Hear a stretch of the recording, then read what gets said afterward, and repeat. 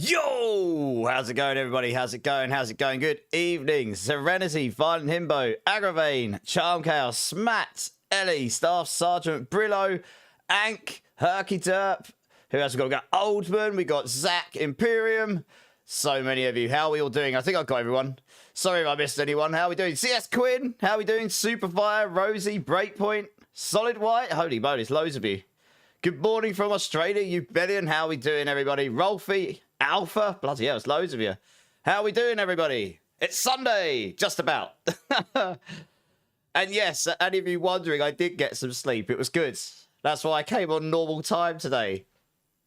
Yeah, I came on at like 3:30 in the morning the other day, streamed for 15 half hours. That's normal. Nice. Yeah, how's everyone doing? How's everyone's weekend been? Everyone been blasting? I guess some of you are in Monday now, aren't you? All you Aussies and New Zealanders. Hey, Wisconsin, how you doing? How you doing? Ah, right.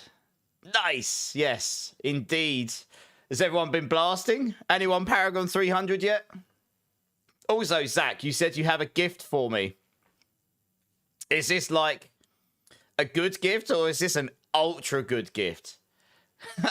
I was trying to push a pit 111 earlier. I got to the boss a couple of times, but not enough time left, so I need a better weapon, basically. But I have optimized the pure payback build a little bit from the planner, which I will update tomorrow if I decide to stick with it. But I think it is better for pushing, yeah. I was having a little play around with it earlier. I was going to get my crushing hand video out. However, I've actually changed the build enough that I think the stuff I recorded before is probably... I don't know. It's a little bit out of date. So I'm probably going to have to re-record the crushing hand one, which I might do tomorrow. Because I'm planning on taking tomorrow night off. So I'll probably get the crushing hand video out tomorrow or day after. We'll see. Depends when I get it recorded. Hey, Dommy, how's it going? I saw you were number 1 on the leaderboards earlier. GG's. I got to the boss on 111 a couple of times, but I need a better weapon. So I'll be farming tonight. But yeah, GG's, man. I saw you just about did it. You might have done a better time since then. I haven't had a chance. But yeah, no, I'm happy for you. Did you do that on payback, did you? I'm assuming you did it on payback, to be honest, because I don't think Evade's going to go much higher. I mean, I think Evade will cap at 110. Like, yeah, Thorns, okay. So I can nearly do... I got to the boss on pure payback on 111 twice. But yeah, I mean, you're squishy, right? So you are... There is so much fishing involved. It actually aggravated me enough that I was like, I'm going to go away from my computer now and come back later. You have to just keep going in and out the dungeons and hope you don't get 1,000 fire enchanted mobs because they're so ridiculous. Level 55, sadly, but my wife birthed a child on season release date, so I guess I have an excuse. And then Rebellion's like, how rude. Rolfieman, congratulations. Do you know what that calls for, Rolfie? Do you know what that calls for? An epic sax, man. Yes! Congratulations to Rolfie, who's had a child. That's amazing. GG's. Aggravate's like, anal? Question mark? Aggravate, I don't know what you do when you celebrate, but that's not how we do it in here. You filthy bugger. Oh, God, you're funny. Someone unlocked T4 for you. Someone, you mean someone, oh, right, someone unlocked it for you. Nice. Yeah, I'll update it tomorrow, Ellie. I think it's slightly better. Yeah, hey, Zombie, how's it going? James, how's it going? That's what I meant. Yeah, I'm sure. This is when Rosie's just like, huh? I don't know this guy. Petey Wellen, how's it going? Dart Lotus, how's it going? Holy cow, there's loads of you. Oh, wow, Herky Derp with the gift sub to Rolfieman. Nice. Thank you, Herky Derp. Appreciate you. Do you want a better amulet since I think I've got a better one? What amulet did you get, Zach? I wanted to call him Mephisto to celebrate the date, but sadly the missus wasn't keen. Could you imagine? You would have been like, okay, I will take Diablo instead of Mephisto. Could you imagine calling your kid Mephisto and them asking one day, so why, Daddy, why is my name Mephisto? And you're like, well, son... Go play this game and come back later. You will understand. Slick Wheel, your crushing hand guide has been awesome. Fastest I've gotten this far before. Nice, Slick Wheel. I mean, I'm glad it's helpful. That's the genuine main reason why I like making those guides. I mean, sure, there's other reasons I like doing them, but I really like helping people. And if it helps you had a good time, then that's fantastic. The Paladin is broken. The Paladin is very strong, yes. Joe, how's it going? Dommy won't say no, yeah. I'm still trying to get a petition. Well, maybe we can help you tonight. We'll see. I'm going to be farming with the community tonight. I'm not going to do any pushing unless maybe I'll push right at the end if I get some like really good stuff. Otherwise, I'm just going to farm with you guys. I need to just farm materials because I'm still quite low on everything. So we're just going to go farm, maybe get some levels. If there's anything that anyone needs help with, then let me know. I'll try and help you. If I can't, hopefully someone else can. And that's kind of the plan for today. My plan is to be on until a little bit after my normal time, at least, because I came on a bit late. But honestly, I might just do another 12 hours. Just see when I get tired. I'm just going to go on because I'm going to take tomorrow night off because I need to do some YouTube stuff. And then Tuesday, I'll be on, and I'll be on long, because it's my birthday on Wednesday. And I don't know if I'm going to stream Wednesday night or not. We'll see. So that's kind of the plan for the next few days. Your son's name is Dante because of the game Dante's Inferno. Dante's a sick name, though, to be fair. Dante is a sick name. Rob's no mythic. I did see that earlier. Yeah, Rob's crazy no mythic speed build that he's going through he's like rushing through the maps on. I mean, that build is bonkers. So yeah, it's pretty sick. I'm not sure it's much faster for T4 content than anything else Spiritborn could offer, but in terms of higher content, because it's got the damage as well, maybe it will be. Mad Dog, how's it going? Are your guides viable for hardcore? Crushing Hand will be viable for hardcore, just don't rush. It's definitely not the tankiest build. The tankiest build you can play for hardcore is either Evade, or if you want something even tankier, that's probably not quite as strong, but it's certainly different, and it is tankier, Razor Wings. Razor Wings can just stack so much life on it. It's just a really tanky build. You get a lot of life on the weapon, for example. So I recommended Razor Wings for hardcore because you've got a lot of mobility, a lot of crowd control. You can get dexterity, bloodied affix on every armor piece. That'll give you more damage. And it's a ranged build as well. So you've got you can just constantly soar everywhere. So if you're in a bad place, you can soar out of the way. You can attack them from range. So there's a lot of reasons why that's good for hardcore. Quill Volley will be okay, but any of the Rod of Kepaleka builds are pretty squishy. Crushing Hand is the tankiest Rod of Kepaleka build because it has more life than the rest of them, and it has a lot of barrier generation baked into it. So you play it at your own peril. But yeah, I'd recommend Crushing over any of the others for hardcore. You started a hype train. Nice. Thank you, Herky Derp. Just noticed. And for the Prime, Just King, thank you for the Prime. Appreciate it. Still trying to find a rod and unlock the pits. I've got a rod you can have, Zombie. I've got a rod for you, Zombie. Giggity. Sunday night fun times, eh? You've been trying to get a rotting light hammer. Has anyone been playing Druid? Has anyone got a rotting light bringer for the pulverized Druid? Question mark. You're having fun playing the Evade build. Nice. Yeah, I mean, that Evade build, I went to pit 101 within the first day on that build. Pretty much. So it will definitely get you into the decent leaderboards. And I didn't get GG gear either. Like, I had by no means GG gear. So, yeah, you'll get to 105 plus with that build, probably. 110 will be the utter pushing, but you'll need literally GG everything and a fantastic run, I think. Your older brother finally left his job this week. He's so happy. It has been an absolute hell for him. I can relate to that. So I'm glad for him. I hope he's got better and brighter things for his future, honestly. You know, sometimes you need a change for whatever reason that may be. But sometimes you've got to change stuff to be happy, right? Happiness is certainly the most important thing, or one of them. You need some sort gear. What sort gear do you need? Let us know.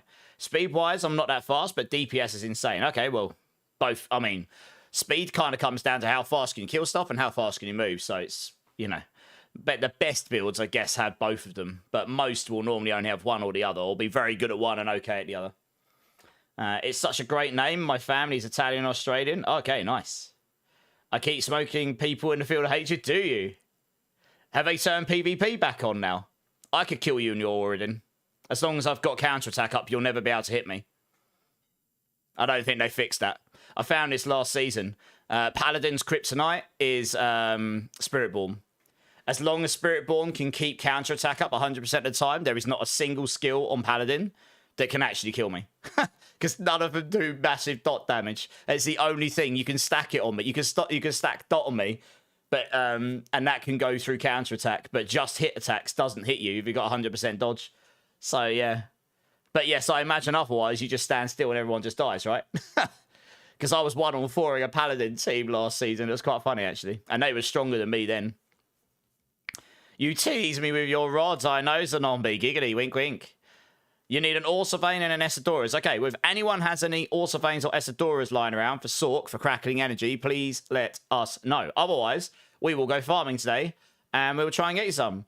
So as I say, I'm just going to play with the community. I'm probably just going to start warming up, go run some escalations. I need some Opticite, I need herbs, I need resources. Who knows, maybe we'll get some good drops. So if anyone's interested in coming joining, let me know. If there's lots of you, we'll figure out some form of rotation. And yeah, let's crack on, I guess. I'm keen. I didn't really play much today to deliberately not burn myself out. So let's pop over and get into the game here.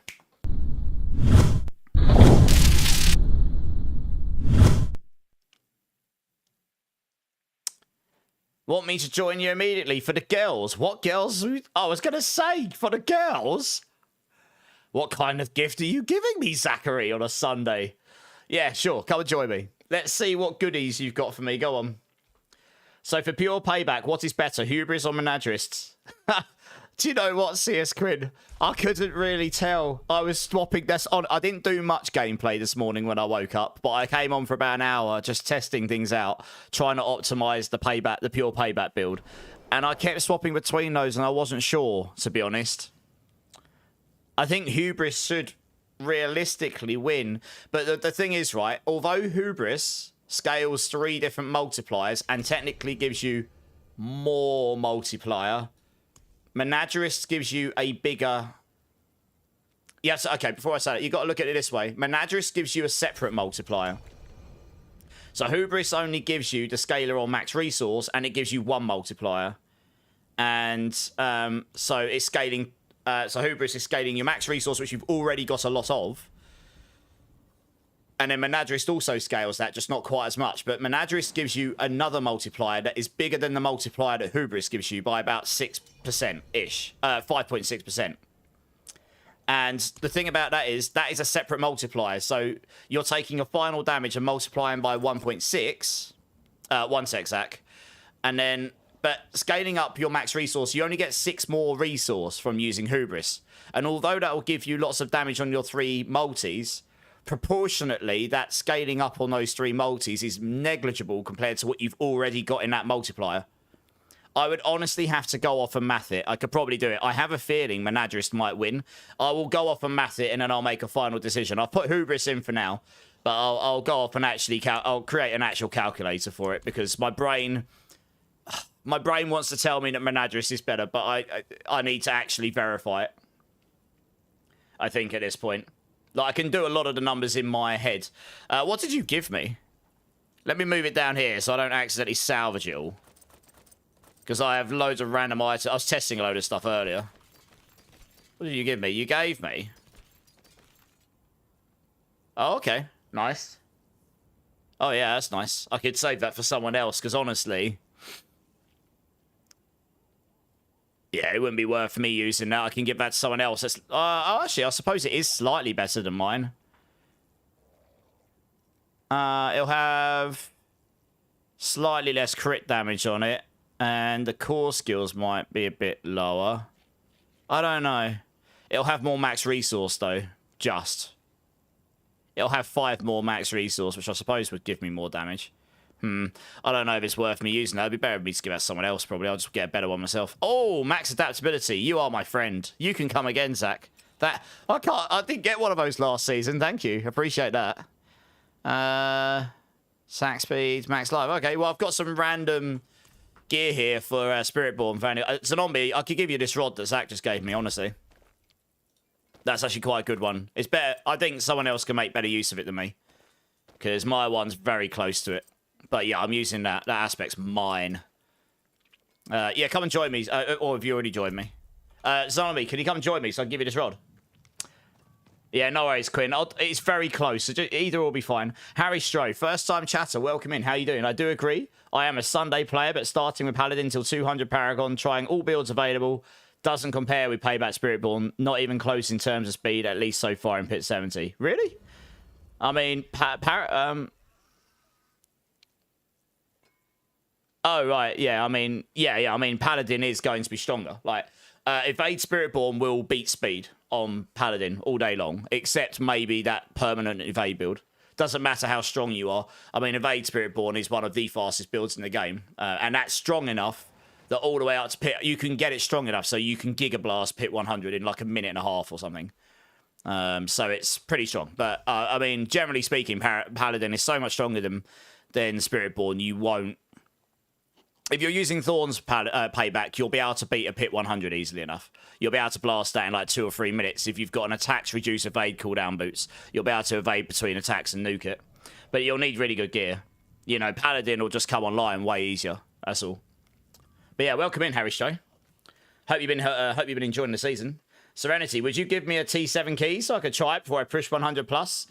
I mean, T7 is ridiculously hard compared to 100. What is the best Opticite farm this season, Solid White? What I'm about to go do. You can't get good escalations to drop. Doesn't matter. Just run bad ones. You might get good stuff during it.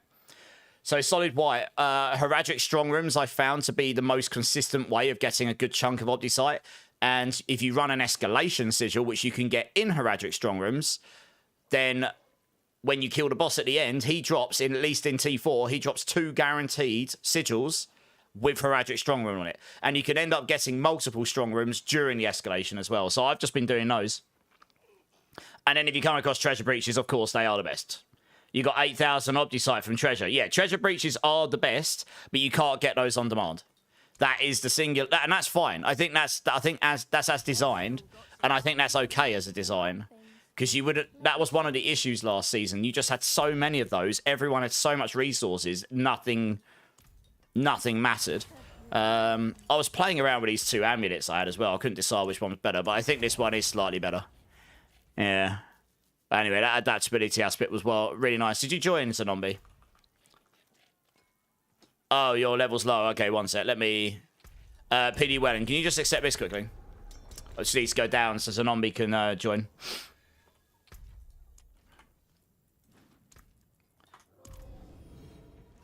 Just so I can give him this rod.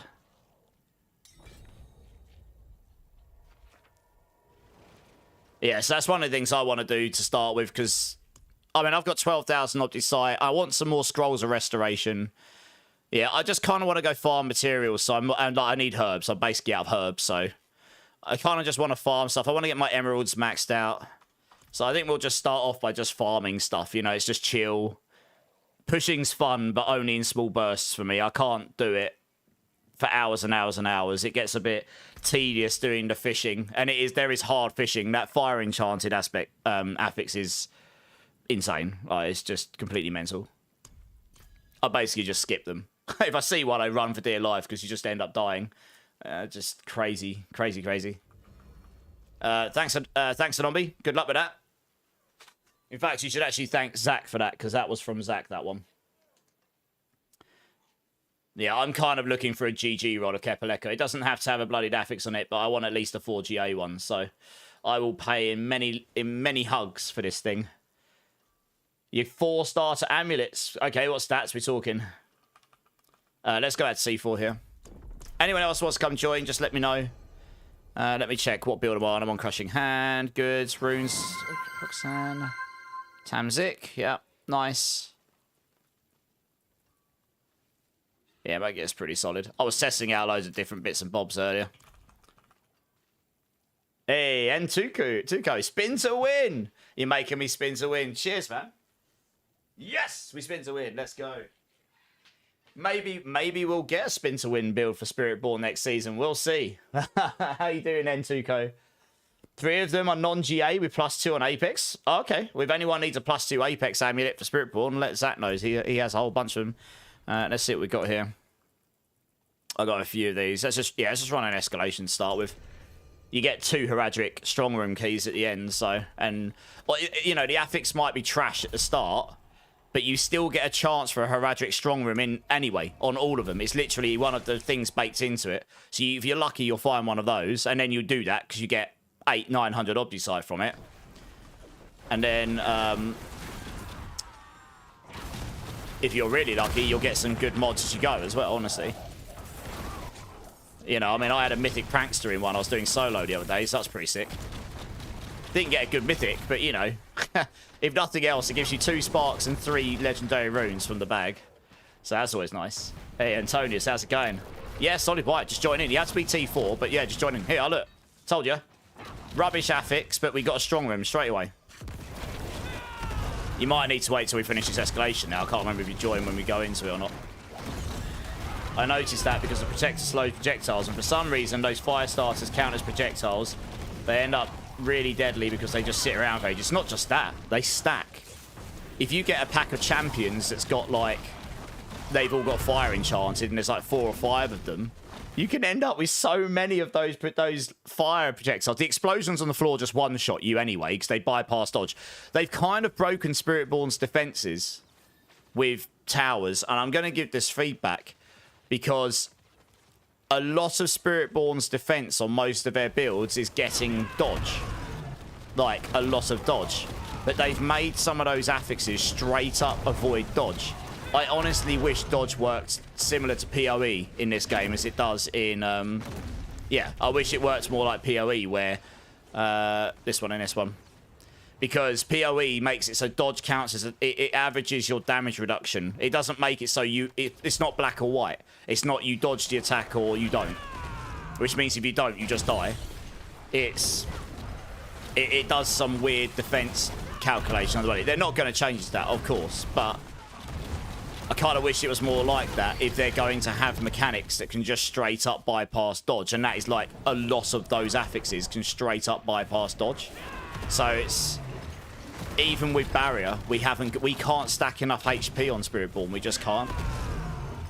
That's as designed. Like a lot of the builds, you could go tankier gear, but you still don't get that much life in the grand scheme of things compared to other classes because that's as designed. So yeah, and life on hit and stuff just won't help. Yeah, life on hit and stuff won't help whatsoever because you just get one shot. So I'll give this feedback. I don't think it'll make a difference for the expansion now, but they can always take it on board for future, you know. I'm kind of hoping in the expansion we'll have a means of protecting ourselves better, because that's one of the reasons we're so squishy in the high end. You just can't make yourself tanky enough, you know. Where's the text-to-speech gone?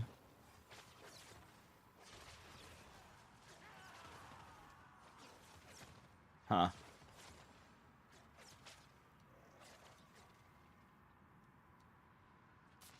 Well, that's good. It's either very delayed or it's not played. Computer says no. Yes, and the fire. Exactly that, PD Wedding. Yeah, exactly. Yeah, I've got another. You can get escalation sigils from these as well, so you can end up in a cycle where you'd get escalations, and then you just run the Heraldric Strong Rooms, and then you can just get Obdicite from them. No, no. Yeah, we'll give it a moment, Hyru. If that doesn't come out, then I'll have to read it out myself. Where the hell's my portal gone? The message was too long. Oh, it's been refunded because the TTS duration is invalid. There you go. RIP. It wasn't broken. It's just you broke it. These guys have zoomed off. Taking too long.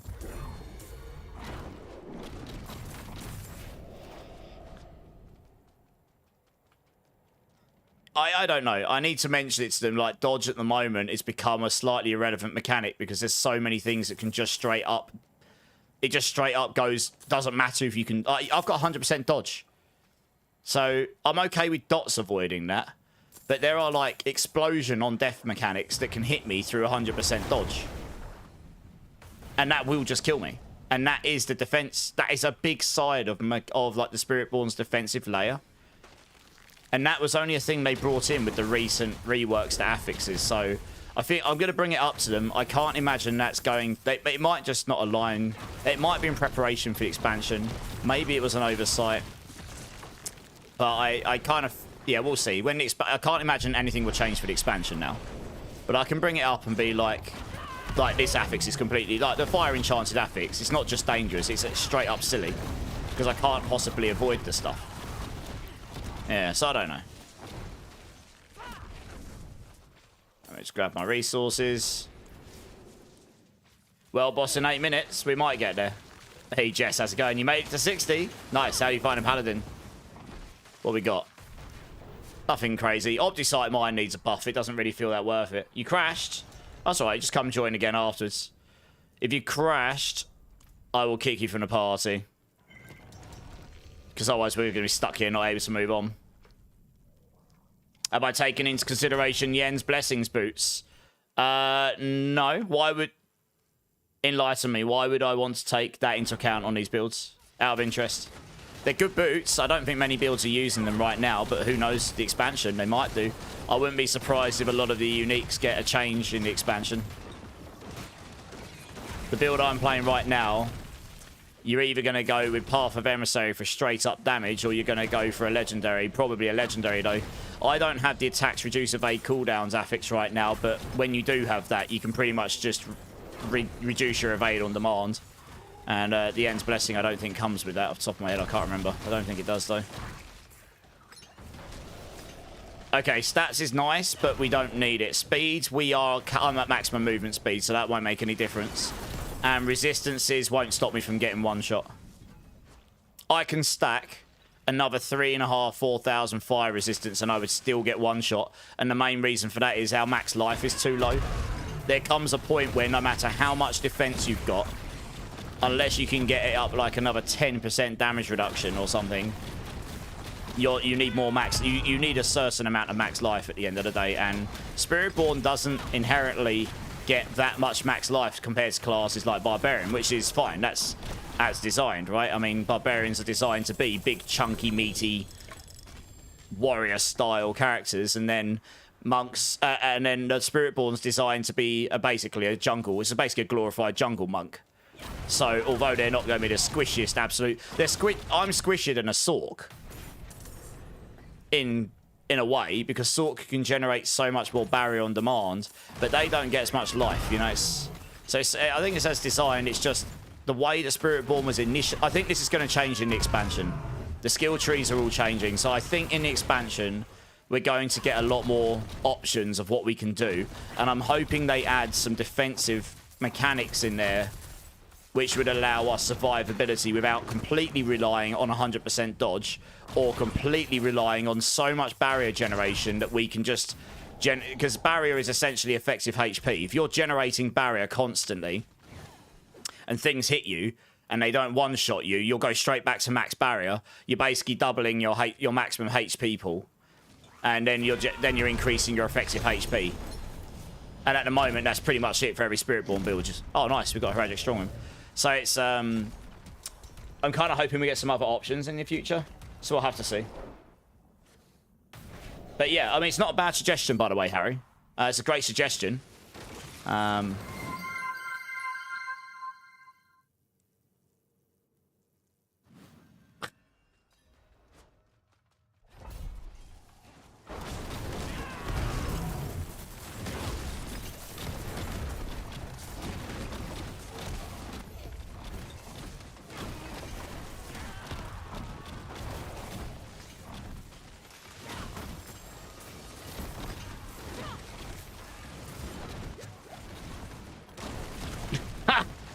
My cats know if they touched any of my cables, they would get... That's it. No more treats ever. That is one thing that my cats are very good for. They do... I can dangle a cord in front of them and they will just look at it. Because they know if they go for it, they get told off. I taught them that very young, at a very young age. Yeah, they don't do that. Shoelaces they might, but cables no. I'm actually really lucky that they don't, because most cats do. But yeah. Good stuff. Great, he's talking to his demons again. Right, we're looking for the Heraldic Strong Room in here, by the way, guys. I think I chose wrong for the first character to start season. Should have went easy mode and tried Pally. What character are you playing again? Sorry, Smack, you're playing Sork. Sork's fine. Pally is easy mode, though, because it's just so much stronger, right? I mean, Pally is just stronger. You can see from the leaderboards. Yeah, I mean, I don't know where it will land next season, because everything changes for every class. And we got a new class coming, which will inevitably be very strong, I imagine. Well, that's the event. We don't need this. Hey, Teslin, how's it going? Alpha Tango is just laughing. What does berserking do? It increases your damage by 25% whilst you're berserking. There are some classes like Barbarian that have other synergies as well with berserking.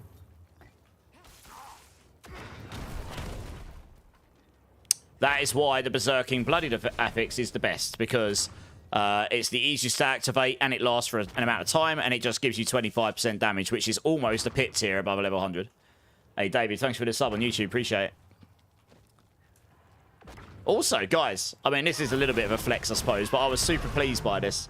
I hit my first 1 million views on YouTube over the weekend. I mean, how that there's a lot of views.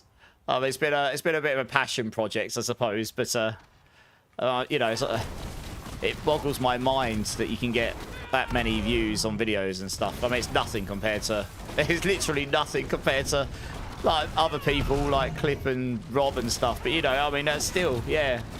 That's if nothing else, I hit that achievement this year, so that's happy days.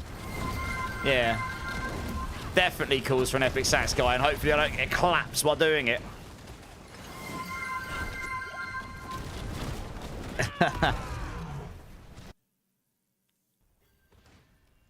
Hey, Royd Rage, how's it going? Are you doing any power leveling?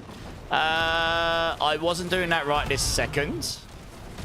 But I'm sure we can help with some leveling at some point, or maybe someone in the community can. Guys, is anyone doing any pits or anything for leveling that can help out some people? Let us know. I'll take this one. Take this one. And take this one, because it's speed and monsters. That's all you want. You want speed and I've worked out. You want speed and monsters. You take the big challenge monster if you get him, because he's great. You want the speed motes and just more ambushes, because you do one of these and then you just go and kill monsters, and you'll easily get to achievement 6 in most cases. You just need the monsters to actually kill to start with. Oh, 2 shrines. That's epic. Hell yes. See, that's what I mean. More monsters to spawn. 2 of those next to show. Let's go. Huge XPs. Hey, Zarlem TV. Thanks for the follow on YouTube, on Twitch. How you doing? How you doing, my dude? Welcome in. Hope you're having a great day. Yeah, look at this. This is why I like the speed motes. They make, I mean, you can actually go above 200% movement speed with them, which is crack, to be honest. He was doing pits, but I stopped. Okay, if anyone's going to start doing pits, or is just doing them anyway, and you think you can easily carry a second person, help them level to 60, then please let us know. If not, I will do some pit runs a little bit later, if you're around Roid Rage, and I'll be more than happy to help. We're just doing some farming at the moment, but I'm happy to do some glyph leveling later, because I do need to level some glyphs for other builds anyway. Merker Lurkin, how you doing, my dude? How you doing? Hey, Banana Gaming, how's it going, man? And thanks, dude. I mean, I was very lazy with my YouTube for the first year and a bit. I suppose I was working full-time still. I was working full-time and streaming full-time at night, so I was just completely exhausted all the time. But since I went full-time content creator, I've been slowly but surely trying to put more effort into it, and yeah, I was going to get the crushing hand build guide video out today, but honestly, I listened through it, and I was like, I've actually changed a fair number of things. So I think I'm going to take tomorrow night off. And whether I do it during the day or the night, I'll re-record it and I'll get it up. I've got footage I can use, so that's not a problem. I just need to re-record the actual build section. So I will probably just record that bit again, which shouldn't take too long.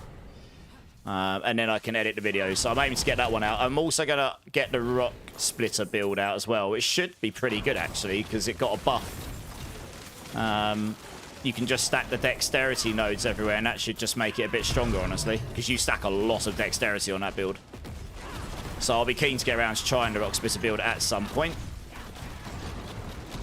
And then maybe I'll get the Stinger and Touch of Death videos out, but they're definitely not as high a priority.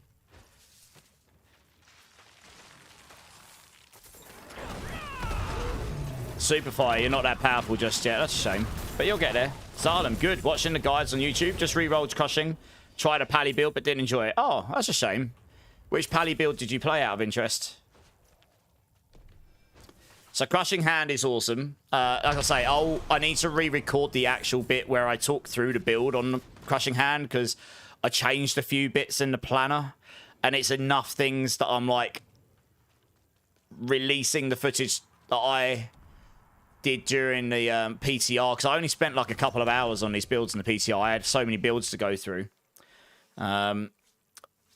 I was like, yeah, I should probably re-record it so it's actually a bit more accurate, you know. I don't mind some of my guys, like my pure payback one. Oh, you can't join when we're in the boss. You have to wait till we're done in the boss. Yeah, I mean, the pure payback one's slightly out of date. If there's enough changes, I'll do a follow-up one. But it's only like minor changes, you know. Oh, you did Fist of Heavens. Yeah, I don't actually know how good that is in the grand scheme of things for Paladin, but hopefully you enjoy Spiritborn a bit better. This build's just easy, if I'm being honest. You basically got everything set up, just trying to wonder how you'll zoom so much. Is it the evade cooldown on it? I haven't actually got that on my boots. This pair of boots here is too good for me not to use, but it has maximum evade charges. So for the time being, I've actually rolled evade cooldown on my amulet just to help with evade cooldown.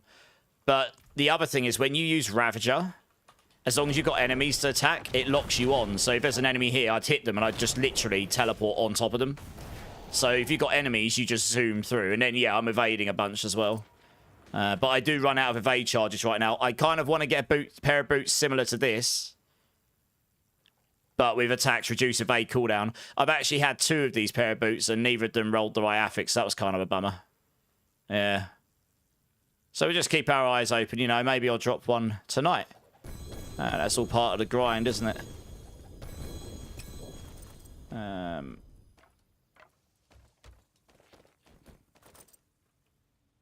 Nice.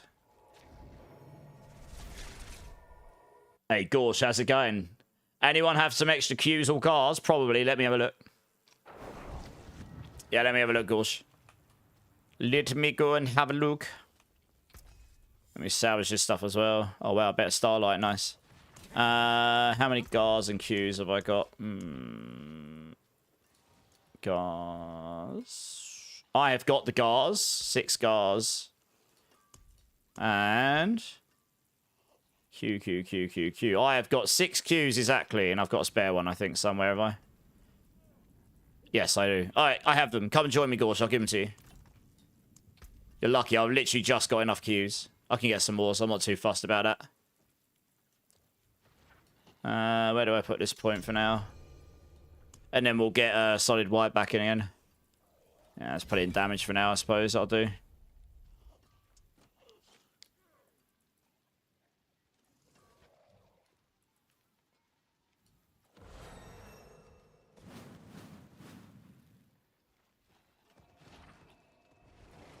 Yeah.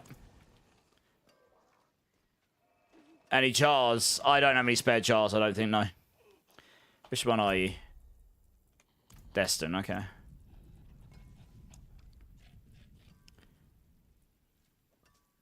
I'm amazed you got the jars first. Yeah, there you go. Good luck with your Air of Perdition roll. Any spare tholes and mots? I don't know. I'll have a look. Oh, hello. What did you give me? A 3GA penitence, because I'm going to use that. Thanks. Stick that over here. So I don't know where I'm going to put that. Stick that in there for now. Mots. I've got, yes, I have 4 spare tholes. No, I have 5 spare tholes, because I'm keeping 1 for myself. And mots, I have got... I can spare 3 mots. Best I can do for now. I always keep at least 1 of each, so I've got them to test with. You're in here anyway, right? Yeah, come to me, PD Wenham. Okay, well, I can give it the tholes that I've got.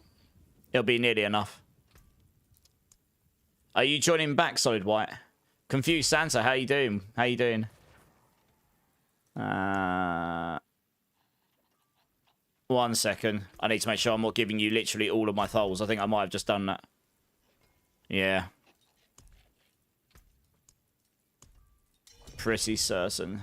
Yeah, I did. I can give you 5. I say I always keep one handy just so I've got them for testing. Oh, you just need 1? Oh, okay, that's easy. Yeah. Oh. Yeah. Hey, Mestrid, how's it going? Oh, you need the build? 1 second. I'll get you the link. I turned the links off for YouTube for now because honestly it was getting spammed from other places and there was barely anyone here. Here you go. There's the link for the build. I just linked it for you. Orion, thanks for the sub on YouTube. Appreciate it. Show your equipment, Walker. Okay, 1 second. Wizster, how you doing? I'm doing Razor Wings, but not doing enough damage. What's this build you're using? Crushing Hand. I just linked it. Razor Wings will go pit 105, but you will need really good stuff, yeah? So my gear's pretty good. I need a better weapon. I've got a max aspect with GA Vigorous, so it's okay. Harmony Bibawaka, I've got a GA... This is non-GA, actually, but it's... and it's not even max aspects, but I'm using it because it's got the resource cost reduction blooded affix. My Shroud is exceptionally good, to be honest. GA all stats, GA resource, Rampage 2% dexterity. I doubt I'll replace this for the rest of the season. Hesher Kasungi's GA attack speed, GA gorilla, near max aspects, no blooded affix. It's going to be hard to replace this. Tybalt's GA max resource, GA crit chance, near max aspect, dexterity, rampage affix. That's pretty good.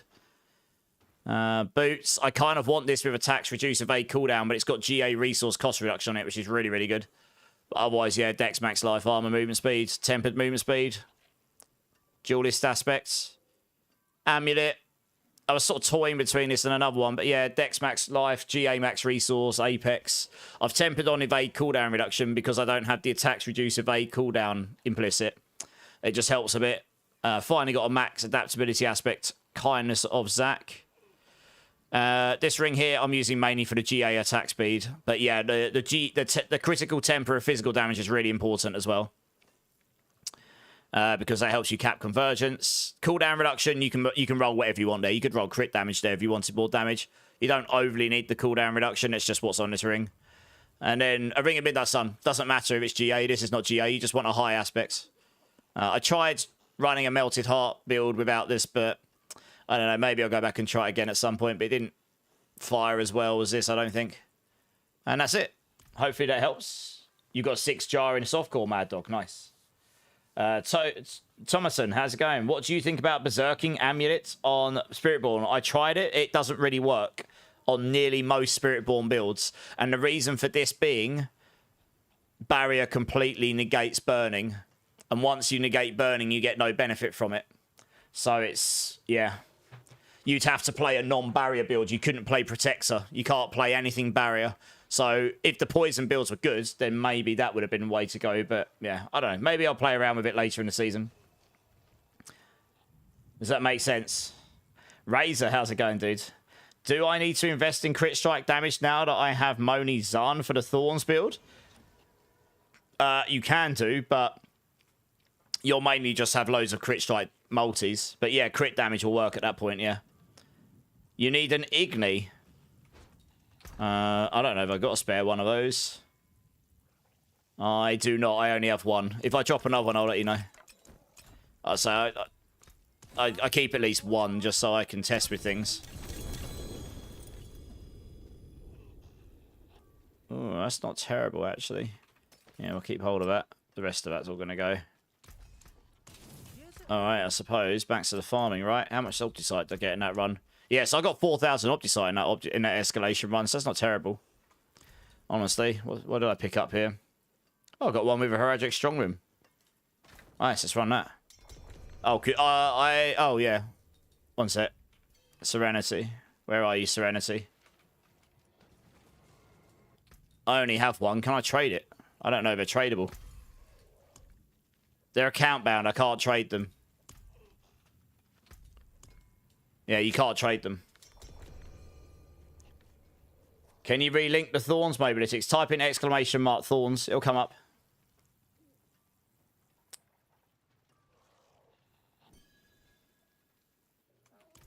There we go.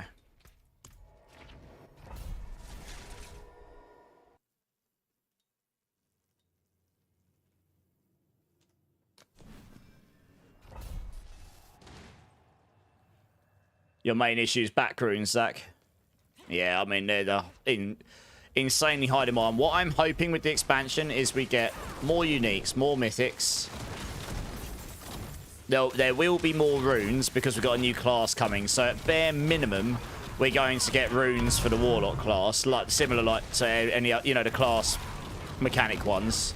Maybe we'll get some extra additional ones as well. I don't know. But my hope is we'll get enough more mythics in the game for crafting that stuff like back rune and other runes will have multiple purposes for crafting. But obviously you'd have different combinations. So Erudition uses Jargar and Q. And then there might be another one that uses Jar, Seer, and Cry or something. You know, like a totally different combination. That's what I hope in future we'll get more of them. So it creates multiple avenues for value for each rune beyond just using them. Hey, Hummer, how's it going? Been a hot minute. I'm good. How are you?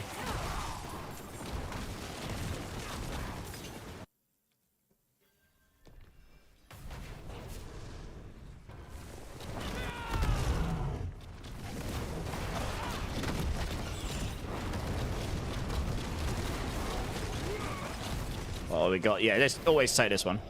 And then take the additional ambushes. I want to see both of these, alright. Stay near pillars, you get swiftness motes. Monsters can drop swiftly. Yeah, we'll take this one. Stay near pillars gives you them. That's nice. That should be fine. Yeah, with attacks reduce evade cooldown boots, honestly, I can just lock on and evade so much. You can almost move around as fast as evade on this build, as long as you've got enemies to attack. It's crazy. You just got a better attack than evade on this for general clearance. Just blast the whole room. Everything just dies.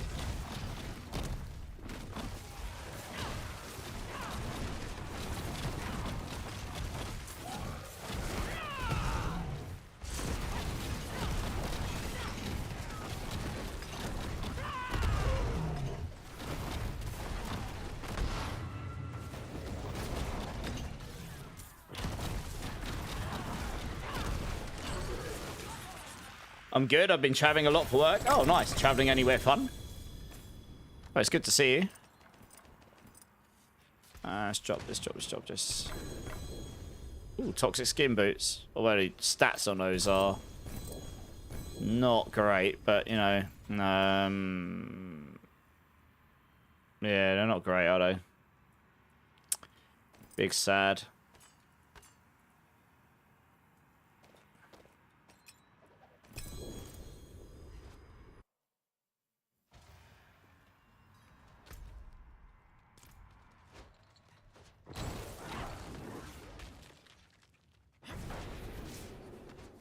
Hey, Johnny, how's it going? Does this build one-shot T4 lair bosses? It doesn't one-shot them. It's pretty quick. I can show you one in a bit. After this escalation, we'll go run one, and I'll let them just attack it on my own, and I'll show you. I mean, this build is not my strongest bossing build, but it's pretty quick at them, yeah. It doesn't one-shot them, though. You can't compare any class to Paladin, so I just wouldn't bother. Like, Paladin is in a different league for damage. We already knew that before the season was going live. They can quite literally do, especially with the buffs from other people in teams, like nearly quadrillions of damage. Or quintillions of damage. It's silly. But, yeah, I mean, T4 lair bosses. I can carry 4-man bloodied bosses, T5s. T7s I can't really do right now. You kind of need... To do T7s efficiently, you actually need a Paladin, and you kind of need supports to do them efficiently. I mean, even the top team clearing leaderboard team right now, Roxy and that, they do it pretty quick, but they've got all 4 and they've got all the buffs and everything, yeah. Are you using Emissary? No. I keep trying them out, but they don't feel better. The problem with them is you can't evade very often. Because you don't have max, I've got it here. You don't have maximum evade charges, nor do you have attacks reduce evades. That's a problem. You lose a lot of damage not being able to activate acceleration regularly. You need to evade every 3 seconds so that you can gain 32x multiplicative damage. It's massive. So it doesn't really end up, in most cases, feeling better. For Rake, it does, because I think the damage on it does some weird interaction with the Wild Claws aspects. But yeah, for this build, it didn't feel better when I tried it. You also attack slower because you don't have duelist aspects on. You just found a 4GA Opus. Hey, nice, Antonius. That's awesome. Riddermark, how's it going? You've been trying to figure out how to craft compasses. Been looking around online. You can't craft Infernal Horde compasses. They're drop only. They used to be craftable, like when they first ever entered the game, and they haven't been since that I know of. So that'll be why you can't find it. Coots, how's it going, my dudes? How's your weekend been? Juggalo, what's good? I'm good, dude. I'm good. How are you? Yeah, season's good. Been blasting. Been having a good time. Met loads of new people, which has been awesome. And now we're just chilling and farming. Don't suppose anyone have a spare Nagu rune? I don't know. Frozen Soul, how much is it worth to you? I might have a spare one. I'll have a look when I go back to town.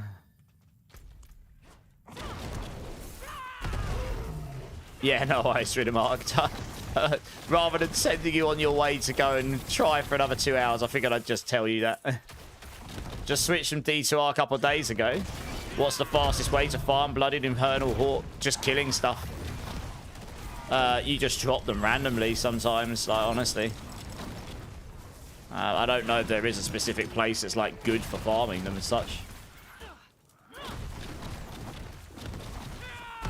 Like, sometimes you'll just drop them from elites in dungeons and stuff.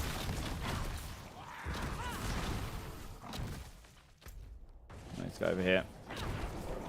Been good. You played a good bit. It's nice to be home. Yeah, I bet, dude. I bet. Yeah, nice.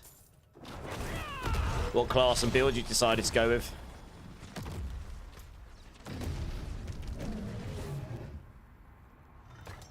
Just the regular places. A couple international locations. Nice. Drink City Stream, Aussie. Cheers, man. Cheers, everybody. Right, well, I'll be able to showcase that boss in a minute. We need to get to the end of his escalation first.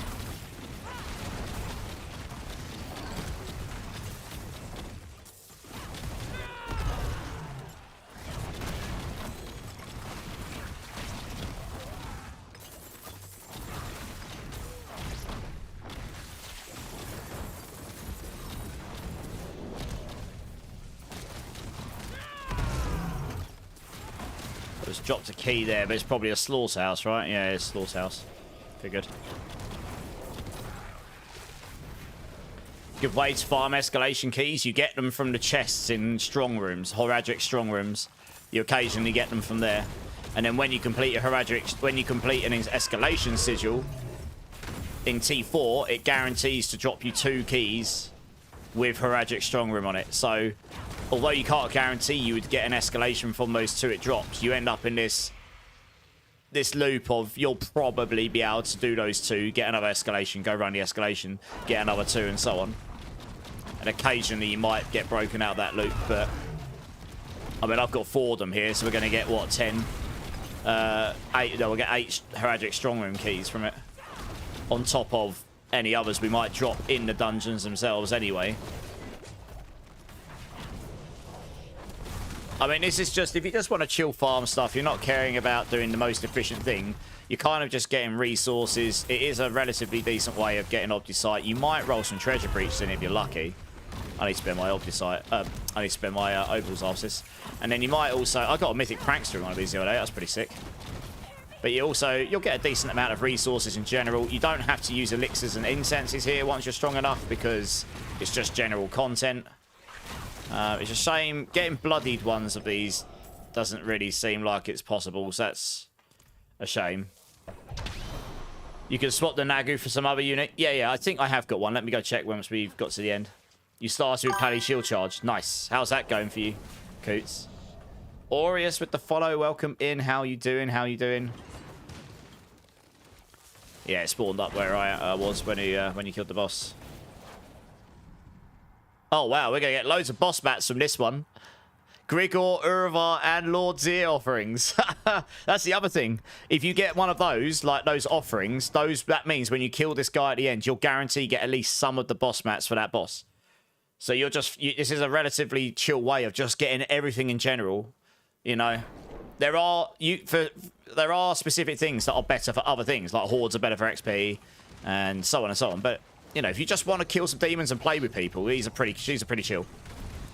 And this guy drops quite a lot of stuff at the end as well. I've had some really good drops from him, actually.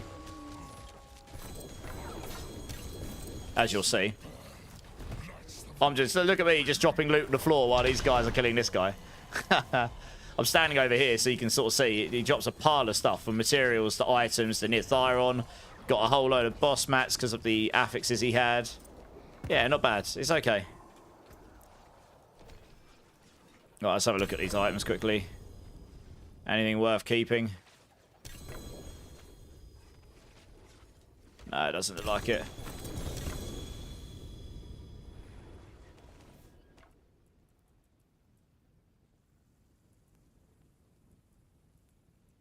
Okay. And yeah, I mean, we got... I didn't actually get that much Opticite in that run. Sometimes you can get more than this. It's just, yeah, I mean, it's pretty chill. And then, yeah, if I look at my keys, I should have a load of Heragic Strongman ones. Yeah, see, I've got loads of them now. I can't really do these at the moment, because I really can't be bothered to start another character to get to change it so that they're not blood-soaked and stupid hard. I need to... hopefully they'll fix that this week, to be honest. Joey, how's it going? First-time chatter. Crushing Hand or Payback, which is stronger? Crushing Hand is absolutely better for general farming and faster for it. It's got a bigger area effect of attack. Payback is definitely better for pushing. And that is what I set my time with on here. I was... where am I now? I'm probably in the top 10 still. Oh, I'm 4th still. I'm amazed. Yeah, oh wow, someone beat Dommy just. Has he got his gear on or has he changed? Oh, he's got his evade stuff on. So I will definitely beat this once I get a better weapon. I nearly did a 111 earlier. I was very close. And there are obvious power spikes for me. I optimized my build, so it will definitely do a 111. Might even do a 112.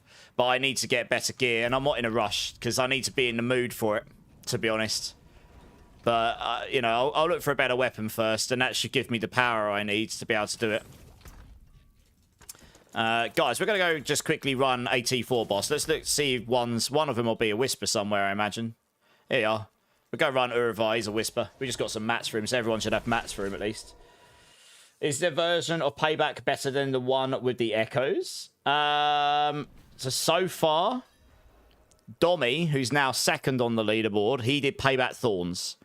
Mine was pure Payback, which is the actual skill does the damage as opposed to the pulse.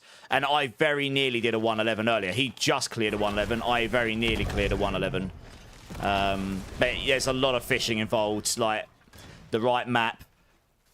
Depends what elites spawn, etc. So I can get more power. I think they're actually really close. It is possible with GG gear.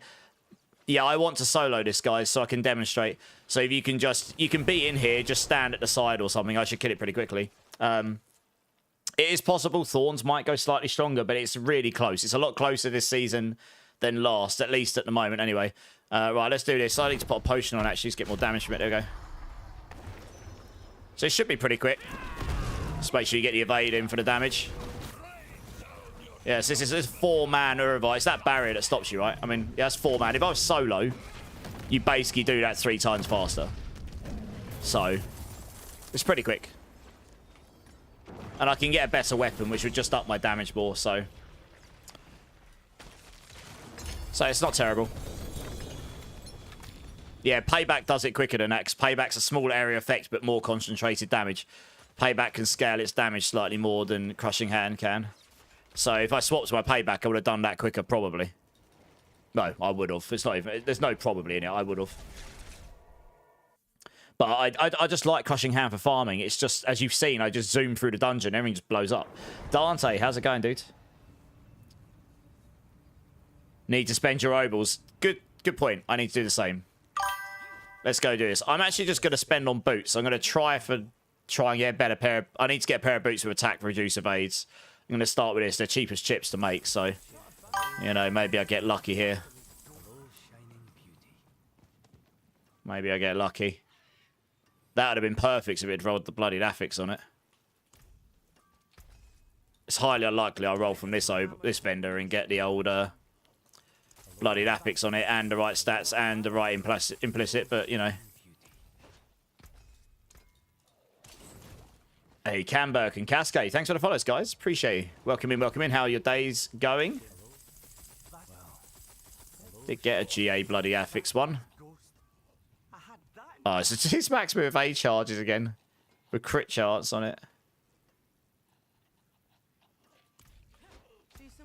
But it's okay. I mean, it doesn't matter if they're bad or not. Okay, you can get obals very quickly in these dungeons if you get the obal thing. Damn, does anyone need a max duelist aspect? I just picked one up. I'll keep that just because the aspects. I can give that to someone. If someone needs a maximum duelist aspect, let me know. I'll just keep that over here. For now, I've got a load of items I need to go through. I probably need to trash some of these at some point. I don't really need to keep those anymore. That was like day one, just dump everything. You need a pee. Okay, no worries. Is it me or do monsters have more of the abilities to run away or fear you this season? They do, but if you're unstoppable, it doesn't matter. And we basically perma unstoppable on Spiritborn. Camberk, yeah. Check out the build planner. Throw any questions in chat if you've got them, no problem. I'll work on... I had a video ready to edit for it, but I need to re-record the build bit because I've changed some stuff. So I'll try and do this tomorrow and get the video out in the next day or so. How is Touch of Death? Touch of Death will be fine. I will get round to it. I have a build video to edit and get up, and I'll try and do that this week coming. I pre-recorded it. It was just not at the top of my priority list. Is it correct? Glyphs only dropping T3? Glyphs will drop in all the torments. Might have just been unlucky before. Do I use WASD, Darren? Yes.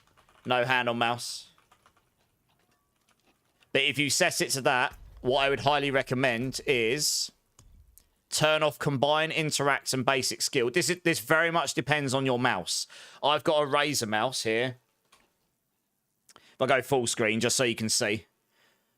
I've got a relatively basic like setup mouse. It's a Razer Cobra Pro. So it's a very good mouse.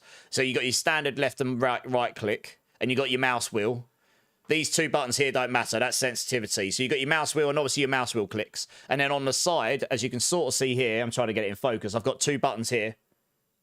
You can sort of see it. Got two buttons here.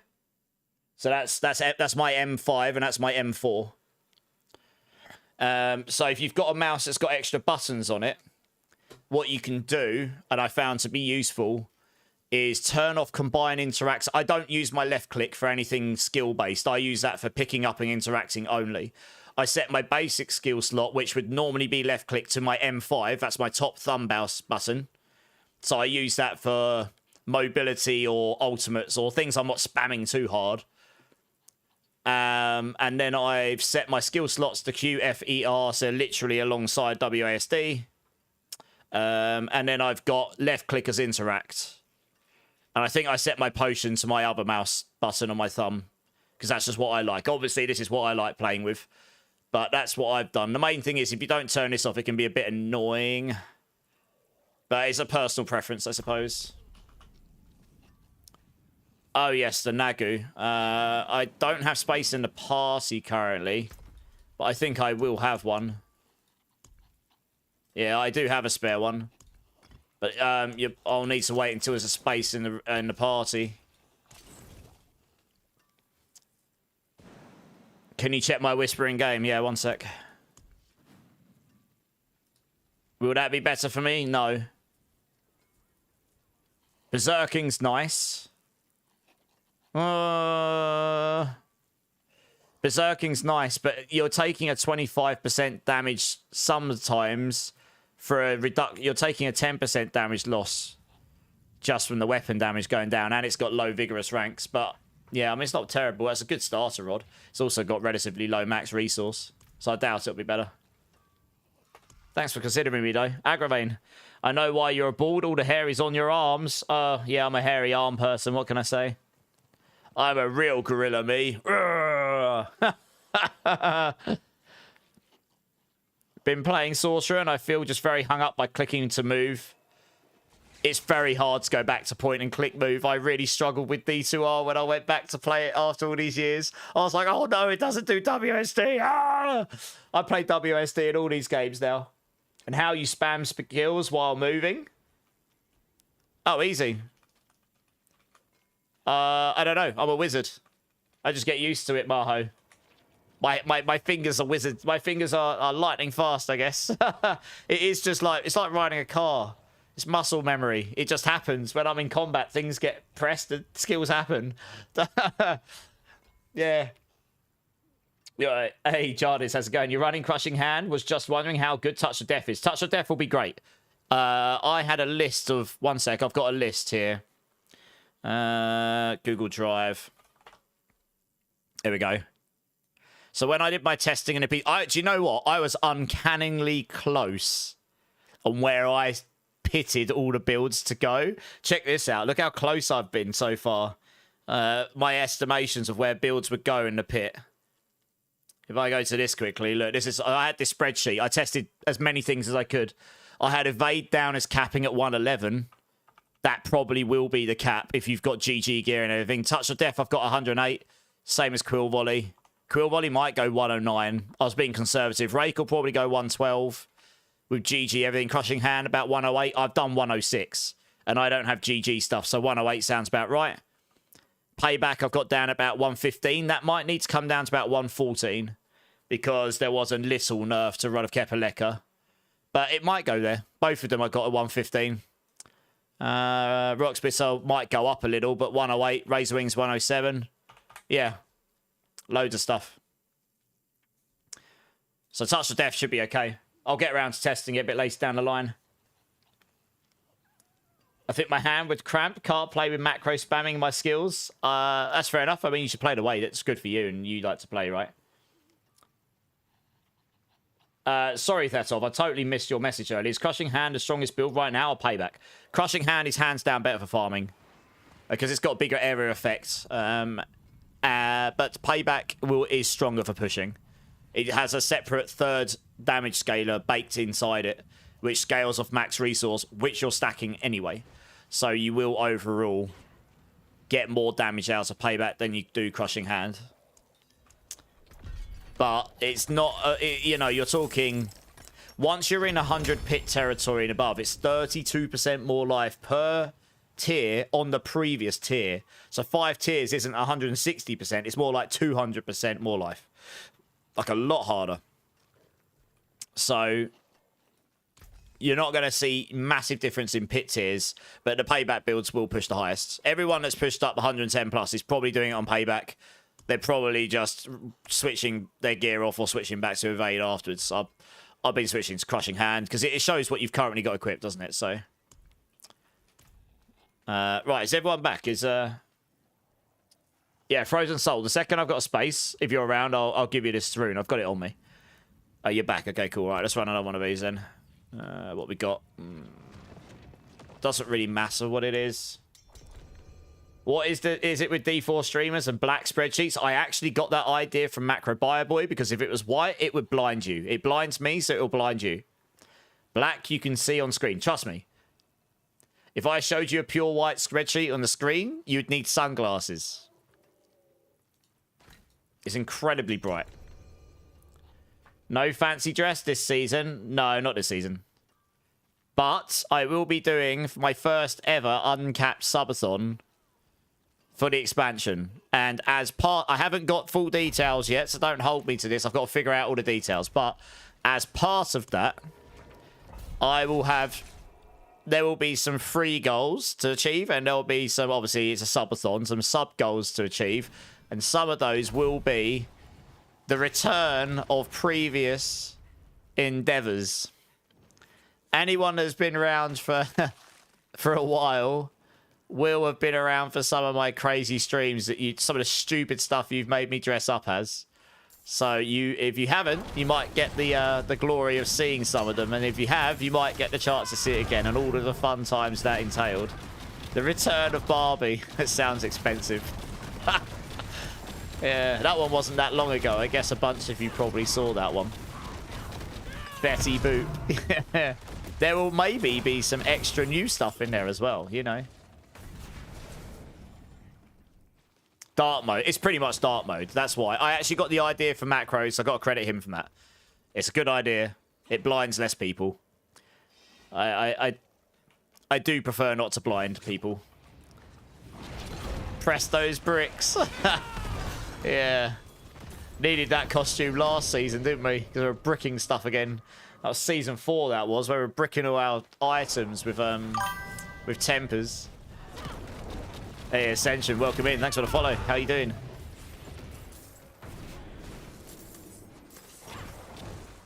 Anyway, that's all in the works.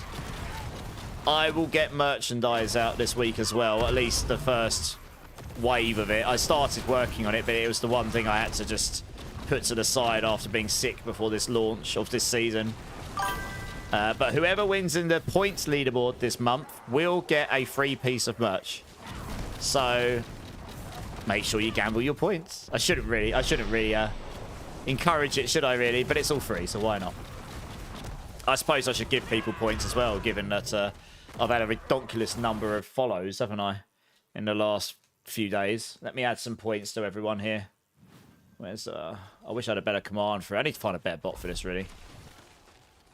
I'm probably gonna... Where on earth is it? Oh, there it is. Add points. Let's just add 1 million points to everyone. Because I had so many follows and stuff. There we go. Right, everyone that's in the chat right now will have lots of points.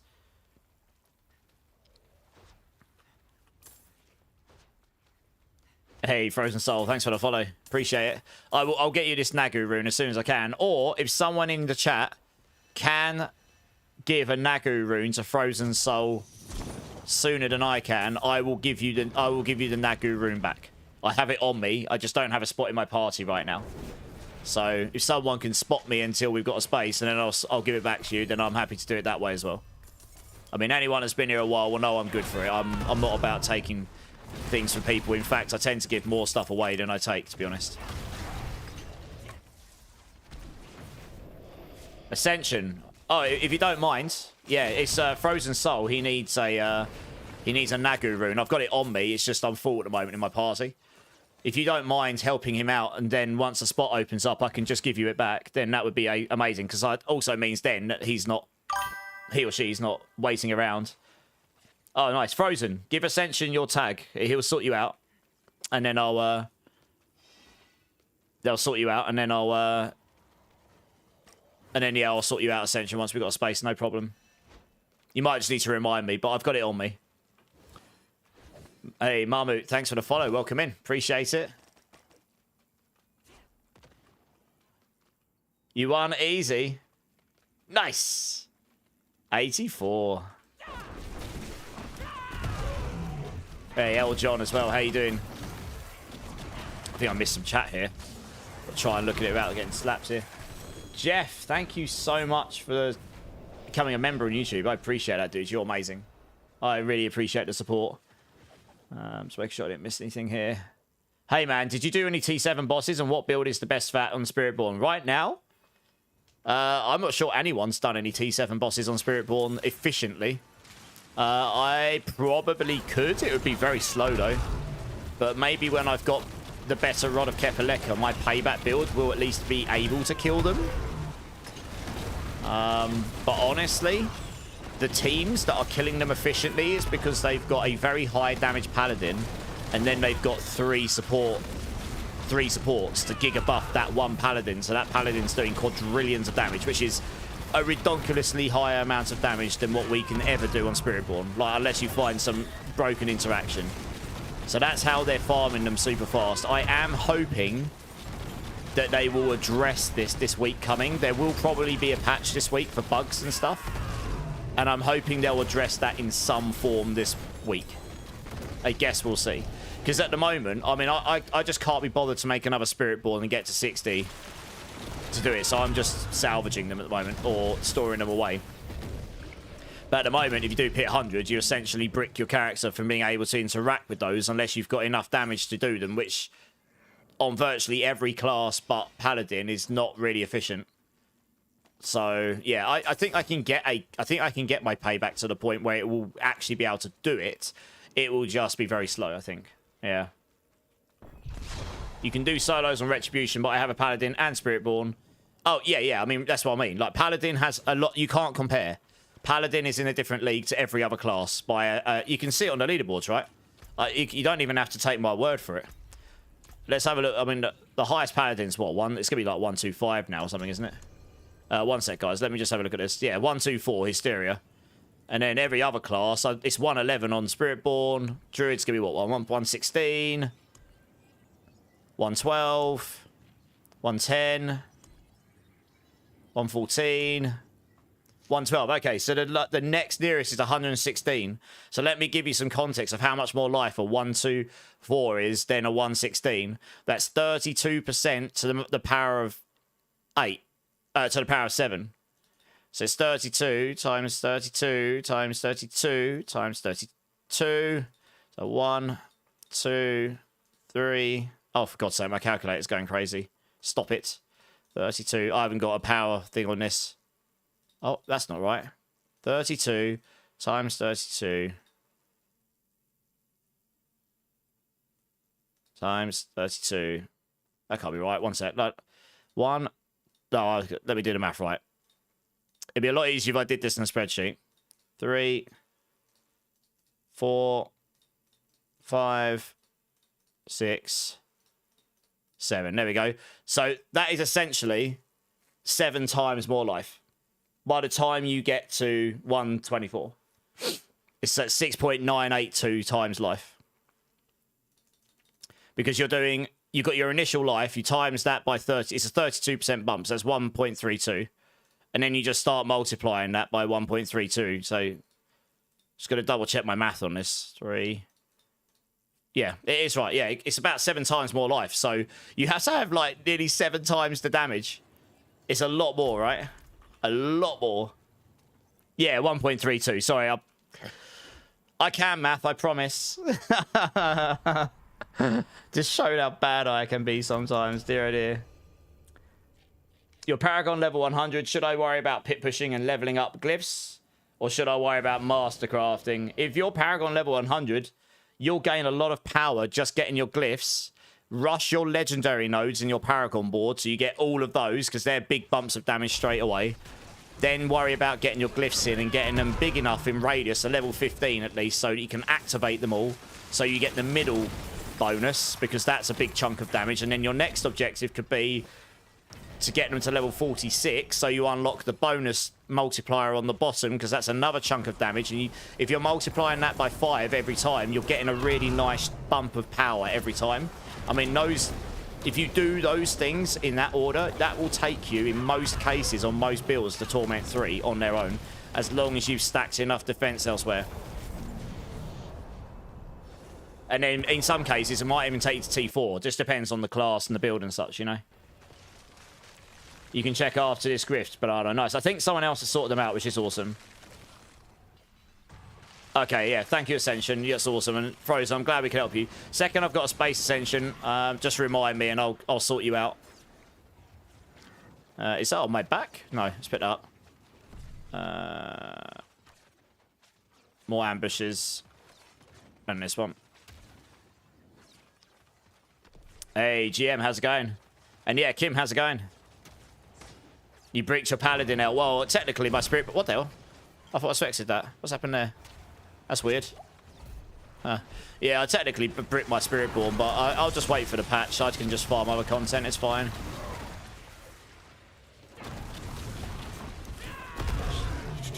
All about the expansion hype and new class, you know? Yes. The new class is fun. You're going to love it. I got a chance to play it in January. Well, a version of it. It's a lot of fun.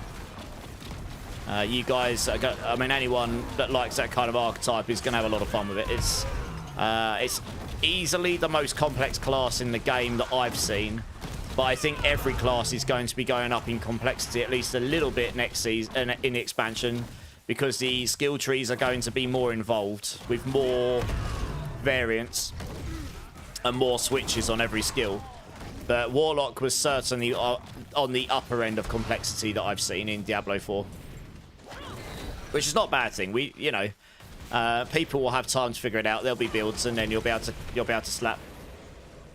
You're running the evade build, and okay, And okay, so I'm going to level up those bad boys. Yeah, no worries. Yeah, that's what I do. I was, you know, I got to T4 very quickly on evades and in day one following that strategy. So you do that, you should get there very quickly in no time at all. Which one of these is mine? There we are. Is this payback builds? No, this is crushing hand. It's better for farming because it's just got a much bigger area effects on it. Honestly. And it's tankier because it has barrier baked into it. But it doesn't scale the damage quite as high because payback has that extra maximum resource damage scaler in it. So that's the trade-off. But the reason I like pure payback is because pure payback and crushing hands, they gear up very similarly. Like this gear I'm using here, I can literally use this gear on pure payback. Exactly that gear. The only thing I need to change is runes because the armory doesn't swap the runes in weapons. But otherwise, I can use exactly the same gear, which means it's really nice for me to just go to the armory and swap between them for farming and then doing pushing if I want to do pushing. Thorn's payback requires some different aspects and stuff, so you'd probably want some separate gear for these, but you love you some magic, Swinery. Yay! How's it going? Oh, you're going to love the Warlock. You're going to love it. How you doing, Swinery? It's been a hot minute, dude. Hey, I'm good, Belando. How are you doing, my dude? You're playing Paladin to T4. Nice. Are you playing with Jess right now, are you?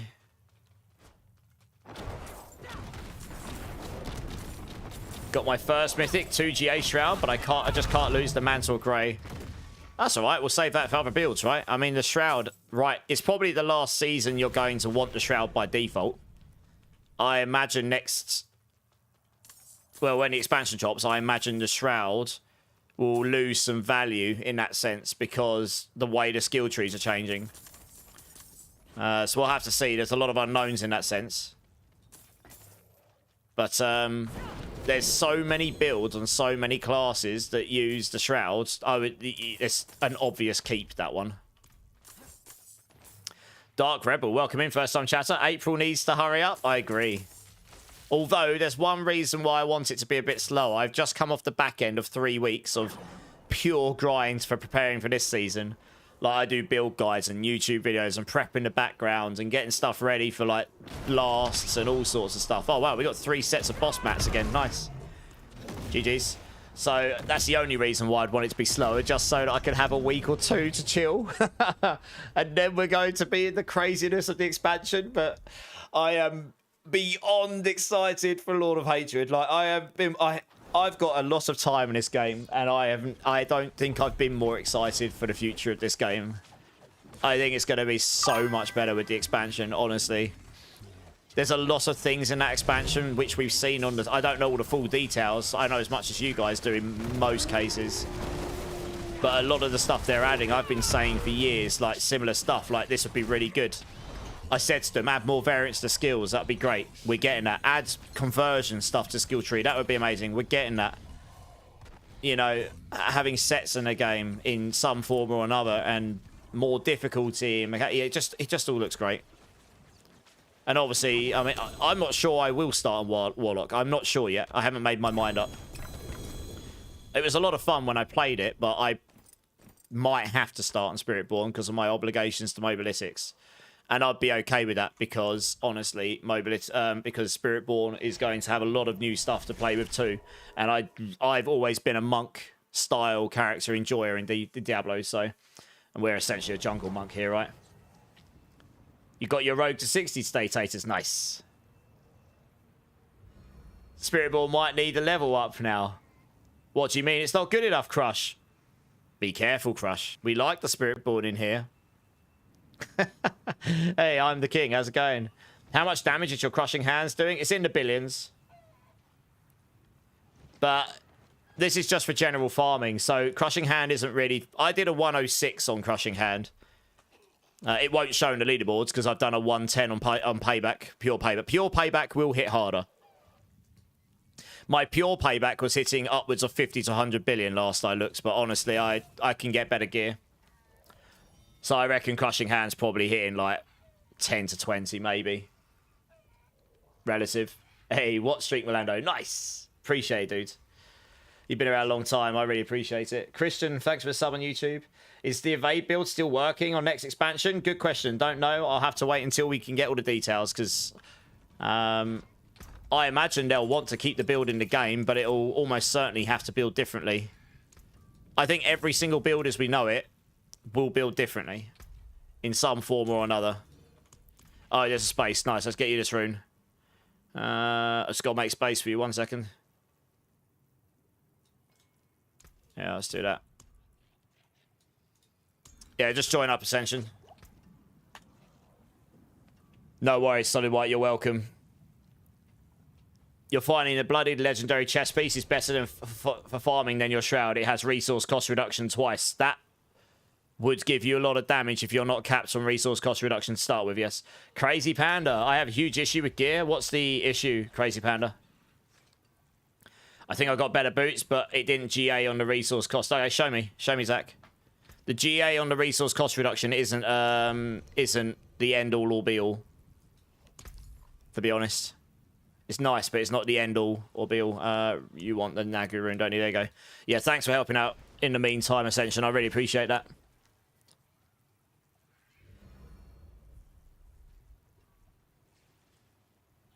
Let's have a look at these. No. These are nice, but I suppose, actually, no, I suppose, no, these could be used, actually. I would roll life per second for movement speed and keep the poison resistance, probably. And I suppose that would give you poison resistance.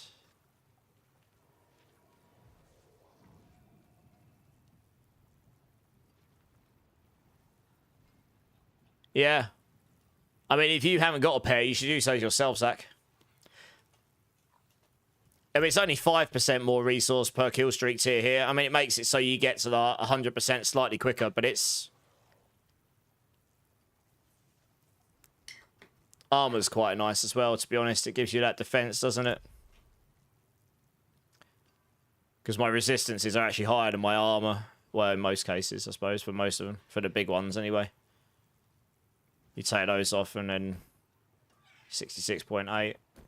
Oh, it's not that big a deal, actually, to be honest. Yeah, I mean, they're pretty nice. Hey, Leoric, how's it going? Yeah, it's all good, dudes. How are you doing? Can't find any good ones. Can you check my gear? Crazy, I can do. Have I got you added still? Yeah, 1 sec. You're running evade, okay.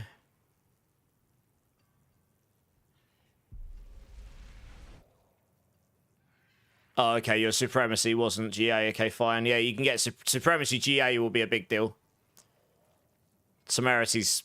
I mean, you've got a really good Temerity. That's as good as you're going to get this season. It's better than what I was wearing. Your helm's really good. Your chest is as good as it's going to get without bloodied affix. Your gloves... 1 second. Why are you using this one? Oh, you've got... Yeah, why are you using that? Why are you not using Vehement's Brawler? Oh, I see what you're doing. You've got Thrash, Rock Splitter, and Thunder Spike. Oh, screw that. That's a terrible build rotation. That's going to slow the amount of evades down. I'd just rather use evade... I'd rather use Vehement's Brawler myself. You're using Wild Bolts, fair enough. Your boots are fine.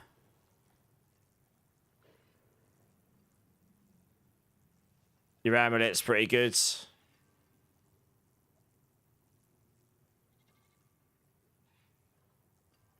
Yeah, your ring's fine.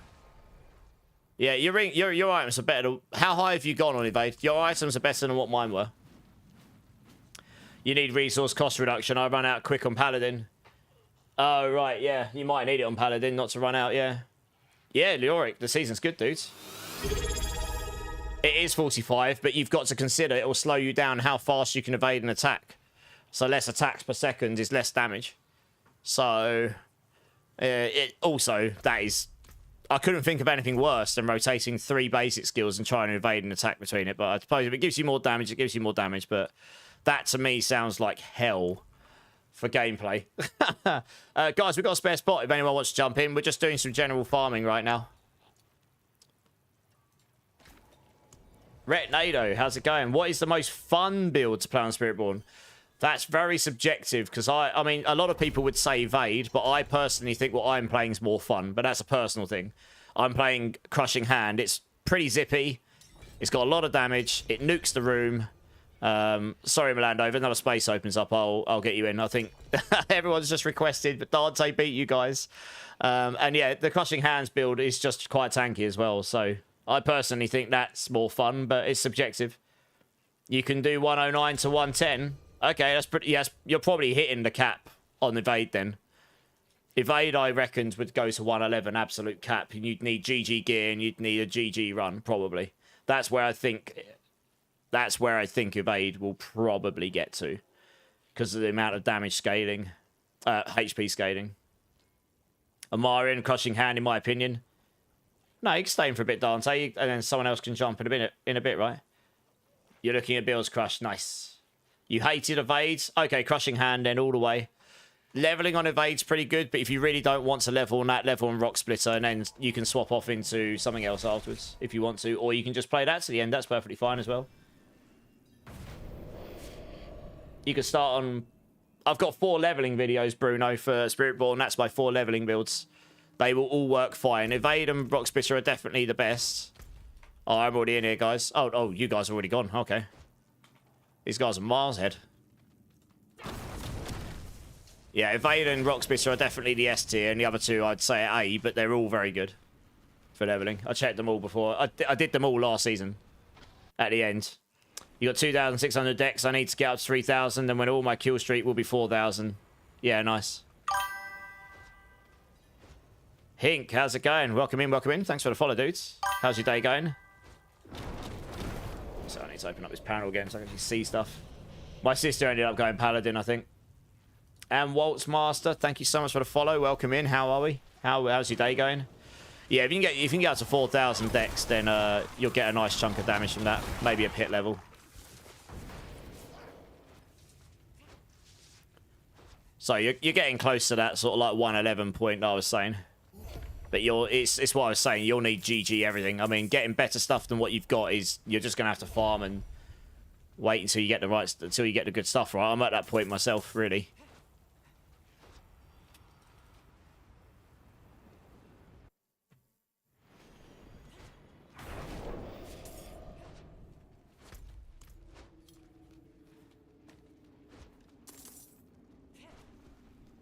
Rock Splitter is a very good leveling build. I prefer that to Evade, but I did do Evade this season because it is technically faster.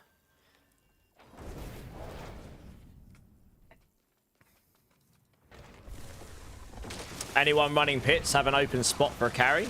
Is anyone running pits right now, guys, that can take someone along with them just to get them to level 60 in the background? This is Crushing Hands and Zombie, yeah. Yeah, take this one for the crazy movement.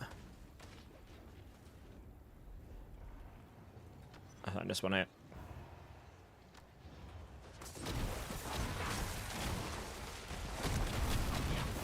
Oops, stuck on a wall. Hey, Glowshaven, how's it going? First time chatter, welcome in. Yeah, check out the planner. I updated it this morning, I think, with some changes I've got to it. And then if you've got any questions, just hit me up. But it's pretty up to date with what I'm playing right now. It's pretty solid. It was one of my favourite builds last season. It hasn't changed this season. For Spiritborn anyway. It's just super chill. Like, I like Evade, but not as much as this, to be honest. This is definitely way more chill to play. You've always done Payback. Yeah, Payback's fun. I mean, this is just an easier to play than Payback build. Like, for farming, it's easier to kill rooms of enemies.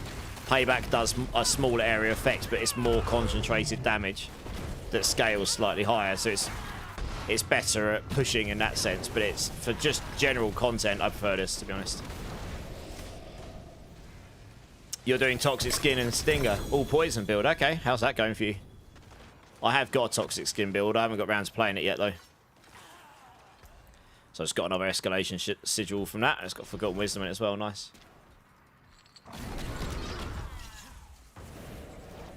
Just want to ease his mind. There we go.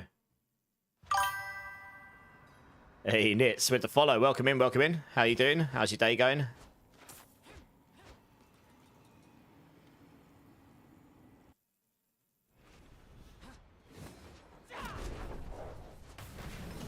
Where are we? Oh, yeah. How you doing, Nits?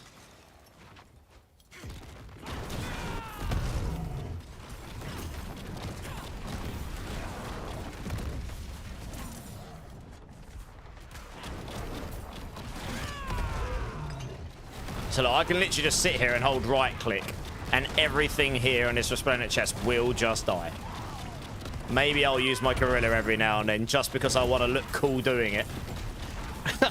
You know, this is what I mean. It's so easy. I don't even have to have my hand on the keyboard. And there we go, done. Easy. And look at that. The guys went up and killed the boss, so I don't even have to bother going anywhere. I can just hit this. Nice. You was looking for a crushing hand build? Nice. Well, you come to the right place because I am the crushing hand person, I think. I'm going to get the video put together for it tomorrow. I need to re-record. I recorded it beforehand, but I need to re-record it because I've changed some bits in the guide, so it doesn't quite line up. There's enough change that I want to re-record a section, so I'll do that and get it together tomorrow. But the plan is up to date. Who needed a ride on leveling easy? I believe... who was it? Do the escalations reward you more in solo or group? I don't think it matters. They're just chill and they give you a bit of everything. That's why I like doing them in a community. Who was it that was looking for leveling here? Oh, it was Priority. Priority, are you still here? Easy said that they will help you out. You're playing Evade right now, getting the pieces, crushing hand. That's what I did. Evade's really easy to get up and going. It doesn't actually require any gear to start on right now. It obviously gets stronger when you do.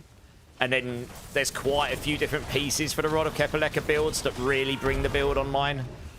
So I just went off and farmed all those and then put the build together and off you go. Easy peasy. Oh, Ascension's helping. Hey.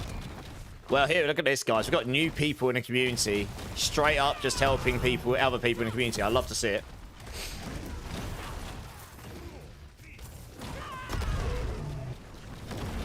Your favourite Spiritborn build is Monkey Smash. That is forever now the technical term for the build. What are you playing? Monkey Smash! Amazing. Oh, dear. Imagine that. You just put the build guide name. Like, crushing hand hyphen Monkey Smash. Oh, dear. That's fantastic. Love it. For the season journey, last quest, Bloody Great Layer boss. Which one's this? Good question. I don't know. I haven't looked at my season journey for a minute. I should probably go and finish that at some point, shouldn't I, really? If it's a T7 one, wait until the bug fix comes this week. I imagine they will do something about it because it's at the moment bricking characters for people. There will be a lot of people who don't check the internet and don't check Twitch who will just be like, I can't do these anymore. This is broken. So I imagine they'll do something about it. There you go, Brillo's got you. It's probably one of those. Hey, Tatted Dad, how's it going, my dude?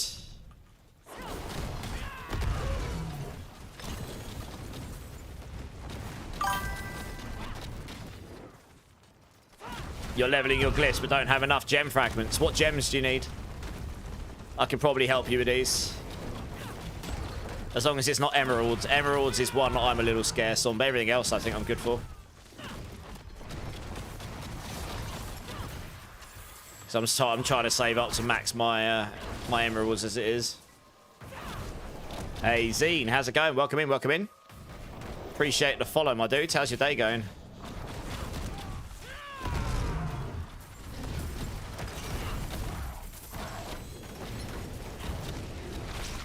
Free gift in the shop. Ooh, better go check. I like free goodies. It's over there. I do like the material reserves in these. You get loads of forgotten souls from them. It's pretty nice. There we go. Nice. Easy collapse. What do we get? This is not that good a level. Never mind. We just fly through this one. Aris, first time chatter. How you doing? How good is Razor Wings? Yeah, it's pretty good. I've got a build for it. It's actually what I recommend for hardcore. It's definitely the tankiest build you can get that still can do pit 100 higher. But there's the planner for it. There's a video live which I recorded in the PTR. In the PTR, I did a 105 of it. It took no nerfs whatsoever, and it actually got a buff if you get the exact gear that I was using, and then you go for dexterity on the bloodied affixes. And I mean, if you get GA dexterity on all the affixes, you can get 4 or 5% per kill streak tier. And if you get that on every item, that's what? Let's say 4%. That's 20% per kill streak tier. So if you get to, by the end of a tower, if you do a good run, you'll be at tier 4. You get 80% extra stats. That's an enormous amount of extra damage if you stack enough dex. So yeah, Razor Wings should do 107, I think I got. Which is pretty, that's respectable. If you get a 107 down on Razor Wings, and I will play Razor Wings at some point, then you are officially pretty high on the leaderboards right now, because the highest is 111 currently. And I don't think people are going to go humongously higher. So maybe 115 or something. So it's decent. Depends what you want to do with the builds. You know, if you want to have a bit of fun, it'll be the last time to play any of these builds in their current form. So if you just want to play, if you want to play the strongest stuff, then yes, you still got to play Payback for pushing, Evade for speed, Crushing Hand if you want the mixture of both, speed and power, and ease. Rake is very good for general concept. But if you just want to play through a bunch of builds, have a good time, Razor Wings will easily do all the content, except the T7 bosses. I mean, I don't think any of the Spiritborn builds are going to easily do the T7 bosses. You could probably get them to do it, but it'll be a bit slow without supports. That might get addressed though this week, to be honest. I think we'll see. It might get a little bit. It might get addressed. They're obviously testing damage. They're obviously testing difficulty scaling, because we're getting difficulty scaling in the expansion. So they're testing stuff out now, I guess, so that they can address things for the expansion before it. They're basically doing PTR for expansion now. This is the PTR for the expansion. Everyone keeps asking me, are we getting a PTR for the expansion? The answer is highly unlikely. But basically what we're doing right now is testing a load of stuff for the expansion, like some higher difficulties and such, in a roundabout way. So, you know, hopefully that answer helps you, Aris. Phantom Prime, thank you for the follow. Welcome in. How's your day going? Appreciate it. The Copa with the watch streak as well. Love it. Oh, nice. Riches of materials. That's nice. Yeah, riches of materials means we get guaranteed decent chunk of Forgotten Souls here at the end, which is pretty sweet. You just want to have fun in a short season and wait for expansion. Yeah, exactly. And you've got loads of builds you can play, honestly. And I'm going to play as many as I can, because the last time I get to play them this way. So I'm chilling at the moment. I'm just farming stuff up at the moment, so I can then just go off and start making a load of builds. And hopefully not have to keep make a bit, go farm, make a bit, go farm. So I sort of tend to just do farming streams sometimes just to get loads of materials. Phantom Prime with the Prime. Thank you so much, dude. I appreciate the support. You're awesome. Beavers, how's it going, dudes? Ohm runes don't exist. How many are you looking for? You're looking for emeralds, Nit, so that's unfortunate. Could you help me get my last 18 levels on my Spiritborn? Oh, yeah, easy. Have you got spare space? Seems like there's someone else who's just joined the community who needs a few levels to get to level 60. If you're already doing it, maybe you can take another person along. You need 6. Okay, let me have a look how many I've got. It's highly unlikely I've got that many. But I'll have a look, see if I've got any at all that are spare. I keep 1 for testing purposes, but you're welcome to any other spares I've got.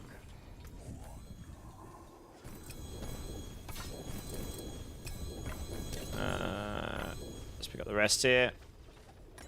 Oh, sigils are full as well, are they? Oh, God, okay. I guess I could just drop a bunch of those. I'd rather have those, because those have Heraldic Strong Limbs on them, and those are real nice.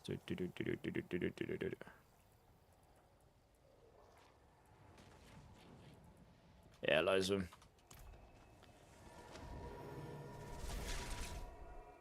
You've got space. Okay, nice. Oh, there you go. Phantom, look, you just got loads of people throwing themselves at you. Come on, Prime, let's get you levels. Cheers, guys. Appreciate you. Amazing community. Assad, thank you for the sub on YouTube. Appreciate you. You're going to drop. No worries, dude. No worries. Appreciate you jumping in. Damn.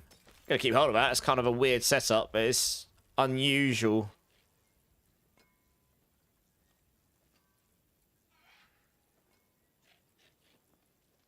Yeah, we don't need the rest of these. Let's roll that quick. Ooh, a 4GA chess piece. Well, I'm probably not going to use that, though, am I? Let's be honest. Because it's a shroud. A shroud just trumps it, so it's just going to go in the toilet. Hey, Pro Manicus with the what streak? How's it going? Spiritborn gang rise up? Yeah. Okay, yeah, let me see. How many ohm runes have I got? Let's have a quick looky here. Ohm runes. I've only got one. I don't actually have any spares, but I'll keep my eyes open. Guys, I'm just going to go quickly use the restroom. I'll be back in 1 minute. BRB.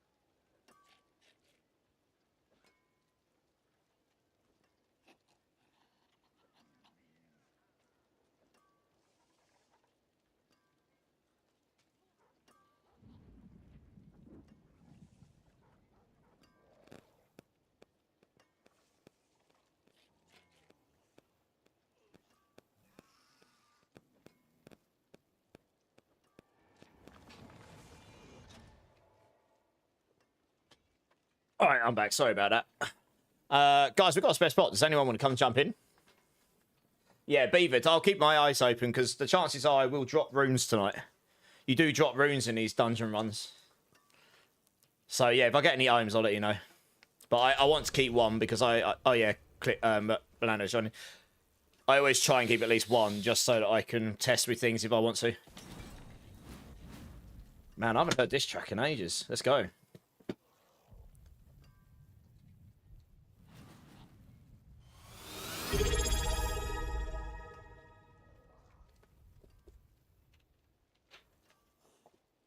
Hey, Frozen Soul with the Prime. Thanks, dude. Appreciate the support. Honestly, guys, if anyone's got a Prime and hasn't subbed to someone, you don't have to do it in my channel, but you should absolutely do it to someone you like watching. It's just, you know, free ad watching for you and support someone in the community with something that it's just a freebie from Amazon, isn't it? I use mine to support my friends as well. Hey, Antique, how's it going? First time chatter, welcome in. How you doing, my dudes? Oh, absolutely. I mean, look, rather than saying my community, honestly, the Diablo, I've been part of a lot of gaming communities. I was a game developer by trade for 15 years, and I've been a gamer my whole life. I've been a part of gaming communities to help people, to play with people. And the Diablo community is one of the best I've been part of, if not the best, honestly. It's a very good community, you know. Cool. Right, let's go. I have got... Oh, you got one. Nice, that works.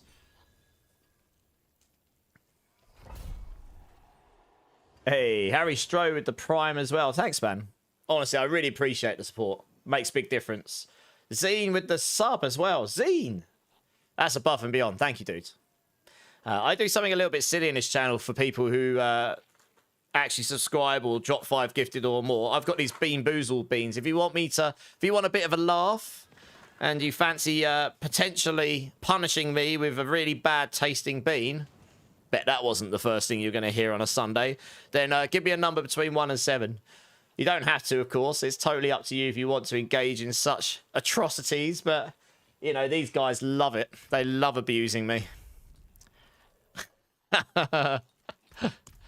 Although I am getting to the point where I might have to reconsider how I do these, because I'm starting to pop so many beans, it might actually cause damage to my insides. So I'm not joking. Loving your videos. Hey, nice. I hope they're helpful, genuinely. Evade is a great starter. Payback's great for pushing. Do you got fresh meat? If the bean tastes funny, it probably needs a wash. Oh, well. Pro-radicist. It's not Saturday anymore. It's PG again now. Oh, dear. What you like? XP Shrine. Yes, please. Grim Joe. Crushing Hand and Evade are probably the funnest builds. Evade's fast. Is a lot of people love the Evade build. They swear by it. And I totally get why. Why the hell can't I hit this thing? Look at this. This succubus is just chilling. You can't hit it. Good times. Knowledge. Okay, we just have a quick look around, see if there's strong rooms around. But yeah, one of my favourites is definitely Crushing Hand. Absolutely.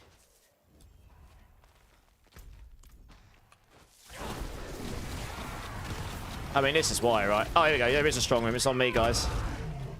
Very nice. You just, if you've got enemies to zip onto, you just zip onto them and they just blow up. It's fantastic, to be honest. It looks great as well.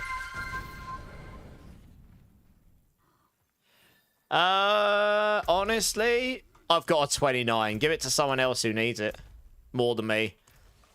You don't need a maximum with the amount of armor I've got to get the bonus from it. It used to be hard to cap. It's not anymore. But appreciate it. How's the job change settling in over time? Is it what you expected, Crush? Honestly, I haven't regretted the choice. Financially, I'm worse off, but it doesn't matter. I still feel like, and I've been doing this full time now for, believe it or not, nearly 9 months, 8.5 months now, and I do not regret my decision at all. In fact, even my dad has come around and said, "Okay, you did make the right decision," because we can just tell you are so much happier. So, no regrets, right?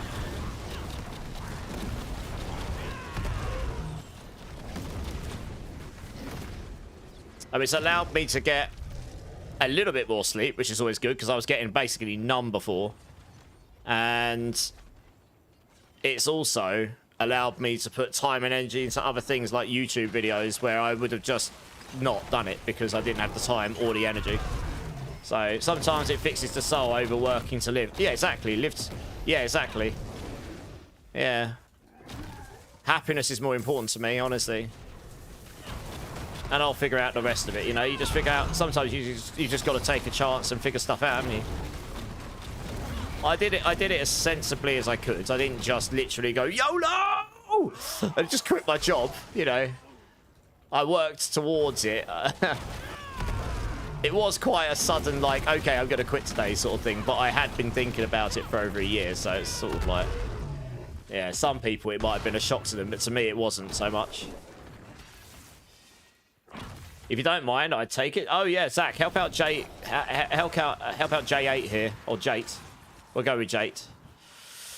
Like I say, I've got a 29 out of 30. That's, you don't need any higher than that these days with the amount of armor you can get. If that can help someone else out more, then by all means help out someone else in the community. The chances are I'll find one eventually anyway. Yeah, unyielding is not as rare as stuff as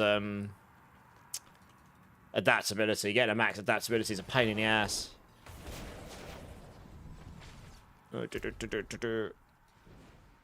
Which way do we have to go for this place? I guess up. Oh, we have to go up here, do we?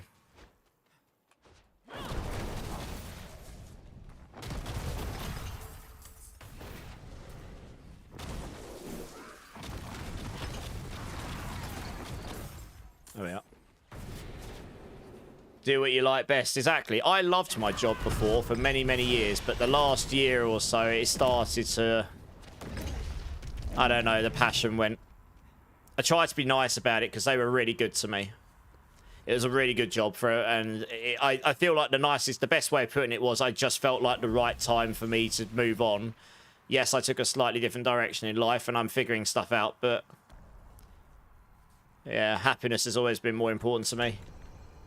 Blaze, how's it going? Welcome. Good to see you, good to see you.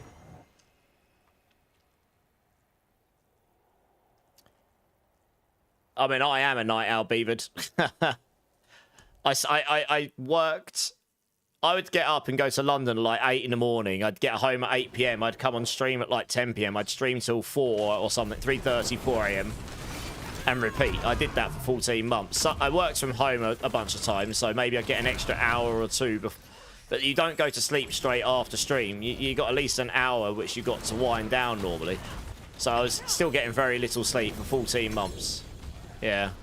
And then, as I say, I just didn't have the time or energy to do half the things I would have loved to have done in that time. So it's just how it is, I suppose. But it's okay. It's all part of the journey, I guess, isn't it? Not sure how I survived it, but I did.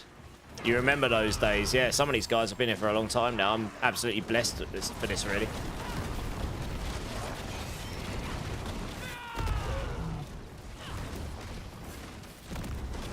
Yeah, the Discord. So I'm going to announce this in the Discord next week, but I kind of want to turn the Discord into just a general clan itself.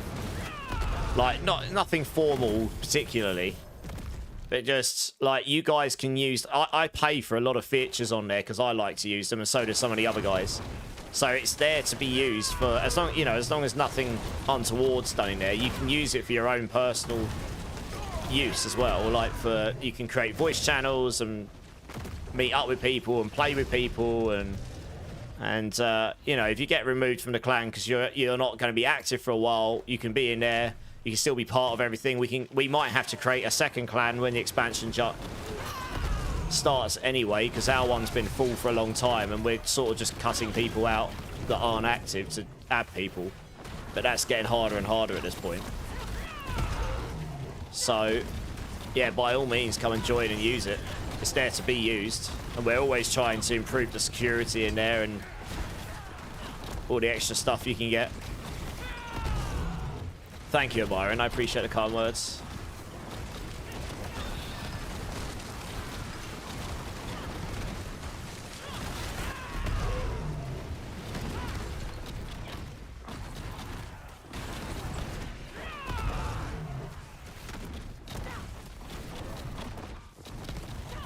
Loads of time left. Just got to find the enemies. Yeah. There he is.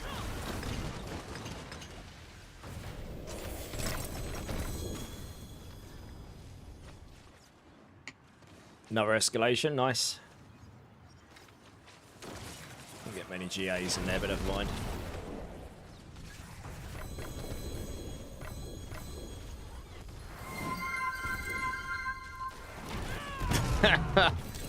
Kerrigan's like, wake up, everybody! Crazy person. How are you doing, Kerrigan?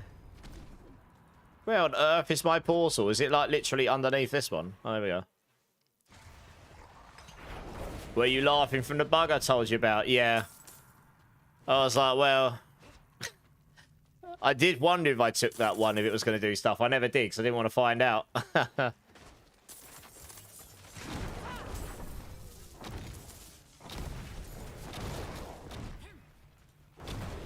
Just making sure everyone's awake. Yeah, I could tell. How you been? Kerrigan here. Me and her have been friends a long time. Used to be one of my D3 buddies. We used to play D3 all together, together all the time. Back when I was just a mere gamer and that's it. Before I became a degenerate streamer as well. Good times. That feels like a lifetime ago. So much has changed since then. Blimey.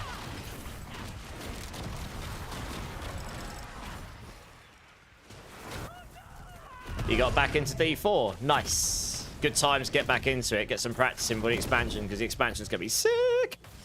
We are looking forward to this.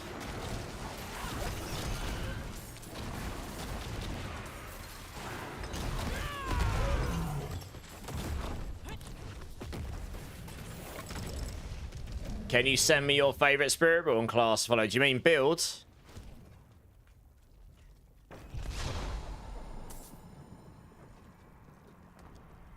Just type my favourite. Type in !mark build. I'm playing it right now. And you can use that. It's very, very similar in the end game to the pushing build, which is payback. So if you build this one, which is slightly easier to play and easier to build, it won't be a lot of... You can use the same gear to switch to a pushing build, and you can use the armory later on, so you don't have to worry about gearing up a second build to be able to try and compete too much if you want to. Or maybe you don't care. Maybe you just want to have a good time. In which case, yes, this build. Evade's a little faster, but if you get the attacks reduce evade cooldown boost, and this build's pretty zippy. It's not a million miles slower, honestly. It's not a lot slower. In fact, you can get through a dungeon quicker if you can just do what I did there all the way through. Just go like, through all the enemies.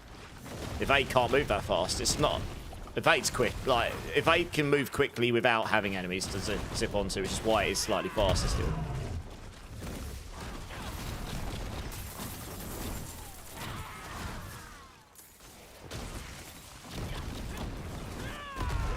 Yeah, sounds good.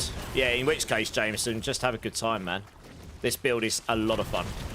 It's really easy to play as well. Once you, it's a bit technical to get set up, but that's what a guide's for. But once you've got all the stuff set up, it's just really easy to play. And it's relatively tanky compared to a lot of the others for as Spiritborn goes.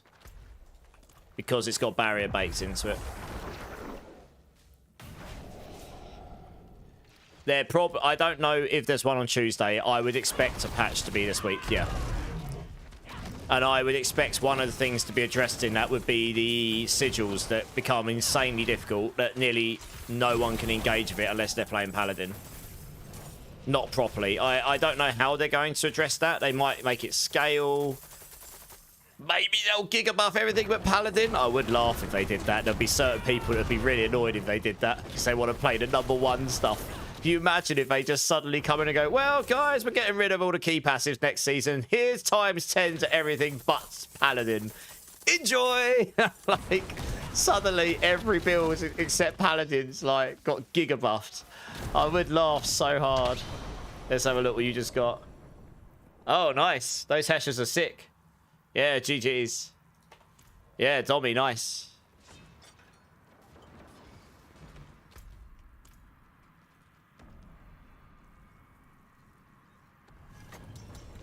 Yeah, nice, Dommy. Shame on the aspect, but nice. Yeah, to clarify, I'm not expecting them to do that, by the way.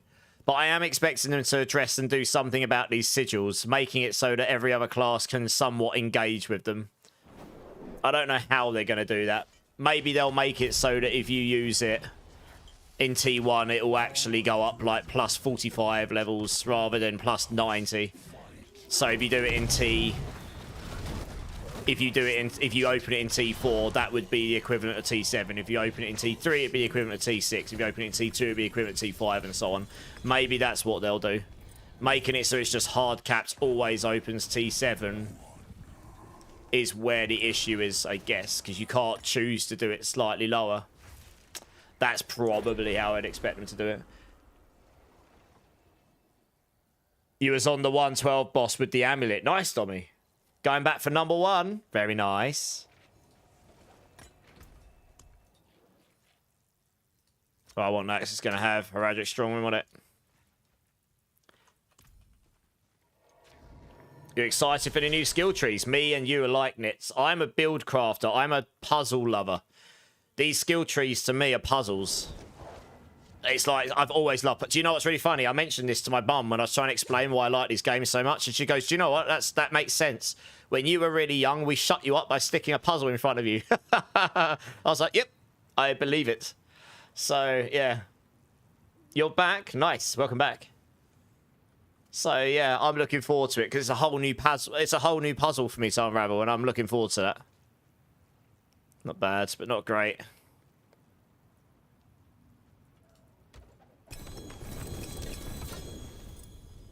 Savage, what's up? Right, we're going to run some very quick Heraldic Strong Room keys here because I've got a whole load of them now and they're taking up loads of space. Oh, not maximum. That's a shame. So, if we just quickly run... Do you know what? I'm going to do this as well because I keep getting anxiety that I'm going to accidentally salvage something I don't want to.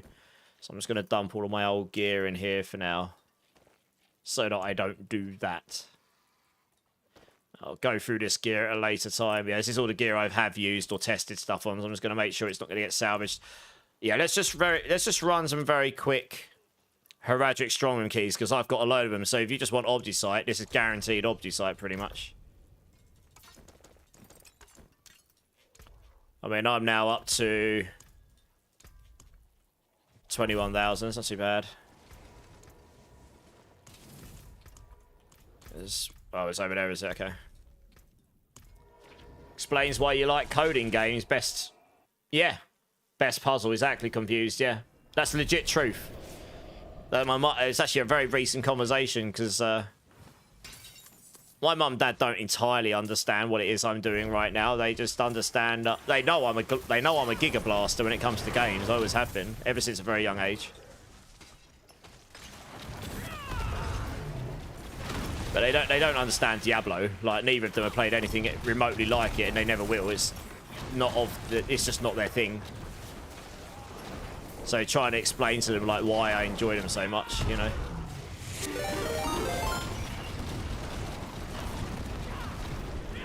Did they not leave Asmodan in the game? Yeah, he's a world boss. But remember, I've seen that little teaser for the Earthware Bear. It looks so good. Yep, that's one of many things. We've just had a raid come in from Pharos. Hey, how's it going? My fellow Spiritborn Blaster, how's it going, dude? Welcome in, Raiders. Welcome in. Hope you are all well and had a great time in Pharos' stream. I am if you haven't met me before, I'm Immortalized, the Spiritborn lead for Mobalytics. You might see me around the Discord occasionally when I've got time. Guys, if you haven't checked out Pharos before, I was actually lurking in your stream a bit earlier, Pharos, watching you do some of your stuff, but I was quiet because I was busy doing stuff in the background. But yeah, if you haven't checked out Pharos, another streamer, it looks like you streamed a load of stuff in the past as well. But yeah, he's been blasting on Thorn's playback, I think, or payback in general, of some kind. So yeah, go check him out. Show him all the love. Shout outs in the chat. And yeah, welcome in, guys. I hope you had a good stream, dude. Thanks for the raid. Appreciate it. How'd you get on? How are you getting on with your Spiritborn? I'm just doing some chill farming at the moment for materials and stuff. I might try and push again at some point, but I'm quite happy just chilling and doing some farming at the moment. Oh, of course, Forrest. I like to support people, honestly, where I can. Very busy at the moment, but, you know, I do my best to try and support people in the community. Like meeting people and stuff. Oh, Ulfrey as well. How you doing, dudes? Hi, can someone help me? What do you need help with? Does someone know what the problem is with disconnected when I teleport in Diablo 4? Since the season update, I can teleport, but no. So Ulfred, do you mean every time you try and teleport to another area, you're getting kicked from the game? Huh. I'm not sure on that one. You've definitely updated. Are you on an... That's weird. So it's an internet disconnect, not crashing. It's disconnecting you, and it's not crashing. I'm just trying to make sure I've got that right. We don't need to complete this dungeon, by the way, guys. We're literally just doing it for the... We can leave this dungeon. We don't need to finish it. Really. Every time. That, to me, sounds like something where you're going to have to contact their support tickets, probably. If it's disconnecting you, that means there's a crash happening on your account in a server end, probably. That's what I used to do for a living, server coding for games, but I'm not sure there's anything we can do to fix that. The only other thing I can think is, just make sure all your drivers are up to date, just in case. Like, make sure if you're on an NVIDIA card, make sure you've downloaded the latest those. Otherwise, I'm not sure if there's anything we can do. You're probably going to have to contact Blizzard through their support. Or if you're on Battle.net launcher, click the little settings wheel next to the game where it says play and do repair, scan and repair. Maybe try that.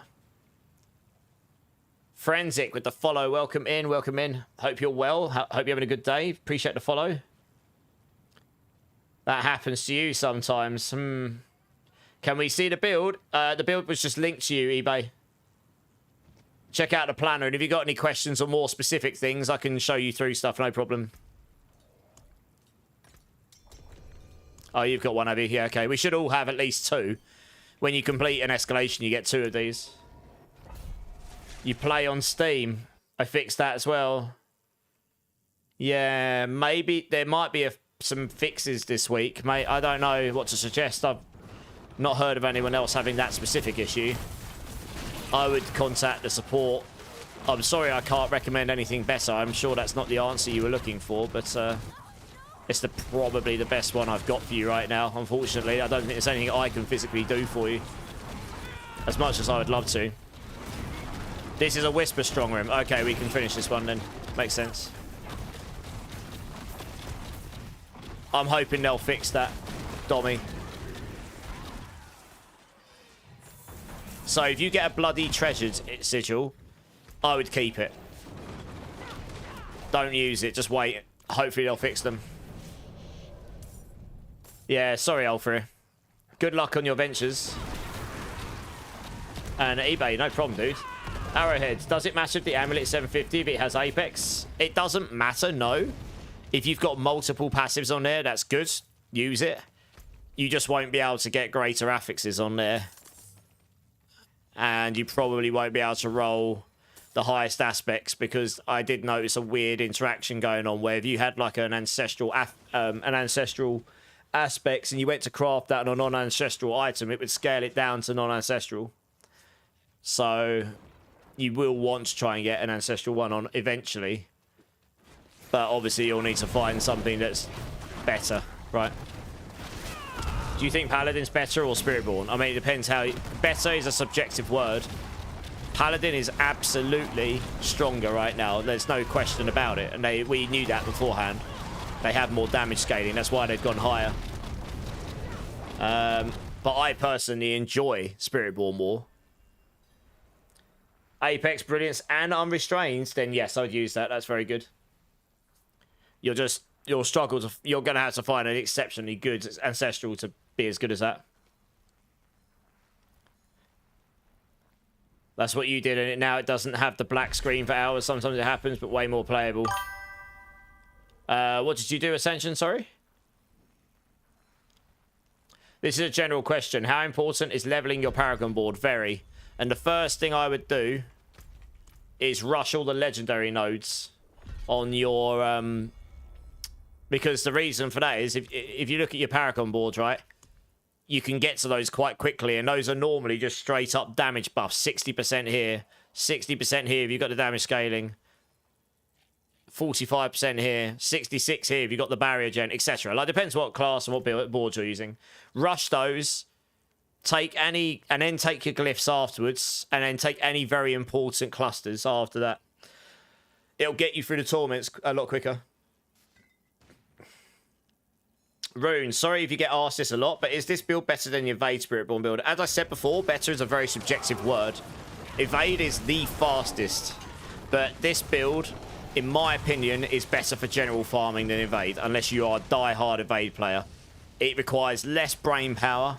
It's got a bigger area effect. It's almost as quick if you've got enemies to target because of the zippiness of it, and it's just way more brain dead to play. You pretty much just hold down Crushing Hands, use Ravager, and you just zip around and kill everything once you've got the gear. But Evade does have a higher gear... Sorry, Crushing Hand has a higher gear requirement. So Evade is, you know, easier to get going. And Evade is technically faster. And maybe even a little stronger, actually, in pushing. But I prefer farming with Crushing Hands. So that's why I say better subjective, because I think it depends on what you want from the build, honestly. It's a bit like saying Payback's better, but actually Payback's worse for farming, because it doesn't have the area effect. It's just better for pushing the highest leaderboards, because it's stronger in the sense of... In that scenario, it can output more damage. Hopefully that helps a bit. Flung Poo Poo Panda. That is a Twitch name and a half. Welcome in, welcome in. Thank you for the follow. Appreciate it. How are you doing? Yeah, no worries, Rune. Mropran, what is the fastest way to level up your second character? Ask someone very nicely, give them some flowers and chocolate, and then maybe they'll power level you. That is the fastest way. If what you really mean is what's the fastest way to do it myself, then probably to slap on any mythics you've got at level 35 and just go and do the butcher shrines in the Helltide, to be honest. You'll level like crazy there. Make sure you got an elixir on at level 10. I can't, God, all the balls on top of each other. I can't click my one. No! How do I get out of it? I can't get out.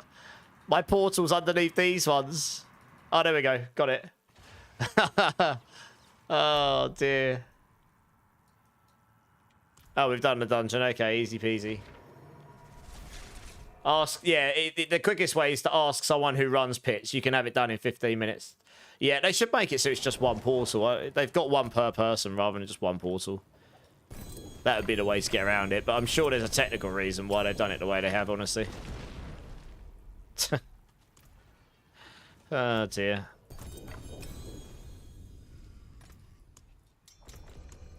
Yeah, Obdicide's racking up. Yeah, portal stacking's crazy. Stockpile Whisper Caches. You could do that as well. You could stockpile Whisper Caches and then just open them all up and insta-level yourself. That works too, but you got to farm the caches, right? Ascension. You downloaded the Battle.net encoder and reduced my Diablo CPU usage by 10%. Okay. Maybe that helps a bit. Ulfri, okay, you're helping it. Ulfri is asking which Battle.net encoder.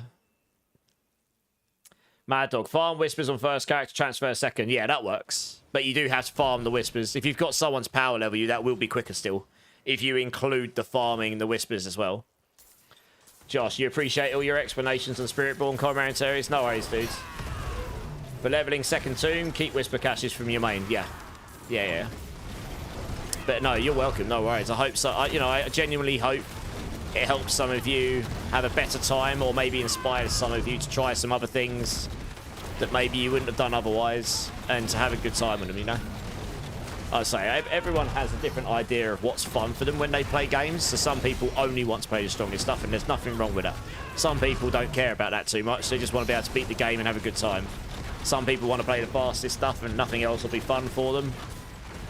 So, I try and cover all bases where I can. And obviously, I have my own things I prefer playing and enjoying as well. Hey, Jake, thanks for the follow, my dudes. Appreciate it.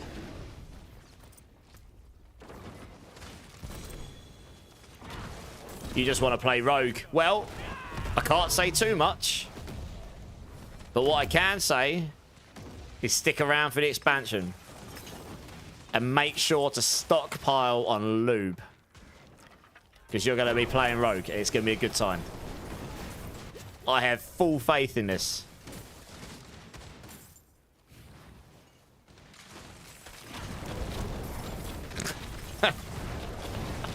Can't try to say that with a straight face. Nothing is fun for me. What do you mean? Because you've run out of lube, have you, Easy? Oh, dear. Better get on Amazon, mate. They'll sort you out. Oh, God. Dear, oh, dear.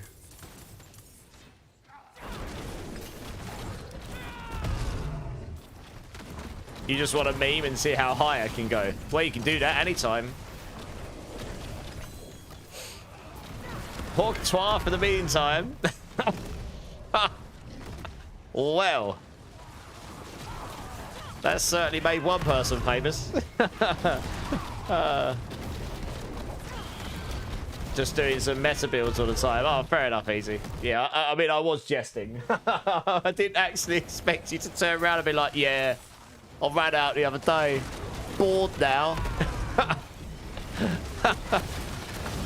Oh, goodness me.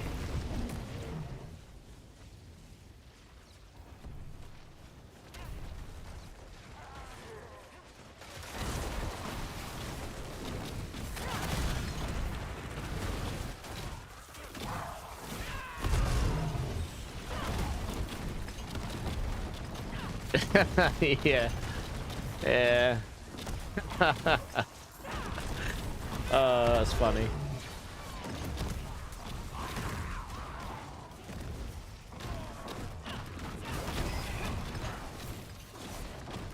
Those executioner swords are silly. I hope we can stack more max life next season. Or next in the expansion. Oh man, those executioner swords are painful.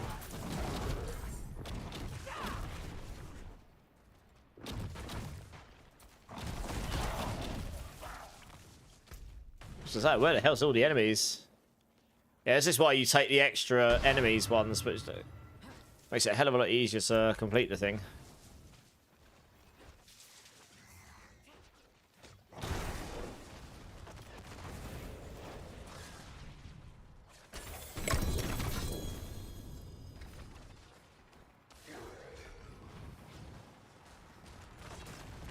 Oh, I guess mine's down here, is it? Yeah.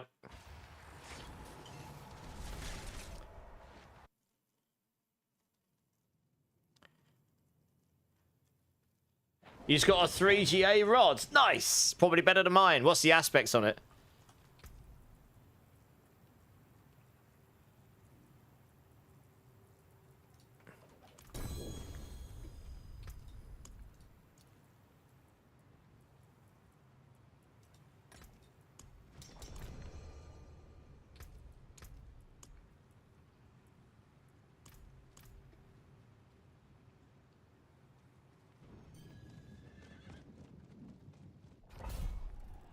You had a 3GA rod of Kep earlier, but there was an issue. What was the issue of it? Low aspects. Max resource. You got the GA and resource, double hit and vigor. Okay. That's good. What's the aspect, though? If that has a 0.75, that's about as GG as you're going to get, apart from maybe having a really berserking bloodied affix on it as well. Oh, wow. You rolled a 0.45 aspects. Oh, no. Yeah, that's a brick then, unfortunately. Doesn't matter how many GAs you get if it's a 0.51. Oh, no. Oh, that's unfortunate. I mean, it's not horrible, but if you had a 0.751 GA, it would be better. Because that damage scaling's per resource. It's a huge amount of damage. That is unfortunate. I saw someone earlier that had a 4GA one that rolled 0.61 or something. I was like, oh, that's painful. It's about as low as a 4GA can roll. That's really unfortunate.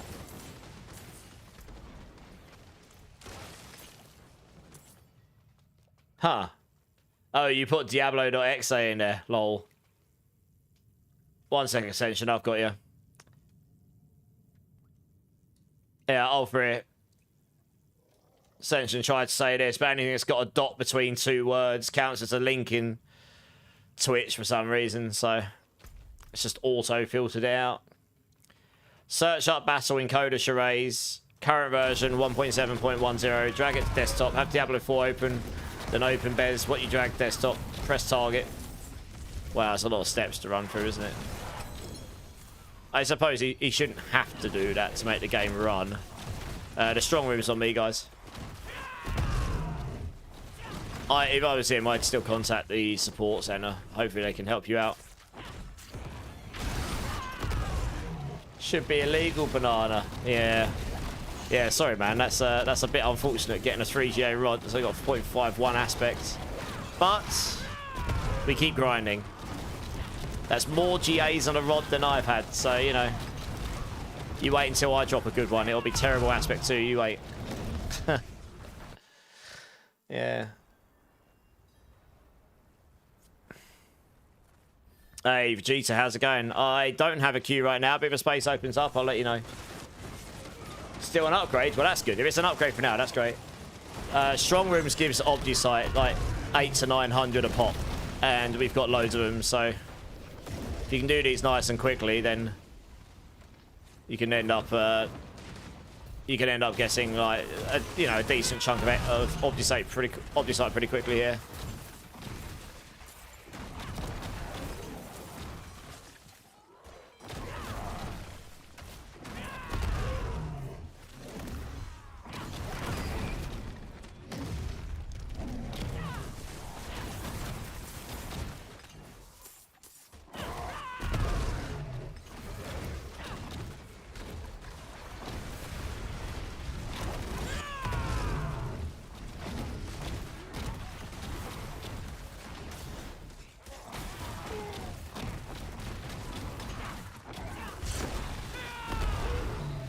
Can't kill bosses on T7 and Druid. I don't think many classes can do T7 bosses. Paladin can. I wouldn't feel too bad about it if you can't do it on Druid. I think they're going to do something about that anyway, so just hold on to them until this week's patch. I imagine there will be a patch this week, and I imagine they'll do something to address those, because it's busted for anyone who isn't playing Paladin, basically.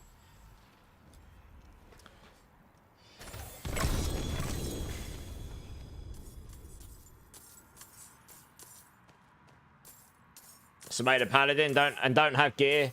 Plus got back from dentist because I needed a root canal. Oh gosh, root canals aren't so fun. Hopefully that wasn't too painful for you.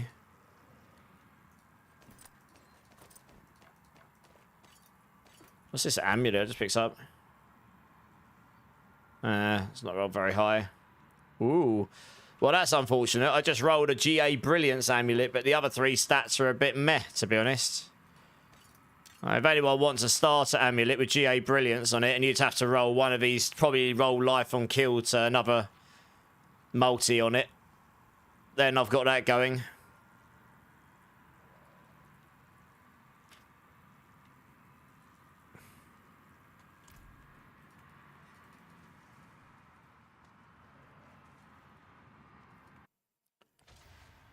Can't get meat to get gear. Meat.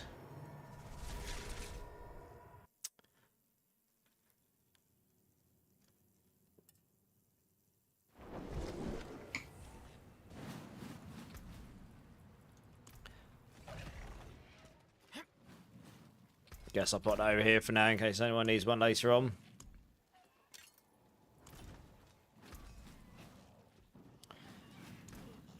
Can you keep an eye out for a Path Emissary? Bloody that fixed resource costs. Yeah, I've got one myself. I don't think I'll spare though. Let me have a look. No, I only have the one I found that's got that. Honestly, just go roll boots at the vendor in Gaia Coal with your fresh meat. You'll get one. That's what I did. Paragaming used 2 of your builds. Payback and evade. Did he really? Sick. One sec, I gotta have a look. I think he linked some of my builds last season as well. Paragaming linking my builds. I've made it, everybody! People linking my builds. That's awesome. Let's have a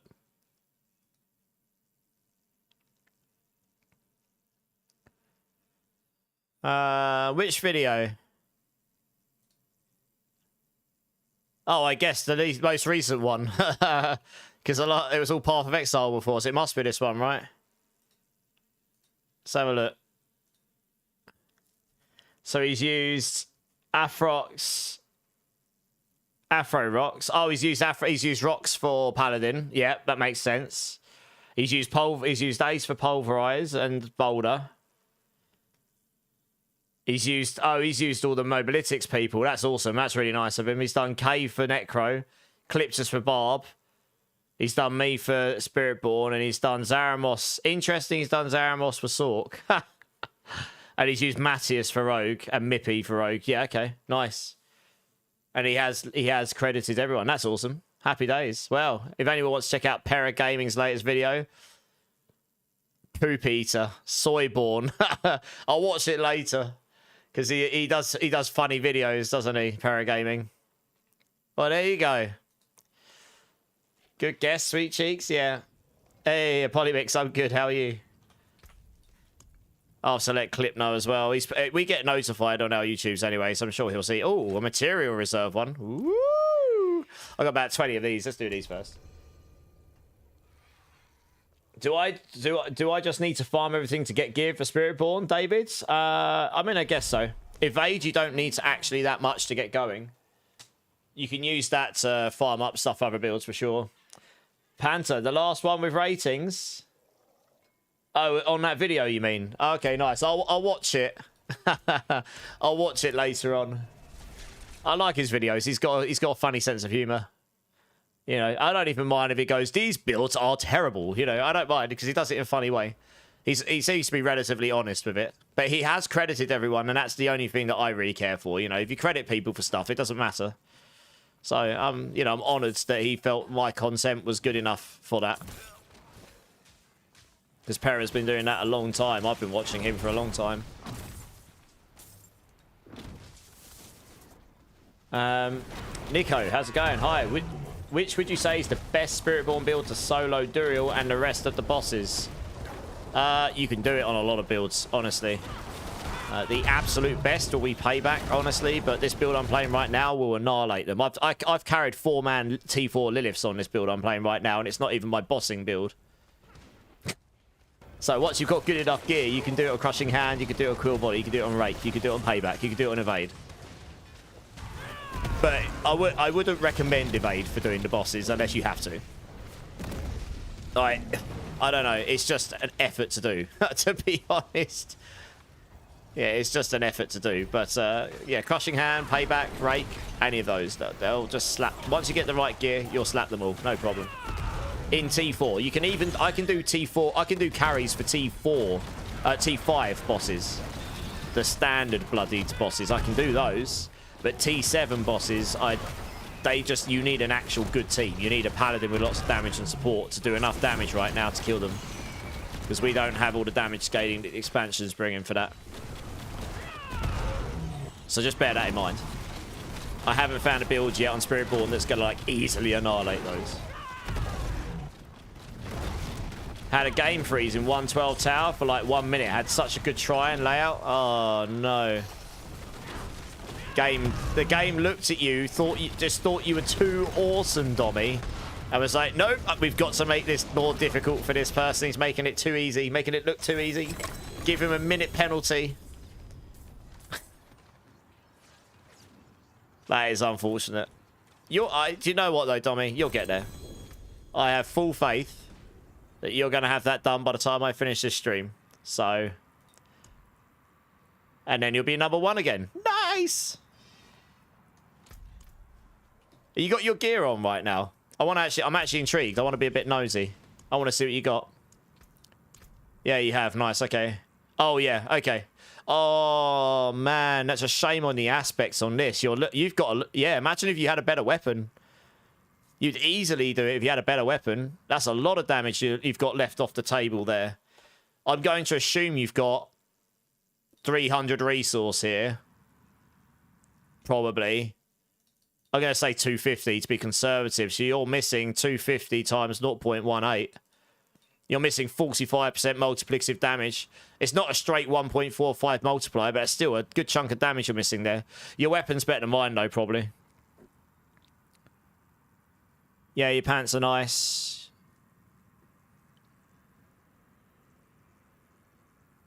Interesting. I'm going to assume... Why have you got vigor per second? That's useless. I'm going to assume you... Wait. Which spirits are you using? Are you using Eagle Primary? You must be, right? You must be.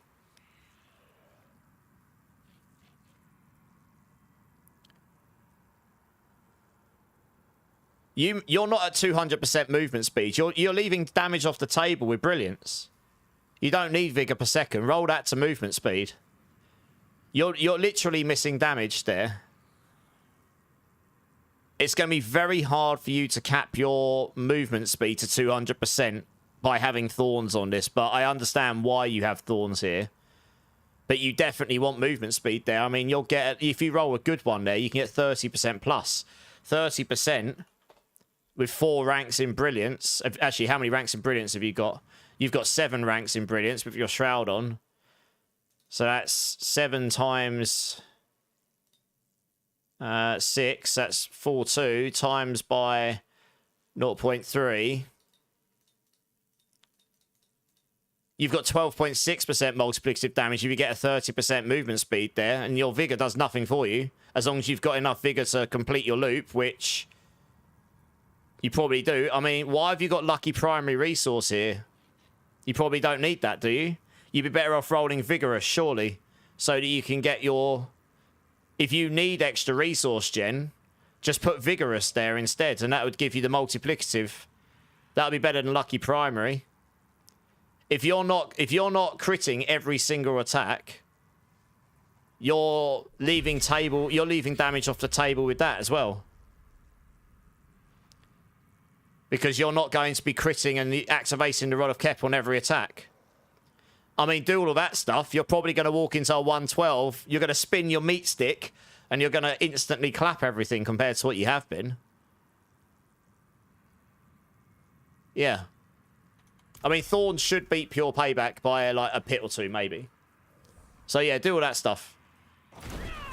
You might, honestly, if you've got the scrolls as well, you might want to try tempering on movement speed on your boots rather than Thorns as well, because you won't be capping to 200% movement speed. So not only will you run faster, which on Payback Thorns is really good because you don't have Ravager, so you don't have any lock-on mobility. It also means you've got 7 ranks of Brilliance.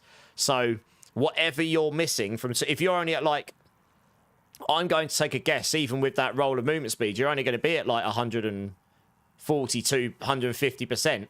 If you're missing 50% movement speed... You're going to be missing like 14%, 21. You're going to be missing like 10.5% multiplicative. One second, it might be more than that. 42 times 0.5.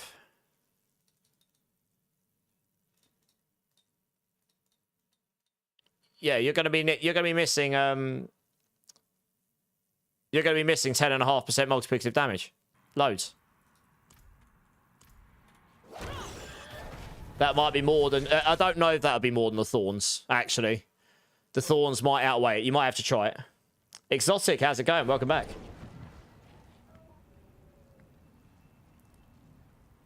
I don't care about being number 1. I just wanted to put a good effort in on the leaderboard this time, because I really couldn't do it last time. I just could not get that Star of Sky on the Rod of Kopeleka. And you just couldn't put a good time in without that. Like, if other people can take the builds and make them better... And actually put a better time in, then that's great. You just got a 1 GA Sanctified Bloody Dandara's Visage. Nice. What was the GA on it? I don't know if that's good for... I don't know if I'm going to be able to make a good build with that, but I've got big hopium for the expansion for Poison and Centipede build, so I'm looking forward to that in a big way. That item's a lot better than it used to be.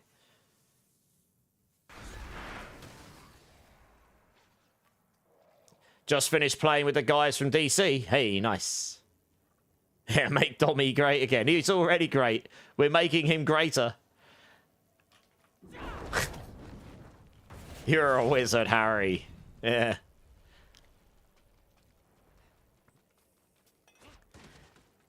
You're having your master exam in beginning of April. Can't play that much, but if I'm on, yeah. Nice.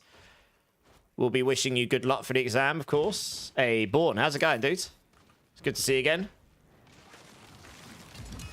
Well, yeah, let me know how you get on. I mean, obviously, I'm just looking at your gear and making assumptions, but I can't see a reason why you would need that vigor stuff. Mark White's like, you're a wizard. It's like I'm coming. How you doing, Mark? Yeah, you've built it like it was for last season when you had the melted heart and you take the and you took off the midnight sun ring, I guess. Yeah, so it's well, isn't it? And a new amulet. Yeah, the amulet's nice. Yeah, the amulet's nice. I told you to give it to someone else because the one I've got 2 and they're pretty decent. You know, someone else will be able to benefit from that a lot more than me. I say, I'm not bothered about being number 1. I reckon I can get a 111 or 112 down on my build at some point. I'll just get the better gear and I'll do it, you know? I just wanted to put a good effort in. Ideally, I'll be in the top 10, because then I'll be happy with that. I know I'm a good enough player to be there. I understand the class as well as anyone does. And then obviously there is definitely an element of skill, and then there's definitely an element of actually getting the right items. So you got to bring all that together. And sorry, one sec. God, that came fast. It's just an element of bringing it all together and then having that great run. You are very squishy on those very high pits on push on payback. You are definitely looking for runs without firing chance and the right layouts and non-shielded mobs and preferably non-reprise. I mean, there's so many affixes that are just terrible because they're just like, they give you all of these, like they give them defensive mechanics and you've got no way to work around them. It's just, you just have to beat through them. There's no like way to disable these mechanics or anything. Yeah, it's definitely not hardcore viable, the payback build. Pretty sure if I went on hardcore this season, I'd be able to get very high on the Spiritborn leaderboards. I'd run Razor Wings, probably. What did you say instead of lucky hit on the ring? Vigorous. If you... Dommy, can you do me a favour? Just go outside of town and go onto your panel like this. Look at Vigor Generation here. You've got a 50% Midnight Ring. You need 100% of this in combat. So when you're outside, just let me know what that's at. So like, if I use Ravager, it goes 71, and if I attack and stuff, it goes to 156. I've got loads on this build. Because I've got loads of ranks of Vigorous, and Ravager gives you a multiplier as well. But you don't have Ravager on Thorn's payback. I imagine you've got Scourge, so... You need 100% on there. If you don't, put Vigorous on your ring. If you do, then put Physical Temper. Ideally, you don't need Vigorous. Because if you're using the Convergence board, you are losing damage there as well. If you don't have... You need to cap on a physical damage build to cap your Convergence board. If you're using that in your Paragon, you need a GA physical tempo. If you've got that, plus all the nodes in your board, you can cap it, as you can see here. But you can get a non-tempered critical one and you'll be close, but you cap it with that. They deliberately designed it so that just caps it. You need at least one, and you need the critical. You searching like 30 or 40 times for a good layout. Yeah, that's... You're basically looking for a starting layout that's open field, like... You want an open field with, like, Fallen mobs or something. The Fallen's a good mob type to get. You don't really want mages. You don't want the barrier enemies. Oh, you're good then. If you don't need Vigorous... Roll. Are you using the Convergence? You're at 200% movement. Okay. Are you running the Convergence Paragon board? I assume you are, right?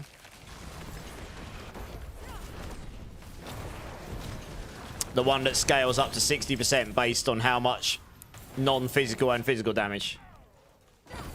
Oh, 105. Okay, then leave Vigorous there. You'll probably notice your damage is going to go through the roof with that, because that means without Vigorous, you weren't at 100%, which means every attack you were doing was not completing the loop. That means every attack you weren't getting back to max resource. So you might find your damage will actually be quite a bit higher now.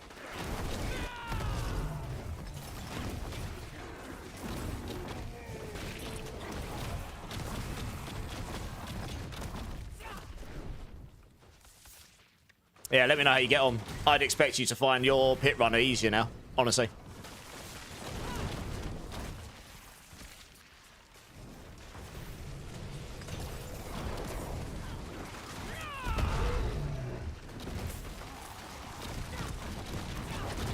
Hey, Runic, thanks for the sub on YouTube. Appreciate it. Rampage, 12% crit per kill streak. Oh, on Undarials. Do you know what? That's not terrible if you were going to use that on Spiritborn. Because Spiritborn poison builds would use Nox of Resonance, which is about exploding them on criticals. So, yeah, I don't know if it's got a use for Spiritborn, but there are definitely some builds that can make use of that, like Rogues, for example, probably. I wouldn't be surprised if there's an Andy's Rogue build at some point.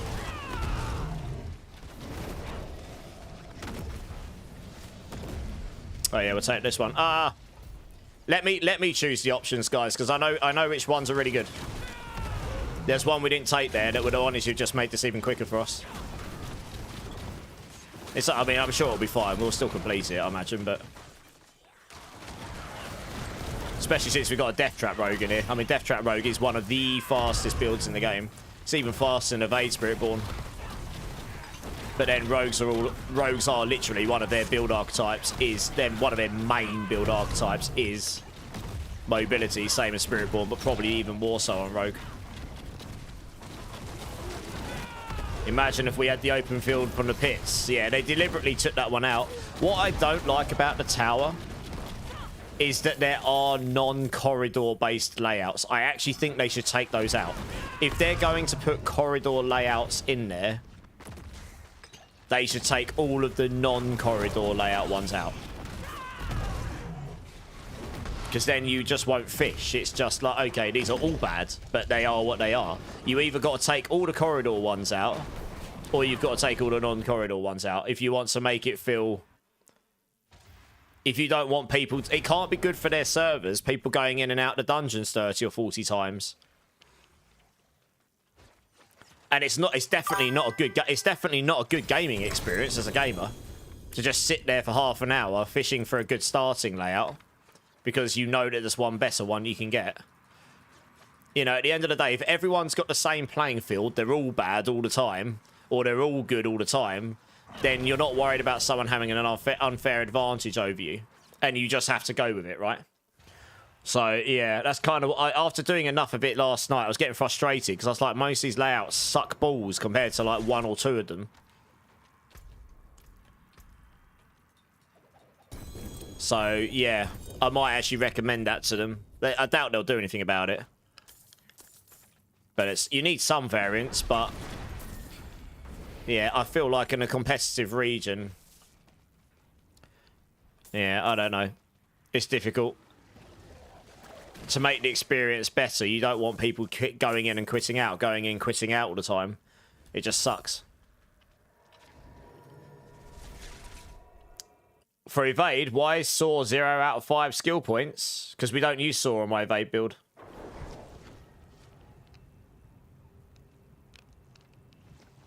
Hideon Shroud. Oh, it's Hydon Shroud. I can't read, apparently. Welcome in. Thank you for the follow. How are you doing, man? How's your day going? If anyone wants a spot for OptiSite, I think I got what I would use this season. Oh, no worries, yeah. There are people waiting to join, so it's up to you, Serenity, if you want to drop or not. Jacob, how's it going, man? Oh, he's talking about the max roll guides. For the evade, why is Saw 0 out of 5 skill points? I don't know. Which guide are you talking about? Are you talking about my one, Ascension, or are you talking about the max roll one? I don't use Saw on mine. You can, though. You can absolutely use Saw if you want to get around. I don't on mine. I like to... Yeah, the max roll. I'm the Mobilytics Spiritborn lead, Ascension. I write all the main Spiritborn guides for Mobilytics here. Saw is taken on max roll so that you can go over walls, essentially. So that you can get around dungeons better.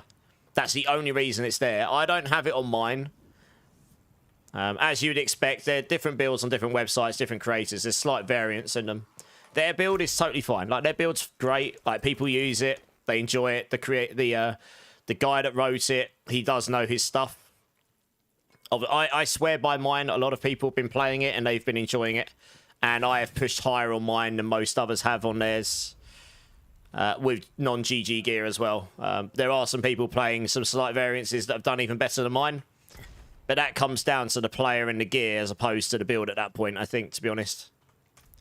All of the top builds that have been made for it are all pretty decent, if I'm going to be honest.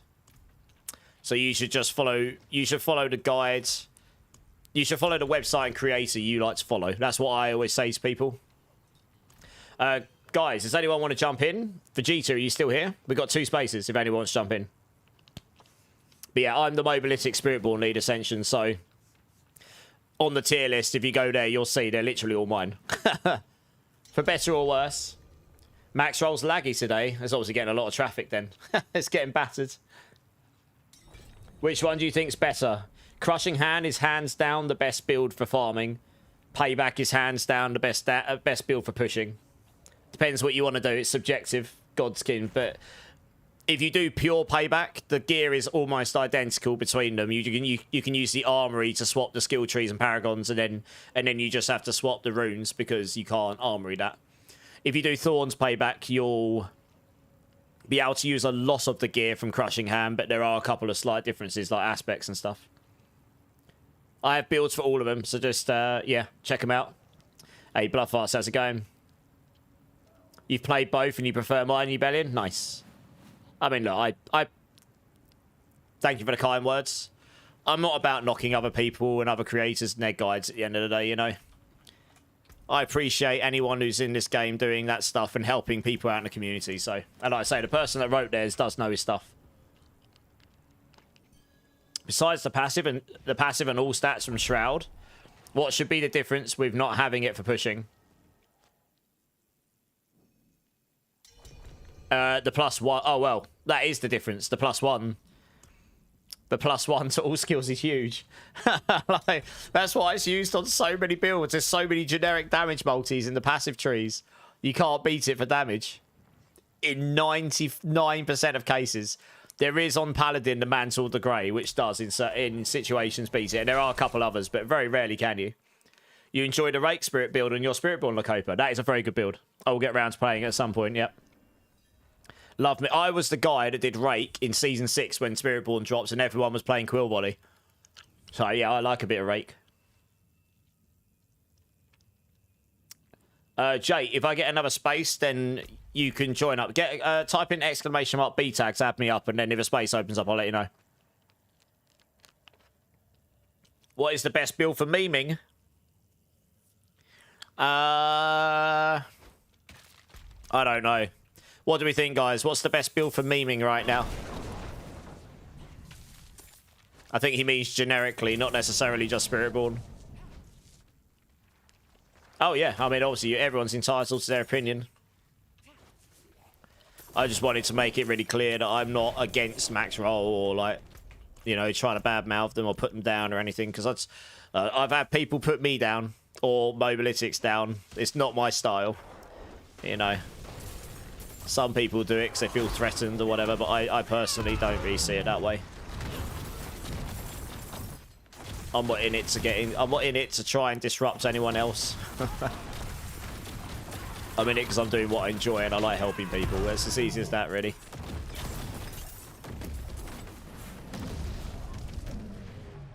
Hala. Annie Arbiter.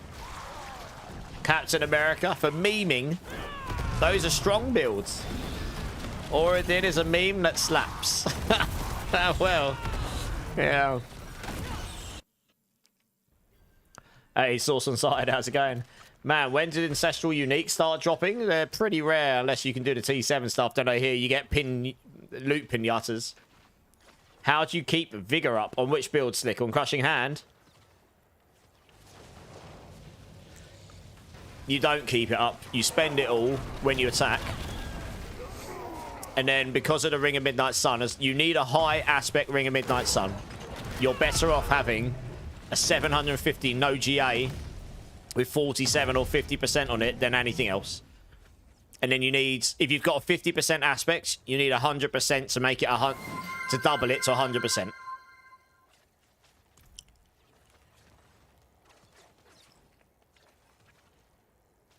Oh, the resource generation is quite a big difference if you're relying on it, yeah. But you need 100% resource generation with your 50% ring.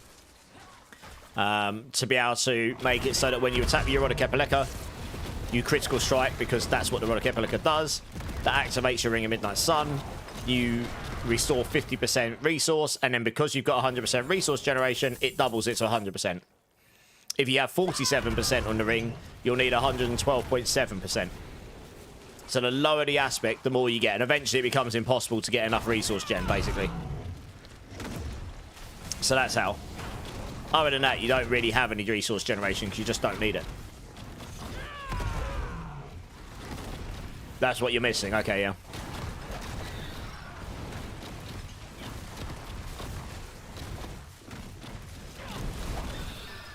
Right, yeah, okay. What's your Ring of Midnight Sun? Or do you just not have one right now?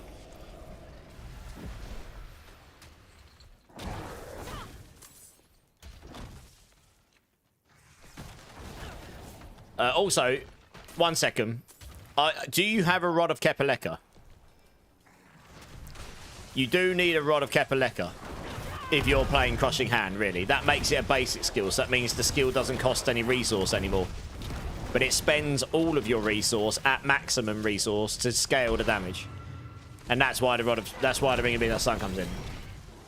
Right, okay. So you're playing Crushing Hand beforehand, okay. I do have some spare ones. If that'll help you, when a space becomes available, I can give you one. 3 GA ring. Dex, max life. And runes. That's not a bad little ring, that. Not a bad little ring at all.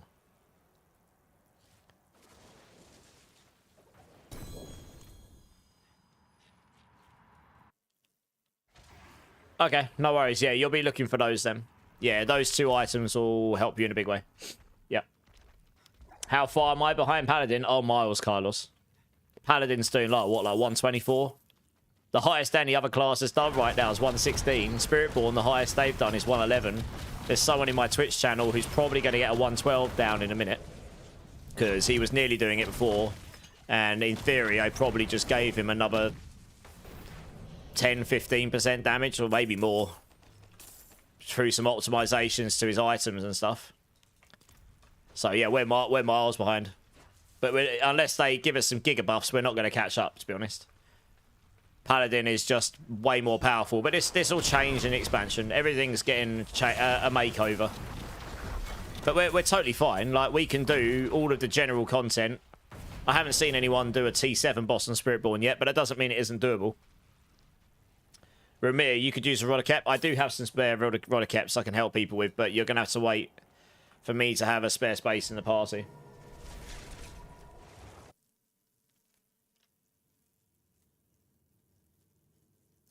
You should be fine with Rake, Zach. Nice. Yeah, you just need 100%. As long as well, if you haven't got the Ring of Midnight Sun on, then you just need as much resource gen as you can. But you're not bound by that, because you'll have lucky hit resource on Rake and stuff like that. And you probably will roll figure per second on it and things like that. But that's specifically for Rake, because you can get the Ring of Midnight Sun off on Rake.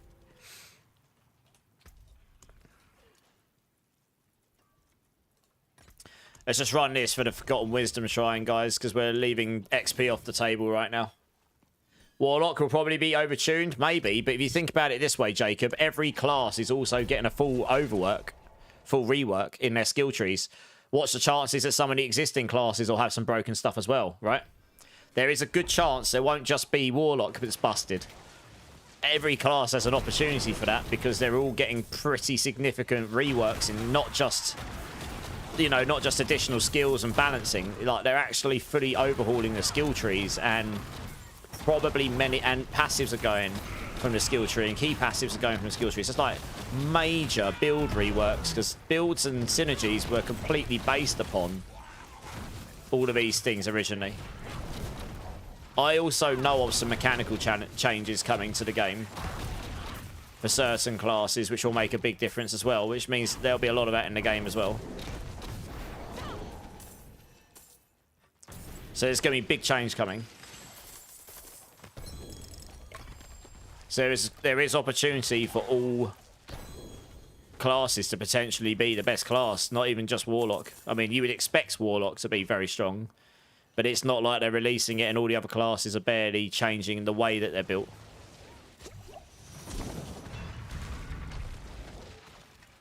The first non-overtuned release. Paladin was mega overtuned on release. This isn't the Paladin release right now. This is the second season with Paladin. Last season, Paladin was way stronger than they are now, because they had infinite scaling. Guys, we don't have to finish this one. We were literally just in here for the XP buff.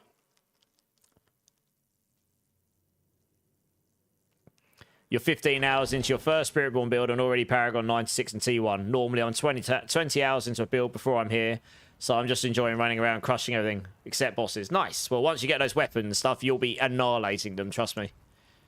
Yeah, you'll annihilate them. What we got here? Not this one. This one here. Is Crushing Hand more powerful than Payback Thorns? It's better for general farming. Payback Thorns is better for pushing.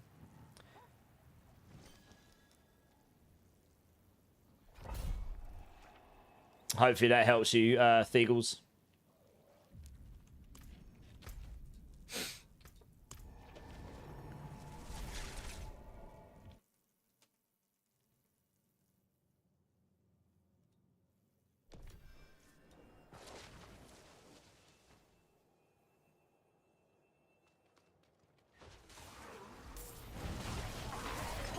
How big of a difference is Crushing Hand versus Rake? Because I've always wanted to try Rake. Rake should theoretically be stronger for pushing. And it'll be pretty decent for farming. But if you want Rake to be chill farming, you'll want to you end up changing the key passive to Prodigy's Tempo, like we're using on Crushing Hand, which means it won't do that much more damage. The one thing about Rake is you can solve cooldown reduction enough that you can use adaptive stances, which gives you a lot more stats, a lot more core stats, which means you get a lot more damage out of the build. So it can push higher with that setup, but it's with less quality of life. So not that big a difference for general content, but for pushing, Rake will probably be better, to be honest.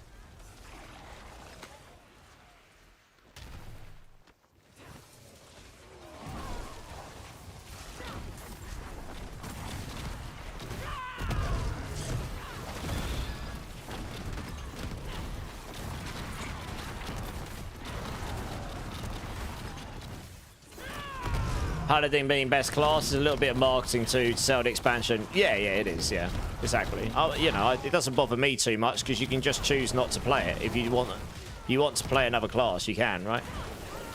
I say it really comes down to what you want from the game. Like some people only interested in pushing the very highest things that's happening in the season.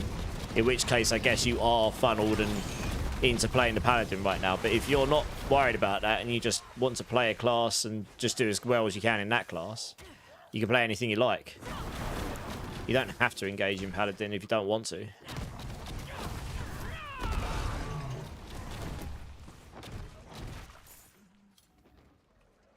Yeah, in future, guys, never choose the one which is really high attunement to stand in a circle and make them go there. It's a horrible affix. I hate that one. It's just... it slows you down. It's not worth it for the amount they give.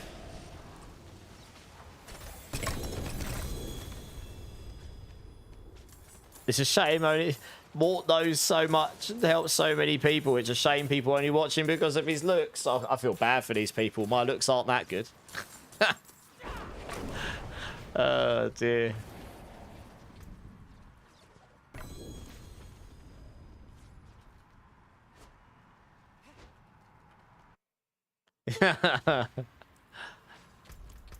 Just trying to burn through these sigils so we get back to escalations again. Just trying to farm up a load of Obdicite here. I don't really want to run out when I start cranking out other builds.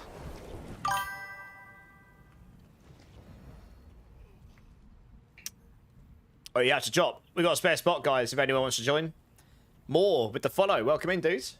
How you doing? How's your day going? What Spiritborn build would you recommend for bossing, like T4 plus? Any of them, once you've got good enough gear. I can annihilate T4 bosses. I can do 4-man T4 lead of carries on this build. Rake, Crushing Hand, Evade, Payback, both of the variants. They'll all do it, no problem. Dinner, Zach. Nice, have a great dinner. Yeah, just add me up, Roid Rage. Just add me. Just let me know what your username is so I can accept you. You want to play this season, Jacob, but I just don't know what to play. I mean, there's loads of stuff. It's the last chance to play the builds as they currently are. I really don't sleep on it because you'll be surprised, I think, how much change is coming in the expansion. Some of these builds will just not be recognizable, to be honest. Iscard, Evade, Crushing Hand, or Payback. Which one is your best? I get asked this all the time. Best is very subjective, Iscard. Evade is fastest. Crushing Hand, in my opinion, best for farming. Payback is pushing only, really, in my opinion. But it is the best for pushing. Has the most damage scaling. Hopefully that helps you a bit.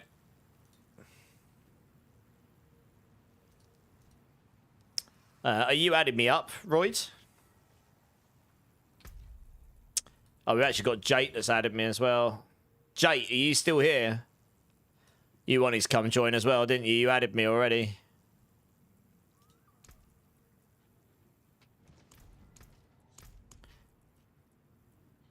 Hide on Shroud. I'm having an absolute good time in Payback. I really hope they don't change the play style, vortexing everything in with Protector. I don't think this will change. I think the general vibe of the uniques will stay the same. Some might have some slight change to them.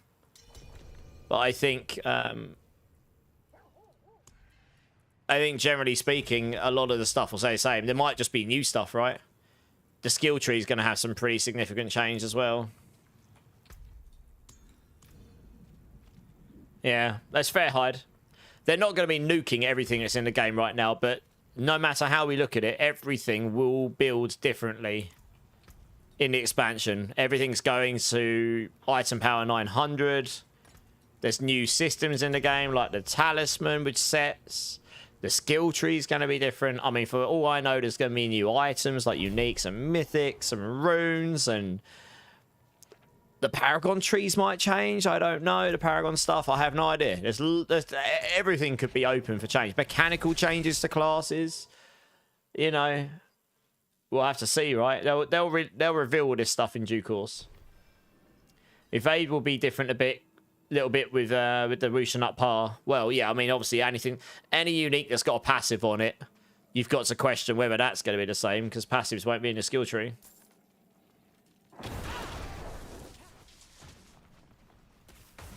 What do you think is going to be the biggest surprise to an existing class once the expansion comes out? I mean, I can't speak. Even if I knew that, I couldn't speak for that, because they haven't revealed it yet. But I think it's just, I think without knowing anything, I think just the sheer amount of new builds, new ways to play it, because you're going to have loads more variants on these skills. Like, we've already seen some of them, like element conversion sort of style variants and stuff. So there's going to be loads of new ways to play every class that we've known and played and loved for so long. So it's probably going to be a lot of surprises in those, to be honest. And how awesome, hopefully, some of them are going to be. Or all of them. Are you going to be a warlock? Tatted dads? At the moment, I'm actually edging on the side of starting Spiritborn. I've played Warlock already, so I know it's going to be a lot of fun. I will have builds up for Warlock on the start.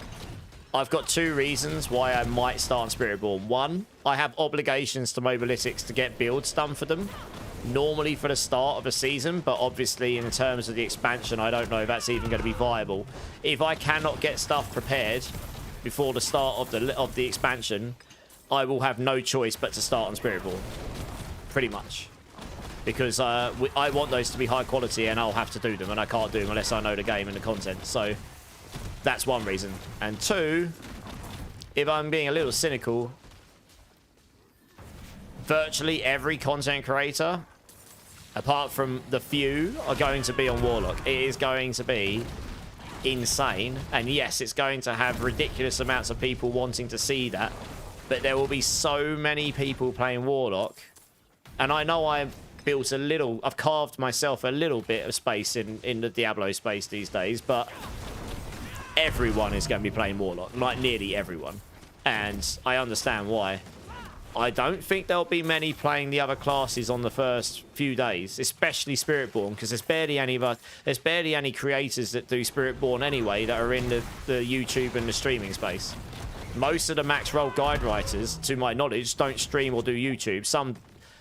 You've got Chronics and Woody, but they're not specifically Spiritborn people. They just do some guides for Spiritborn. So for me, it might actually be a smart play for me to start on Spiritborn and just absolutely nail it and get all of the builds out and, like, get that class mapped and get Mobalytics to be the place for Spiritborn. And I enjoy the class. I like Warlock. There is one play style on it I definitely like, and I definitely will play. But I don't like the class more than Spiritborn because it's not my general go-to thing. That's not me saying it's bad, by the way. Just to clarify, it's awesome. And there's a lot of different play styles in it, as there are on all of these classes. Like, different ways to play the class. There is one style that I do like, and I think, from what I've seen, it'll be one of the strongest. But I haven't seen the final setup. I've only seen a version of the class. So it's got potential to be very strong, though.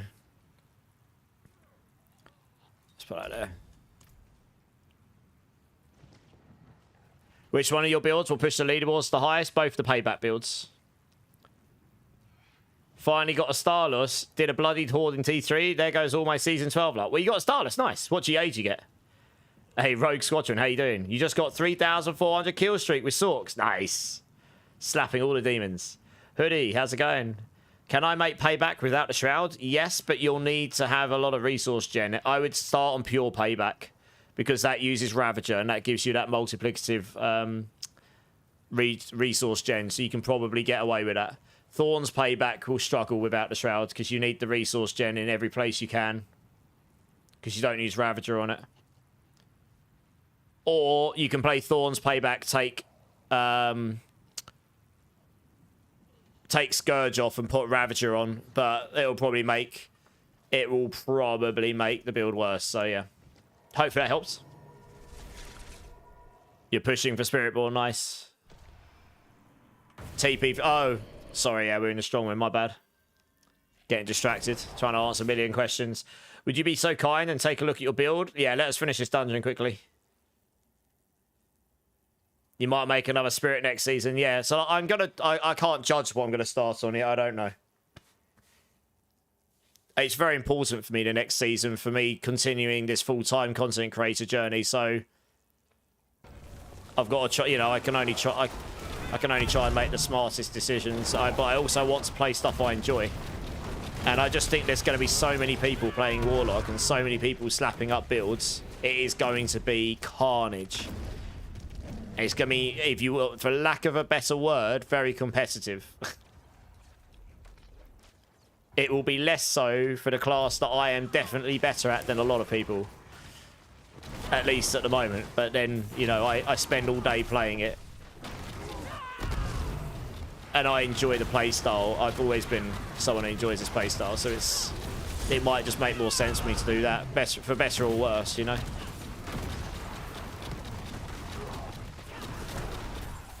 I will be very interested to see what people actually do start on, to be honest.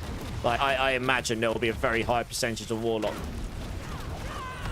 Yeah, sorry, Melando, I got distracted and forgot to do the strong room.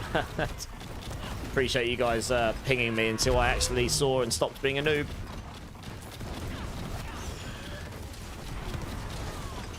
You have a funny story about Starless. Oh, really? Story time. Nice. You got core skill beavered. Nice. And you got a Starless 3GA rogue. Holy moly. You won the lottery, sir. Last night when I was farming, I finished the pit and got a Starless as a drop. Only the second time ever that's happened. Oh, nice. Gotta love a random cheeky mythic drop.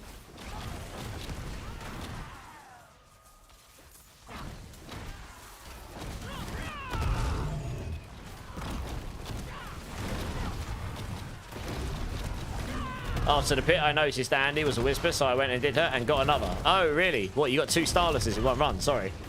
Yeah, I did miss that bit. Well, that's giga lucky. You definitely used up your luck for the season if you got 2 back-to-back like that. In random content. Very nice.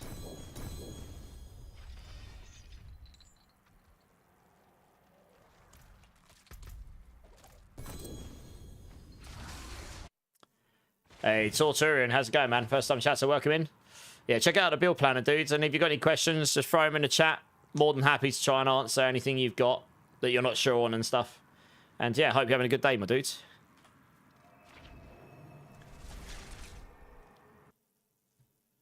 So this is one of the reasons I like this build.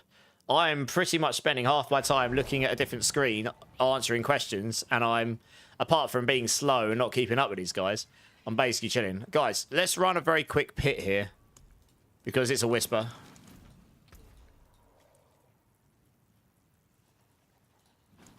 I don't know what level these guys are. I guess we've got Paladin. We can run 100. This is... Oh, actually, let's run a 99. I don't want to brick anyone's accounts if you haven't done 100.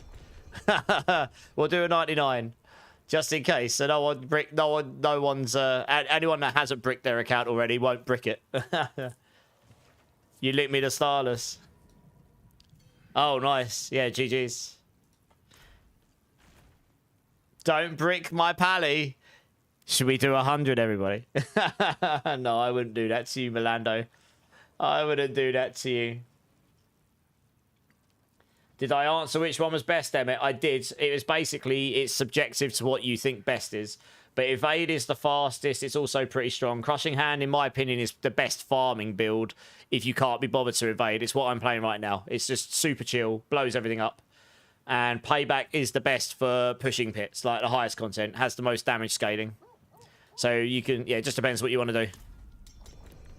Your mate bricks your pally. I mean, my Spiritborn's bricked, but I'll just wait for the fix this week. I don't know of anything, but I've got to assume that they're going to do something about that because it's definitely very bad for people. You're welcome, Emmett. No worries. I have literally videos and builds for all of those, so feel free to play whatever you think would be best for you, I guess. Well, this is a 4-man 100, so I just thought it'd be interesting to see how fast we'd do it.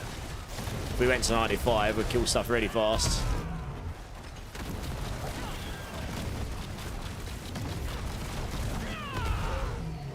Once I get my kill streak up, we'll do a lot more damage.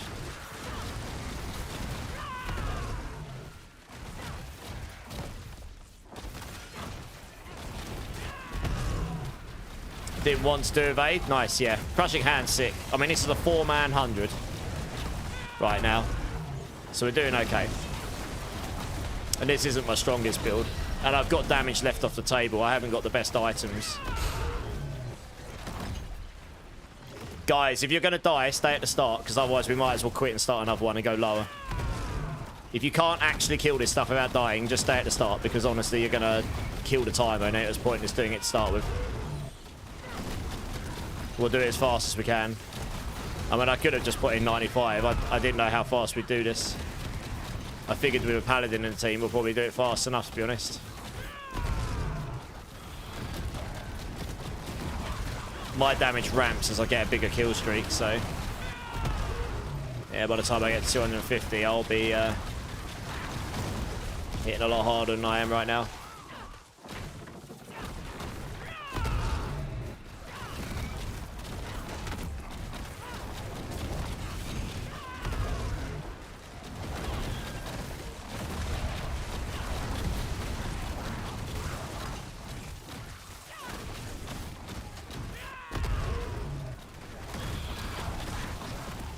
Warlock is going to take over once it drops, but you're right, pick the class that you love playing. It will take over, yeah, but people, as I've noticed last season, people will eventually get to a point where it's like, okay, I'm done with Warlock now. Now what do I play?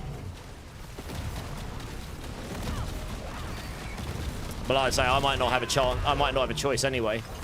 I legit have obligations to Mobalytics for Spiritborn, so if I cannot do those obligations before... oh, I lost my kill streak, bollocks. If I cannot complete those obligations before the expansion drops, then I have no choice but to start on Spiritborn anyway. And I'll be okay with that. That is what it is. I've already accepted that that's okay.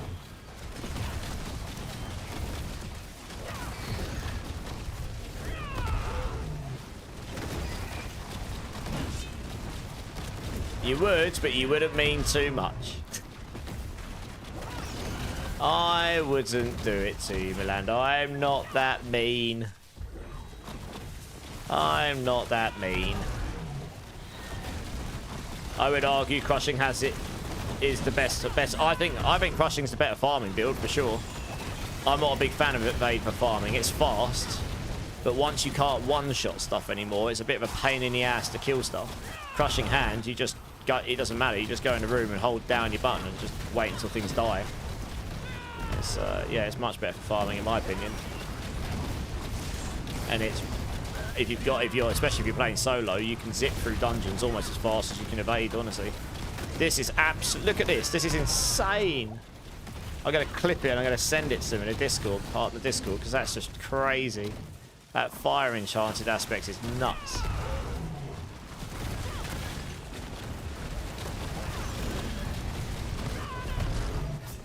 Yeah, this is the one and only affix that will kill me on this. That affix is completely stupid. I've got to be honest, they really need to change that. That fire enchanted affix is completely and utterly broken now. It really is. It's legit. They already had some crazy affixes, so they somehow managed to add one that's even worse. Well, fire enchanted existed before, but I guess it really is bad now.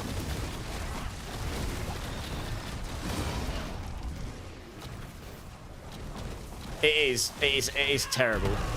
I mean, even the awful to play against. Look, and it seems to be on all of the mobs. I'm not joking, Tommy. I actually laughed. I think I've got a clip of it somewhere. I had a dungeon last night where I had 8 elites back to back, and they all had, every single one, fire enchanted. So the whole dungeon layout was basically fire enchanted. So I was like, well, I guess I'm skipping and starting a new one. Yeah, I was like, there's so many affixes. How have I got so many with fire enchanted? I was like, what is this? Yeah, I just gave up. I was just like, I might as well let them kill me and start another one. This is silly. You have to just skip them. They're too high in damage. I don't think there's many classes or builds that will be able to survive it properly. Paladin probably will, but yeah. I haven't got my kill streaks. My damage is pretty wet noodle compared to usual here. Probably should have just done a 95. It would have been a lot quicker, to be honest. And we got the worst possible pit boss as well. How funny. What a terrible dungeon run. No, the really big bomb on the floor, I don't mind so much because the template on that's a lot better now. It's the one where they've got all like the beams of fire firing out with them, but they can all stack on the champions. You get loads of them. And then when you kill them, they also explode when they die as well. It's just completely insane. It's easily the worst thing now. Like, there's some others that are crazy, but that is... It is nuts. Easily the worst thing.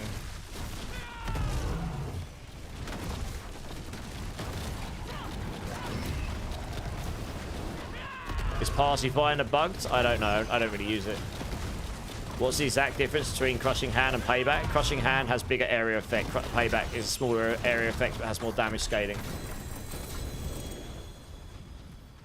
Now for next season, should I focus on leveling up my glyphs? Don't know. Next season's going to have a lot of new stuff in it that we don't know about, so I'm not sure I can actually answer that for you right now. I think I'm 170 right now, and glyphs are hellaciously horrible. Glyphs are okay, they just take a minute. Once you can blitz through like pit 80 or 90 over and over again, you can get them level pretty quick. Yeah, 46 is where you want to get to, so you get them to the biggest size and it unlocks the boss and multi. And then after that, it's just a matter of optimizing them up to top. That's why I use this opportunity to level up that one.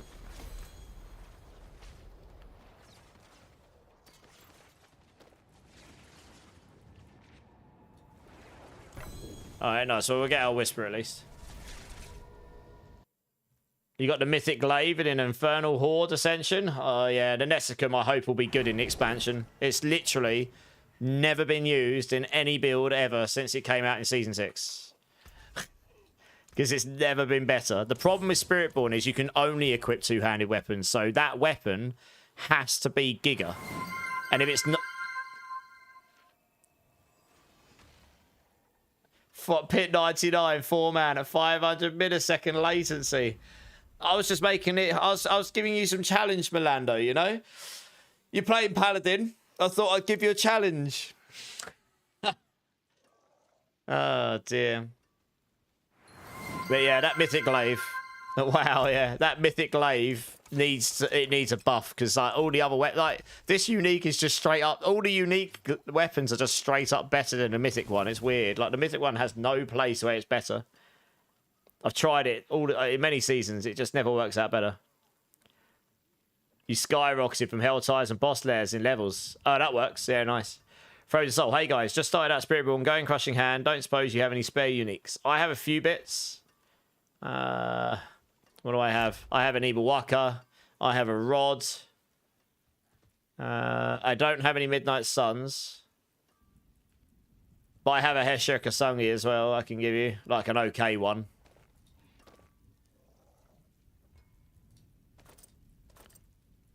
What my Rod's like. That's not too bad. Have you got me added, Frozen?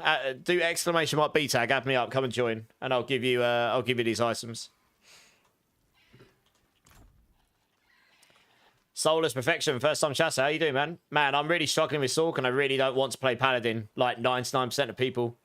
Spiritborn's good, dudes. You know, the only thing I haven't done yet is T7 bosses, but I can carry T4 Lilith. I can do the T5 bloodied bosses. I haven't really tried doing the T4 bloodied hordes, but I probably could do it. It would just be a bit slow and not really worth it, so I do T3 ones. I've still got some damage on the table, but yeah, it's fine. I think Sork is actually pushed higher, but that's very specific build, and it's probably not as yeah. I don't know if it's any good for general content over pushing. Is this you, Frozen Antimatter? But there's loads of builds on Spiritborn doing pit 100 plus, so that would be fine.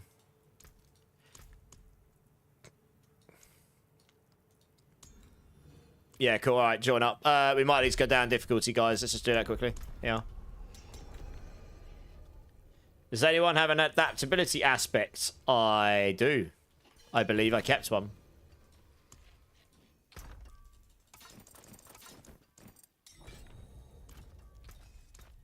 Let me... Yeah, I do. I've got a pretty high one.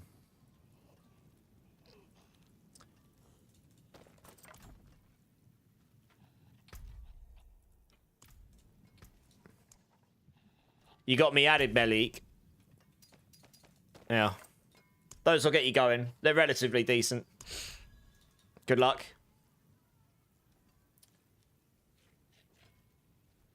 Oh, the one I just gave away was GA. The other two are not.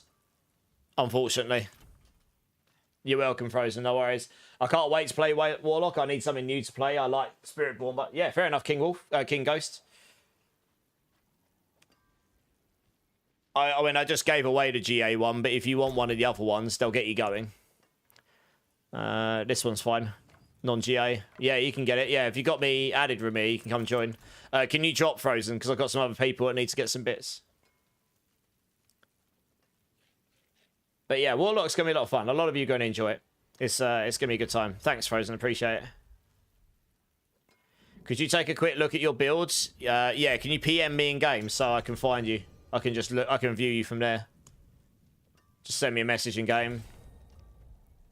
The lag almost killed me 3 times and skill's not proccing properly. Yeah. Sorry, man. I wish we were nearer so the ping wasn't so bad. Maybe one day they'll solve this problem. And make it so that the ping isn't so bad between us.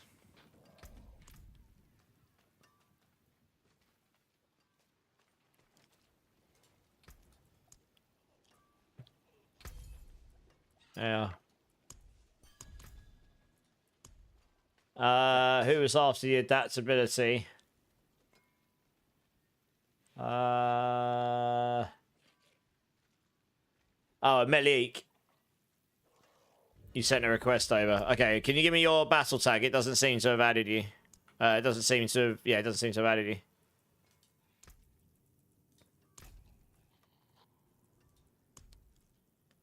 Or does the request hasn't? I mean, the request hasn't come through. I'll add you. Soulless Perfection. Thank you for the follow. Welcome in. Appreciate it. It's immortalized TV. You should be able to find me exotic. Yeah, I've got it. I got it, Melik. I got it.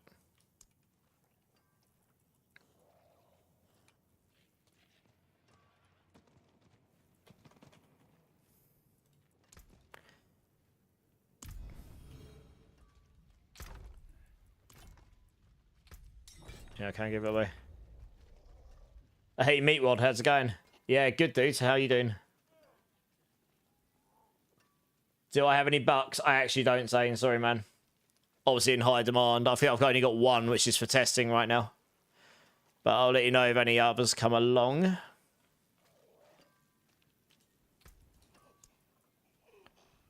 Yeah, it's a pretty high one. Going well? Glad to hear it.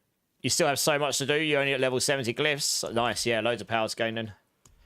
Loads of power. Right, thanks, Melik. Appreciate it. Appreciate it.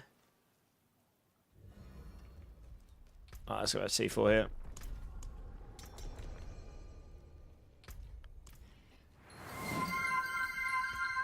here. Yeah. There's luck coming.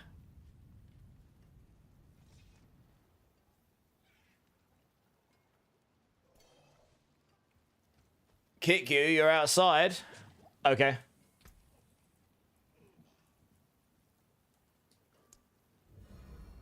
Hey, Lovell, how's it going? Do you want me to look at your build, Exotic? I don't know what your name is in game, that's the thing. That's why I said to PM me, because then I don't have to find you. You'll be back when you get to work, Tassid. Nice. Have a safe journey.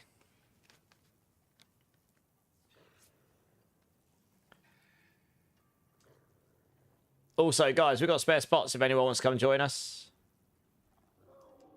Okay, I'll add you 1 sec. Yeah.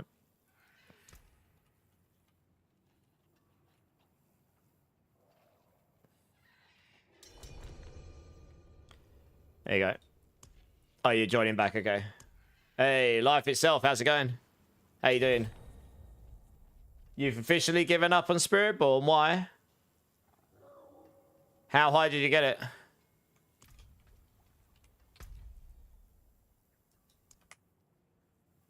Yeah, just send me a PM in game. I just added you. Exotic, send me a PM so I know who you are in game.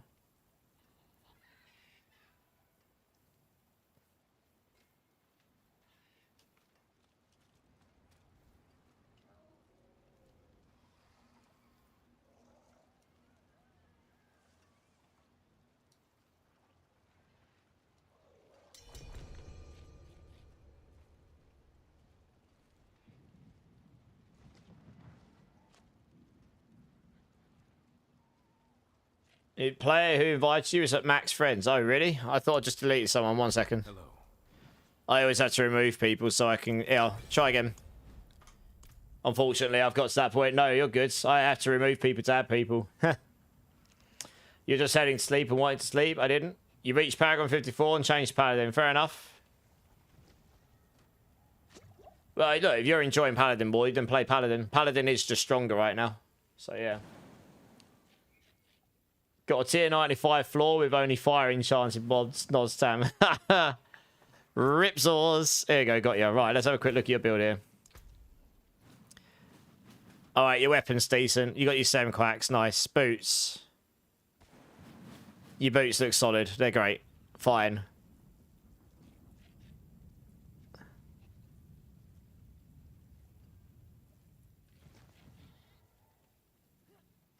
Temerity looks fine. Gloves are good. Shroud looks fine. Helm looks fine. On your amulet. Yeah, okay. You don't need cooldown reduction here. Roll the cooldown reduction to brilliance or something. You'll get a lot more damage that way. You've got more than enough cooldown reduction elsewhere. Also, roll one of these Storm Feather potencies as Seeker charges. It'll make your life better. Just trust me. The only way you can take your Seeker charges off is I would change this aspect to Scourge, Menacing. I would change that to Hectic. If you don't... I did this on mine. If you put Hectic on here and you have a high one of them, then that means every 5 basic skills you'll reduce a random cooldown. That gives you a little bit extra cooldown reduction. That plus incredibly high cooldown reduction anyway. Plus not spamming your Seeker unless you need to meant that I was barely ever running. I basically never ran out of Seeker. But I would have plus Seeker charges to start with. You might not need evade cooldown on both of these, honestly. You might only need evade cooldown on one. So you could change this to Storm Feather potency and then change this to Seeker charges, and that would help. Otherwise, looks fine. I would also use a Ruby, a Topaz, and Skull, because they're the 3 most dangerous things. Diamonds kind of don't really give enough to be worth it, to be honest. Oh, you've got 7 Seeker charges somehow. What? How? You need Seeker charges. How have you got 7? What? Oh, no. Sorry. Ignore me. You have... No, ignore me. You have got Seeker charges on your ring. How did I miss that? I'm in blind. Ignore me. Yeah, okay. You could probably get away without the evade cooldown on your amulet, honestly. Otherwise, it looks pretty solid. Your build looks fine. It then just comes down to playing the build right, honestly. Right, let's... Oh, we need to change back up to C4 again. Let's do that. Yeah, no worries. Yeah, you can get away with 1 roll. Exactly. That's what I did on mine. You can do it. Daniel, how's it going? Hi, what's the best to get an amulet with crank in the armor? Best offense? Well, you can run the Undercity and farm for amulets there. Otherwise, you're going to have to gamble. Well, I guess at any of the gambling vendors, maybe the new seasonal one. And then pray it's just RNG after that, honestly. You're looking for the right affixes, and then maybe you can enchant one of them. But yeah, amulets are hard to get right now, especially with the passives.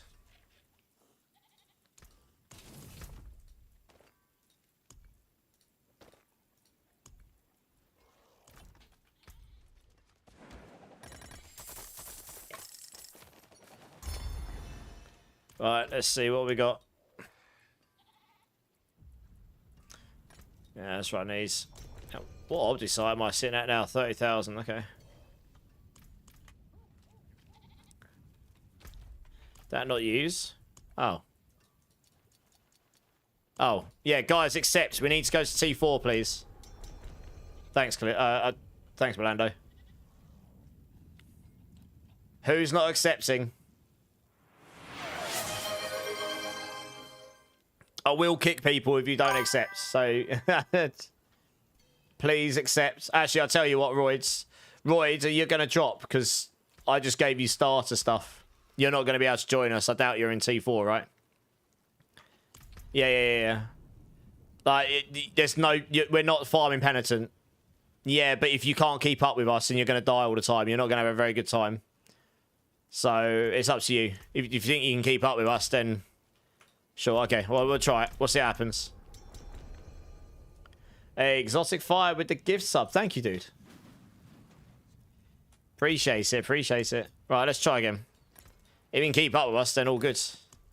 Just a little bit conscious of people not having the best of times if we're zooming through and leaving you behind.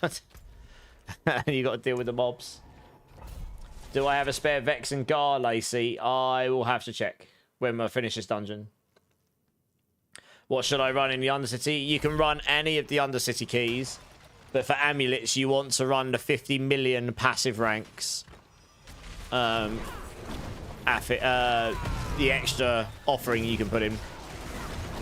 Because that means there's like there's a passive skills offering you can put in, and that means you've got more chance of dropping items with passive skills, which is generally speaking amulets. You help me, I help you, based on research. Hey, I appreciate that, Exotic. Obviously, I never expect, but yeah, I appreciate it. And you don't have to be sorry about the questions, Daniel. You're good. More than happy to try and help. Spooky Spider with the follow. Welcome in. How are you doing? How's your day going?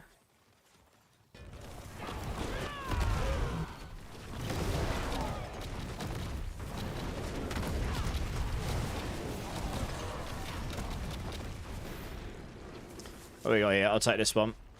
We take this one, absolutely. And take this one. It's just... It should be easy peasy.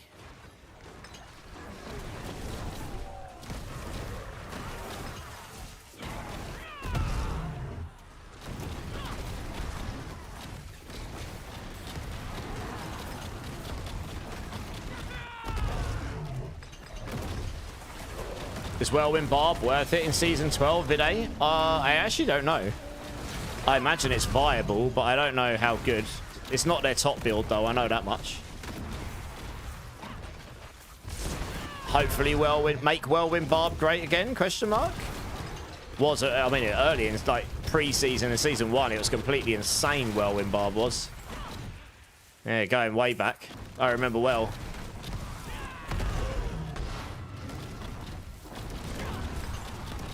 Anyone got a spare Midnight Sun? Exotic's got one. Nice. Love to see the help, guys. Love to see the community spirit.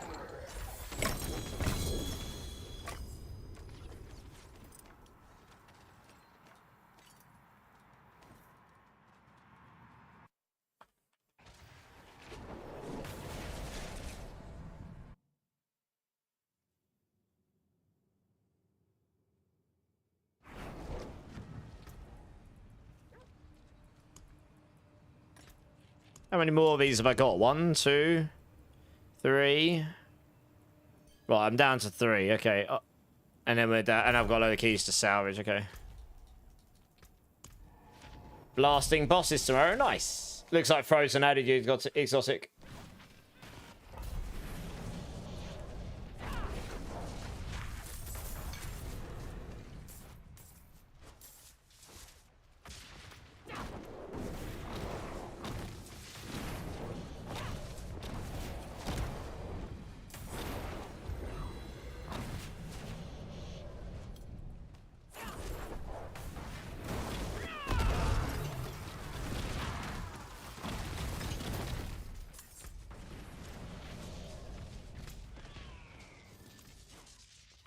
Hey, Blender, how's it going?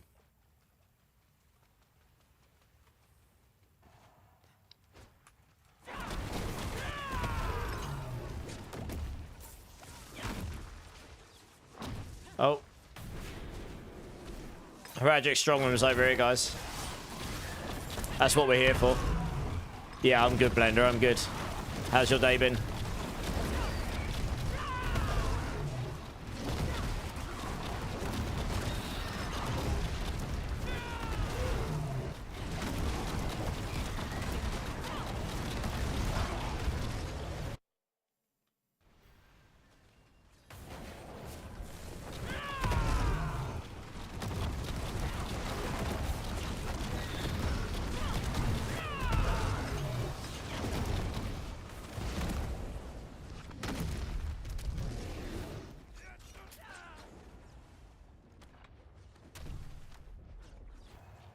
Was leveling a second non-bricks character? Yeah, I think they'll fix that this week, honestly. I think they've got to, I think, really, because there'll be a lot of people in the community that won't see those videos, will just play the game, suddenly not be able to engage with those keys anymore, and then it'll just be a terrible experience for them. So I'd imagine there'll be something that will be done about that this week. Hey, Marigan, how's it going? Dommy sends me, I am his barbarian friend and have a question. Do you think the resource cost reduction Bloody Affix is playable on Hota with Selig? I mean, why not? Why wouldn't it be? Hota cost resource cost reduction will reduce how much you spend. I don't actually know Barb as well as I do Spiritborn, so I know Hota scales its damage based on max resource. What does it do? Does it spend all of the resource on use?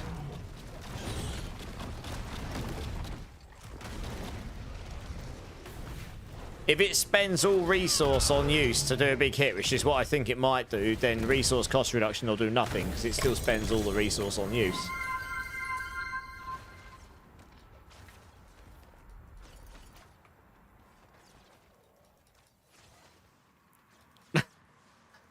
Only if it's played at 360 degrees. You was running out of horde compasses. What should I do? Farm more dungeons. Farm more keys, I suppose. Thank Google for the joke ideas, yeah.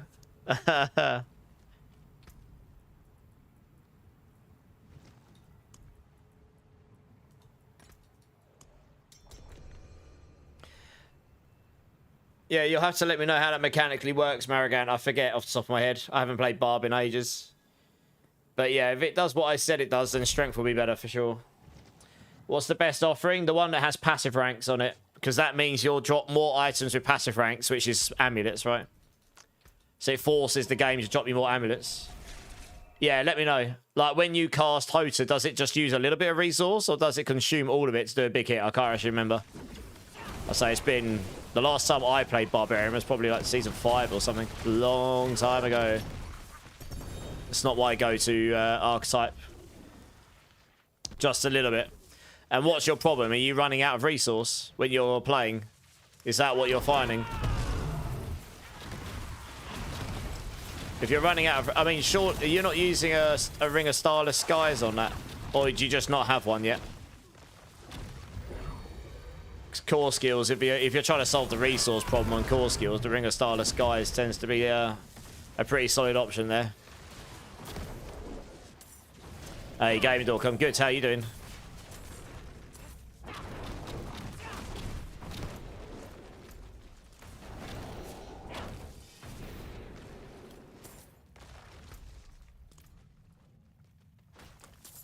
We're looking for the old Heradric strong room again.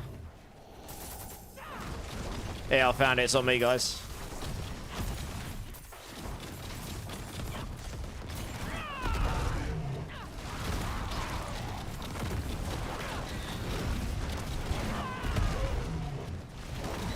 I might do more jokes more often.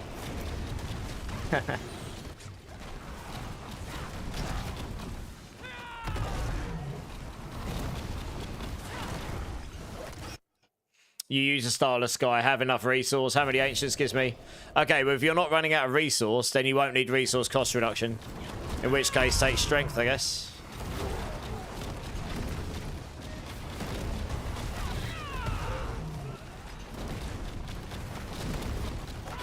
Yeah, the only reason you'll take resource cost reduction is if it's to help you with resource management, or if it's to scale your build in some way.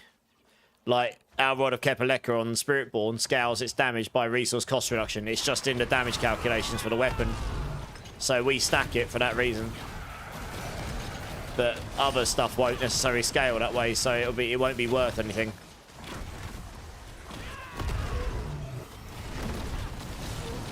You're specific on the jokes, yep.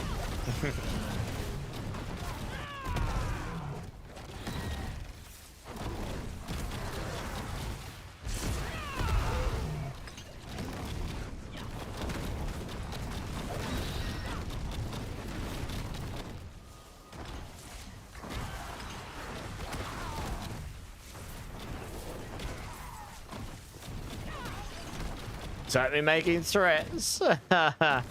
Don't threaten me with a good time.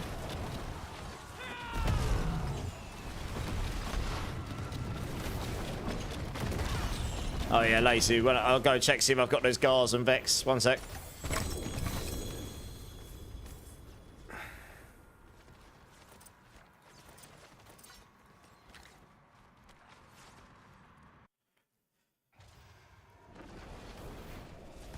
Oh, that's rude. There we go.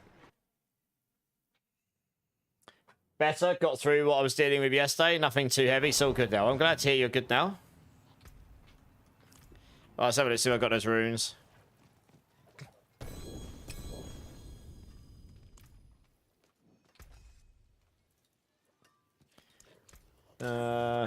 Spare Vex and Gar runes.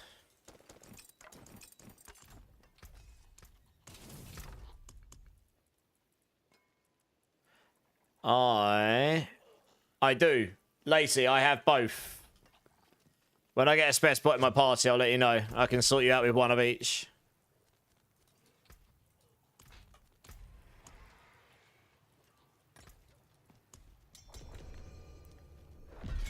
Does anyone have enough damage for Pit 99s, guys? Exotic is asking.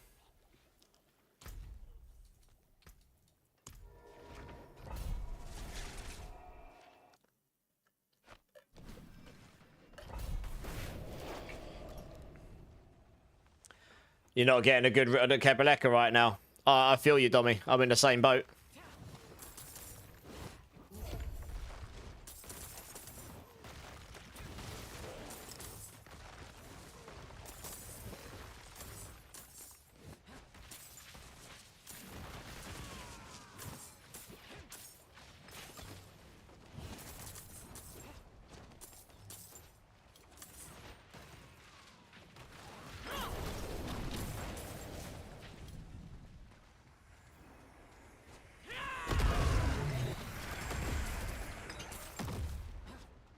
Every 15 resource I have when I cast Samurai Ancients, it gives me 5% critical strike damage. Yeah, so you want to be at max resource, right?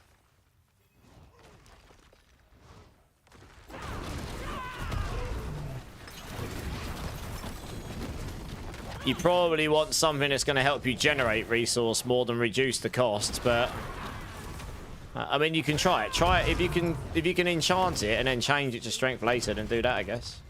Try resource cost reduction to start with, see if it feels better. So I'm not a barb expert, so off the top of my head, I don't actually know exactly how you would build that. Hey, Marigo, thanks for the follow. Appreciate it. Appreciate it.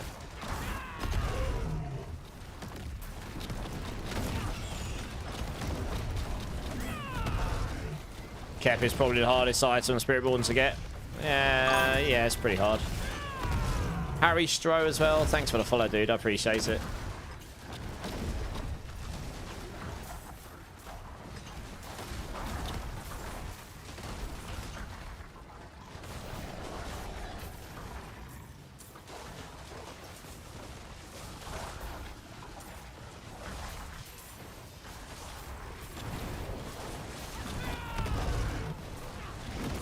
Question, running rate and feeling a little too squishy. Is opting for temerity over... Yeah, dude, if you're feeling squishy to start with, temerity will certainly help with that to start with.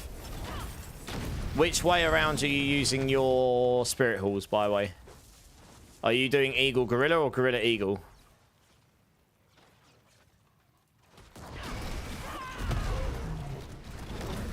You were so right. I can perma evade without my amulet, which has 40%. Yeah, exactly. So you just... optimized. Good times. Eagle Gorilla, that's why you're squishy. You got the 0 barrier generation.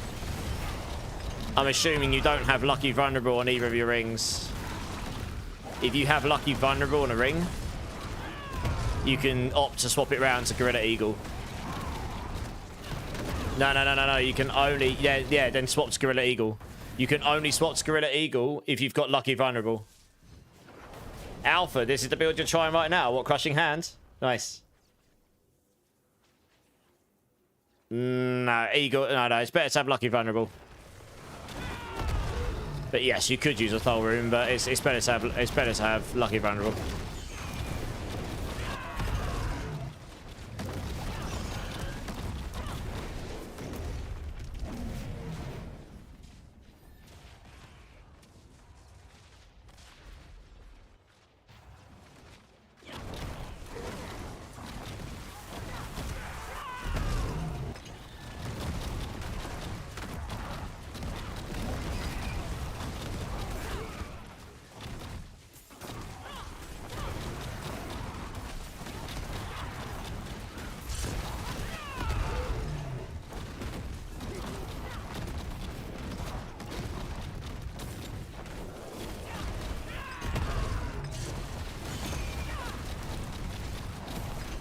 You did the Thol Room for Lucky Vulnerable. Yeah, you could do that as a journey thing, for sure. As like a working towards. But yeah, if you've got the Gorilla Primary on and you got Wild Claws, you should generate enough barrier. You won't feel too squishy anymore. In which case, you can use Tibolts instead. More damage, more attack speed, etc.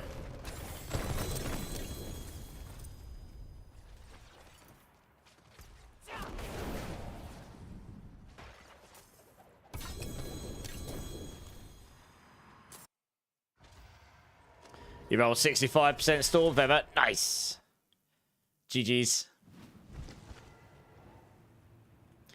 I think I might have finally burnt through all of those. Go salvage all the rubbish ones.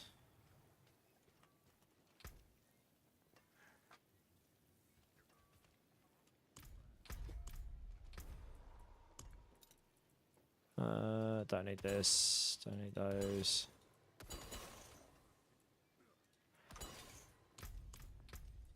Let's quickly run this for the Whisper. This is actually quite a short dungeon and it's material reserve. So if we find all the chests lying around, you'll get a fair number of Forgotten Souls and Herbs, which is certainly never bad. And then we're going to run some escalations. So yeah, all those escalations we did at the start very slowly. It's taken me that long to burn through all my Heradic Strongroom keys.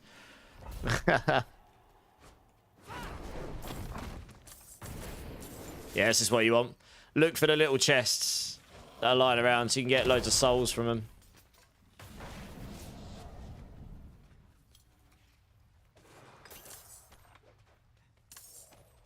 Yeah, there's one here.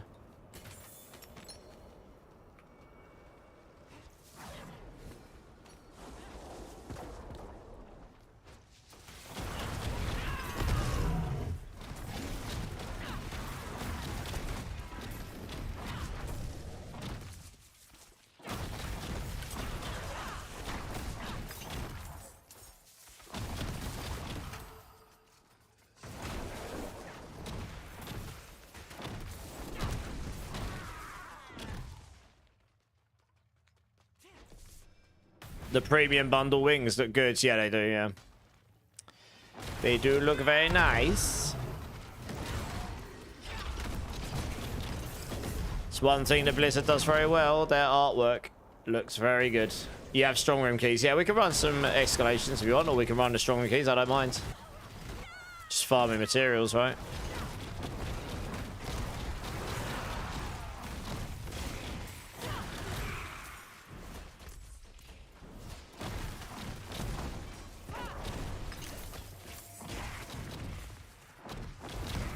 Well, boss in 7 minutes.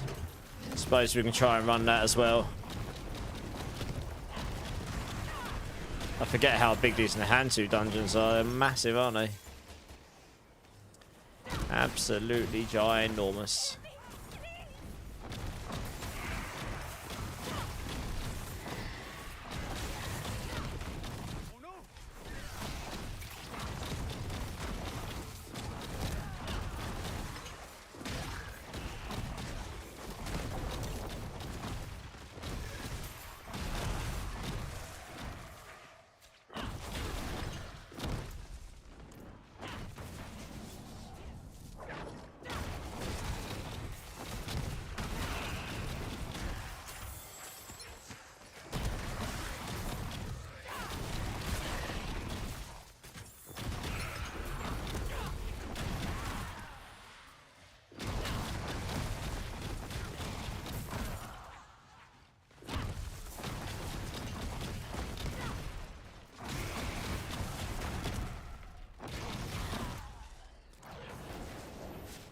Hey Bruno, how's it going? First time chatter. Welcome in, welcome in. Yeah, check out the planner, dude. If you got any questions, just hit me up in the chat. More than happy to try and help. Dark Lotus question. Does anyone have a base Griswolds and a Herald of Zakarum? Does anyone have a Griswolds or Herald of Zakarum for Paladin, guys? Just a base one. Something to get Dark Lotus going. Let us know. Hey, 2012 fine. Thanks for subbing on YouTube. Appreciate it. Where to get Optisite? What are we doing right now? Pretty much. Well, not specifically this one, but Heradric Strong Rooms are a pretty decent place to go if you haven't got Treasure Breaches available. I'm up about 20,000 since we started stream. So it's not too bad. Yeah. And then if you don't have any of those keys and you have some escalations, you can run an escalation, and at the end in T4 it drops you 2 keys that have Heradric Strong Room on them. TP to you, okay. I need to get out of this dungeon before TP to anyone. Flex the mug, Tommy. Oh, giving me a good old stretch, Army. Nice. Thanks, man. Needed that. Oh, right, let's TP to Mr. Clip Sub Daddy here. Oh, Clip Sub Daddy, here I come. You have a Griswold Opus to share. 2 GA, though. Free one. Well, there you go. Got 2 GA free to you from Raziel, Dark Lotus. Very nice. Oh, hello. Loot. Love me some loot. Heradric Strong Room.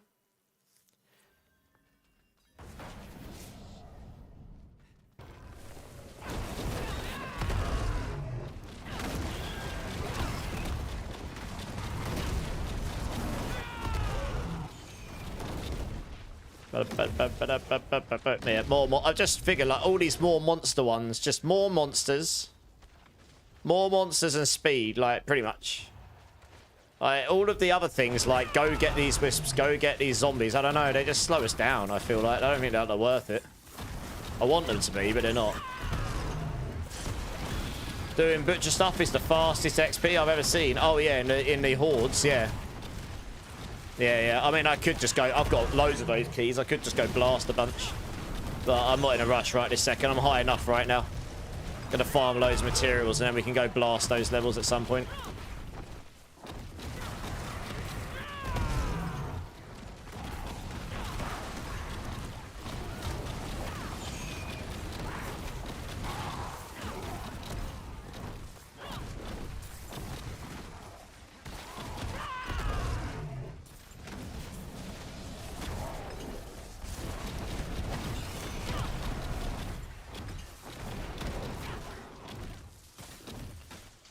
Find us some more monsters.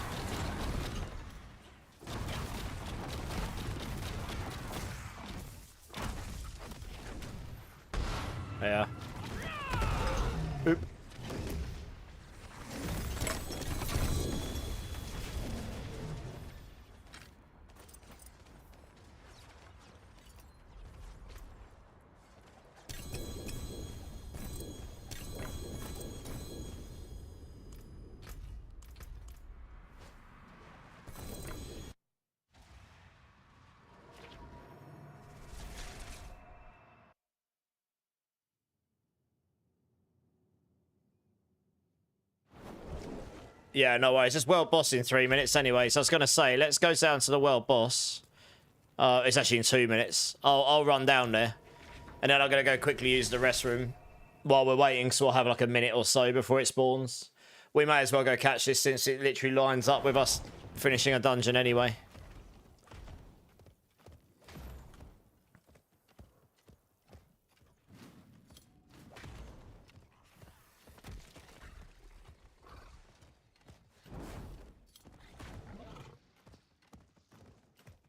There we are. He'll just TP onto me. This will probably go down pretty fast anyway. There's a full team here. I'll be back in 2 seconds, guys. I'm just going to go use the restroom. BRB.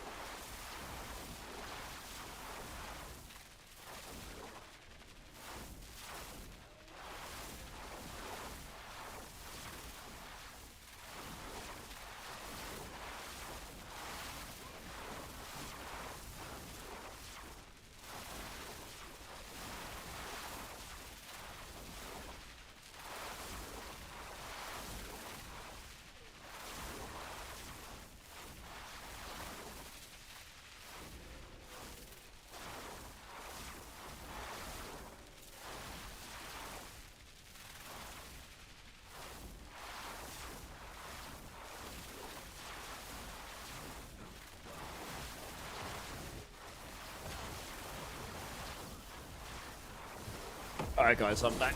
Just in time it seems as well. Good times. Good old avarice. I can't do much. Oh, hang on a minute. Have they fixed the world bosses? No, they haven't. I mean, my resource is actually going up here. Normally the on-hit effects don't work on bosses. What the? It's working on this one. I can see my resource flicking up. Interesting.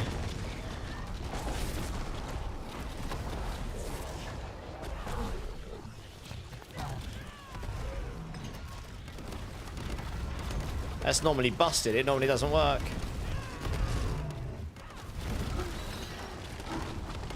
This song just hit 20 years. Oh no, we're getting old, right? These tracks getting old. We're getting older. I'm 37 in 2 days' time, literally. I was born about this time in the morning on the 18th of March. 2 days' time. Gonna get 1 year closer to the big 4-0.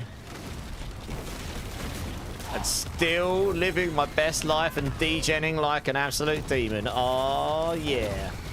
Life could be worse. You're old too, Maddock. We're all 25 in here, all the time. That's what I say, anyway.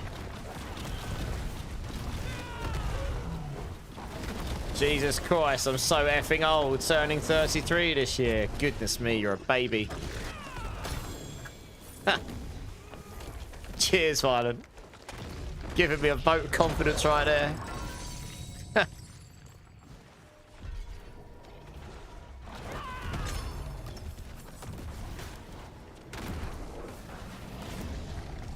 Reverse that 25 and you have my age. 36, 35. Oh, like I say, age is just a number after a certain point. We're all doing the things we love. That's the main thing, isn't it? It is done.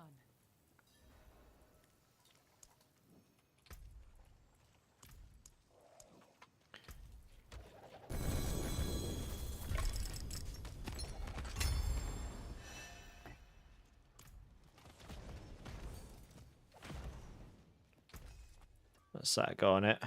Ah, interesting. Cool. Oh yeah, what's that ring like? Oh yeah, that's that Giga ring I found earlier. That is a Giga ring as well, isn't it?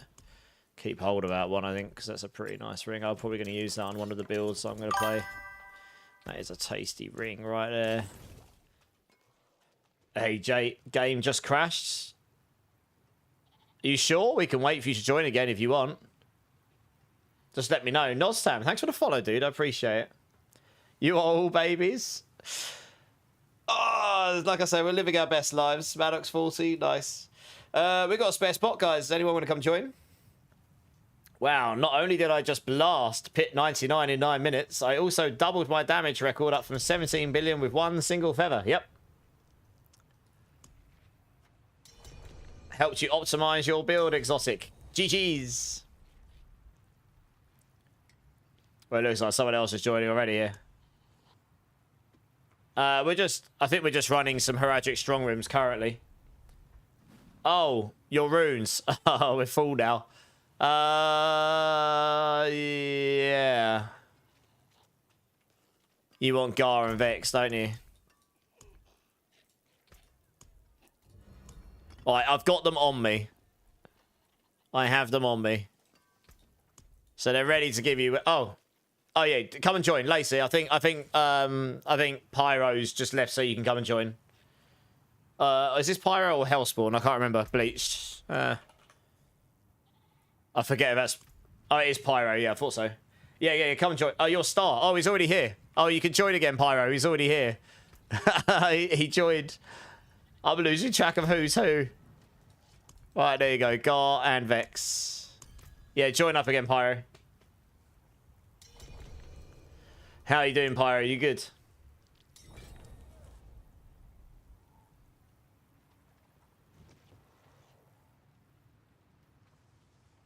You're welcome, Lacey. No worries. You're good. You are good. I can make some incenses again now because I farmed up some herbs. Oh, yeah. I don't have to be incense poor anymore.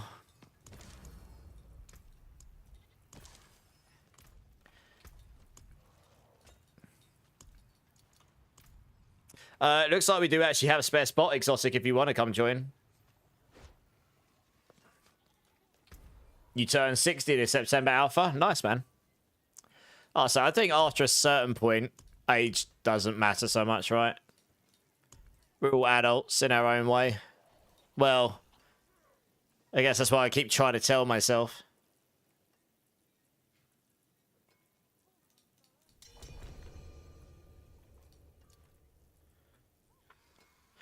I got a bloodied legendary sigil.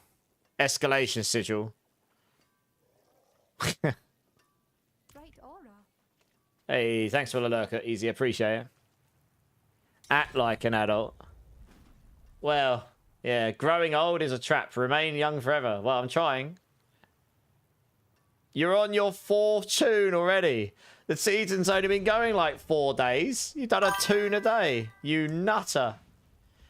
The Projects AI. Welcome in. Thank you for the follow, my dudes. How are you doing? How are you doing? Good to see you. I hope you're having a great day. Brain rot? Well, that's why you're here, isn't it, Violent Himbo? You're getting your daily dose of brain rot watching me. Who wants to be an adult? Not me. Yeah.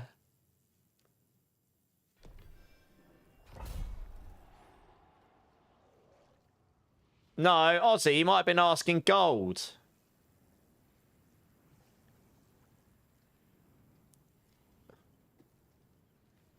I don't think he meant to time that out. Projects. I'm new at the game. I'm trying to learn a price on an item. Do you mean about in-game gold? Oh, you didn't delete that. Oh. Why did Streamlabs do that? Oh, no, I see why it's done it. Sorry, I got okay, I got confused here. No, it's all right. Okay. Where's that link gone? It's deleted it because you posted a link. Right, I see. You're posting a link to a screenshot. Got you. Okay. So you've got a near perfect Eridas. I actually don't know how much that'll be worth. Does anyone have access to Diablo.trade? I haven't bothered logging in a while. Honestly, have you used Diablo.trade before?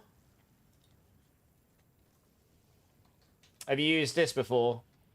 This is your best bet.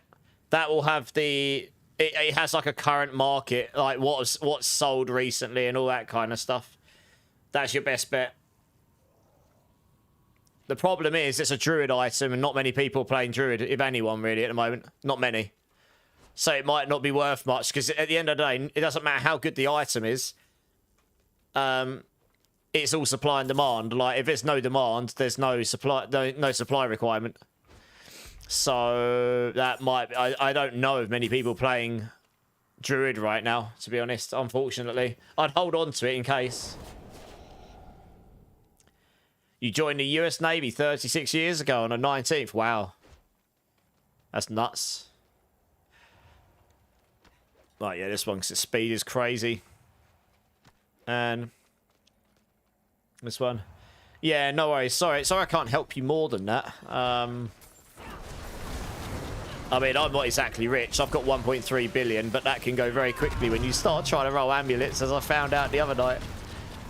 How much gold are you rocking?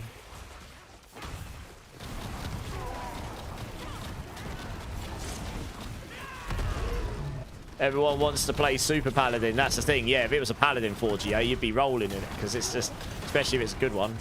There's a lot of demand, isn't there? KHR, thanks for the sub on YouTube. Appreciate it. You play Druid. What happens? He's asking how much a near perfect 4GA Eridar's will would be. You know, the ring that has the pulling and stuff.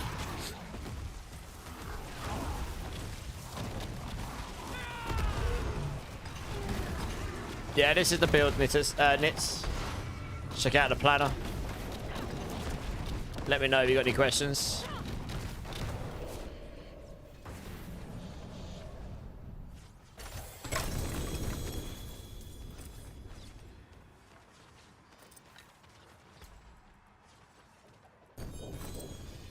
Double GA ring, Dex life on hit, but the other two are kind of meh. Got a max vehemence there though, that's nice.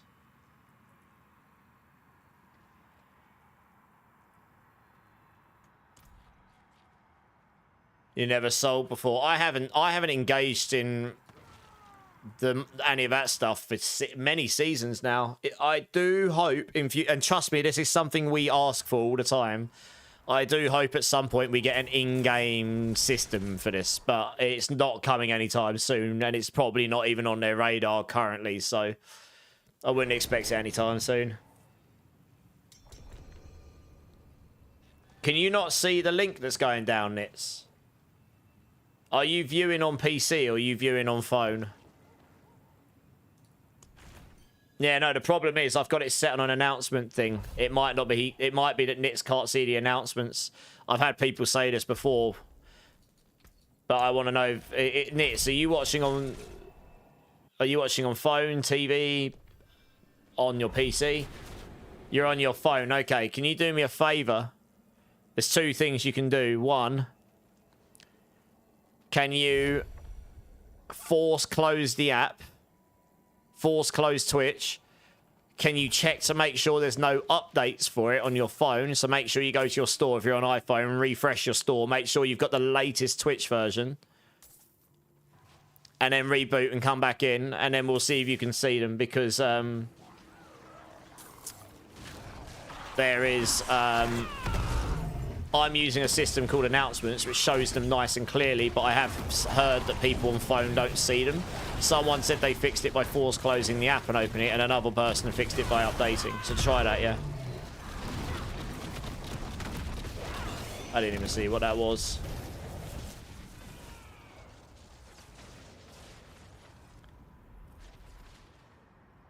Oh, yeah, Project, we don't condone actual money use for things in here for that.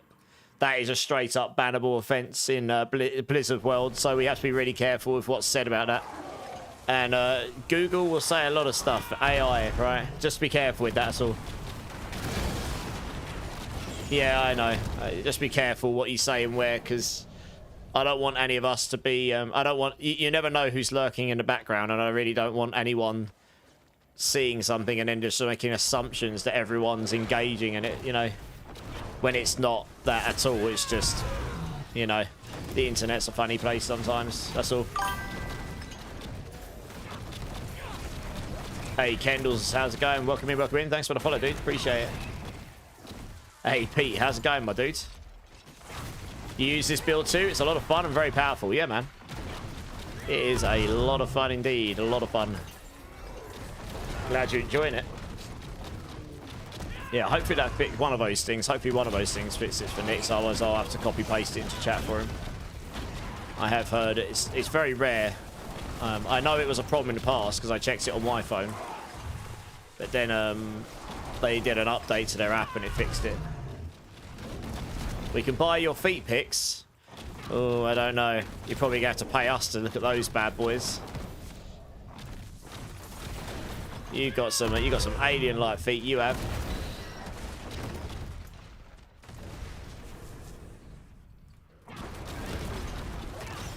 An in-game auction house would be spectacular. Yeah. I have changed the Paragon board. I changed a few bits, but I'm working on it, so it's just a little bit of optimizations. Did that help at all, Nix? If not, I'll have to manually paste it in for you. You should be seeing something come up, say announcement. Like, if I looked on my phone right now on my Twitch, you should see it still not working. Yeah, I've heard about this before, but it's very rare. Let me just go to my channel here. Like, if I view it on my phone...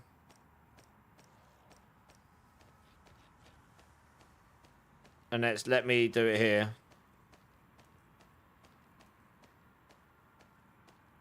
It should show. Yeah, so I can see it on mine after I join chat and type it in. But let me copy it. I'll copy it in for manually for you. I don't know. It's very rare. Occasionally this happens. I use this system because it's like nice and it highlights the stuff. But there you go. There's the link for you. Question, does the Shattered Vow and Andy Helmet worked well together? I wanted to make an Exploding Scourge build. I haven't had a chance to try it, Brandon, but I am going to try some poison builds a bit later down the line. What on earth is that? 4GA ring? Oh, I got violated. I got done dry in the dungeon. 4GA ring and it's Terabad. That's a shocker. Oh. What a letdown. Now I see in the chat when you typed. Okay. Yeah. T5 Treasure Breach. You don't get any mats for it. Hold on to it. They're bugged at the moment. They don't drop in the Opti site and stuff. Hold on to it until they fix it. Hopefully this week. Yeah, I might try Scourge builds with the Andes and the Shattered Vow. I've got Shattered Vow. I haven't got an Andes yet, but...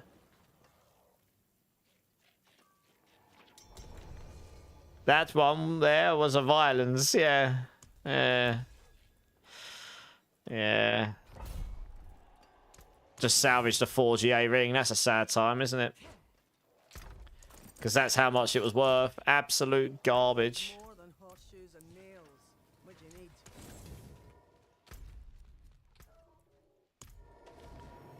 One second. Oh, yeah. I mean, I figured that's what you meant. Yep. That was the grossest ring I've ever seen. Yep. Well, I wouldn't say it's the worst one I've ever seen, but it certainly wasn't a good one.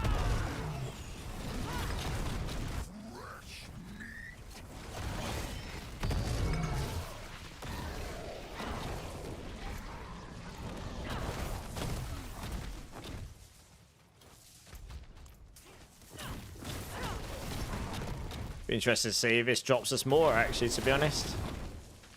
And if so, how much more?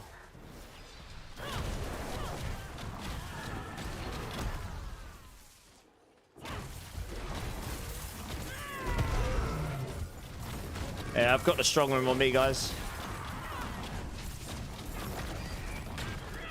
They fixed the bloodied items from only rolling stage 1 aspects. Yes. I think there's a few bits and bobs that have been resolved, but I'm expecting a bug fix patch this week or something, probably. They normally do some hot fixes in the first week or two, don't they?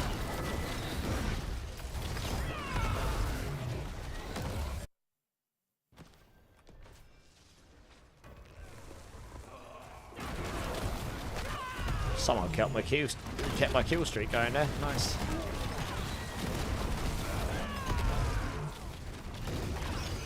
Evade was slain by absolutely nothing.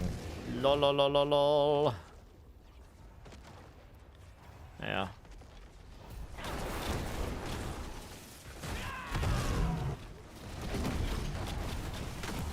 Yeah.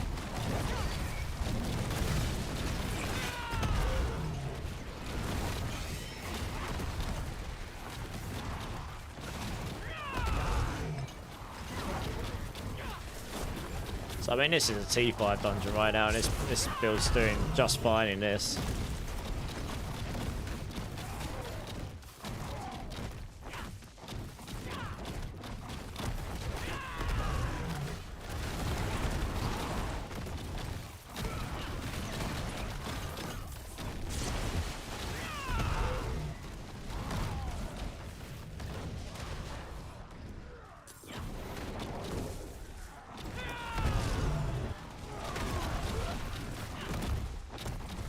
Looking for enemies now, run out of them, haven't we? Where they all gone? There we go, nice. How much object sight do I have? 35.9. I want to see what the difference is here. T5 Horde. Do I actually get more object sight from this thing? I don't think it's going to give me any more. Nope. Made no difference to the amount of object sight I got whatsoever. I got a 4 GA helm. And that's not terrible, to be fair. I don't know if I'd ever use it, though, to be honest. There's literally nothing that we'd ever use it on because there's just unique helms and mythic helms that are so darn good in this game. So legendary helms are useless. No, it wasn't a rotor thing. I was just using mine, to be honest.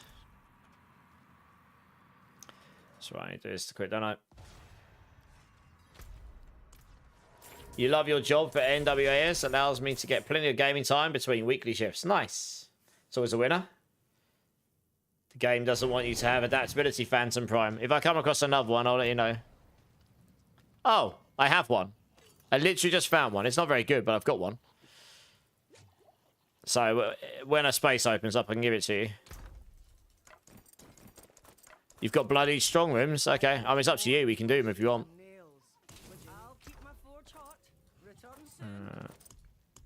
I guess I can go in there. Guess I'll keep that over here for you. I don't think I've got any more. I gave away... I have rolled that, so that's literally...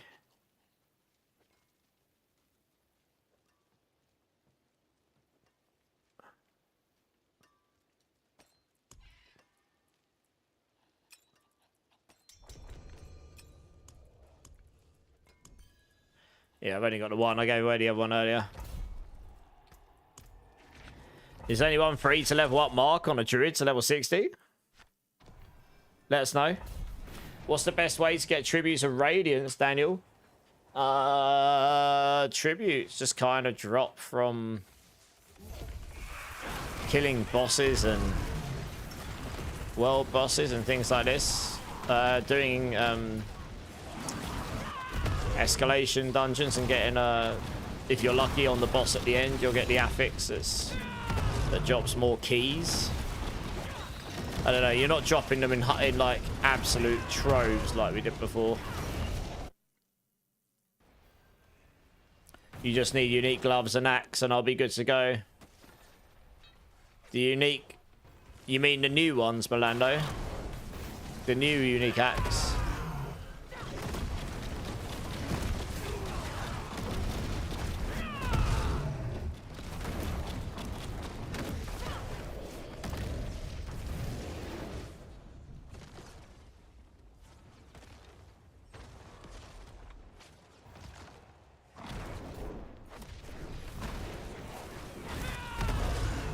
Oh, you're talking about Sun and Night, got you. And yeah, Sun and Night and Dawnfire is what you're talking about. Okay, got you. Yeah, I suppose that is an axe, isn't it? Is it an axe? Is it an axe or is it a mace?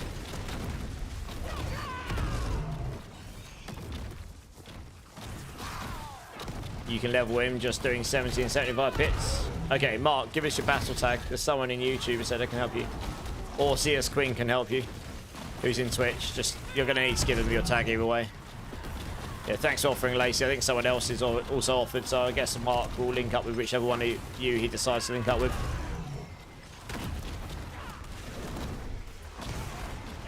Oh my god, my cat just walks in the room and he looks half asleep. You look like you've just woken up.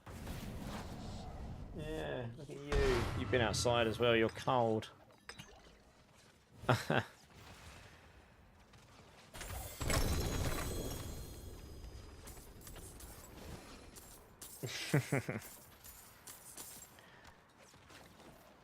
Well, the rewards are pretty underwhelming there, weren't they?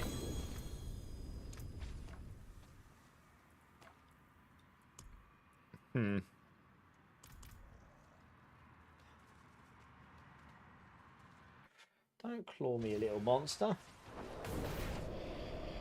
You get your rescue on Tuesday. Nice. What, rescue cat, rescue dog?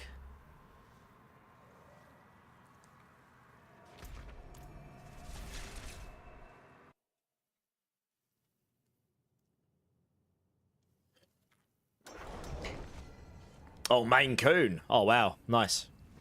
Give me a big cat. Maine Coons get quite big, don't they? Meant to be really affectionate, though. My black cat's part Maine Coon, and he's quite big for a black cat, and he's really affectionate. Your dog just cost you £350 to get neutered. Well, when you get a pet, if it's not pedigree and you're not planning on breeding, that's the kind thing to do, and I guess it's just something you factor in, right? I did it for my cats early on. It gets rid of potential health risks later on, so they hate you up front, but they'll love you later down the line. Yeah. That was a really easy one to find. We love this. Oh, there you go. Mark White's placed it, Lacey.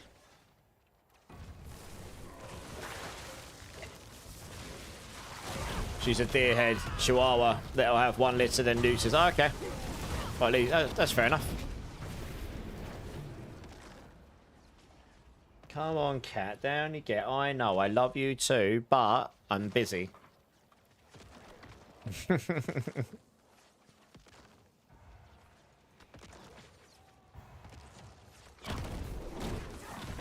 Oh, someone in a purple chat got you. Okay, nice. Lovely. As long as you're getting the help you need, that's the main thing.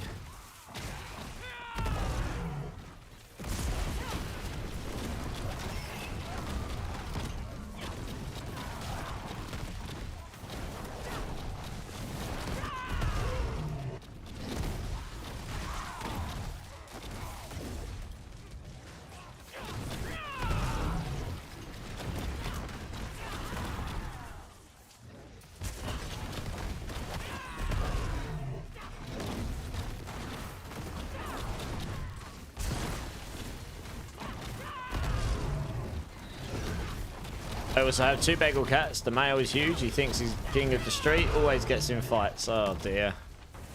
Yeah, fortunately my 2 don't get into too many mishaps these days. Had a few when they were younger. But they're pretty good, my 2.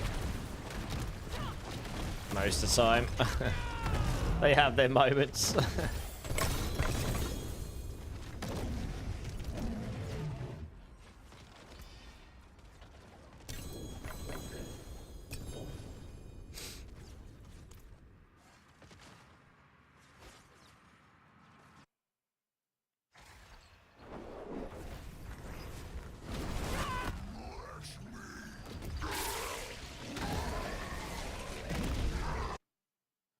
Only thing mine fights is obesity. Yeah, I had to diet my black cat because he just eats and eats and eats. But it's starting to slowly but surely go to springtime here now. Slowly. So I think we are officially in spring now as months go. So yeah, as it gets warmer, the cats go out and they lose weight. And then my black cat gets really chunky over Christmas because he does nothing but eat and sleep. That's all he does in the winter. Bro can eat, yeah. So can my black cat. He eats like a demon, this cat does, I swear. Treats all day, every day if he could. Oh dear.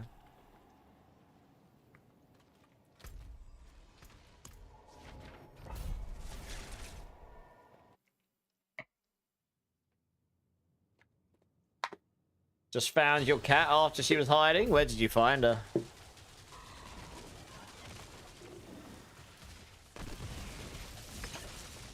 When I went to use the restroom, both my cats were on my bed. To be honest, they're like, humans not on there. We can sleep. I've got a very nice bedding on. It's probably not so nice now. They've been outside in the wet and they've decided they're going to sleep on it. So good for me, I suppose. Keeps them happy though. Keeps them happy. I can't complain too much. Honestly, they're really good boys considering.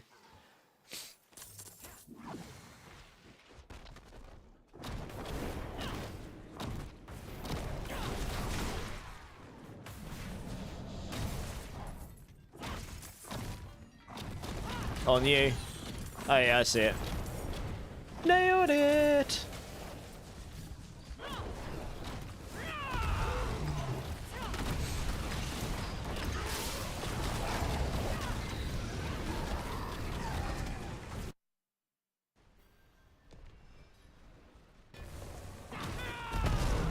I should have called your cat Belial. I could have called him anything I liked. Maybe if I get cats in the future, I will name them after Diablo characters, just because. Why not? They're named after Final Fantasy characters, my two. Kamari from 10 and Shadow from 6.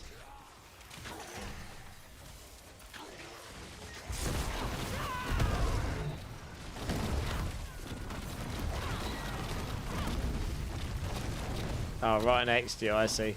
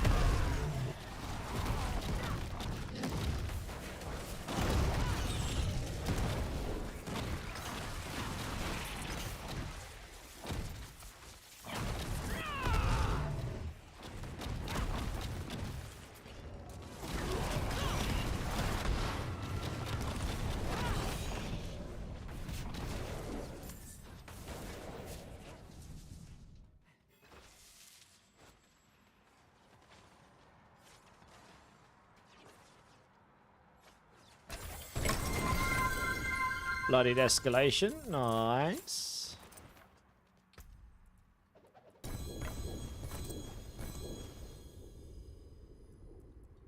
God, look how many escalations I've got now. Oh, lordy. I got how many? 4, 8, 9. I got 13 escalations. Giggity. Rocking them.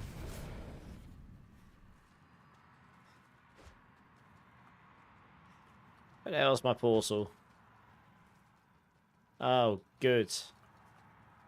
They've portal stacked somewhere, but I don't know where. I can't. There we go. You're dropping. You're not much help, and I'm lagging. Oh, really? Oh, sorry, man. Guys, we've got a spare spot if anyone wants to jump in.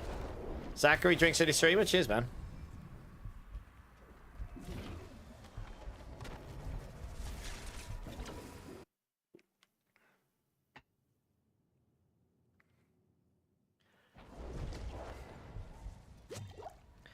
No, bosses got nuked. They're not the crazy XP they were last season anymore.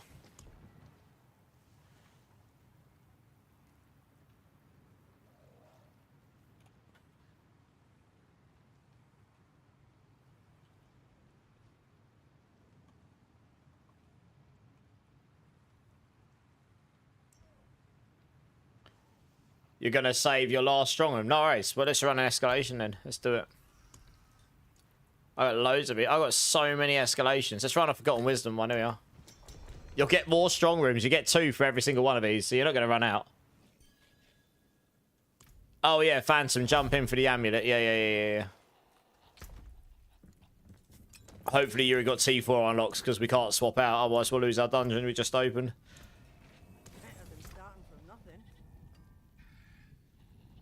Oh, you're last blooded. Oh, yeah. That's fine.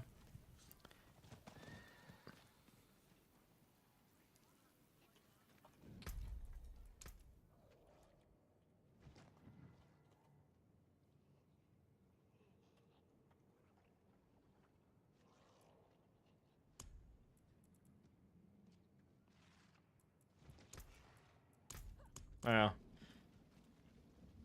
Junji and Tomi. I name him Kamari and Shadow. Kamari from Final Fantasy 10 and Shadow from Final Fantasy 6. Shadow's just apt. I couldn't think of a better name for a pure black cat than Shadow. It just turns out he quite literally shadows me around the house most of the time. Yeah. Yeah, I just request to join, Kilroy. We can't swap Torment difficulty right now because we've been... Yeah, good. Okay. That works. Just giving him a aspects of adaptability here.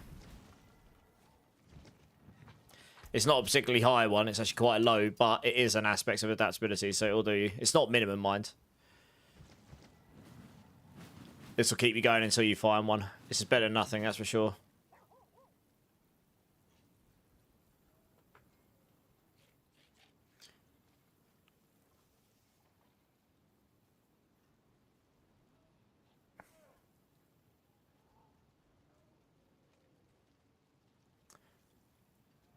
Just waiting for Kilroy to load in. There we go.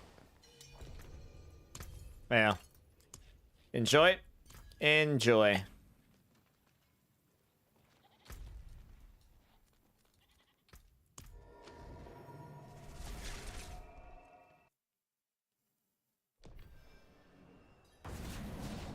Let's do it. Cheers, guys. Cheers for waiting.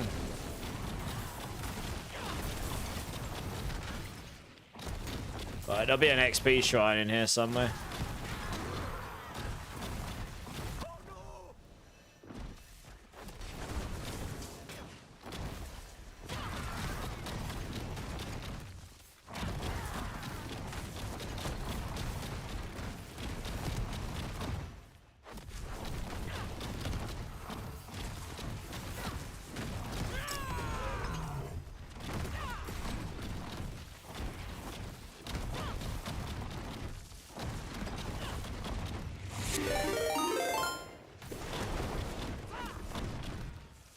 Got a raid coming in from Ducky. How's it going, Raiders? How's it going? Welcome in, welcome in. Are you not entertained? How's it going, Alex? How's it going, Bitters?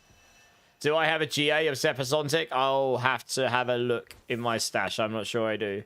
Yeah, welcome in, Raiders. Welcome in. Let me get you a shout out here. 2 seconds. Oh, someone beat me to it. Nice. Guys, please go show Ducky all of the love. Someone else in the D4 community who is awesome. This is, in fact, Sparta! Thank you for the raid, Ducky. How was your stream? Appreciate it. Ducky raid, quack pack rolling in. Nice. Love it. Gimme. I'll have to look to see if I've got one. I'm not sure if I do. But if I do, I'll let you know.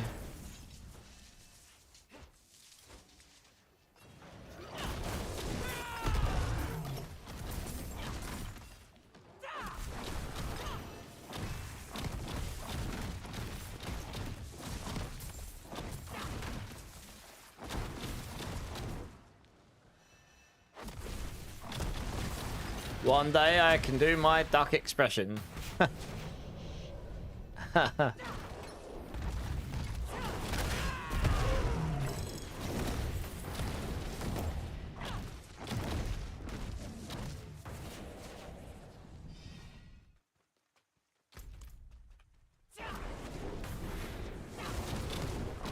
I wouldn't hate you for that. Did someone say duck? Oh, I know what you're thinking, Violent. You quackaholic, you.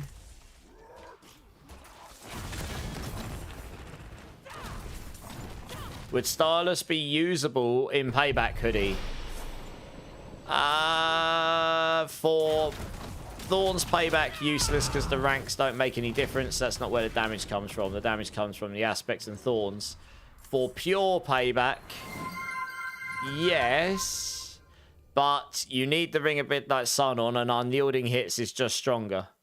So if you don't have Unyielding Hits, sure, you could slap a Starless on, but once you've got Unyielding Hits, that is just going to be stronger, I think. I mean, I can certainly test it, but I'm pretty sure that Unyielding Hits will be stronger because it's just so much more damage. in theory. Especially since we can cap our resource cost reduction. We can cap our resource cost reduction once we get the bloodied affixes involved. Rassabane, how you doing? I'm only passing through. No worries, dude. I hope you're well. You're not even drunk for once. Well, good? Question mark? You just want to show some love and give you some engagement. I appreciate it, man. I'm glad to see you. I hope life is not treating you too badly, though. He says you say it's not so great, but I hope it's not too bad. If you need to talk, you know where I am. You can always hit me up on Discord, and I'll reply when I can. But otherwise, keep safe, keep blasting, and yeah, I hope things look up soon. You got our max unyielding. Yeah, that's definitely higher damage then. Yeah.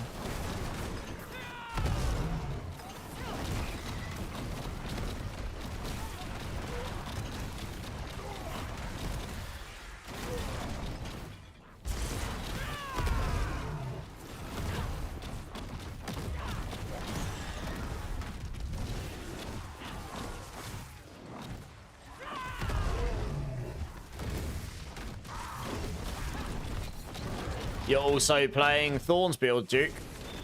Which one? You playing Rockspit or are you playing Payback Thorns? Hey, FC Bluey, how's it going? Welcome in, first time chatter. Check out the build planner. If you've got any questions, just throw them in the chat, my dude. More than happy to try and help. And yeah, I hope you're having a great day, my dudes.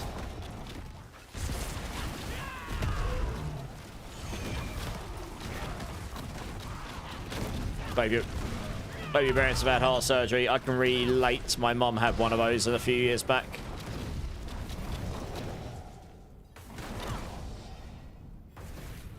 Fair enough. Fair enough. It sounds like your life's had some crazy ups and downs, but you know what? Life throws things at you and you deal with it, and then how you come out the other end says a lot about you, and we grow stronger, right? So I'm sure things in life tend to have a funny way of working themselves out. I do hope your parents recover well and reach back to peak health as much as can do in that situation. The rest of it, I'm sure, will work itself out, you know?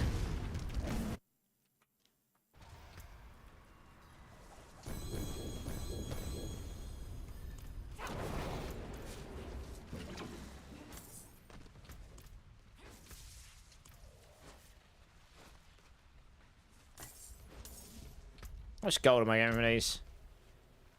466. I want to see how much gold this is giving me.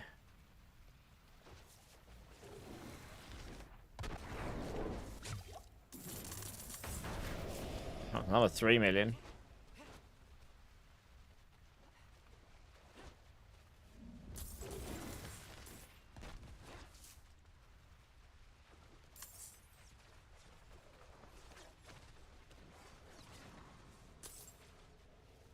Yeah, fair enough, man. Fair enough. Makes sense. Okay, that's not giving me that crazy amount. It's giving me about 1 million a chest or something. You'd have to farm a lot of these. Just give me about 1 million or 2 million a chest. You'd have to farm an awful lot of those to get rich. Just intrigued to see how much they're giving me.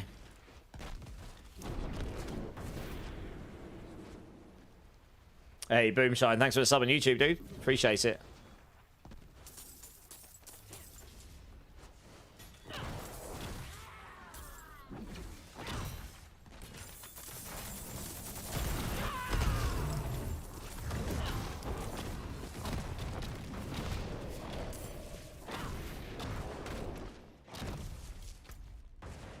Oh, yeah, we got to get in there, haven't we? Yes. And then it's going to send us down here.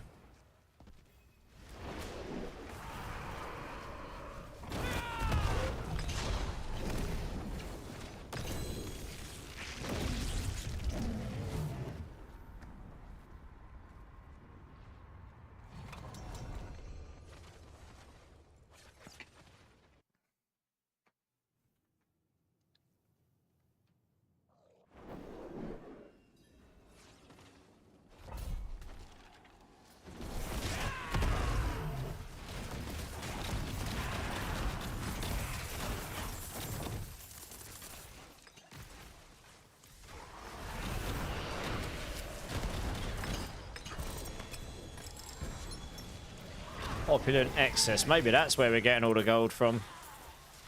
Maybe they're actually pretty good. For gold, that is. 87 million. Yeah, yeah. These gilded ones, that's where all the gold's coming from, I think.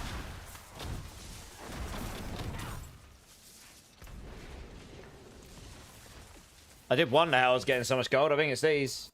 The gilded monsters, you kill them, they give you like, they shower you gold.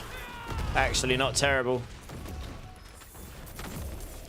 Might actually keep those and run those then in future so I can get rich.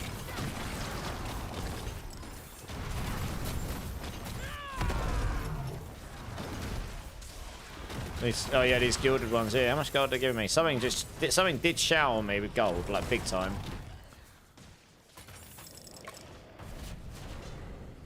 I kind of want all the fragments as well because I actually need those. Never done an escalation. Yeah, that's what we're doing. At the end of this, you get 2 guaranteed sigils that gives you Heraldric strong rooms. That's why we had so many Heraldric strong room keys. We ran like 4 or 5 of these.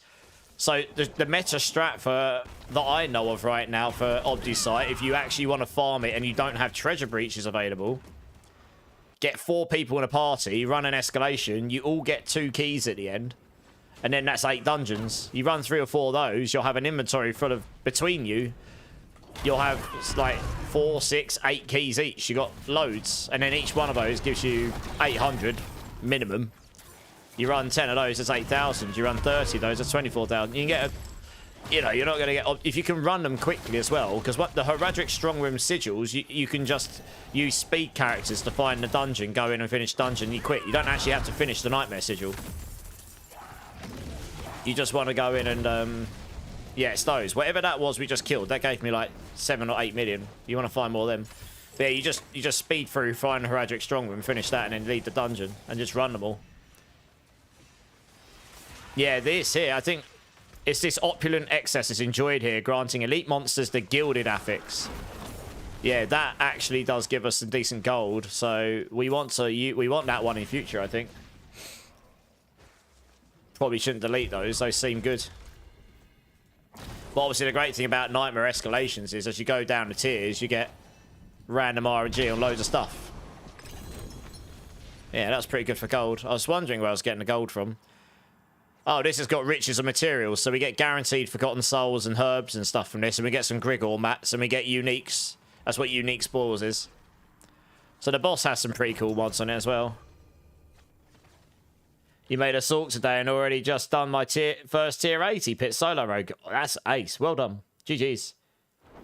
I've got about 13 or 14 more of these because the thing is when you do Heraldric strong rooms, it's not guaranteed, but you've got a pretty good chance of dropping these escalations as well. So you end up in this cycle of do some escalations, get those Heraldric strong room keys, do those, get the escalation sigils, so you can just alternate between them, you know. Oh, I've got loads of them. My inventory's full of them. 20 steals from near Thyron. You kind of just get a bit of everything doing these as well. So it's like gold and gem fragments. I've got loads of gem fragments in that run.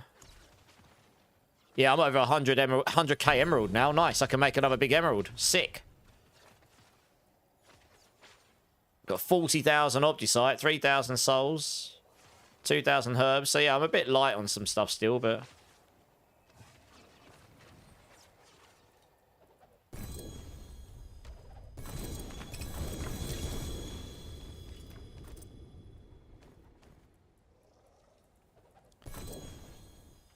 Nice.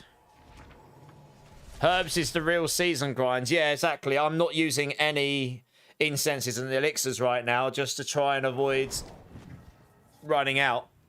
But yeah, they are. Oh, another pit, guys. We'll run a quick pit. We'll run a 95 because it'll be a hell of a lot quicker.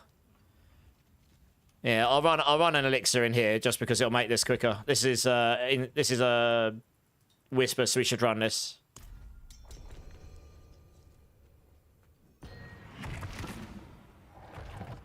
You learn something. Well, we all learn something new every day. Trust me. You got a mythic P. You got a mythic prankster, Lacey. GG's. I mean, the best thing you can do for you, Lacey, is try and find a rotation for that. I don't think you're going to find many people in the community here today that's got mythic pranksters to match yours. So it's up to you. That's what would be best for you.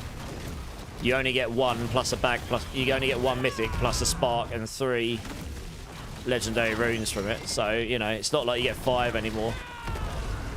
Obviously, if that is still the case and you still want to run it, I can do in a bit. Like, we've got 2 people in the party already. So if you need help running it, we can do that. But I obviously would always want you to do what's best for you. The only mythic prankster I've had this so far this season was when I was farming solo after that crazy 34-hour stream. And I was running an escalation sigil, and it just happened to roll on one of the tiers. And I don't think people can join you at that stage.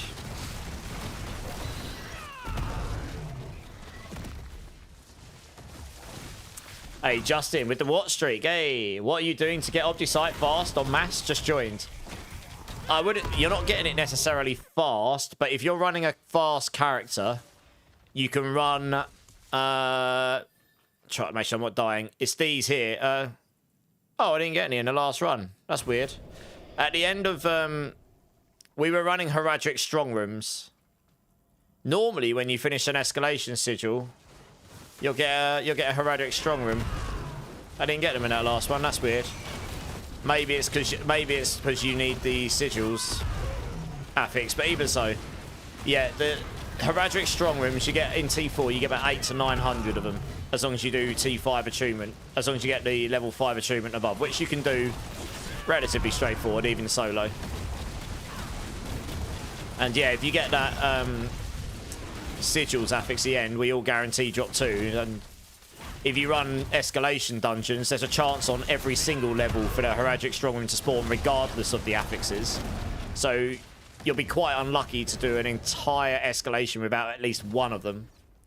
But if you've got loads, if you run loads of escalations and in a team and get loads of those Heraldric Strongroom keys, and then you just speed through those you just speed through the Heraldric Strongroom Nightmare Dungeon sigils to find the Heraldric Strongroom, and then just run it, and then once you've done that room, leave and quit the dungeon and do the next one.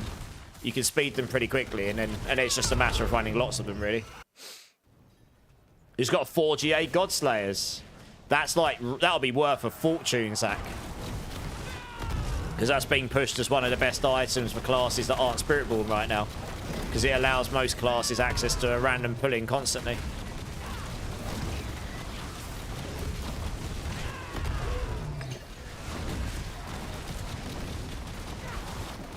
Very nice.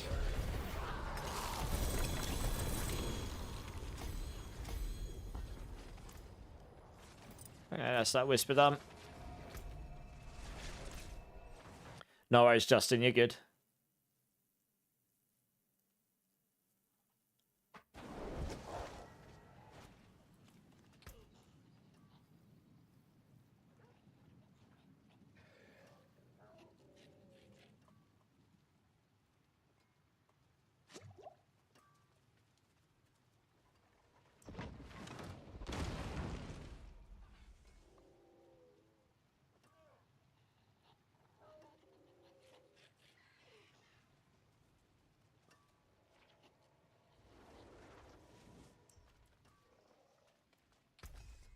Regular night. We ran a bit of both. The bloodied ones don't drop you any more resources, actually, funnily enough.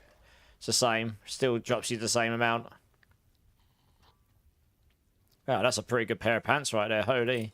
You're going to use a legendary pair of pants. That's nice.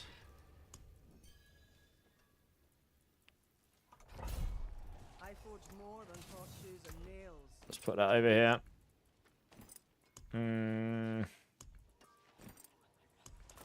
Hey, Tristad with the 1 year. Tristad, 1 year. Do you know what that calls for? Bit of epic sax guy. 1 year. Yes. How's it going, Tristad? Do you know the drill? If you want to give me a bean, a number between 1 and 7. Obviously, you don't have to, but you can if you would like. I really appreciate the support. Thank you so much. Bloody sigils will only be worth it if you can do them quickly enough, honestly. Number 7. He's like 1 year. That deserves some real punishment, that does. Alright, I've got a beam. Once we finish this dungeon, I'll do it. I appreciate the support though, dude. Thank you. Sir Pickles, how's it going, man? Yeah, beep, beep, beep, beep, beep, beep, beep, beep, beep, beep, beep. Which way am I going here? Oh, down that way, okay. Exceptional items, killing monsters, well, and Herad. Yeah, charts. Every single level has a chance for Heraldric Strong Room, so.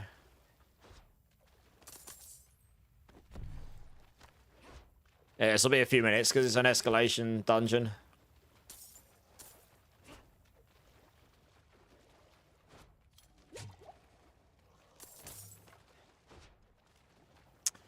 I have the key. I have the power. Someone in your chat with a 4GA shroud. But does it have a bloodied affix on it?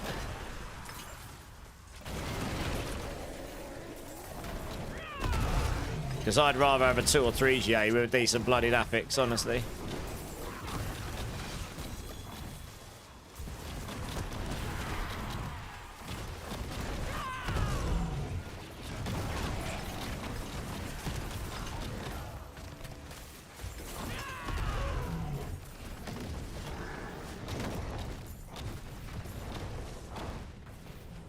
We're gonna have to kill those down here. Oh, yeah. Not crude. Say that.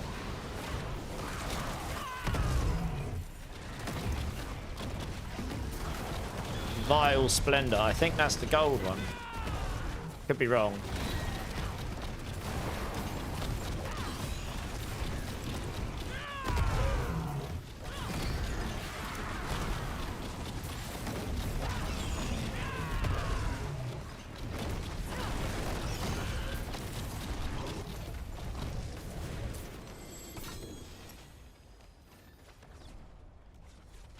Can someone check the price for 4GA Godslayers? Non-bloodied? If anyone's using Diablo.trade, any chance you can find out what 4GA Godslayer's going for? I imagine it's pretty valuable. I mean, Woody Joe made a video on it for Paladin, so I imagine it's going to be in demand. Yeah, okay, it's Vile Splendor. That's the gold one that we get gold from. So actually, I've been throwing those away. We probably don't want to. If you want half-decent gold from these, Vile Splendor seems to be a pretty good way to go, actually.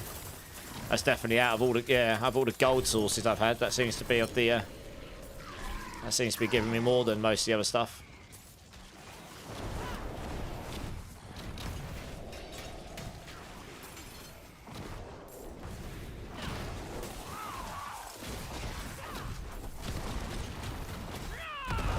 Yeah, it's those things there. They drop a load of gold. Yeah, it's like 5 million just on that small triple like champion pack or something.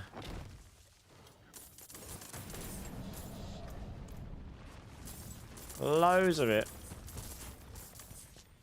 Imagine if it was gold farming sets as well. I hope you get farming stuff next season with sets. That'll be sick. Did you send a request or did I take too long? Got me confused.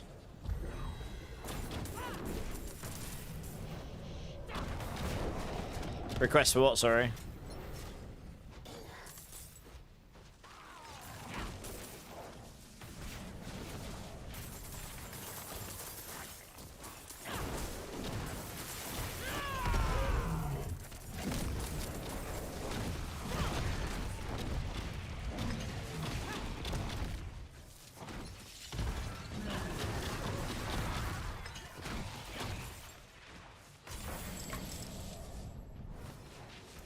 Yeah, got a pretty decent chunky amount of gold from that. Like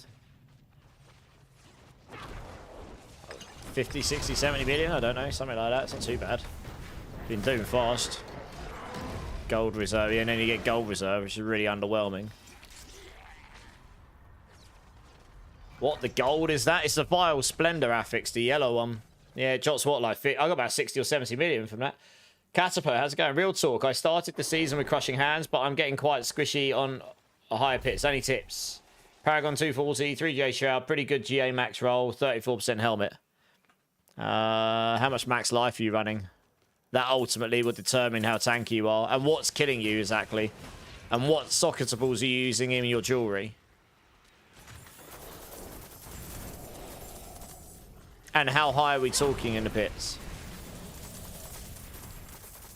Like, I can still get one shot here. The reality is we can't stack that much life. Spiritborns aren't naturally that tanky, to be honest. In combat, it's all about generating barrier. So the faster you attack, the faster you'll generate barrier on Crushing Hand. The more max life you've got, the tankier you get, because it's all based off a percentage of your max life. So, yeah. If you're really struggling with defense, then yes, Temerity will make you tankier. Temerity will make you a lot tankier. But you don't actually need that for Crushing Hands, because Crushing Hands got barrier baked into it. Are you using my latest planner update with the Zik rune? And then the skill tree change, which has got Crushing... It's got Concussive Stomp in it, which generates barrier for you as well. And how much max life are you running?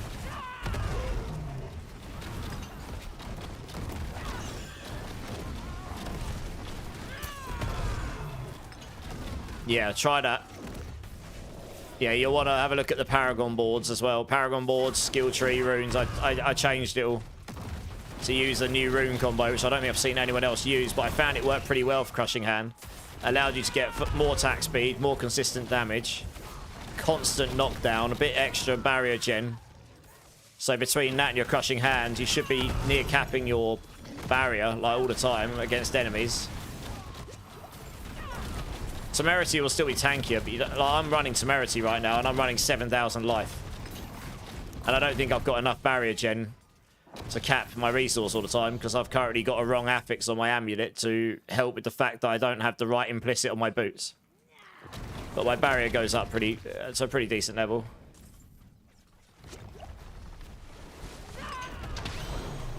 Oh, wow, we got a really good set. Look, we got Belial's offering in this one. Holy. That don't come up very often. Gonna get some free Belial mats from this run. Sick. And yeah, riches or keys. I think that's the thing that gives you the guaranteed stronghold keys. I don't think I've ever had the Belial one before. That's pretty rare. Holy crap, there's loads of stuff over here. 3 GA pulverized gloves drop for you. Wow, you're rich. For those few that are playing pulverize.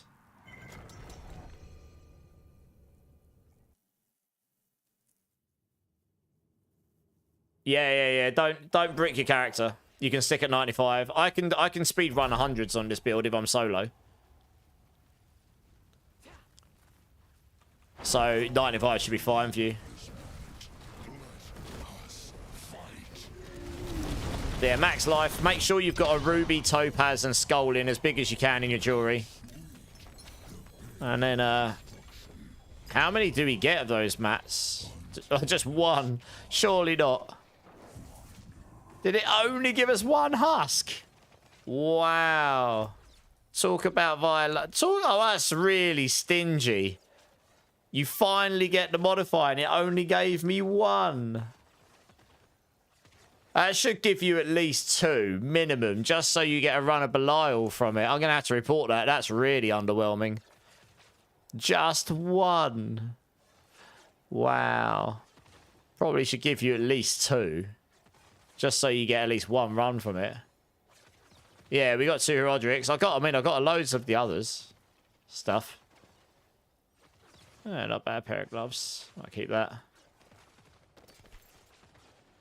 Savage. I got excited about that as well. It was rubbish. Rubbish rewards.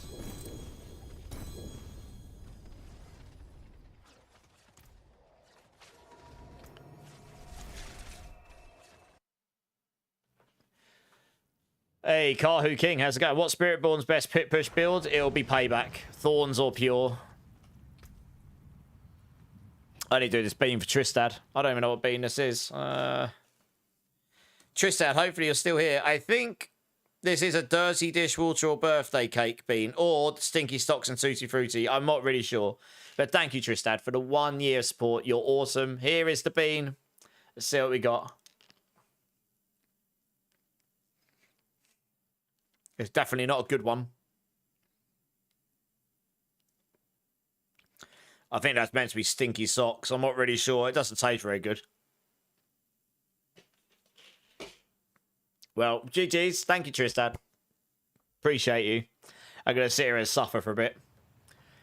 Can I run one dungeon with you? You have to be able to join us in T4.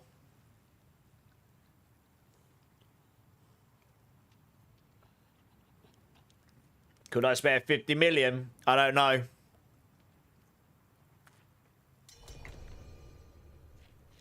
Try and find a vile Splendor key. You'll make over 50 million from that alone. Honestly. That is literally what we just did. Man, that didn't taste particularly great. Oh, yeah. I'm kind of trying to stock up in gold right now. I'm pretty poor myself.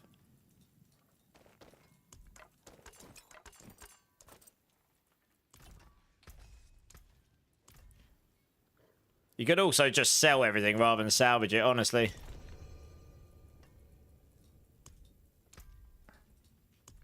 Like, I've got, like, infinite mats here. I could just sell all this stuff if I wanted to.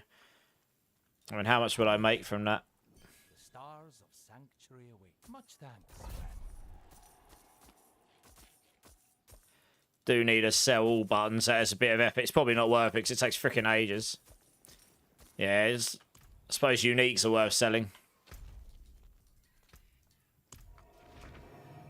Hey, Breakpoint. We're just farming some dungeons right now for mats and other things. No, you're welcome, Kahu. No worries. Why do you use Rod of Kepaleka on Payback? Isn't it a basic skill? Payback gets converted to a core skill. Additionally, a core skill through Poised Payback in the skill tree. Rod of Kepaleka then additionally makes core skills basic skills. So it's now a potency skill, a core skill, and a basic skill. It means that Payback now doesn't cost any resource to cast and has access to all of the damage that the Rod of Kepaleka offers, which is a huge amount more than you can get anywhere else right now. That's why. Hopefully that makes some sense to you. Yeah, we just got 100 mil from that, exactly, yeah.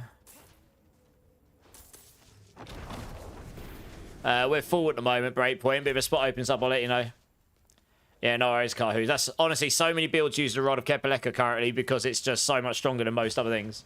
There are a few outliers, and hopefully in the expansion we'll have some extra stuff that will make sense to use that isn't Rod of Kepaleka. But for now, that's what it is. Does anybody have an extra Tam and Zan rune? I don't think I do, actually, but I'll have a look when I go back to town. Has anyone else got a spare Tam or Zan rune, or both?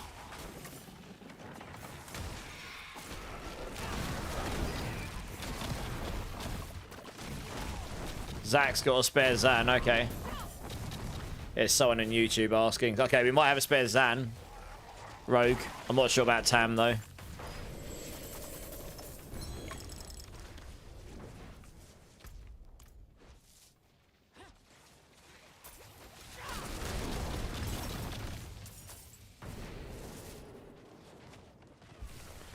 You guys got the keys. To the middle.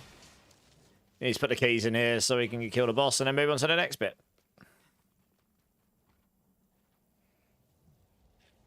You can do that if you want, yeah. It's literally the last person that messaged in YouTube.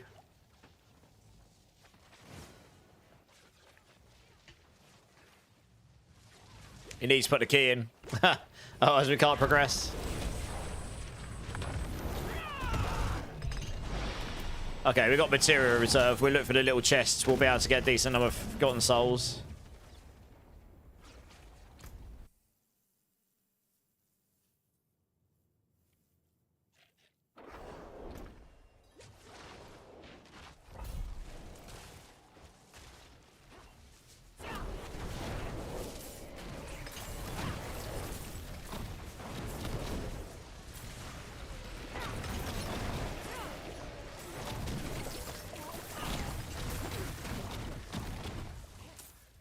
Okay, that's the exit. I'm only rune.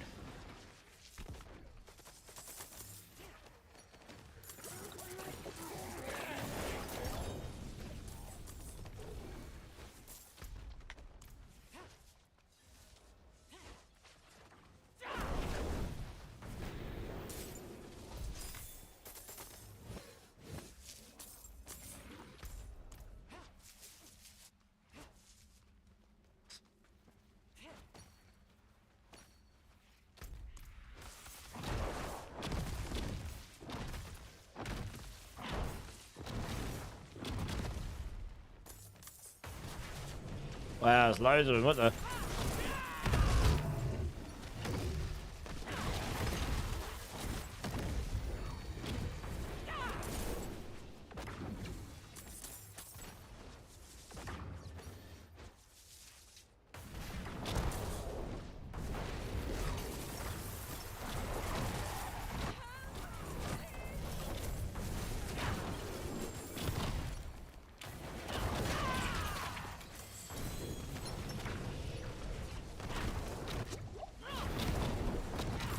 Yeah, nice. Zach here can help you with Zamrune, Rogue. I imagine he'll just help you out for free because he's awesome.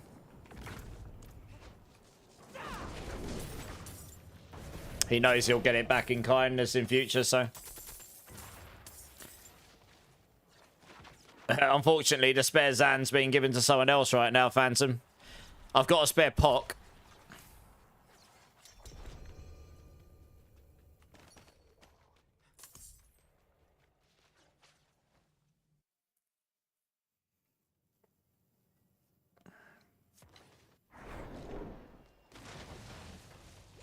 This one's got the Vile Splendor again, so he should get a bunch of gold in this one again.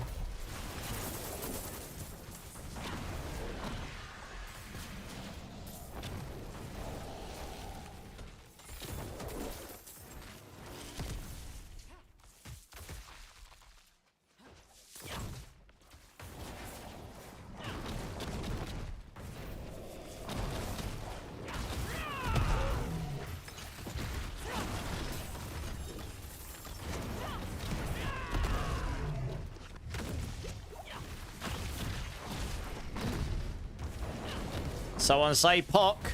I probably have a couple of those, to be honest, if you need one as well.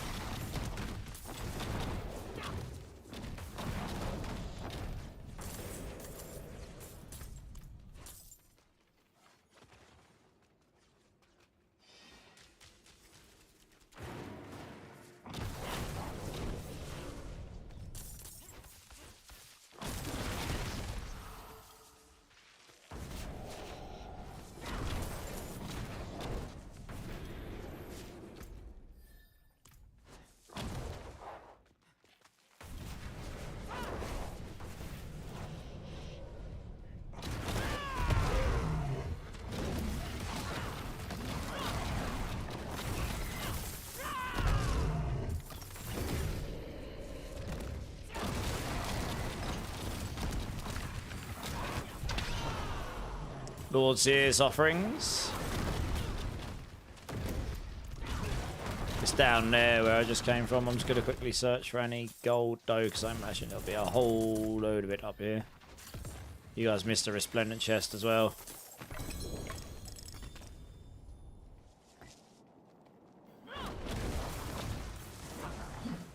Any gold down there. You guys can just hit it when you're ready. I'm just picking up any of the stuff that's left over, like the gold and that. There you go. I can accept from here. You just hit it when you're ready.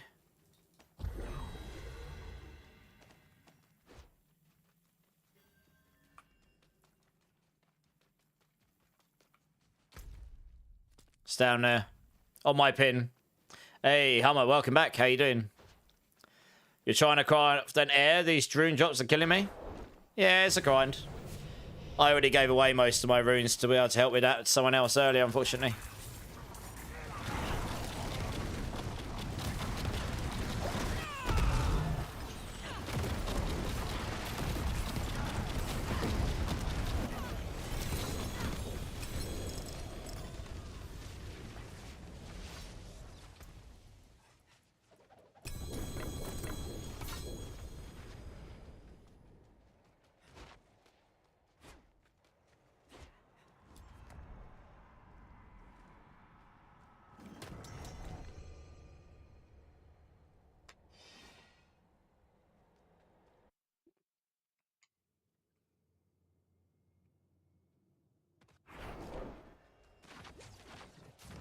You sorted a person on YouTube, Zach. You're a legend. Appreciate it, my dude.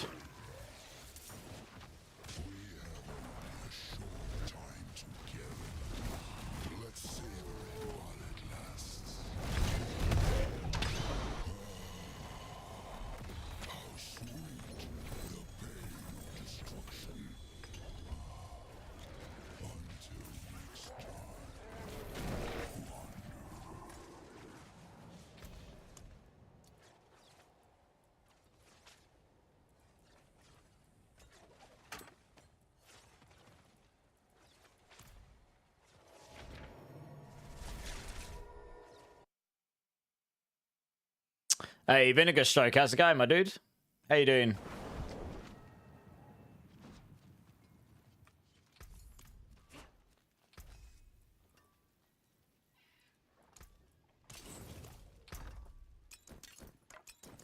Thank you for the run. No worries, you're welcome. I've been starting from nothing.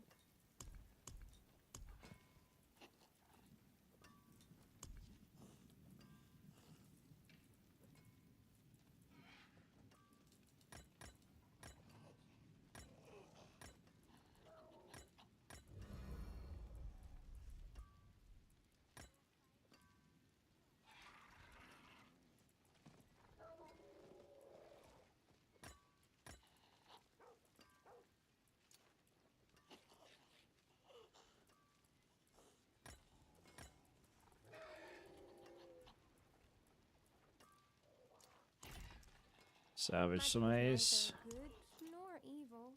How may I help you?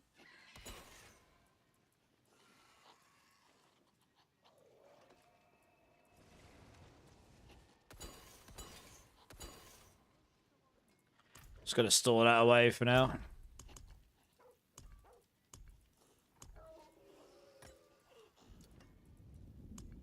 I've got all the bloodstain keys over here. There's tabs full of it. Let's go run some of these at some point.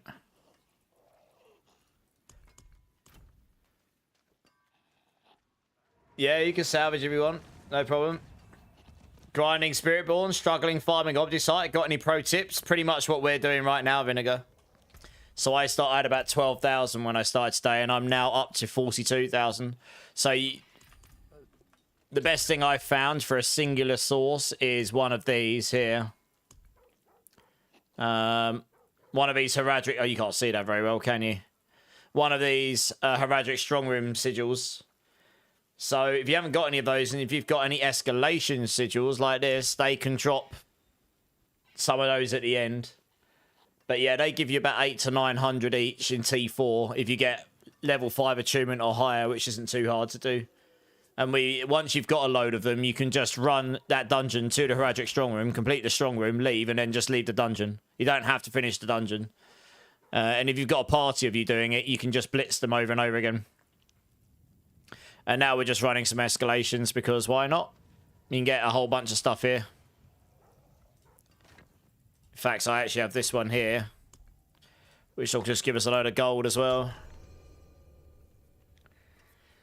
Why save the bloody keys? Because I think they're going to fix them. I'm pretty sure we're going to get a patch this week that's going to fix that because it seems a bit busted to leave the one of the main things for the end game for this season unplayable to most people. You've been running gold escalations. Yeah, exactly, yeah. This is a gold escalation here. This is a Vile Splendor. Yeah, yeah.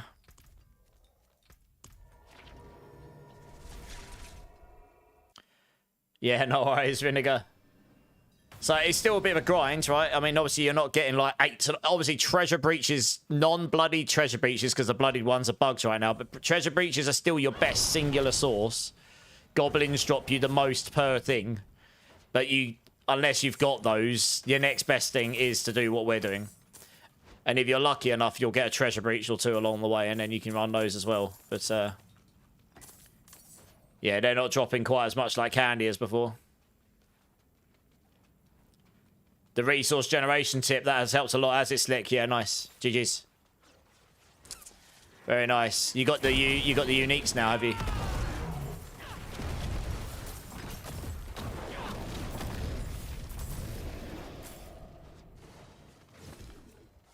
Vial Splendor is 1,000,000 times better than gold's.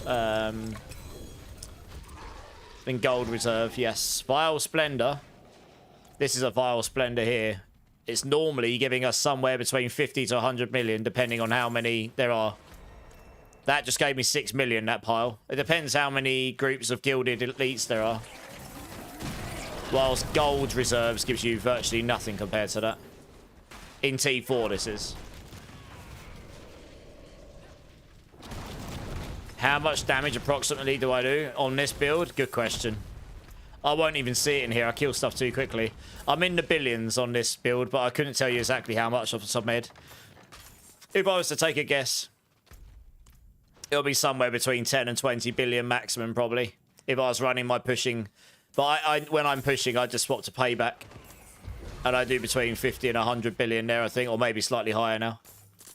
I need a better weapon, to be honest. Not too bad for Spiritborn.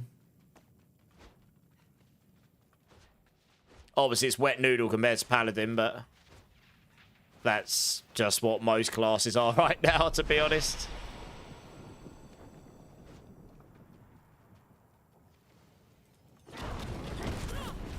Yeah, Gold Reserve is a blue mods. They didn't actually give us that much, that one, but it's a tiny dungeon, so it depends on the dungeon, right? Some of them give you a lot more than others because the dungeon layout's just better or something. But we have had some that gave us a lot more. No, we got a Heraldric Strong Room here, so we'll run this. We'll find the Heraldric Strong Room, and then we'll get some decent Opti-Sight from it. My aunt and uncle are best friends with this dude's parents. The Rides Against Singer. Oh, really? That's cool. You're level 166, and I've got on 1 treasure breach. No goblins. Was that a bloodied one, Vinegar? I heard it's busted. That might be why. Treasure breaches are all about goblins. If you didn't get any goblins there, that definitely sounds broken.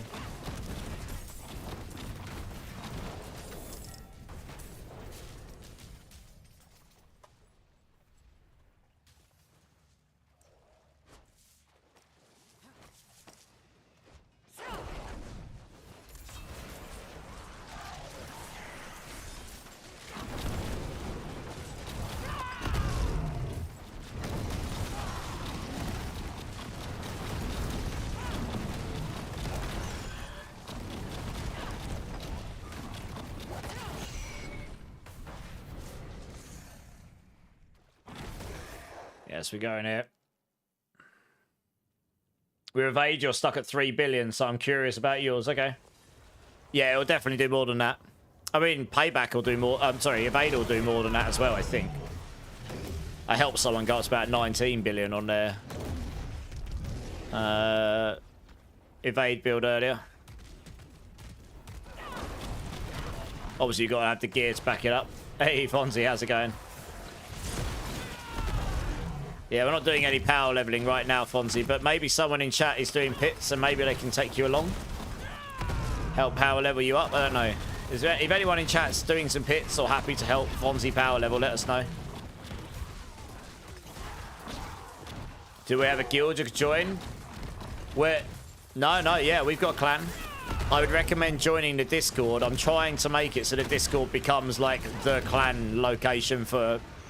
And then we have got an in-game clan which you can join. You can request to join through the Discord. And then maybe for the expansion, we're going to have to create a second clan because we're pretty full.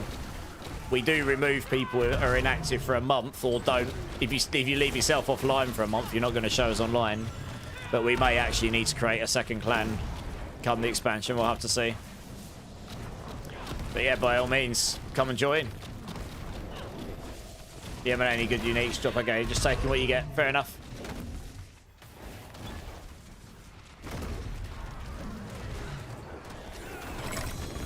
So you get a load of multi-site from this. And an escalation sigil. Very nice. That's what we needed. 0.33. Rip.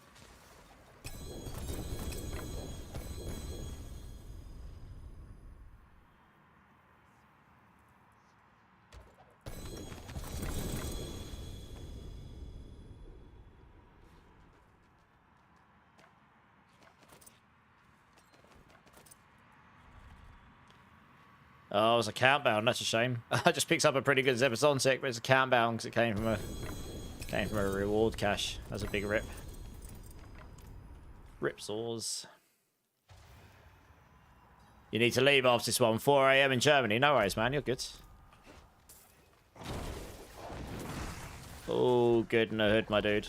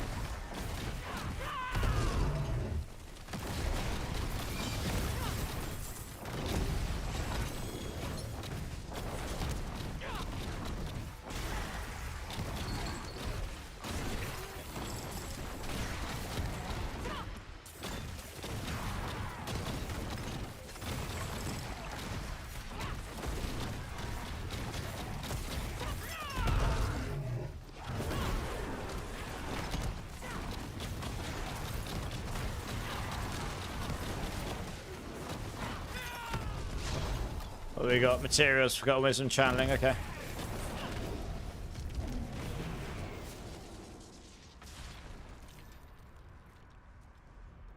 What's the NA clan name? It's just a clan name, right? I don't think it's regioned off in this game. But yeah, request to join through the Discord and then we'll get you in through there. We do that because we like to track who's joined when and stuff.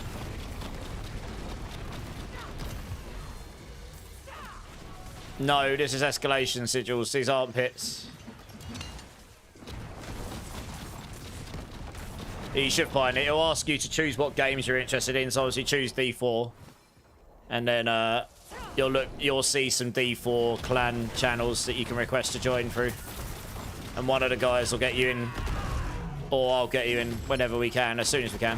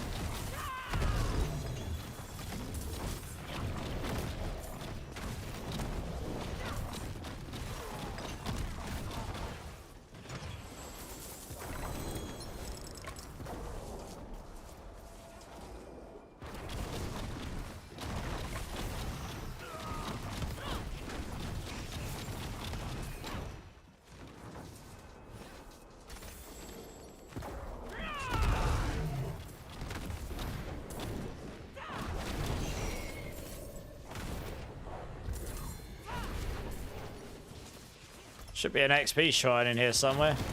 Or maybe we picked up already. Nope, doesn't look like it. Oh well.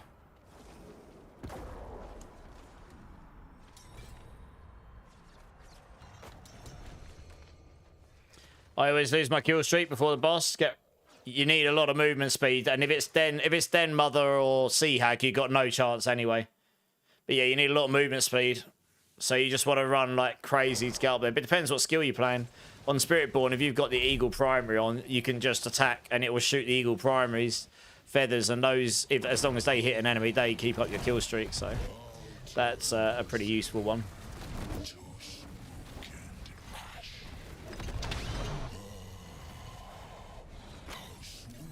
Sea Hag, you can if you're very lucky. Oh yeah, I just like to tell people you can't, because honestly, you might as well. It's very unlikely you will get there. Oh damn, that's a pretty good Rudder Kept there. Max aspect, GA Vigorous. It really loves giving me GA Vigorous Rudder Keps here. I think it's got lower core skills, hits twice, but more max resource. Not bad. What else we got?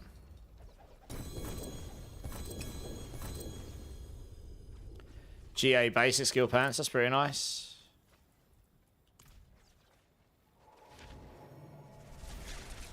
Gotta go. No worries. That's Toxic 5. A great sleep, man. Cheers, jumping in. It's extremely unlikely, yeah, because it takes so long to come out from the floor. Perfect clarity. This build you're on isn't in your link. Is it just the Hulkborn one? Is it not in my link? Oh, one sec. Yeah, I can get the link for you. One sec. Sorry, dude. I thought it was. But yes, it's the Hulkborn. Yeah, yeah. Let's try this. Is that going to allow me to copy it? No. Oh, that's useful. 2 secs. I'll get the link for you.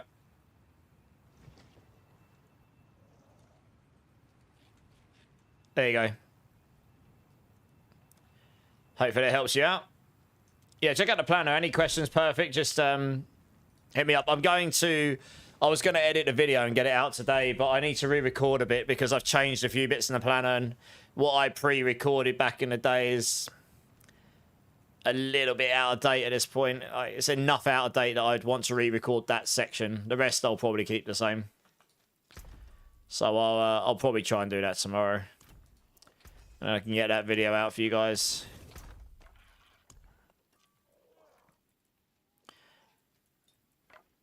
Yeah, it's not a bad little rod of cap, that. That's a countdown, so I can't really give that to anyone anyway, so I might as well stick over here.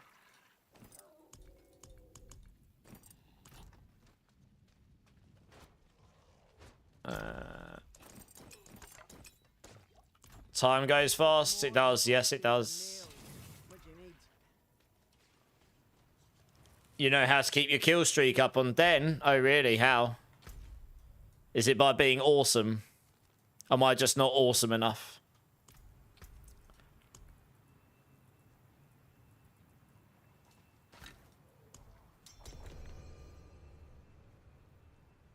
Cast Armored Hide almost immediately into the boss arena. How does that stop you from losing it? Have I killed T4 Lilith yet? Yes, I can do 4-man carries on T4 Lilith. I was doing it the other day.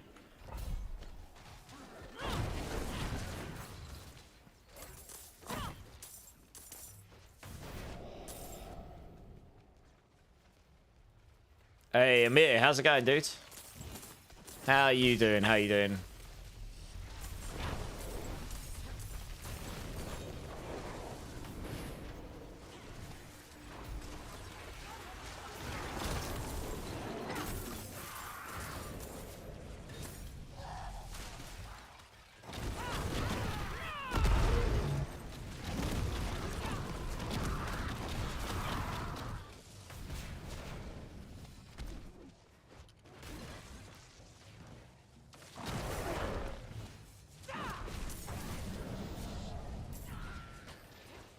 Doing great, testing out some of the kill streak stuff for items, but so far it's underwhelming. Yeah, they're okay.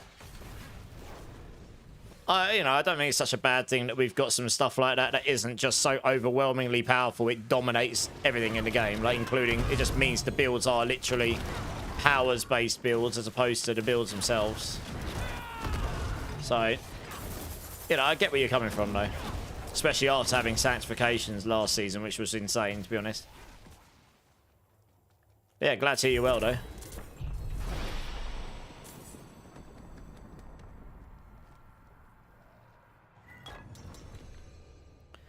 Did an hour of Helltides with double ring. Rune Johnson got 10 runes. Oh, right, yeah. So having fun, though. Okay, well, that's the main thing.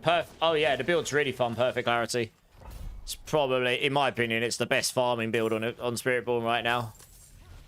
People would argue that Vay's better, but I just think this is more chill.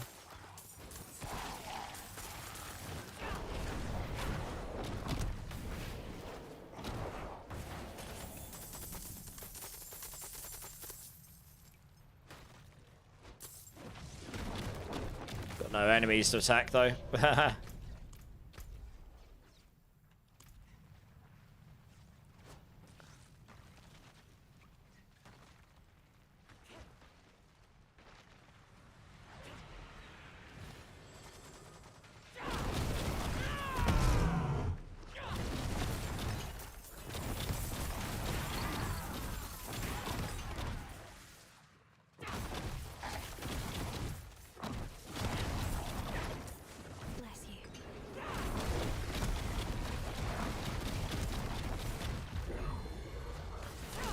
Yeah, it's just crushing hands, iron forwards, yeah.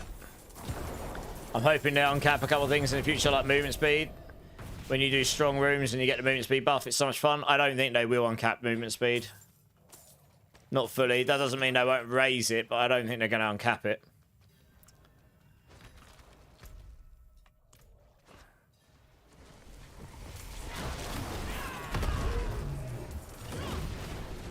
You saved my life.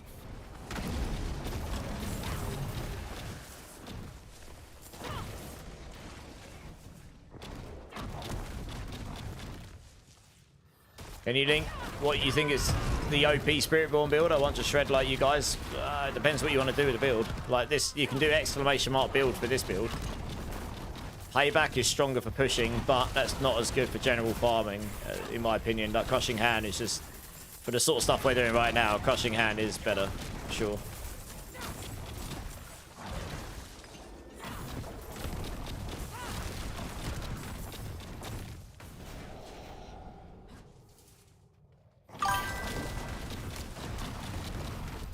Hey, Tyler, how's it going? Welcome in, welcome in. Thank you for the follow. How's your day going? How's your day going?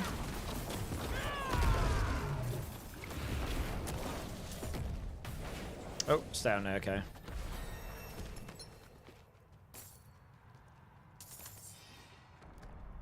Another Vile Splendor, nice. Good, I'm going to bed now. Oh, okay, fair enough, nice. Have a good sleep. Hopefully catch you around in future somewhere, either here or another channel or in the community somewhere. Yeah, season's going good. Well, if you play this one, Crushing Hand, it's very easy to transition this into Payback. So I'd recommend starting on this. Yeah, season's going good. How's your season going, Tyler?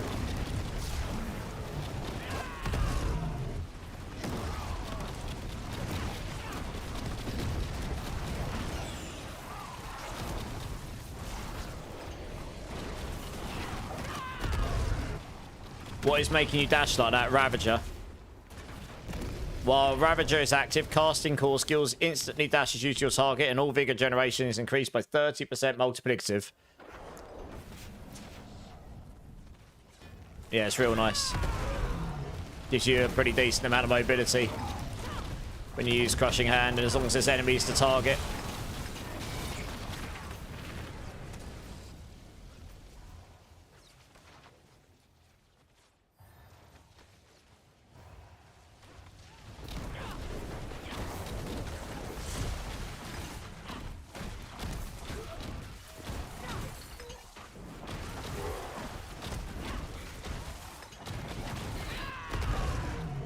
What does multiplicative mean? It means you take whatever value you've got and you multiply it by whatever the multiplier is. So if it's 30%, you take the value and multiply it by 1.3. As opposed to taking a value and adding 30%. But 30%, if you've got number 4, if you've got nothing already, would be 30, would be 1.3 multiplier. But if you've already got 100% increased of whatever it is and you add 30, then your multiplier will only go up by a third. So if it's 1.3, if it's 1, it'd go up to 1.1 and so on. But multipliers are just their own thing. Like, they just multiply whatever they're being applied to. Additive all stacks together in like a separate, in a singular bucket.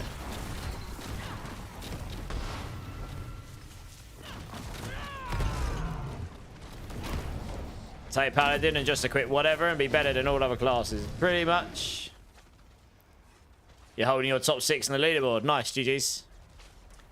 Do you know what? I was in the top 6 Spiritborn. Obviously, as you say, no other class competes with Paladin right now, but that's okay.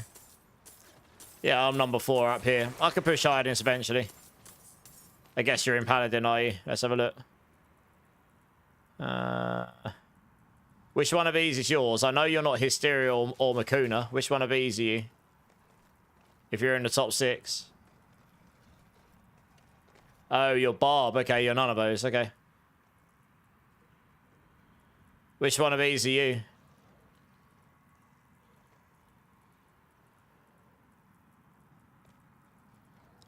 Okay, you're Fane. Oh, nice. GG's.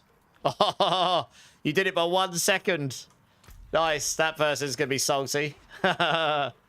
You're 1 second ahead of him. GG's.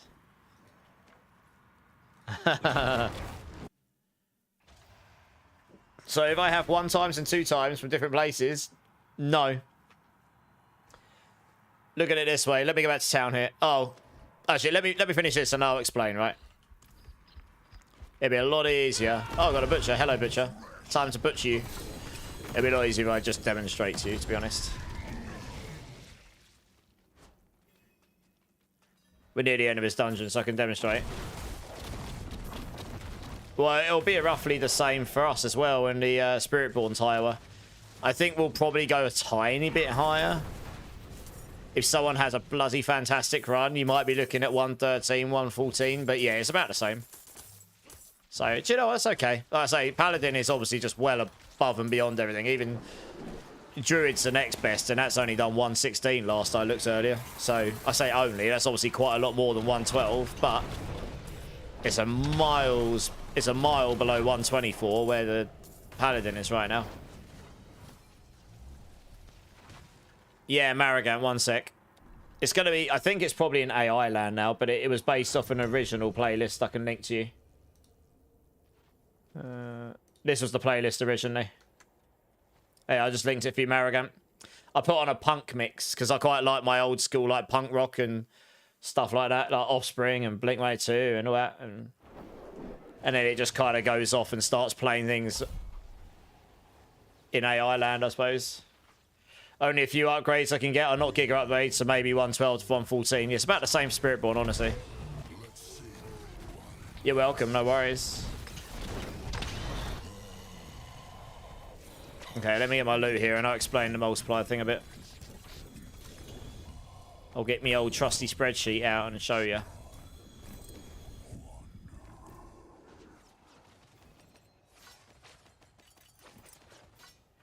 Neothyron, I'll have that, please. Alright, there we go. Alright. Let me get a spreadsheet out here that I can demonstrate for you. Really simply. Let's make it so I'm not going to blind you. That'll be a good start. Alright, let me move over here a second. You can see, right. Are you here, Justin, yeah? So what I was going to say, you've got additive here. Right? So let's say we've got, I don't know, let's say we've got 100 damage, right? Damage. Right. Let's go to that a second. That's our damage, 100. Let's say we're adding a multiplier of, I don't know, multiplier of 1.3 or so. And let's just say multiplier here. Right, and we're adding a 1.3. Oh, we're adding, let's just say we're adding 30% here. Let me change that. 2%. 30. There we go. Right. So your total damage is going to equal your 100 damage. Oops. Damn. It's going to equal your 100 damage. And you're going to multiply it by 1 plus this, probably. Because that's 30%, so that's 0.3. If we do that, 130, there we go. So you've multiplied your damage by 1.3, because 30% is a third of 100, right? Of 100%, right? It's a third of your number. But you're adding it to that. You're not just going, I want 30% of this. You're going to take 30% of that and add it on. So that gives you this. If, for say, you had, let's do the same thing for additive up here. And let's say we've got additive of 30% and we've got no other additive on our build. That would also be this. That would literally be the same. But if, I'm trying to think how I demonstrate this. Right, if we put this over here and we say, okay, we've already got, let's just say, I'm just writing it out just for,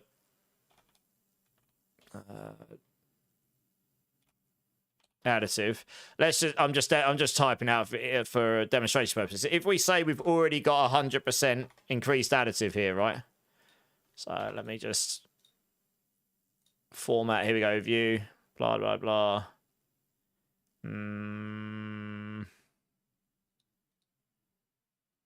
There we go. So if I say we've got 100% additive already, so this number, if this is 0, this number here would be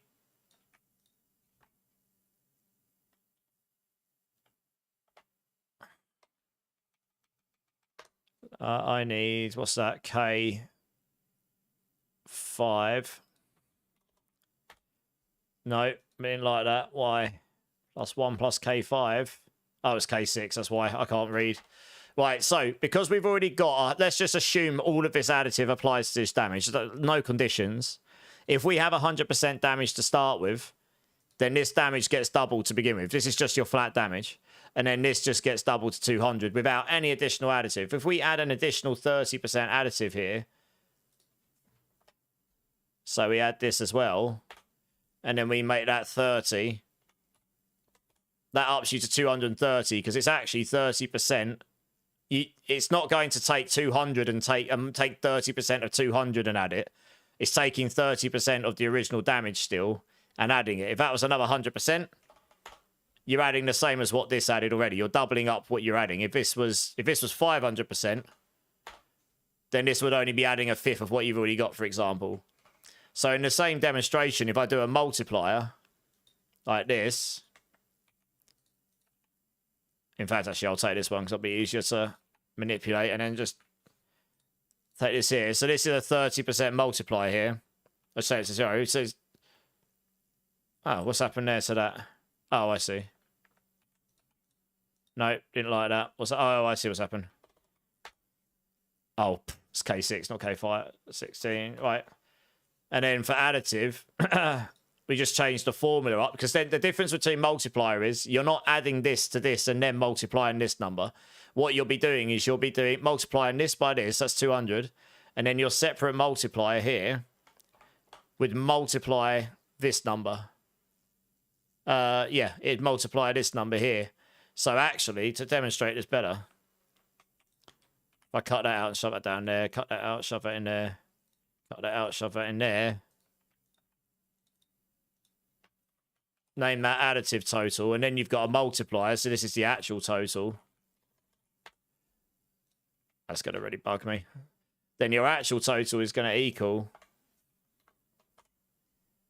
this number here times 1 plus this number here. And it would actually be 260. So like if that was 30, to make that same. So there you go. So if you've got 100 damage, an existing 100%, and you add 30% additive, you'll end up with 230 damage. But if you've got 100 damage and you've got 100, if you've got 100 base damage and you've got 100% increased damage, so that puts you to 200, and then you've got a multiplier of 30%, not additive, you're multiplying the final total beforehand as opposed to before the fact. So you end up with 260, so you end up with more damage. That's why multipliers are stronger than additive, because eventually you just end up with, like if I make that 1,000, the number becomes wildly larger because that multiplier just keeps multiplying. Like I can make that 10,000 if you want, it doesn't matter. This number just gets bigger and bigger compared to this one. Overall, it exacerbates over time. The more multipliers you add, the more it exacerbates. I don't know if that makes sense. That's kind of like a spreadsheet version of trying to explain how the additive and multis work, but that's kind of how it works. What happens if I had multipliers from a bunch of different spots? How does it go? Yeah, it's exactly what I just demonstrated. It becomes exponential. I hope that explained it. The more multis you add, the more it exponentially gets larger because your additive is still just one multiplier. But if you've got 10 different multipliers, they will just... It's exponential, isn't it? Yeah, it's exactly that. You got to jump off. You're still running when I get back. Oh, okay, man. No worries, dude. Sorry. I know you guys were just hanging around waiting for me. Sorry about that. You can farm 45 seconds. You can achieve anything, Tyler. Nice. Yeah, I mean, that's pretty good going. You're playing Thorn's Retribution, I imagine, right?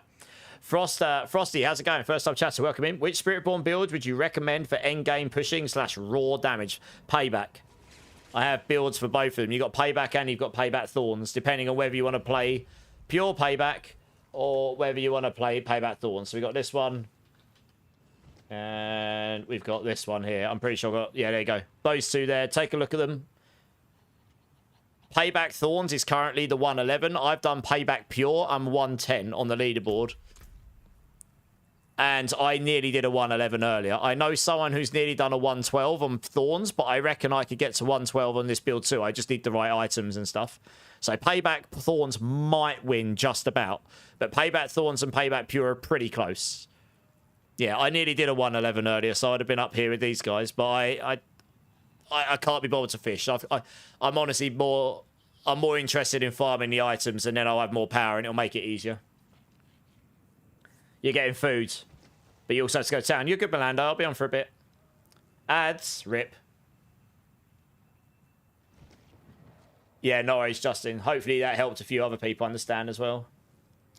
Alcerion, how's it going? I was wondering if anybody would be able to power level. There's loads of people in here going, can you power level me? Is anyone power leveling right now? Damon, how's it going? Note that additives themselves are mostly in a bucket that's multiplies. Oh, yeah, that's what I'm saying. All the additives is a multiplier. They are a singular multiplier, not many multipliers. And then if you've got 10 others that are 10 multipliers, that will always be stronger because you're multiplying and multiplying and multiplying. You're not just one big bucket, multiply the total. You're doing total, multiply by this, multiply by this, multiply by this, and it just gets bigger and bigger. It's exponential, yeah. Was wondering if they would go for Crushing Hands or Payback. Crushing Hands and Pure Payback are really similar gear if you use my guides. So if you just want to get going, Crushing Hands for farming, you can literally just have an armory build for Payback, and all you've got to do then is change your runes. And then Thorns Payback is not a lot different, so you can also have an armory build for that and do similar. Yeah, that's what I've been doing. It's bedtime, use that. No worries. I'm going to go quickly use the restroom, guys, so I'll be back in 1 minute. BRB.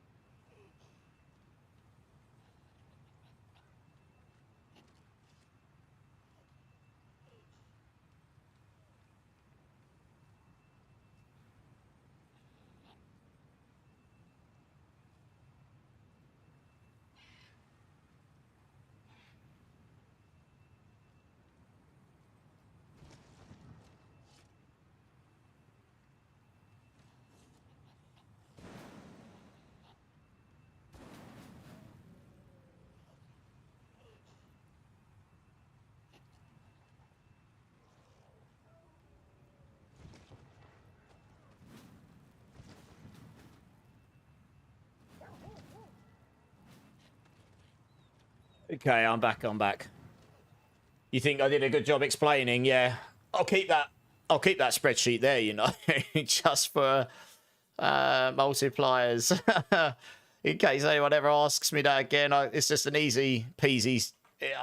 It's not as complicated as it sounds, to be honest, but when you first start playing the game and you've got all these various different conditional numbers being thrown at you and multipliers and, you know, mechanics increasing your damage and all sorts, it can be a bit confusing, so I can understand that. Guys, we've got 2 spare spots for anyone if you want to come run some escalations with us and get some loot, gold, and all manners of other good things. I just rolled a pretty good amulet. Oh, nice. That's literally identical to what I'm running, except it's probably got slightly more dex. GA max resource amulet. Probably, yeah. Roll like brilliance or apex on that, and that's pretty decent. Very nice. Shame it didn't roll double GA, really, isn't it? Mercy 52, Rusha, wrong GA. SSD's coming in, nice. Hey, Vegeta, that's going, yeah, good. Your goal is to reach 111 on Barb and switch to Paladin and beat it without gear. Yeah. Naked! Yeah, you can go in and do a naked run and win.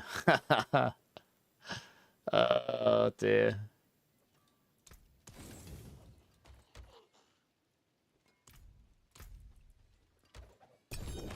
Just got to be able to be in T4, Justin.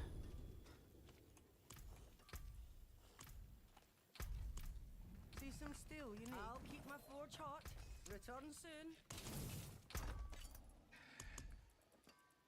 I'm going to have a clean up here in the next day or so. I'll do that when I can. How shall I guide my hammer? Do exclamation mark B tag, add me. Come join. Emma, why doesn't Payback have the shockwave effect like last system? It does if you're doing Payback Thorns. You need the bristle. That's a different build. I've got two. I've got one for pure Payback and I've got one for Thorns. The Thorns build uses the bristling vengeance aspects on the amulet, and that's what causes it to have the shockwave. But then that then means your damage is then from that aspect and the Thorns.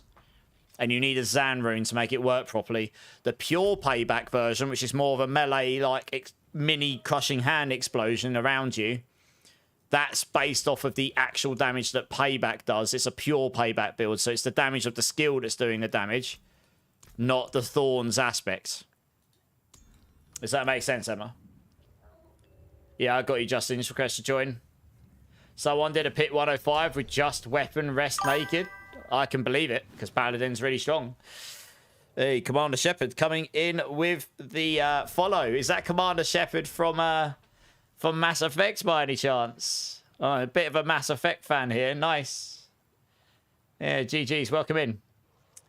Hope you're having a great day. Sounds perfectly balanced. I know, right? Appreciate your guides and explanation. I just see Paladins everywhere else, so I'm happy I can try it. No worries. Yeah, Paladins everywhere, right? Yeah, I'm glad you're in. I'm glad I'm able to help you. The Mass Effect series is the balls, yeah. I replayed, before I started streaming a few years back when they released the Legendary Edition, I replayed it from beginning to end, 100%ed everything. Every single side quest, every single piece of story. And I got to the end and I was sad. It took me about 100 hours, give or take. Might have been a little bit longer to do everything. Get the best ending. You know, everyone survives. You get the best ending in the final game, which I didn't get the first time I played it because it didn't exist. They added it.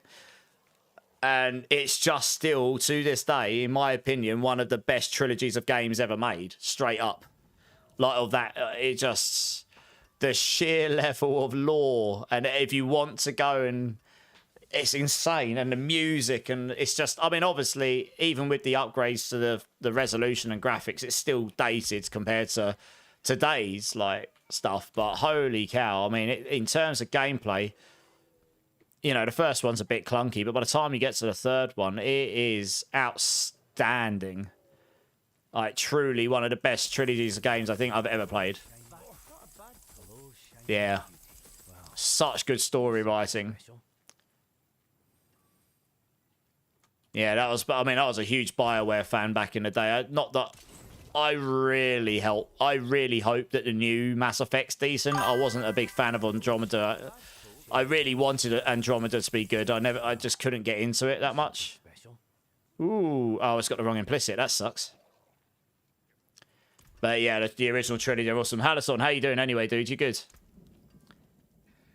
What's the power level workaround? Just pits, I guess. People can just get you and run pits, and you'll level a bit slower than we used to do, but it's faster than it was last season. It was really, really good, honestly. It was actually a really well done. Yeah, it was a really well done remaster. It was basically the same game, it's just playable in today's technology.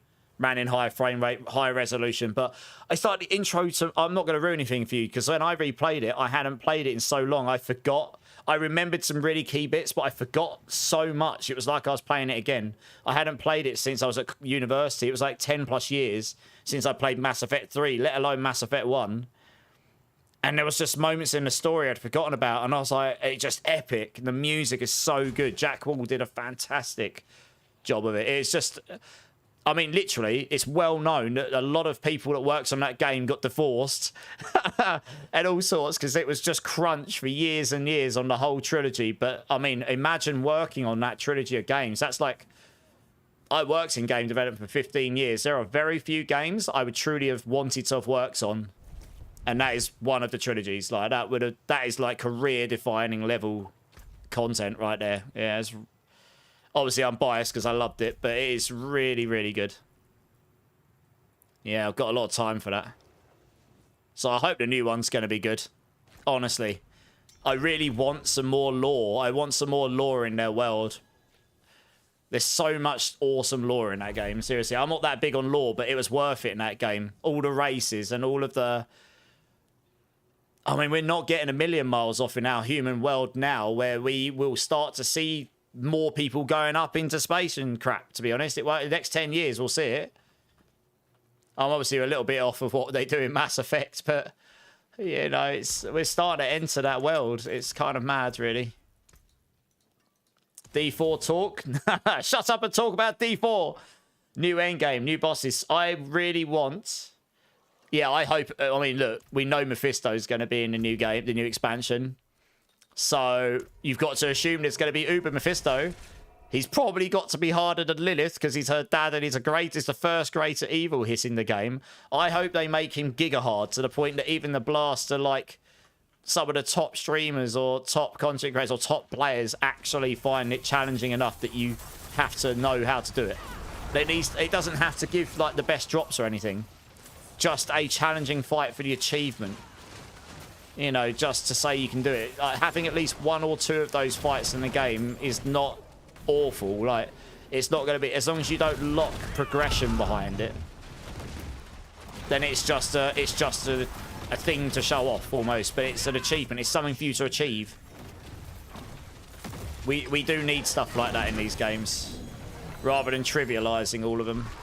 I personally hope for that, but I'm a blaster, so I would, I guess. DJ Turtle, thank you for the follow, dude. I appreciate it. Welcome in. How are you doing?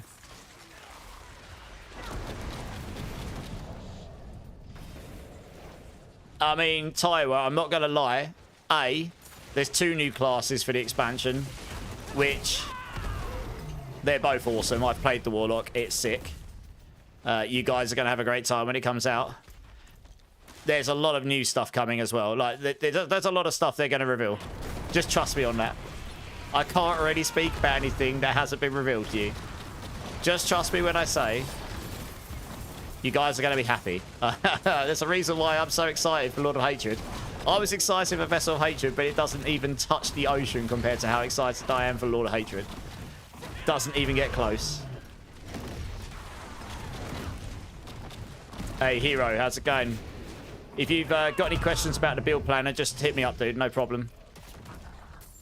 Finally got a Midnight Sun. What's the aspects on it? The slick wheel. I'm hoping for you that it's higher than 40%. Otherwise, I mean, any percent will help, but the higher the better. Grey Raven, I hope that the new Torment Scowl is built so the final level is truly a stretch goal. So Grey Raven, I don't know the facts for this, so do not take this as fact.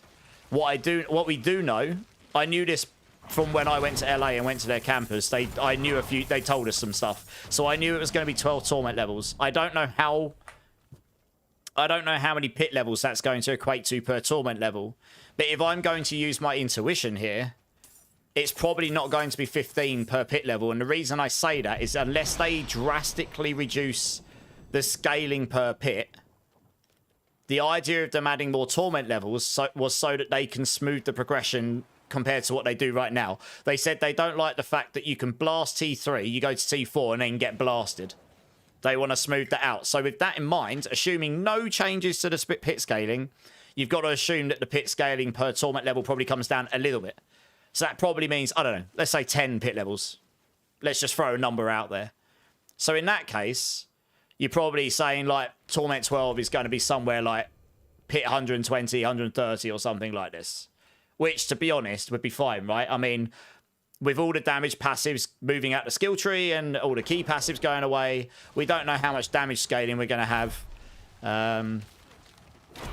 I mean, let's be realistic. I mean, they probably are changing the balancing in the pits as well, because it's going to require... The whole game is getting rebalanced around, you know, going to item level 900, which we've seen, and all these new systems coming into place, and obviously all the skill trees changing. But, yeah, I mean, I'd like to... I think that the progression will feel smoother, and hopefully the final Torment level or 2 will be properly aspirational.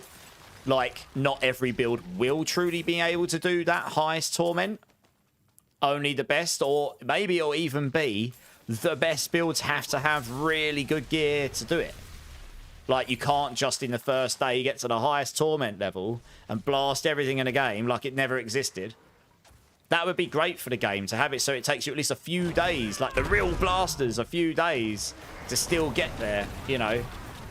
And then obviously for other people, it might take you a lot longer because you're not blasting 20 hours a day, you know. Once a barb, always a barb. Hey, you like to smash things in the head. Yeah, you'd like my friend Clipters. He knows a few things about barb. Stop hyping, I'm gonna die. No, because it is hype. And we're getting closer and closer every day. We're not far off 1 month away now. The hopium is real.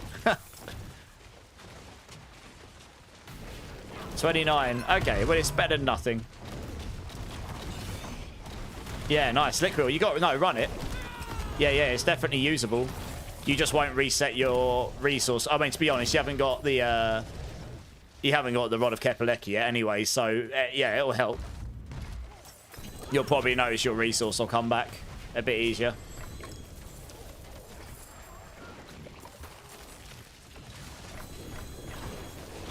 I will smash my hammer into T4 or T10, doesn't matter. I hope every class has really awesome builds that can do all the hardest content, and many different varieties of builds that can do the content as well. That's what I hope. And I can tell you now, after playing the Warlock and having a chance to play their skill tree in the form that was at least provided to me when I played it, the amount of variety in the tree that we saw in that class alone is so much greater than what we've got right now. And if that's going to be the same, I didn't see the other classes, so if it's going to be the same as the other, like for that as it is in the other classes, if it's going to be the same across the board, then every class should have way more variety of what they can do. I mean, there will inevitably be S-tier builds because they'll just be stronger and they'll just go higher because there's a unique that makes it 10 times more powerful. I'm sure there'll still be stuff like this in this game. There always is. Far too many mechanics going on to avoid it.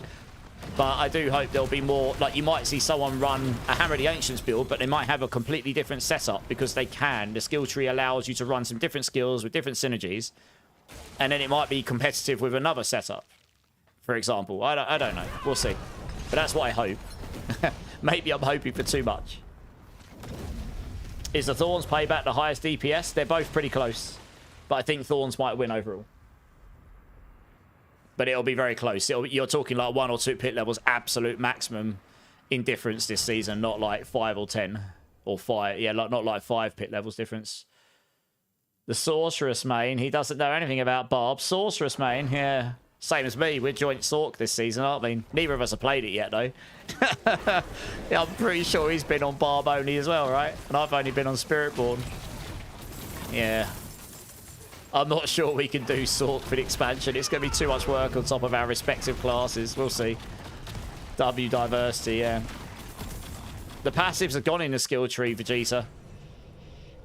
The passives don't exist in the skill tree, neither do key passives. I saw that when I played on the Warlock. Kaput's gone, not in skill tree. I can't speak for the rest of the game, but I can certainly tell you that the skill trees will have no passives and key passives in them. Well, that's what I saw in the Warlock, so I presume every class will follow the same ethos. XP shrine here, guys, if you want it. Say that again, but say it slower. Which bit?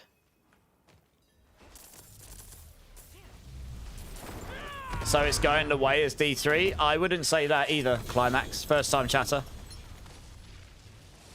Their sets are going to be completely different to D3, and that is a really significant difference considering that D3 became a game of sets. A game of sets, or... yeah, it was a game of sets, or you used the Legacy of Dreams legendary gem and played absolutely no sets, and then got loads of damage for it. That's right. It was something like that, yeah. But that's basically what D3 became built around on all their builds. So in D4, the sets are going to be in a new system called the Talisman, and you're going to have socketables, both charms, and I can't remember the name of the other thing off the top of my head. But you get this type of socketable that defines how many charms you can equip, and those charms will have sets associated with them and affixes on them. So the affixes, I believe, will be randomized. The sets will be set on the charm. So anyway, the main thing here that's very different to D3 is that does not define the rest of your itemization. In D3, it totally defined your itemization.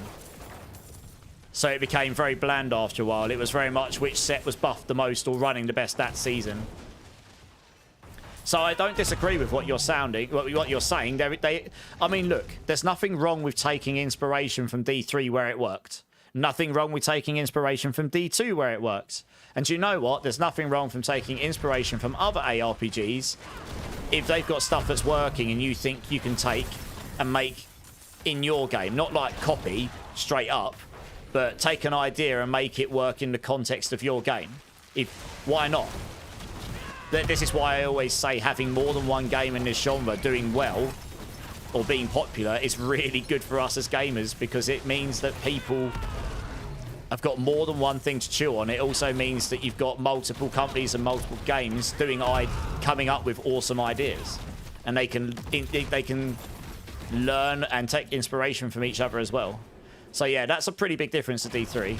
I'm trying to think of anything else I can talk about right now that would be pretty significantly different to D3. I mean, the skill trees are very different in D4, and that's not going to be any different. You don't have skill trees in D3. You've got skill. You chose runes, didn't you? You chose your skill, and you had 4 or 5 options, which are essentially the runes. So I mean, that is still different. So there is some significant differences, but the way you build your character will be quite different. It became a game of sets, D3. So yeah. But yeah, how are you finding D4 at the moment, Climax? And thank you for the follow as well, by the way. I appreciate that. Wait, people actually playing Barb? Yes. People like to big bonk people in the head. It's doing as well as Spiritborn this season.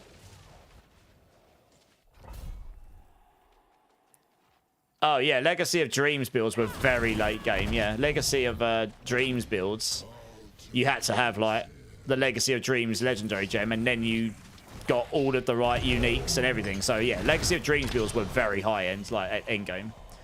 But sets you could get from the get-go, they basically made it so all of your season journey dropped a set. So you got that, and then you go farm out your best set for the season for your class, or whichever set you want to play, and then you blast, wouldn't you? That's what you do. Yeah. They even made it so leaderboards compared to what set you were using. That's how much it was focused around it. There's nothing wrong with that. It's a really fun game, but we don't need that again, and that's what they're not doing. So it is a pretty big difference. I complain so much about it, yet I play every season. Very addicting. Climax. They've got you. They've got you. Just the same as they've got me. Yeah. It's only going to get more addicting. You wait.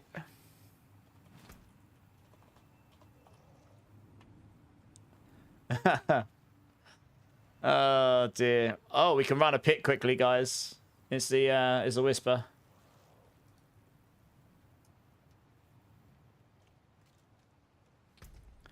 Let me throw on a couple of bits here. I can't use that. Let's run one of these. Let's run one of these super quick so we can. Oh no worries, you're good. You're good, Ollie. Just jumping in. I'd need to go back and look at it again, but I feel the leaderboards were. You feel the leaderboards were what? Sorry. The leaderboards in this game will get better, by the way. They're working on features and stuff, some of which were in D3. A little detailed, yeah. Indeed, there's the leaderboards in this game are going to get better. They've already said they're working on a bunch of stuff for them. So yeah, hopefully in the nearest future we'll get some of those. Bloody hell, we got the firing chart straight up, like the only thing that can do me.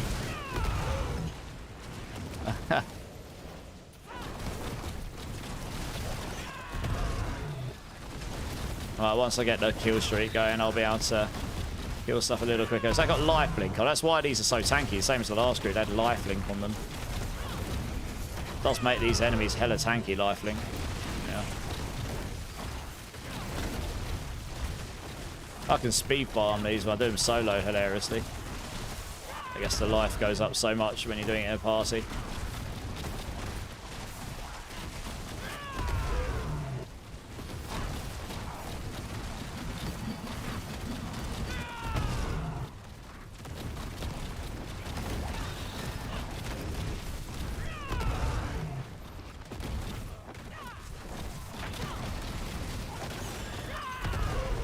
I would highly recommend you guys just staying somewhere where you don't get attacked.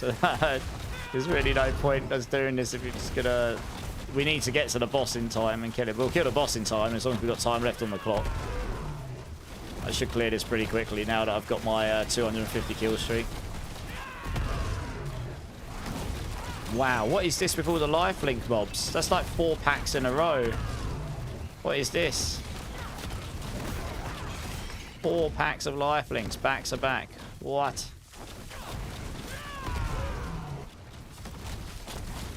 I'm killing the elite faster than I was killing them.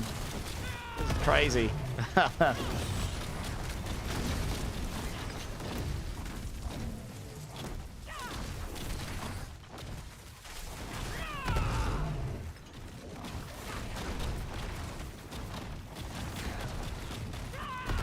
That's a bit more like it. See how fast those blues went down without lifelink on.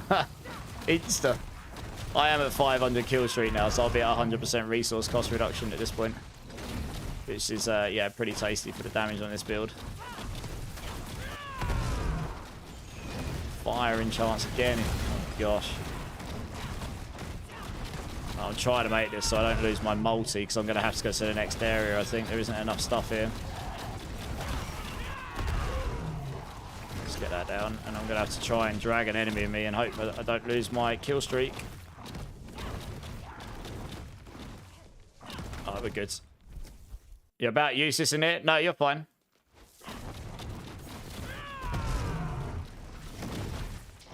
It'll probably skip me in a minute, to be honest. I guess we'll see, right? Better nerfs the oh, I see. Shielded bomb.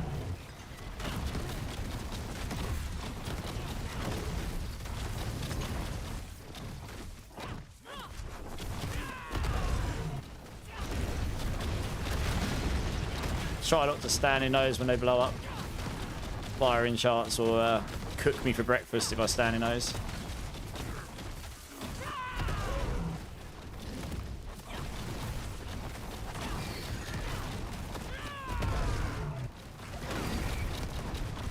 Another lifelink group. I suppose the benefit is if you kill one, you kill them all, but still. I think the problem is if you're hitting all 3 at once, it doesn't actually do triple the damage. I think it still only does single damage to them. So you end up in a situation where it's like, oh, I did get my kill streak, yeah. Yeah, you end up in a situation where it's like you're still only doing it as if you're hitting one of them, I think. That's why you do so little damage when you're hitting all 3 at the same time. I want to say that probably is a bug, but I'd have to report it and see if... Because in theory, if you hit all 3, it should hurt them. You should do damage to all of them, and then it should hurt all the others, in theory. That's why it feels so slow to do them. Why did I get a white item in here? That's random.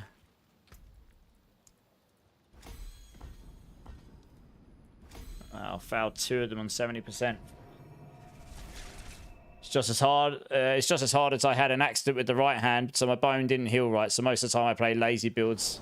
Fair enough. Well, I'm sorry to hear that happened to your hand. That sucks. But I hope you at least find stuff that you can play, so that's good. Fortunately, these games have an array of builds, from complex APMs to just super lazy one-button builds, don't they? I guess you probably steer more towards those to help out with your hand issue or whatever, or whatever you want to say, call it, I suppose. Cool down. Just double check on my stuff. I don't need any of those. It's not bad little ring, that. Just down there. I'm going to have a tidy up in here. There's going to be loads of items in here now that I don't need to keep. It's like day 1 stuff. Monday night. So you think in the X-Batch, the Atlas tree will be like PoE? I don't think it will be like PoE as per se. I think it's their version of that though, yeah. They're trees that they're going to use to customize. You get points for by doing certain things in the game to customize your in-game experience with the various different activities, like Nightmare. I don't know, but let's just say we've got a tree for Nightmare dungeons and a tree for lair bosses. You get to customize your experience one way or the other for certain things. So I think it is. That's exactly my point, right? They've taken inspiration from what PoE's done and put it into the context of what works in D4. And then we've got war plans on top of it. Again, we don't know exactly how that's working. We know roughly how it works from what they've shown. But yeah, so you know, and then vice versa. I'm sure at some point PoE would take inspiration from D4 as well. It's even if they wouldn't admit it. Keeps you busy. And see, I don't know if it's going to keep you busy for a long time. We'll have to see. I honestly can't speak for that. But I think we've got loads of endgame content in D4 right now. It just becomes irrelevant because it's too easy. With the damage scaling alone, making content scale, all content in the game scale higher, because you've got more torment levels that scale higher, then that means everything. You imagine doing like the T7 bosses right now, except in the context of the whole game. If you set the difficulty too high, that is essentially what I believe. Well, that's what I think we're going to get with the expansion. So then suddenly it's like we have a lot more stuff that's still relevant to do, as long as the rewards scale with it. And then obviously having new systems on top of that to give you some purpose for doing things and some extra different things to do. That's also nice as well. So yeah, let's run one of these. I guess it's a whisper, so we can run this. Crushing Fist was my favourite speed builds. Crushing Hand, yeah. This, I've pushed a 106 on this. It's not too bad, Walker, given the top's a 111 right now. But yeah, Crushing Hand, super fun. You got 2 Heraldic Strong Rooms. Yeah, keep those, Justin. You get an Opti-Sight from them. Let's run this. Let's run these. How do you unlock escalation rooms? You just got to drop these sigils. There's a chance to drop them in a Heraldic Strong Room. Like, dungeons, yeah. Not bad at all, Walker, yeah.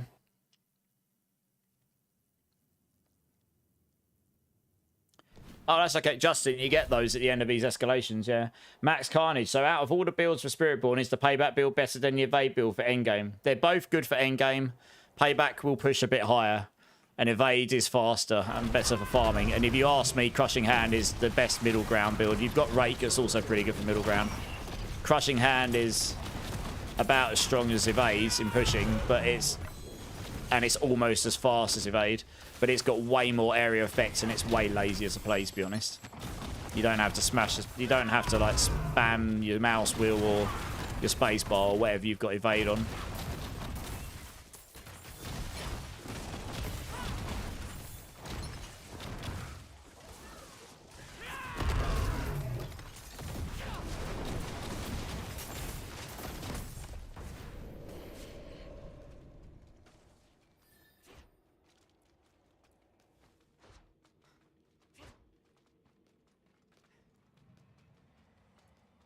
Oh, there we are.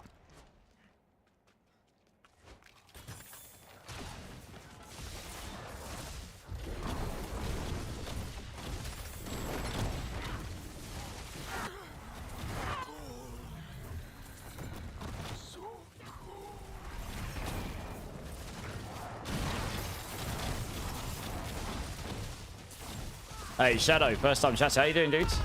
You're following a build 1-to-1, and I have everything but the gear upgraded. I was wondering why I'm so squishy. Which build are you following, Shadow?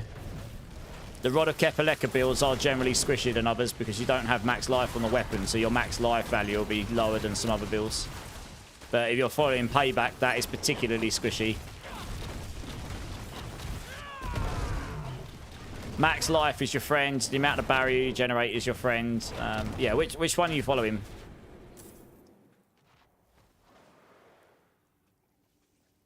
I don't have a shield retribution paladin. Are you following Sanctum's build or something?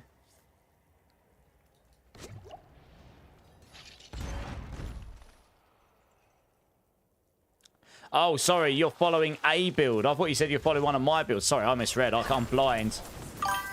You're following Ponyhoff's build. Okay. Sorry, I totally misread that. That is my bad. Okay, I do know Ponyhoff a little bit. Not very well, but I have crossed paths with him. His builds are normally pretty solid. No shade against him at all, but I would always recommend our Paladin Specialist to you instead. So I would always recommend Sanctum or Mippy. I believe Sanctum's got the shield retribution build up, and I think it might even be featured on MOBA right now. I haven't had a chance to look at that build, but I imagine Sanctum's is very good. I know that he's trying to farm the gear so he can compete on the top leaderboards. So I can get you the link for that if you want. Beyond that, I actually don't know when it comes to the Shield Retribution build because I haven't played it, to be honest. I played a bunch of Paladin builds at the beginning of last season when they dropped. But generally speaking, when I was playing their builds, to become tanky, you needed max life and you needed a shield with lots of damage reduction. But if your shield doesn't have damage reduction on it because you're using a unique shield that doesn't have that on it, then you would feel squishy in the high end, I think, because you don't really stack barrier and stuff on that class. So, yeah, okay, before we go into this next, let me find Sanctums, and that might help you a little bit, because all in on damage, baby. What do you mean, are you in a safe space? You're always in a safe space. What are you talking about? Also, Bringer of Rain and Wire Reaper, thank you so much for the follows, guys. Appreciate you. Welcome in, welcome in. Let me get you this link quickly.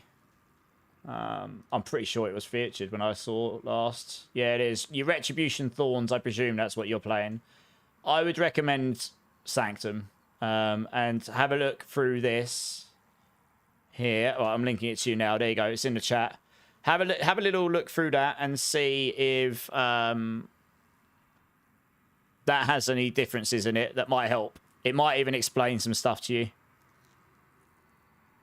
Useless Mort is angry. You calling me useless? Well, that's good. He's a monster. He hits me after stream.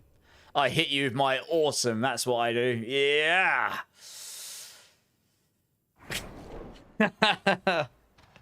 Oh, that was so cringe.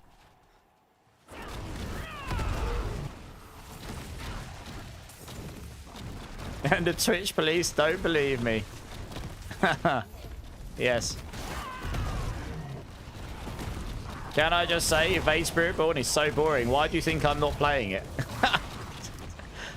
I can't be bothered.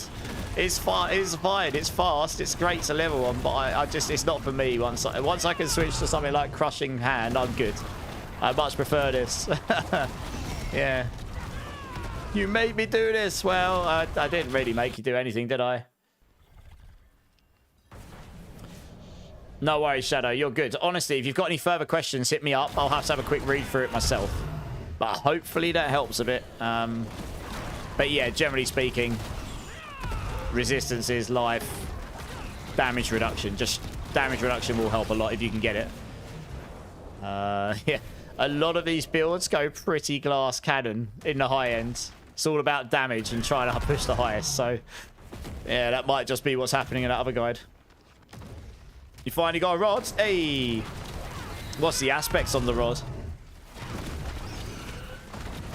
Oh, bosses are pretty easy. Yeah, I told you. You get those 2 items and you're gonna big bonk everything. I wish someone would hit me. It's been 47 years since my last physical contact. What have you been in bubble wrap? I mean, I wouldn't do that to anyone, to be honest with you. I'm a wuss. I sit indoors on my computer chair and play computer games. I got no time for physical contact.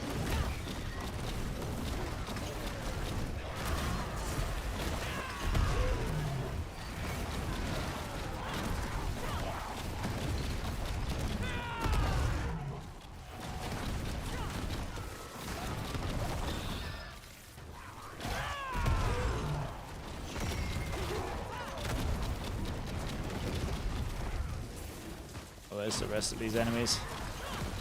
We need the enemies.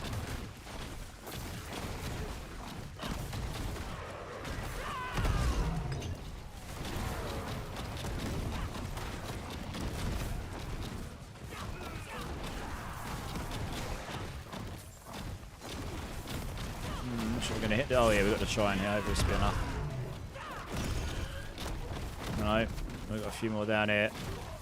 Oh yeah, let's do it. Let's do 2 elites. Yeah, nice.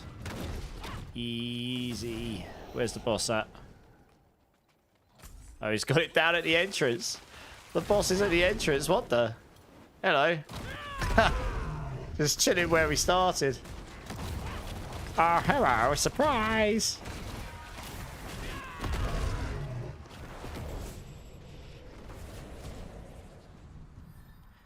Everything is on the low end. Okay, well, it's definitely going to be better than what you had. Yeah, it's a very strong item, even on the low end, honestly.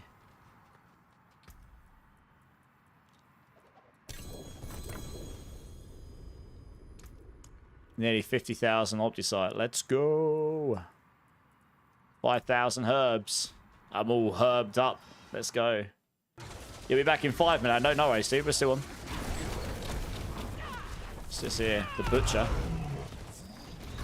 Very dead.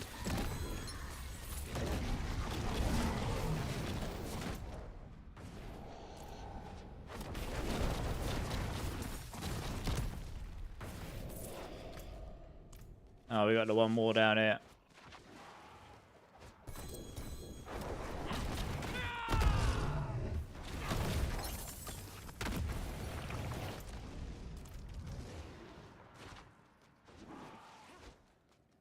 $4K herbs is a big flex.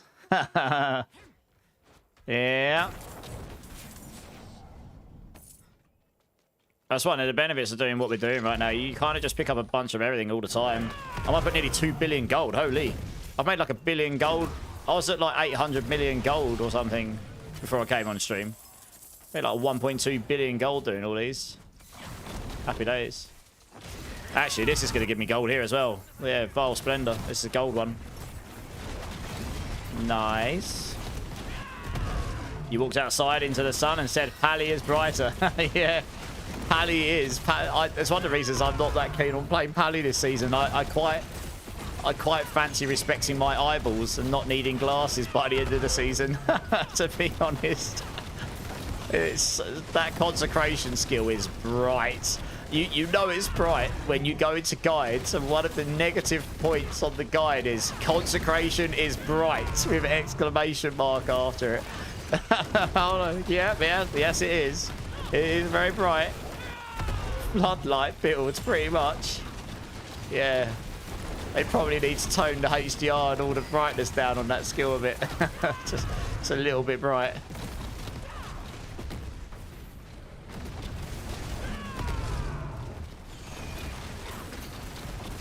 It's bad with 2 pallies. Yeah, they stack, don't they? That's right. Yeah, it's like doubled up. You got a team of 4 pallies and that's it. You're not seeing anything in the screen. You're not seeing anything in the room or the screen or anything anymore. All you're seeing is the sun in your eyeballs.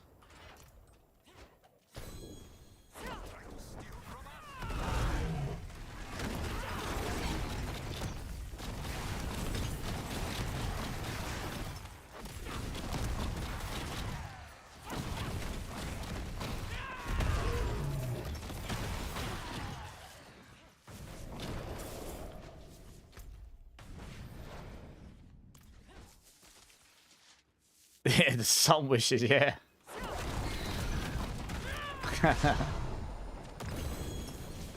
Got another strong room coming up as well.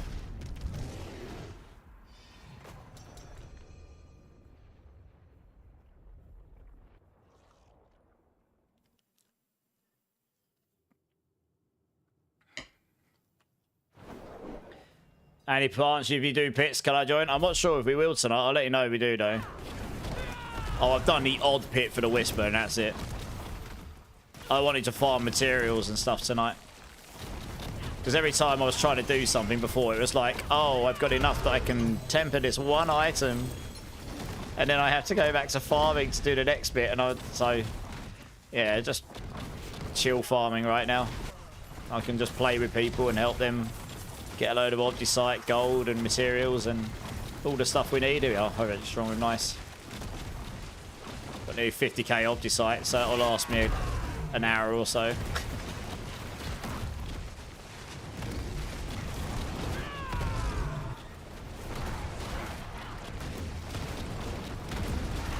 But if you need a boost, CS Quinn can help you apparently, which is awesome if that's the case.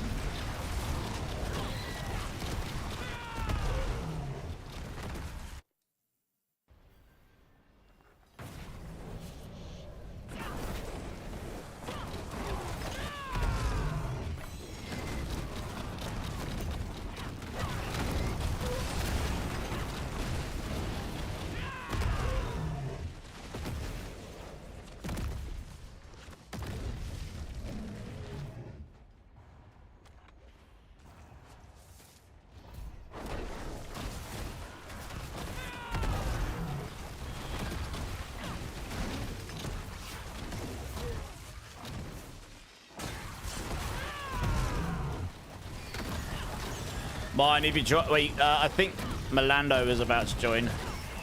But if another spot's opens, I'll let you know. He already said he was going to join. I think he's just waiting for us to finish this escalation.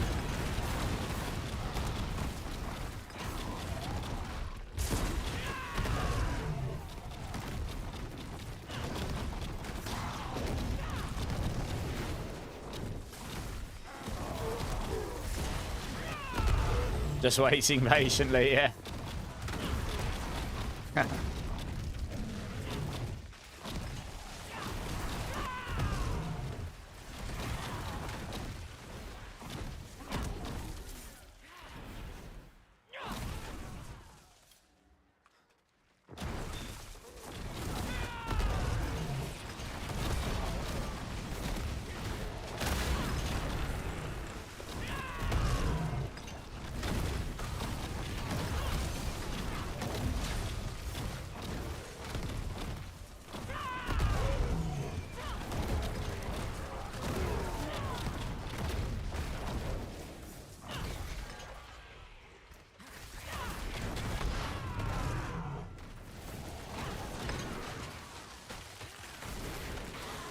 Not too bad. That's much closer than I thought it would be, but we got there.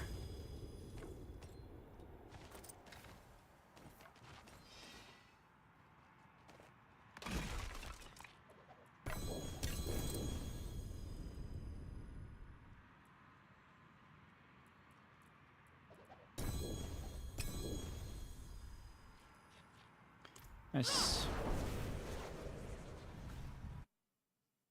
Can anyone help me power level my druid? I finally decided to go back with something I know. I think Quinn here is maybe doing something that you'll be able to join in for power levels. I don't know. You have to ask him.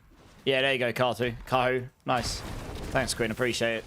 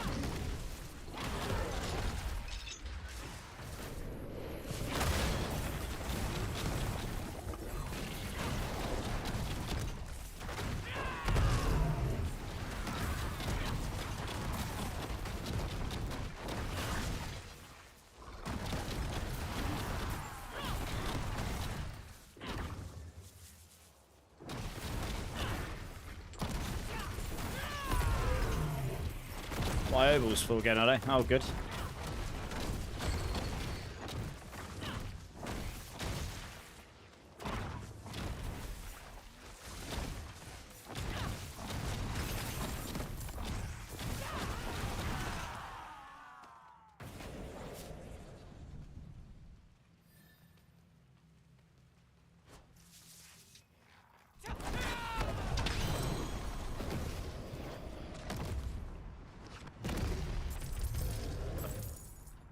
Oh, there's a bone of my ovals over top of it. I can't click on the thing. There we go.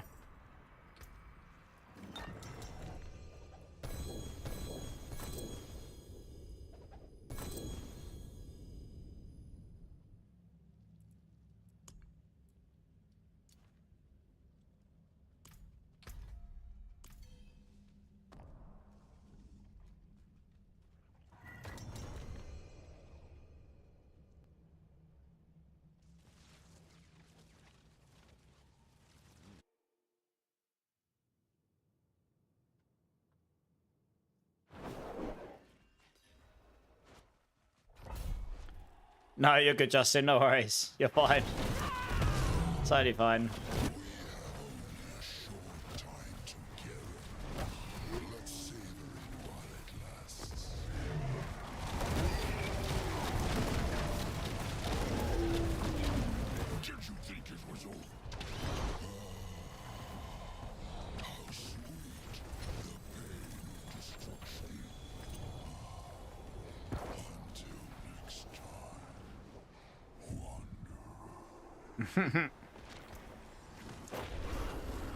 Oh, nice. That's a pretty good... Who was it that needed a Zepazontek? I can't remember because I just picked up a pretty good one. Yeah, that's a pretty good one. That one's not so good, but that one's pretty good. There was someone in chat that was looking for a Zepazontek. Holy! Oh, that's a nice amulet I just picked up right there. Oh, nice. Let's go.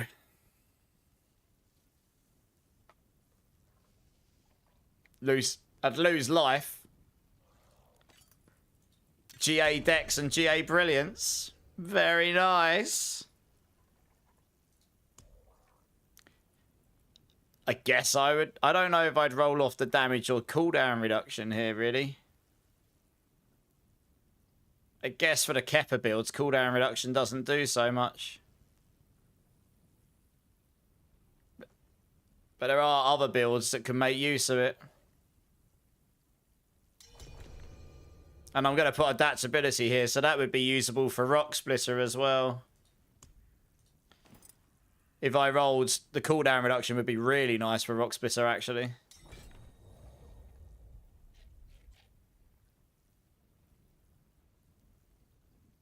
I guess I'd roll the damage off. The additive damage isn't going to do a lot for the build.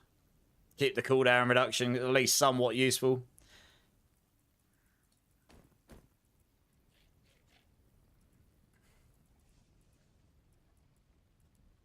I'll roll it later on, though. Don't worry about life. Just get good and don't get hit. Oh. Well, there is that too, yeah. Just get good. Just get good. I mean, I'll certainly be squishy without the life on the amulet, but yeah, just get good.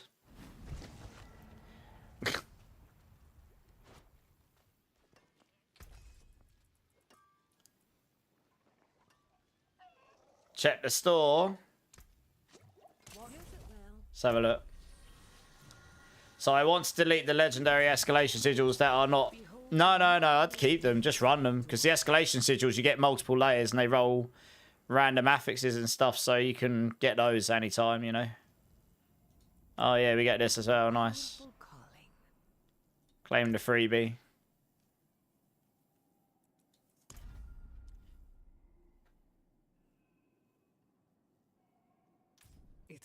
I hope you feel better soon, Vegeta.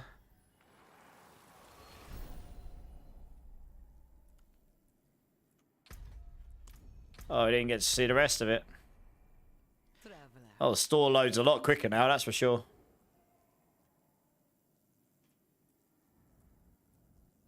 Oh, wow, that's a cool skin.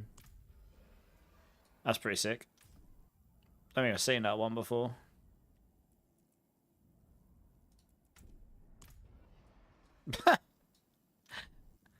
Big boy druid. That's a cool skin. That is a sick skin. Yeah, that looks sick. That is sick. Look at that. That looks cool. Not that you use daggers very often, but that is cool. Yeah. Yeah, I like that skin. If I ever played Necro, that'd be a good one.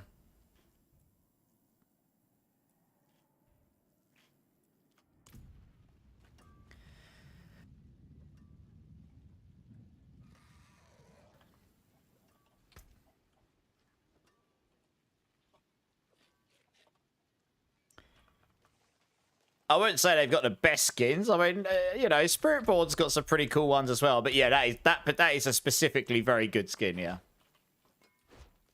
there's a lot of very good skins across many different classes, to be honest. I'm gonna put that amulet. I'll do that amulet later on.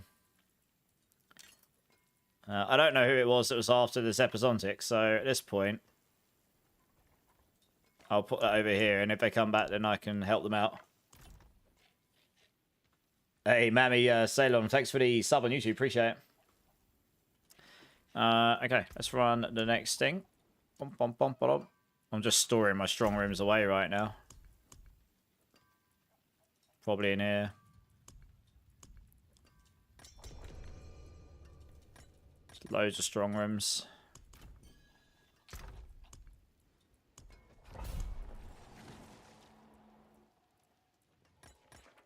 I've got so many escalations now. It's cracked. Scarecrow enough said. It's not a bad one.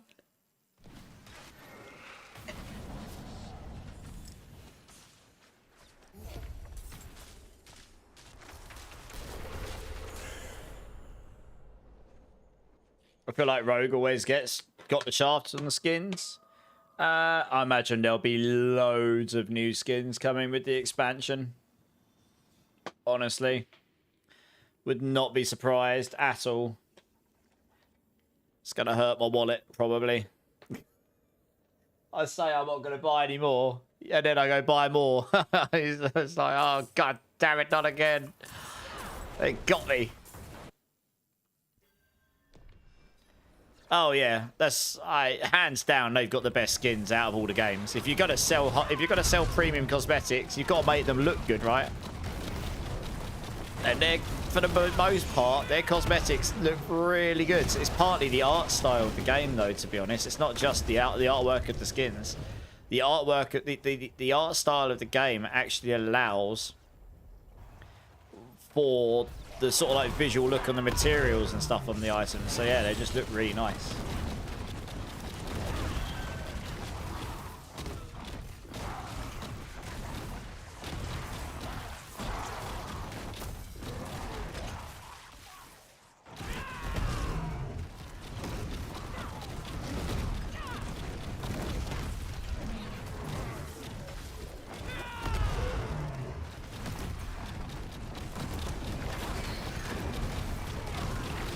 Bruno, the expansion for D4 is going to be insane. I agree. It looks really, really good.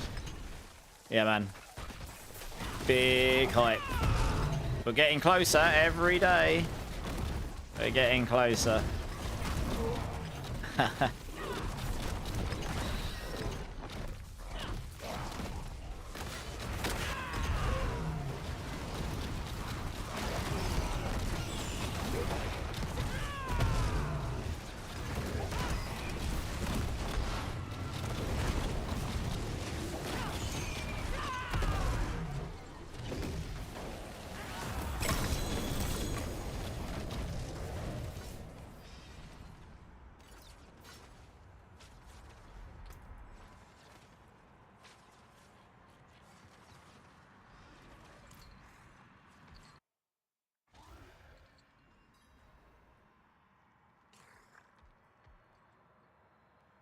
Does damage scale up by level? It means you do more as you level? No, it scales up by your weapon damage.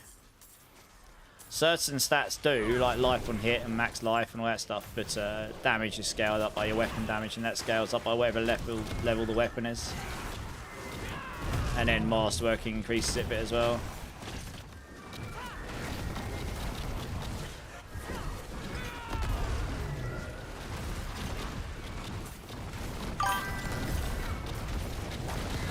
Hey Fractious, how's it going? Welcome in, welcome in. Thanks for the follow, man. How's your day going? I love this. Like, these waves things here. I'm sure Sub Daddy's just sitting there and aura killing them all anyway. But between us, we're just standing and everything just spawns and dies. Look at the blood on the floor. This is like a blood fest around us. Insanity. 17 waves, 18 waves, 19 waves. Get wrecked, demons.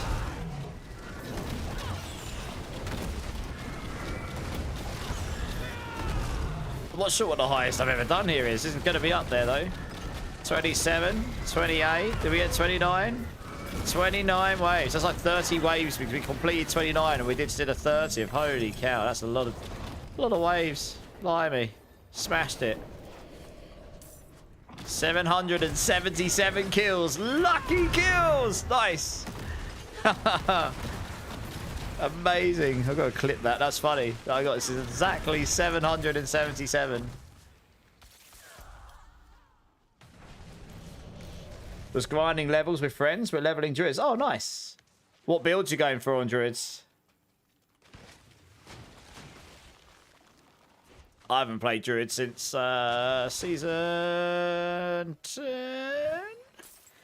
I want to say I mained pulverized druid in season Might have been season 9, you know.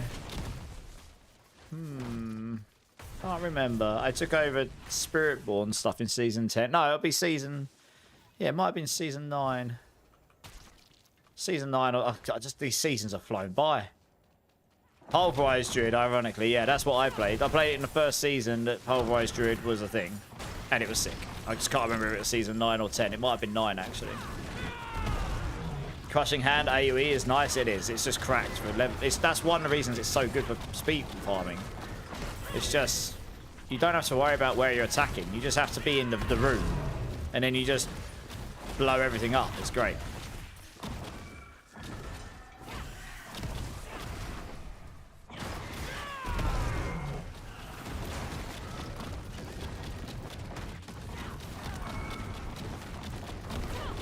Oh, Blaze, you lost 2 points. Damn. You love the combination of attacks? Damn insane damage? Yeah. Yeah, well, hopefully we'll get more stuff like that in expansion.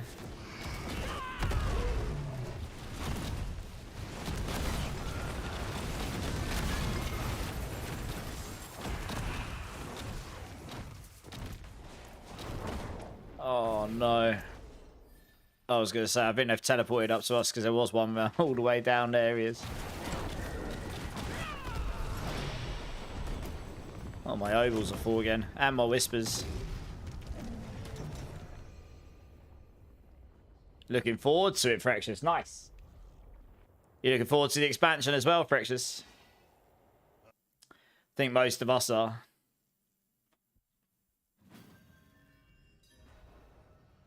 Literally didn't move the entire horde. I remember this. You talking about your crazy bone splinters build?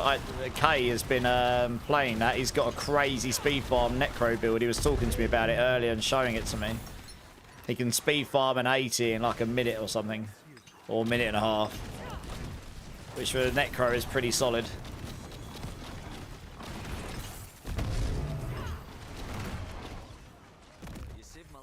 Given that necros really don't have much mobility in it. Compared to other classes anyway.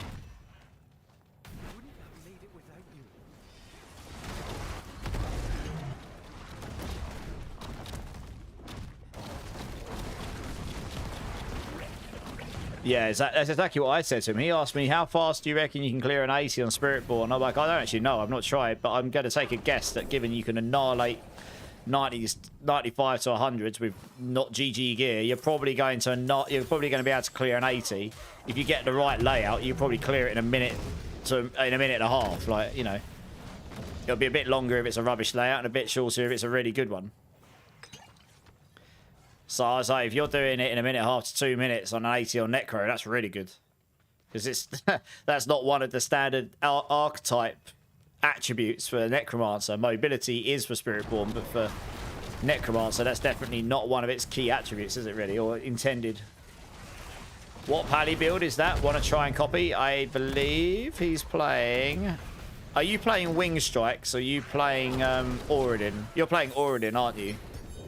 Melando, because I can see you've got the Sundered on, and you said you had the Dawnfire on, right? I think he's playing the Auridin, the walking simulator build. You want to take a guess?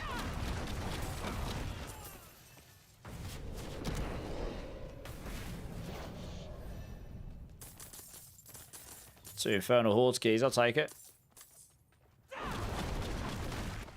Yeah, he's playing Auridin. So Mippy's got to build on Mobilitics, which will be really good for that.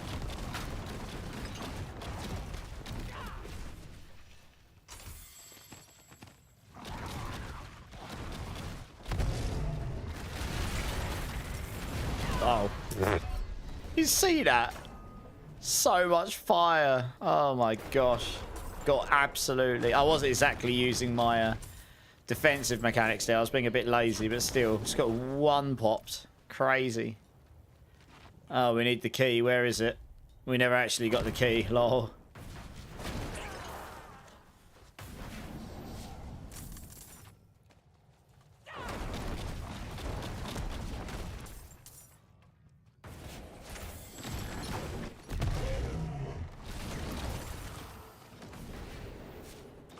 I have the key.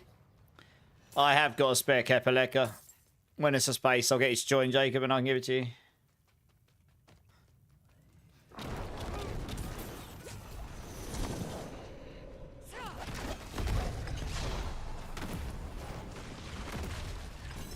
No worries.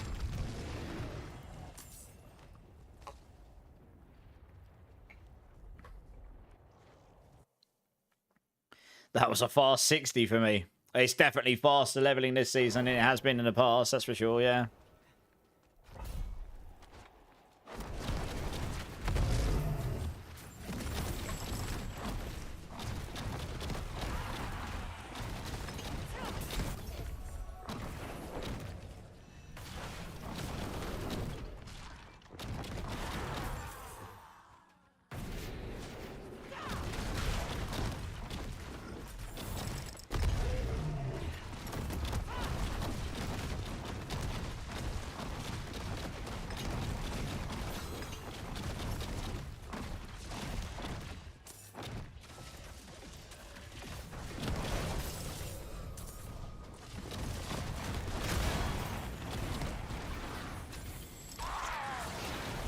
My eyeballs! All I can see is them typing in the party. My eyes, they burn. It's so bright.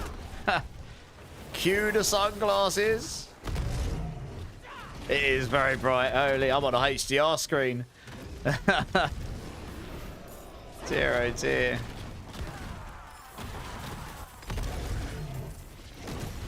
It's alright. I mean, I'm over it. I think I turned my brightness of my game down a little bit so I could handle it last season because I was using a car. I was playing Paladin so much, I was basically breaking my eyeballs with it. Hey, Aitman, how's it going, dude?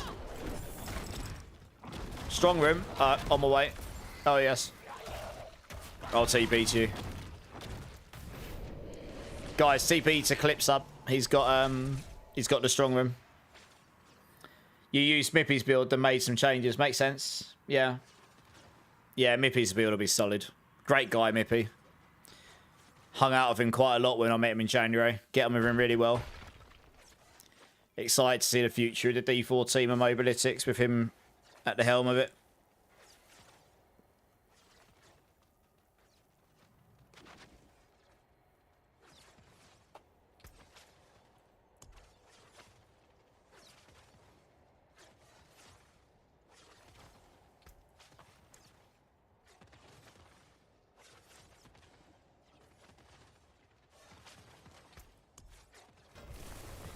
Hey, it's off. How's it going? First time chatter. Welcome in, dudes.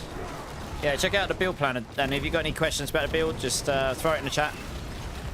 And I will be more than happy to try and help where I can.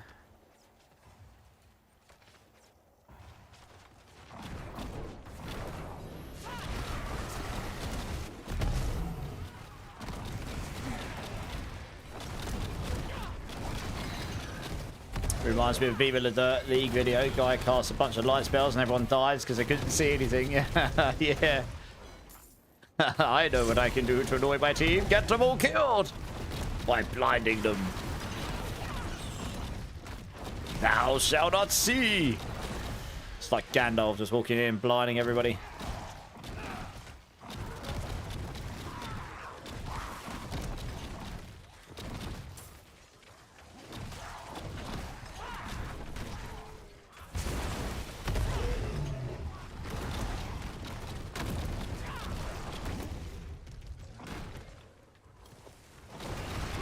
Anybody here got a Tam rune, Rogue? I don't think I have. Nope, still haven't picked one up today. Guys, has anyone in chat got a Tam rune that they'd be willing to trade for? Someone in YouTube's asking.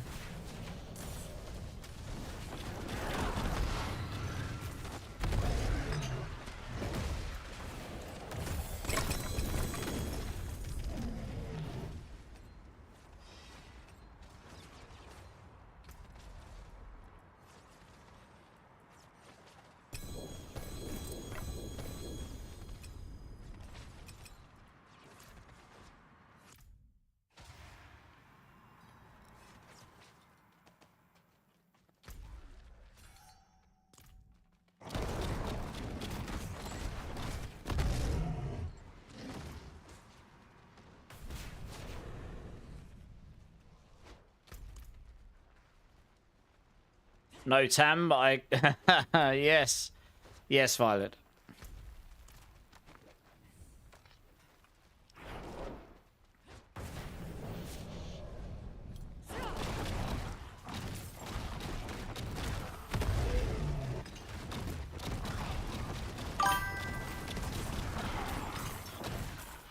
Hey, Ibertrax, welcome in, welcome in. Thank you for the follow. How are you doing? How's your day going?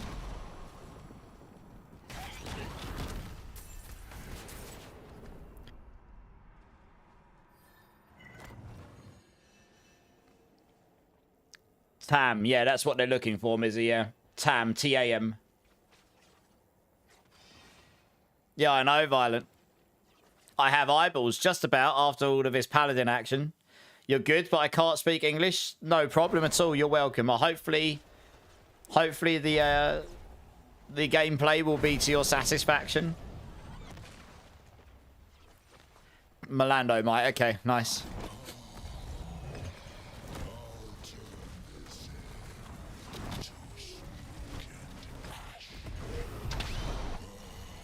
Okay, you've got one, have you, Hyru? Okay.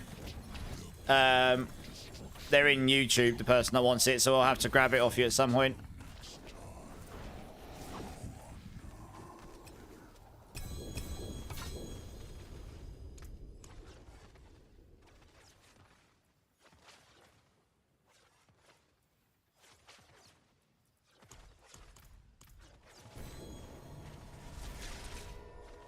Nice, okay, there's a few people in Twitch that have got one rogue, so I'm just going to have to get one off of one of them at some point. I can link you a user tag you can add and get it off of Hyru, if he's okay with that. What the hell's happened there? Why can't I? That is in a very annoying place.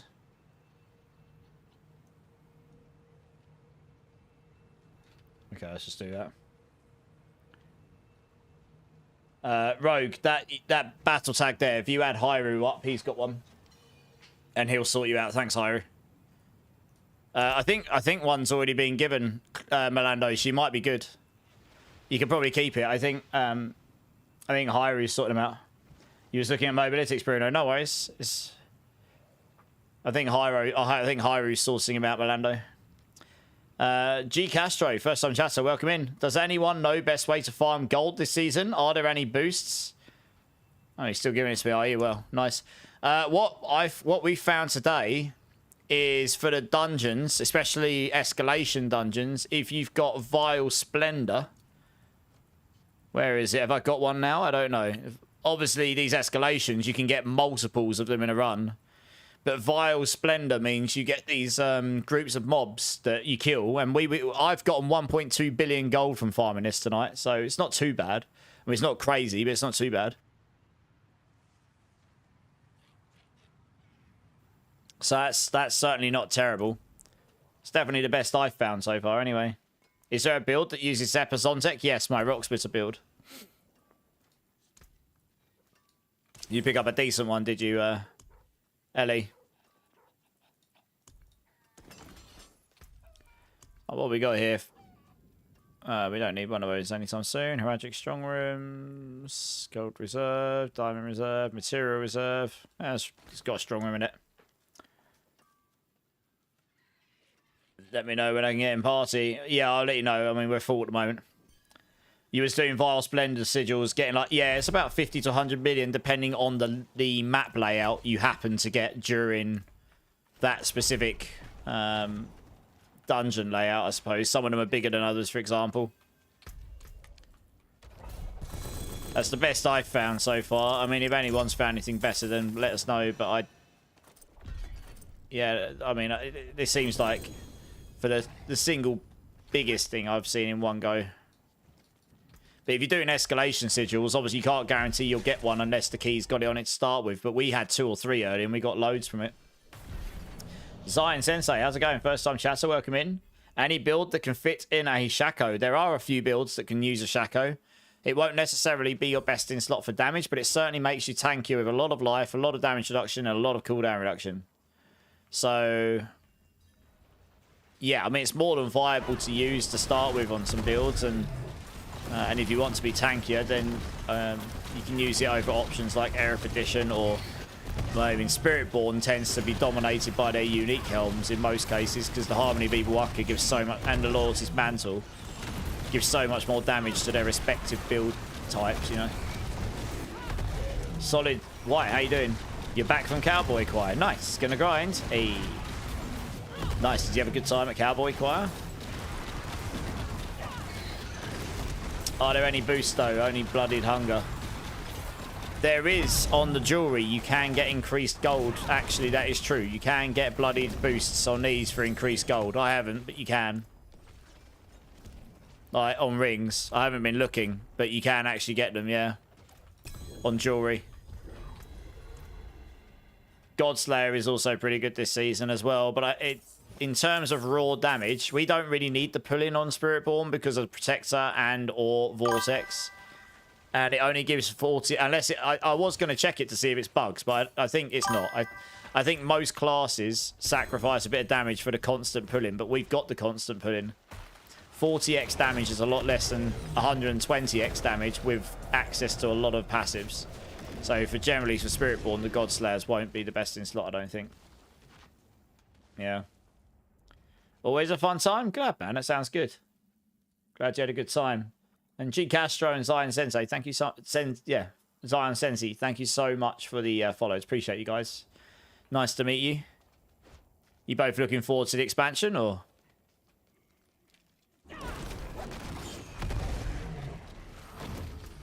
Oh, we need to go down here to the strong room. Whoa, one auto attack. Wow, what's happened there? Just connected my mouse up and now it's put me into auto attack. What the? Just reconnect my mouse here. There we go. I can stop my attacks now. I couldn't click and stop my attacks. Jesus. Warlock for the win. It is a lot of fun. You guys are going to have a good time. Yeah, I got a chance to play in January and it is a lot of fun. Dom has broken my heart. He unfriended me on Diablo. Did I really? Which one were you? I didn't. I wasn't specifically unfriending you. I think I just right-click people now and unfriend. But you must have changed your name to something I didn't recognize, because I don't generally unfriend people I haven't that I play with regularly. Who's Mercy Hater? Some people don't have names that match up with Twitch names. Hey, Wiggity, how's it going? Drink City Streamer, cheers, man.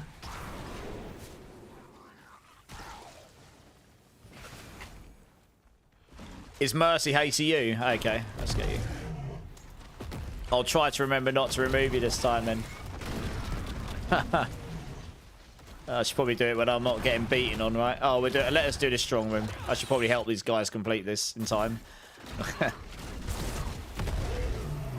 Yeah, no, it's okay. Honestly, when I scroll down the list, I try my best not to remove people I know I've played with for years or regularly, but it's difficult at this point. I've got a lot of you. I'm very limited. It is a proper first world problem. Hey, thanks for the sub over on YouTube. I cannot for the life of me read that name. I do apologise, but I hope you're well.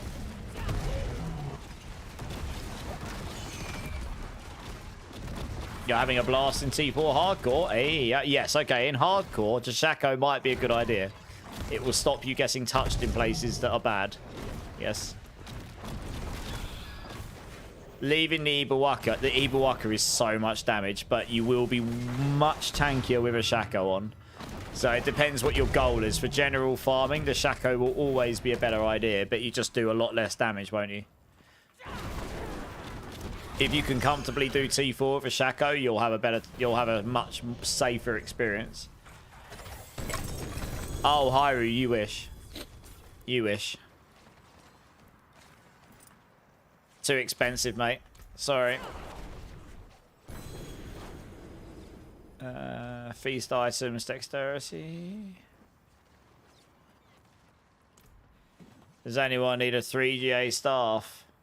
Intelligence max life resource cost reduction. Well, we'll see. Maybe someone will, maybe won't. Alright, let's see if I can get Eddie added here.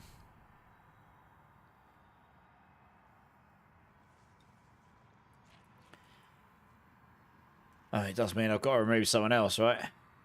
That's the problem. I just sort of scroll down now and go, oh, okay, that person will do. Right, where are we going? Right, we need to do this, me. We're in an escalation, so. Any build, well, for Spiritborn, there isn't any builds I specifically put the Shaco on. But for hardcore, it does kind of make sense to play with that in terms of wanting to be tankier, yeah. You're just sacrificing damage for defense. But then in hardcore, you have to do that. Otherwise, you'll die, and then it's game over, and you have to start again. So it's J-Money. Keep clicking on the portal and keep scrolling your mouse around or your controller. If the portals stack on top of each other, so the chances are you've got to click on all the different portals, and eventually you'll be able to hit your own one. Sometimes the portals stack on top of each other, so you have to like move your mouse around to get to the one you need. It is a bit silly, I know. It's been a problem for a while. Been there, done that. Yeah, Sensei, yeah. So, yeah, yeah, Shaco is a solid option if you're playing hardcore, for sure.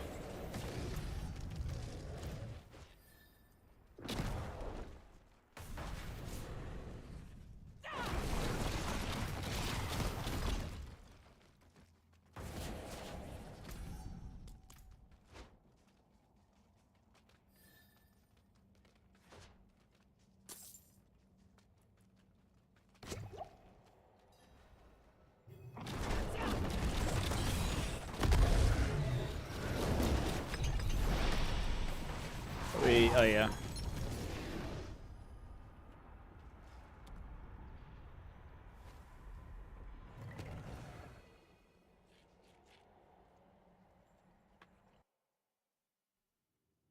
Does Hadriel exist in Season 12? No. Sanctifications were a seasonal mechanic, but they will be coming back in some form eventually. Your portal was in the wall. Sounds legit. Yeah. How would you feel about D4 moving to a new expansion every year? I mean, yeah, that'd be awesome for me, wouldn't it? I mean, look. We don't know if there's going to be more expansions after Lord of Hatred. We were told originally they wanted them to be every year. Seems to have been moved to every year and a half, which makes more sense to me, because honestly, a year is not very long to make something of the sort of substantial size they're making. But if it is a year and a half, if there is going to be another one after Lord of Hatred, and it is a year and a half, then that would be next year. But late next year. And that would be a Maid's Balls. So yeah.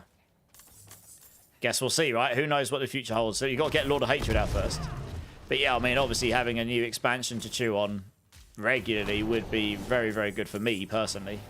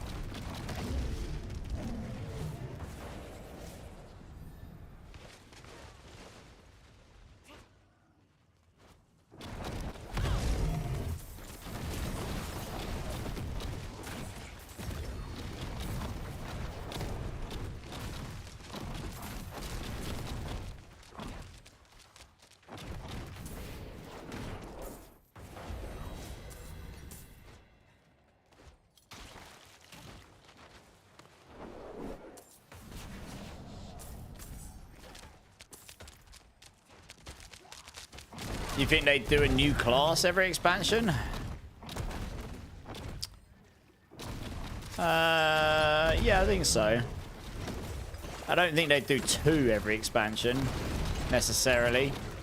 But if they, let's just say they did another one after Lord of Hatred. Let's say Lord of Hatred is giga successful, both in money terms, financially successful, so business successful, but also successful in terms of reception. And they're like, okay, cool, yeah, we're definitely looking to do something else in future. They might, you know, if they were to only bring one class, I'd like to think that they would replace the fact that they haven't put a second class in there with something else, like, you know, like fill it with other content in some form or another. Yeah. I mean, obviously, this is all hindsight, right? I mean, gotta get Lord of Hatred out first, but yeah. I mean, look, we're going to have 8 classes by this second expansion. We never got 2 expansions with D3. We only got 1, and then you got a small extra paid release. It was like it wasn't really an expansion. It was more like an add-on for Necromancer. And we had, what, 7 classes in D3? So we've got more classes in D4 than D3 already, I think. If I'm right with that.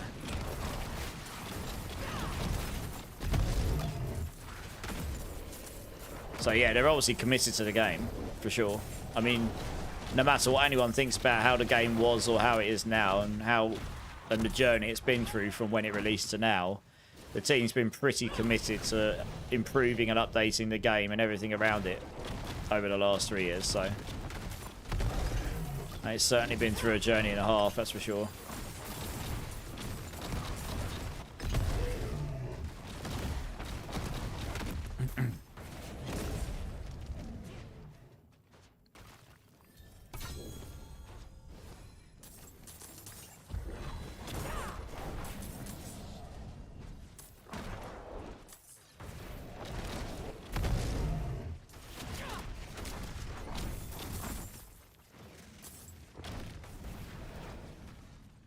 That's why I'm wondering if they'll release a new class each time, because if we take that out at the end of D4's live, there'll be like 16 to 20 classes, maybe. I mean, that would be awesome, wouldn't it? You imagine how much work that would be every season, though, to do new stuff for every single class. Oh, that's a lot of work.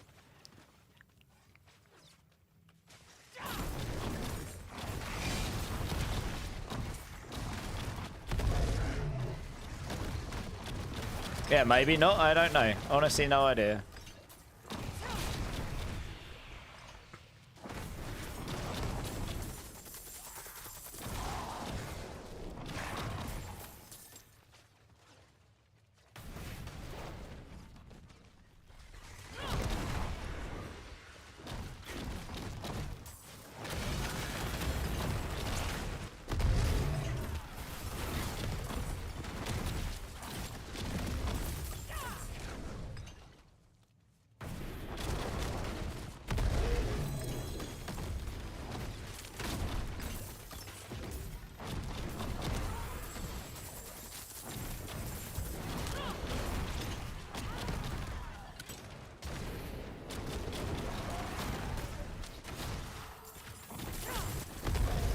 That's what I don't think will happen, but well, it is obviously a successful business model. It's working for him so far, I'm sure.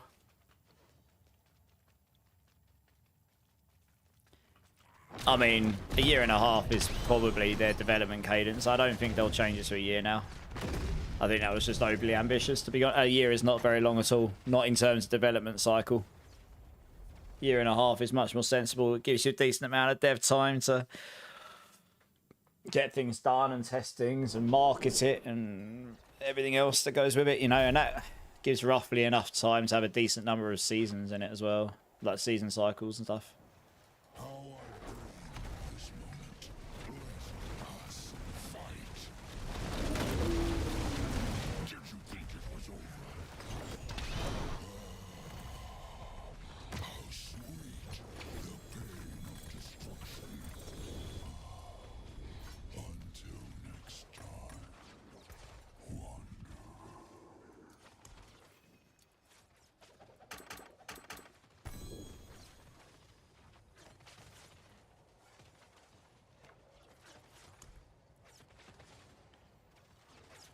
Oh, man. I got a GA Zepazontek with the berserking affix on it, but it's got really low follow-through and the aspect's a bit trash. That's sad. Damn.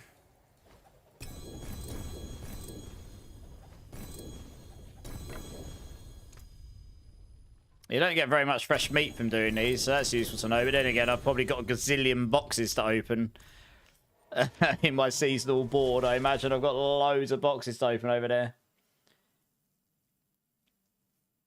level cap is going to level 70 in Lord of Hatred, Bruno. We already know that. And the highest item power is going to 900 as well. We already know that as well. They've showed us in the video clips. So yes, there will be more skill points. There will be more level scaling. Oval spending time. Give me the boots, give me the boots, give me the boots. There we go. I don't care unless it's got bloody affix on it. I probably should check them, but...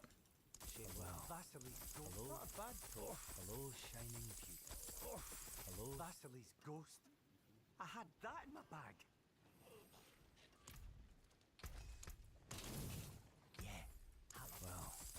Hello, shining beauty. Shame that. Not a bad. Hello, shining beauty. Well, there's something special.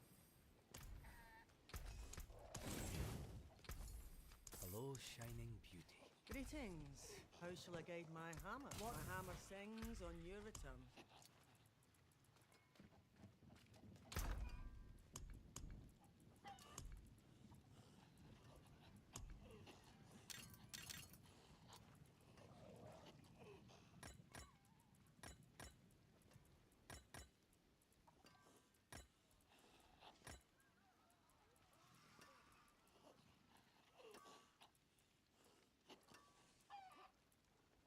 Oh, I've got another strong room one. Happy days.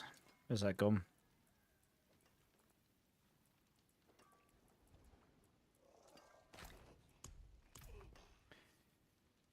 Blackadon, how's it going? Is there a Spiritborn build that makes use of Nessicum? Sadly not. Ever since that class released, that Mystic has never been used. It's never been better than Rod of Kepeleka, Zepazontic, or Whoosh and Upar, and that's very sad, I know. I am very much, and I have made this point multiple times to the devs, I am hoping in the expansion that Mythic will find a new place.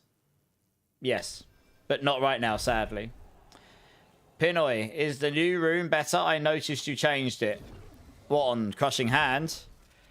So I found it to be better when I was testing. My thinking behind it was, if you've got... We normally take the revealing board because that allows you up to 60% damage if they're crowd controlled or 30% otherwise, but it gives you the baked in knockdown against vulnerable enemies. So that's really nice. Problem is, against bosses, you don't get the 60% unless they're staggered. And you only intermittently stun, you only intermittently crowd control things. So most of the time, you're only getting 30%. And I wasn't capped at 100% attack speed. So my thinking was... swapping that to Infighter gives you 45% all the time, as long as you've blocked or dodged an attack, which you will be doing all the time in combat on this build. So yes, it doesn't hit quite the heights of revealing, but on average, you'll hit the same, if not more damage. And against the boss, it'll just indefinitely give you more damage all the time. You're not conditional anymore, which is good, because a lot of the time you're not staggered. And it gives you 20% attack speed, so it helps you cap your attack speed. But you lose the ability to knock down enemies, which means you lose dominant. So what I was thinking was using the Zik rune with Tam, or any other activator, I use Tam, means that... yeah, I'm coming, sorry. That means you get... It gives you... It also casts Concussive Stomp for you. Which means you knock down enemies pretty much all the time. And with 2 points in it, one in the skill and one in the sub-node that comes off it, Enhanced Concussive Stomp, that then also means every time you hit enemies with it up to 3, you get up to 10% of your max life as barrier. So let's say you hit 3, you get 30%. That on top of your Crushing Hand barrier gen, and if you've got the Crushing Hand barrier generation on the amulet, which I don't right now, but once I get a better pair of boots with a attack, reduce, evade cooldown again, I can change that. That gives you nearly your maximum life in barrier gen just by hitting things with those 2 things alone, let alone any other, let alone relying on Protector, which just tops you up. But it also means the amount of the speed at which you can stagger stuff with that combination, with that rune and Scourge, and the speed at which you knock down enemies is way faster than what that revealing was doing. I found it to be more consistent on damage when I tried it. I would need to go back and test again, but I genuinely found it to be more consistent. So yeah, and it's more the fact that I got more attack speed as well. It's pretty hard to cap your attack speed otherwise and hit that breakpoint. So that's why. It's a tech I've not seen anyone else use. That board was buffed to 45 this time, rather than 30. Which makes it competitive with revealing unless you can perma crowd control stuff. Which you basically can't, and you certainly can't on bosses. So, yeah, that's why. Tiefan, how's it going? Welcome in, welcome in. You love the builds. Do you think I can use it in hardcore? Enough survivability? What, the one I'm playing right now?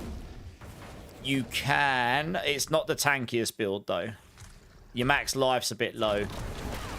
We were just discussing with someone else. I mean, you could take the Harmony of Evil Walker off, and you could put a Shaco on, and you would be a lot tankier, but you would lose damage. When I'm running potions and incenses, I'm up at like 9 or 10k life. Razor Wings isn't quite as strong, but that is certainly tankier in hardcore. Yeah, the reality is Spiritborn can't stack an awful lot of life. So Evade and Razor Wings are your tankiest builds in terms of the raw HP and the barrier generation they both have. But on the flip side, then neither of them are your absolute top pit pushers. So I'd say those are your two options that I would recommend unless you want to sacrifice damage on one of these builds and run a Harlequin's Crest or something instead, so you get a lot more life and a lot more damage reduction. Yeah. Or you're risking it for a biscuit to get one shot by some of the fire mechanics, I guess. But yeah, no worries. You're enjoying the build, Pinoy. Nice. Yeah, I mean, look, I cleared a 106 pit with this build, so that's pretty good for Crushing Hand. All of the clears higher than that are payback, probably. Either Thorns or Pure, including my own.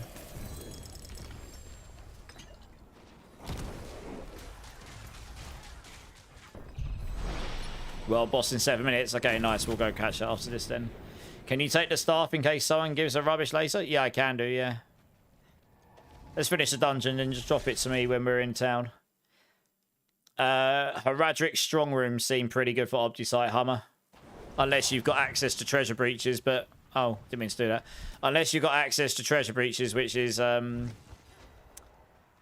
don't just have those on demand. So otherwise, yeah, Heradric strong rooms.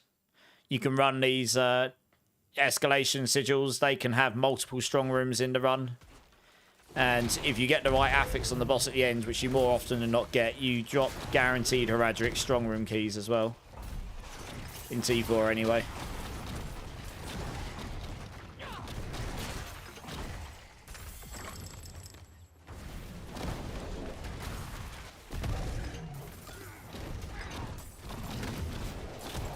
Two minutes. What, till the world boss? Oh yeah, we better be fast. Holy moly, I'm not sure we're going to make it in time. That's a shame. We'll have to speed through this. It'll be fine, Heradric strong rooms, but if we do those, we're going to miss out.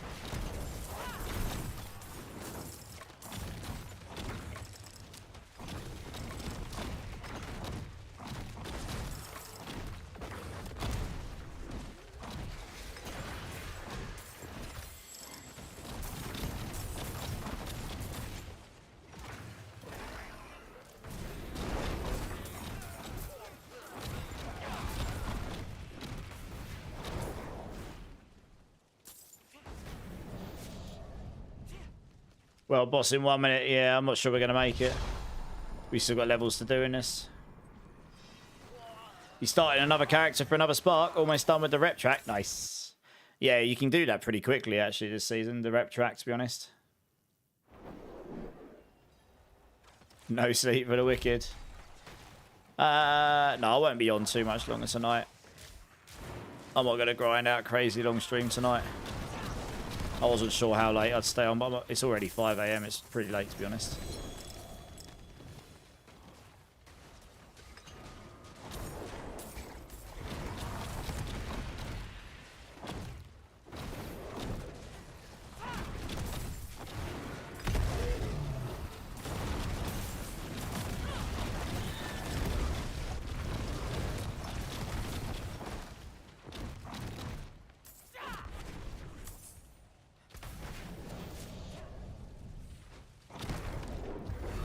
I must have so many of these brutality rewards now for the reputation board. I've seen that come up a lot of times today.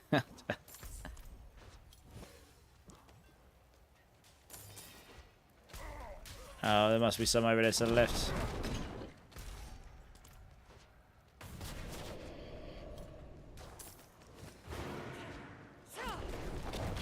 I don't know, actually. I'd have to go and see. At the boards, I imagine it's pretty high, though.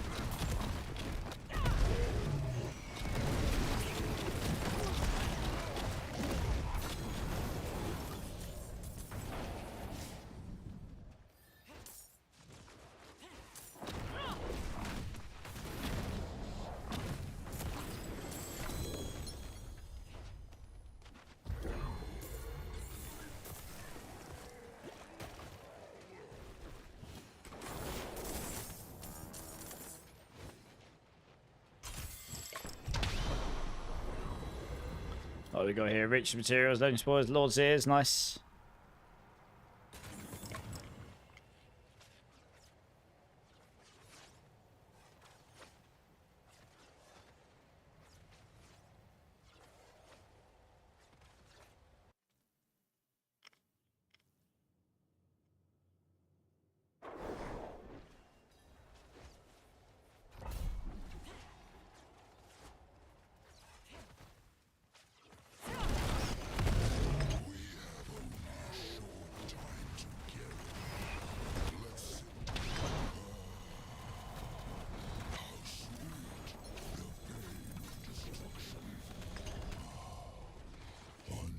Oh, he drops a bunch of objects at the end as well. Nice.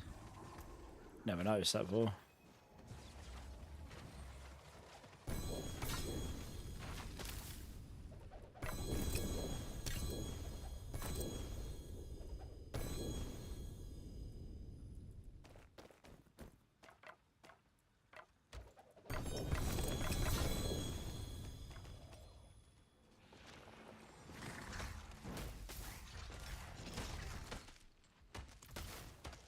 Nice. Clara92 first on chat. How you doing? This build looks cool. Is it viable? I've done a tower 106 before I did my 110 on payback on the tower. I did a tower 106. Yeah. And if I'm playing solo with my current setup, I can speed farm pit 100s pretty much in like 3 minutes or something ish. Depends on the layout. You might do it a bit quicker on a good layout, a bit slower on a worse one. 4 minutes maybe. So the short answer is yes. All the builds I play will be pit, well, nearly all of them will be pit 100 viable at least.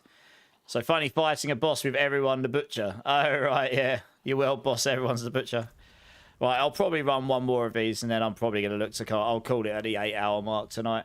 Standard normal stream time rather than running 15.5 to 34-hour streams. Plenty of time for more degenning. Oh, yeah, staff. Yeah, do it. I'll dump it in the box in case anyone cares for it at some point. Let me dump that over here somewhere so I don't lose it. This will do for now. Thank you very much indeed. I'm sure a lot of people will be playing Paladin right now. People get bored and move on to other things eventually. That'll probably happen, like... That'll probably happen in the next week or two. Alright, let's see what other ones we got here.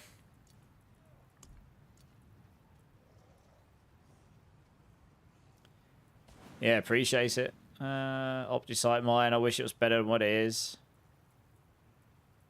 Okay, the best of what I've got is... Tell you what, do you guys want to finish off by running in a horde? We'll have to run it in T3 though. I don't think we're strong enough to do T4 efficiently. It'll get me to level 266, I reckon. Yeah, one of these will get me to level 266. Finish off with one of these Infernal Hordes. I've dropped a bunch of keys. I've got 20 of them, so... yeah, I'll actually buff up for this because it'll make killing the butchers quicker. Nice. Get a whole bunch of XPs. Not a bad way to end up.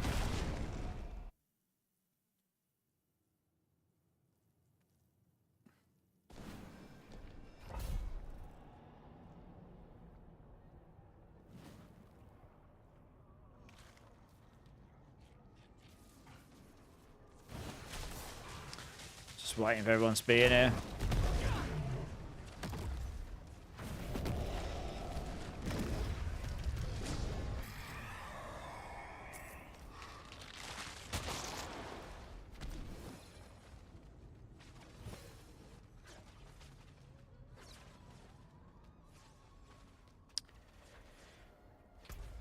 Just wait for J Money to get to TP to us. Oh, here he is. Nice.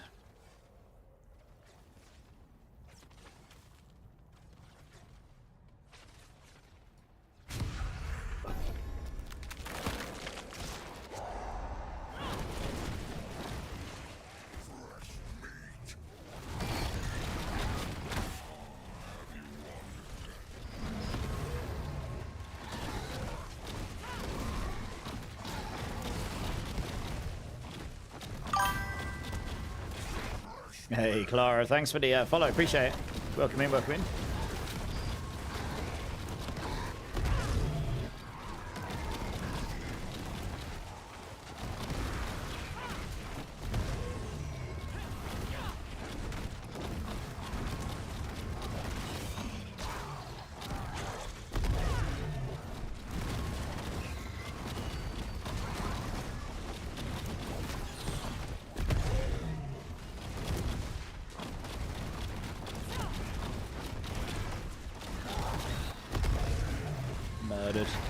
So, I mean, this is the T3 Bloodied Horde, so this is significantly harder. This is T4 Bloodied Horde, but it's significantly harder than what a standard T4 would be. You can survive. Let's try this. T4 Bloodied Hordes are like, you actually need to be quite strong to do them. Like, I probably could solo, but I don't know if I could kill the butchers quick enough. You need to kill, you want to kill 3 or 4 of these a wave to make it worthwhile for the XP. Can't kill that many in a wave, then you're better off just going down the tier.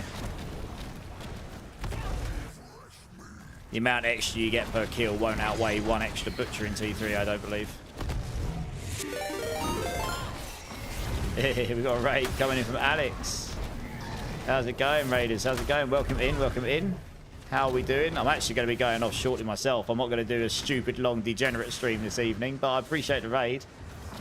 If there's anyone here that can do a shout out for Alex here, that would be amazeballs. I can't actually do it right now. I'm currently trying not to die into fire waves on the floor. Do a stupid long degenerate stream. I did 34 hours the other day and then 15 and a half straight after. 50 hours. I literally was just short of 50 hours of streaming within 3 days. I was cooked. Why be responsible? Because there's plenty of time to degen this week. But I'm getting hungry. That's a big problem for me. I like food. But I appreciate the raids. Let me get you a shout out here. 1 second. No, I know. I'm only messing as well. Let me get you a shout out here. Guys, if you haven't checked out Alex before, she's awesome. Lovely, lovely lass. Streams a whole bunch of stuff, but met her in the D4 community. Go show all the love, please. How was your stream? Were you playing D4 today or were you playing something else? And welcome in, Raiders. If any of you haven't crossed past me before, I am Immortalized. I am the Mobilitic Spiritborn lead. Just chilling and farming with the community today. And yeah, super hopium and hype for the expansion to come, for sure. My poor chat has to watch me. Oh, they're not that. It's not that bad for them, really, is it? You're not too bad, are you, Alex? It was great. D4 hardcore on assault. Nice. You're still alive. GG's. Very good. Doubtful. And a schmexy ass man also. I definitely wouldn't go that far. No. It's alright, Alex. I'm permanently offending everyone's eyeballs here too. It's all good. They just love to abuse me. That's why they come here. It's your second. What got you on your first one? Hey, 266. Nice.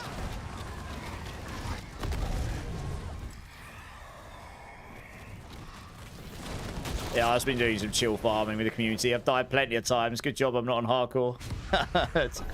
I get distracted with chat. I don't pay attention enough to play hardcore most of the time. Honestly. It's not that I can't do it. It's just... Yeah, I'm too busy looking at chat and responding to as many questions as I can. And then I look back at the screen. I'm like, oh, I died again. Oh, dear. I wouldn't last very long in hardcore if I did that. I have to stop answering so many questions. It kind of goes against my nature. So, yeah. It was 10 minutes away from level 60 and fire. Yeah, fire stuff is cracked. The fire affixes in the end game, the fire enchanted stuff is mental. Such high damage and so much of it. It's unavoidable, literally. Yeah. Good times. You neglect chat when you play hardcore. That's the problem with it. Yeah, it's against my nature, so I tend to stick to softcore for that reason. Plus, I like to play around with loads of different versions of builds and tamper them, so it sort of plays to my favour. But yeah, hardcore's fun though. You play a different way when you're playing hardcore. It forces you to think about defense. You have no options. If you die, that's it. It's game over. So it's, yeah, it's certainly an interesting way to play.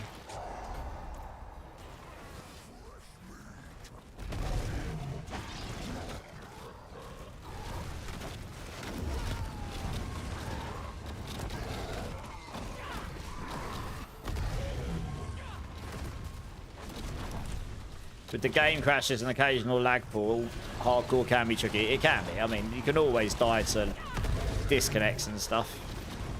Yeah.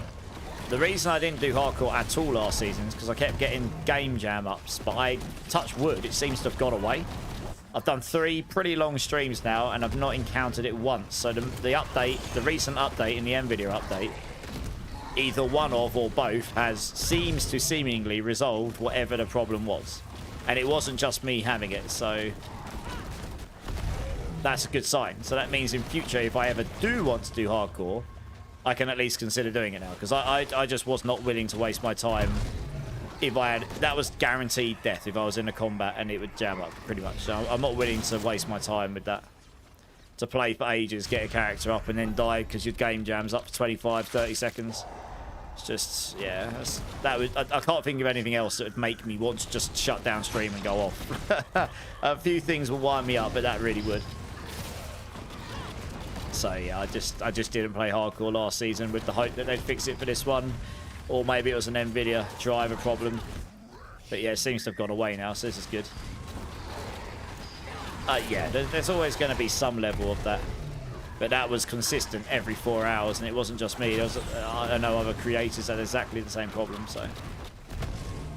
Oh, Chittery, of course. Yeah, no problem. Happy to help. Maybe do some more T4 Lilith kills tomorrow, we'll see. Or whenever I'm next on. Guess I wasn't intending to come on stream tomorrow, but who knows, maybe I'll get the itch in the evening. We'll see.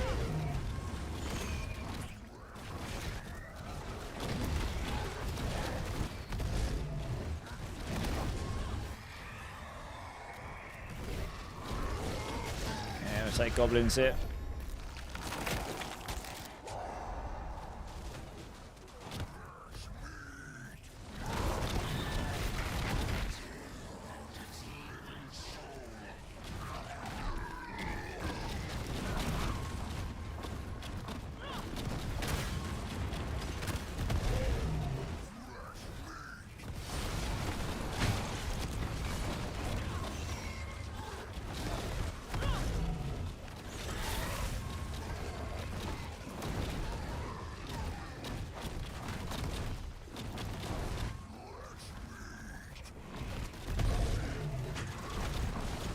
It's pretty chill. We're killing it pretty fast as well. I mean, the XP's alright in here. We ran these for 6 hours.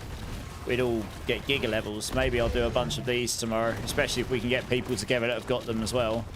Because I've got 19 left after this, so I can do a bunch of these. And if you get 100 mil per key, that's 1.9 billion XP. So considering you need 17 billion to go from level 1 all the way to Paragon 300, that would be just under 1/8 of the XP. I don't know how much I've done already so far. I've got 18, well, I've got 17 and just over 17 and a half levels until I'm halfway, so I guess.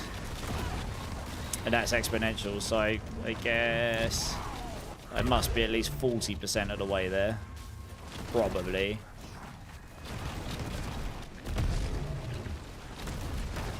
So let's go by that math. That means I'd still need 10.2 billion. So it'd be about, well, it'd be just short of 20% of the rest of the XP I need. Yeah, sounds about right. Lots of XP requirements.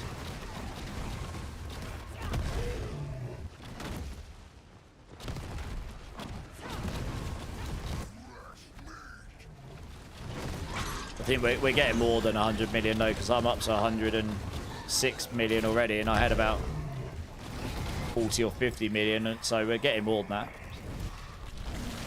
We've still got stuff to go as well, so we might even get 200 million away a go in this actually.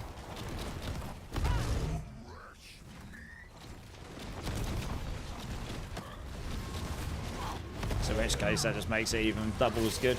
Not say 10 says if you go hardcore next season, I'll hook you up with Big Dog. I won't be going hardcore next season to start with. Next season is absolutely theory craft mode because it's expansion, isn't it? I will be in softcore for ages. I only play hardcore if there's a really specific reason to do it, or I feel like I'm exhausted and done on everything on softcore. So, you know. And when I do, I tend to play hardcore solo as well, to be honest. I tend to do it solo self-bound. Because that's part of the challenge for me. To me, hardcore is practice mode unless you're doing solo self-bound, straight up. Like, not to slate on anyone who does team play in hardcore, that's totally fine. But to me, if you're going to do hardcore, you might as well do solo self-bound with it as well. So even when they are adding solo self-bound at some point, which will be great. Oh, I appreciate it, by the way. I appreciate you saying you'd hook me up, by the way. That's really kind. But for me, if I do hardcore, I do tend to do it solo self-bound if I can, just because I'm looking forward to that mode, because then I might actually do hardcore solo self-bound, and then you'd compete on the leaderboards with that in regards. So it'd be purely what you found. No trading, no extra. I've got another raid coming in. Oh, does this mean I've got to stay on a bit longer? I've had 2 raids now. Maybe I stay on for half an hour. We do a few more of these and get some XP. Oh, okay. My arm's been twisted, everybody. Hey, Tripod, welcome in, welcome in. Thank you for the raids. I was going to go off soon, but I've just had 2 raids really back to back.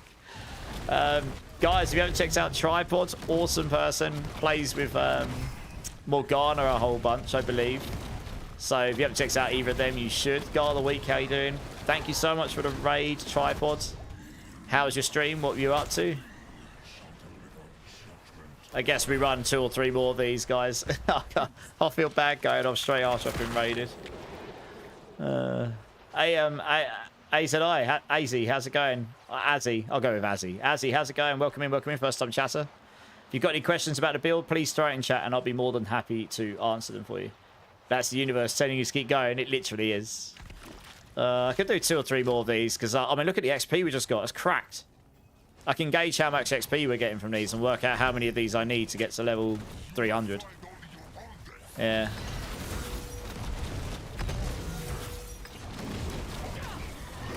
I mean, I'm pretty happy about my Opti-Site situation now. I've got 52,500. That's pretty good going. This will give us scrolls of restorations. That's nice. We've got a decent enough amount of Neothyron. Forgotten Souls is okay. Got 7,000 herbs. So, yeah. Nearly enough. I've got, ooh, a 4GA ring. Let's get, okay, we're staying on for a little bit. Let's get a poll here. I just picked up a 4GA ring, my second 4GA ring of the day. What is the chances? Let's see how do I set one of these things up? I can't remember. There we go, I've got it. What does it do? One sec, I need to set this up. We're going to set up a poll. Here we go. Will immortalize Cry at his 4GA ring. Oh, because, I suppose. Would probably be better than at, wouldn't it, really? Oh, I actually got a better one. How will immortalize Phil after 4GA ring? After seeing 4GA ring. He will be a sad panda and cry. Oh, I can't. That's too long. Oh, that's that. That sucks. He will be a sad panda. Can I fit that in? Yes.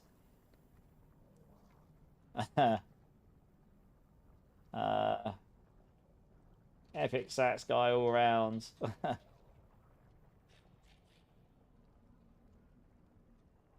Dear, oh dear, you gotta love it.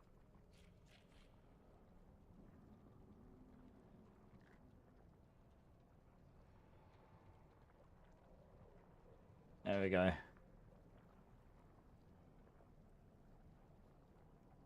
I guess we'll leave that up for 2 minutes. There we go.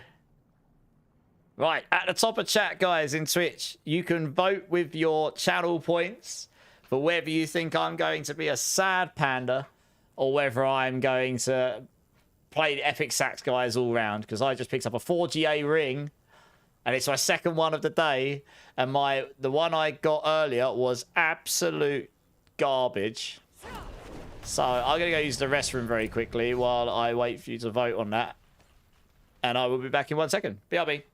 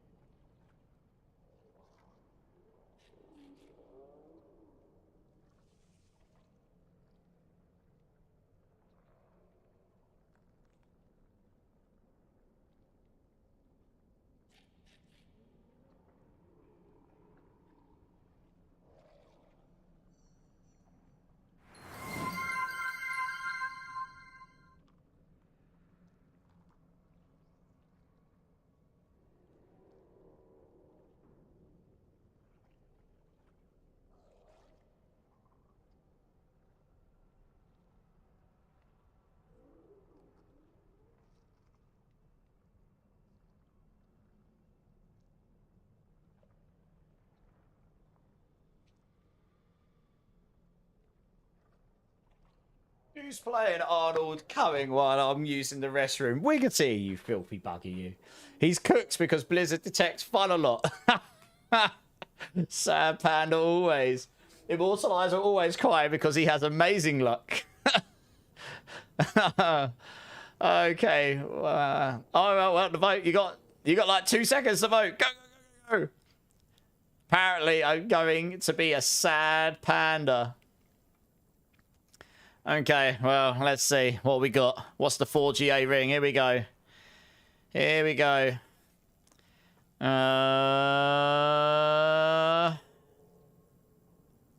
That's not bad, actually. It's not horrible. It's got fire res. I would have loved attack speed on it. It's not bad, though. If I had enough attack speed, I could theoretically use that.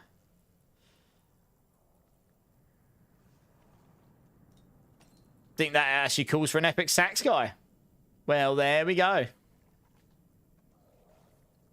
Yes!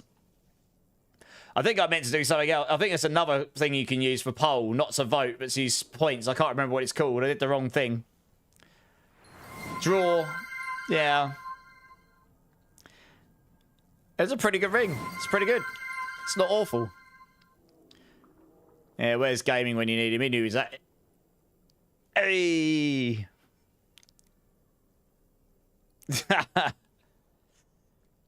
You was right. You were, by the looks of it. Life per hit's not too bad. For me to have been able to use that, I really need the GA attack speed, to be honest with you. Oh, actually, no, maybe I don't.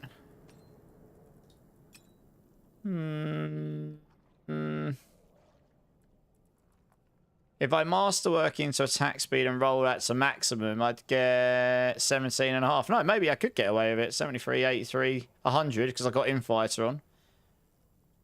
No, I could probably use it. I don't need the cooldown too much. Cool. All right, well. I think I probably could use that. I'd roll a life on hit to attack speed. The fire res is actually pretty handy. It makes you tankier against the fire stuff, doesn't it? So, yeah, okay. I mean, it might actually be usable. Nice. Gotta love it when you get an upgrade. Potentially, anyway. Give me all the stuff. We'll run a couple more of these. Since we got those raids, I'll stay on a bit.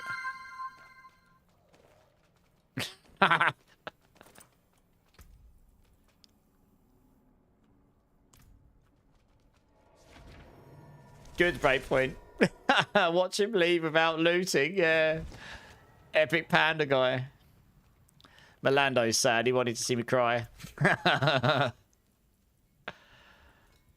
Right, yeah, let's not accidentally salvage that either. That'd be a bad idea, wouldn't it? Where's that other app? Oh, there's the amulet. I've got an amulet and a ring to roll.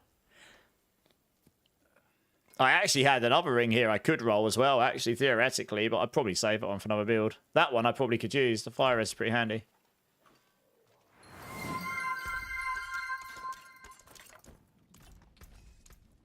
Flex the mug.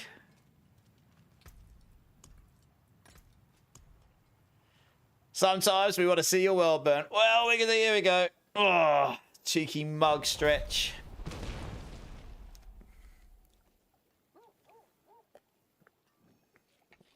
Nice.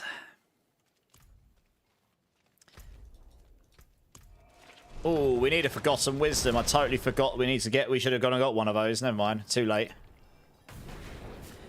But not without wasting a sigil. We'll have to go without one for this run. We can get one for the next run. The rings with hunger and gold at 38% makes you... It will do, Castro, yeah. Yeah.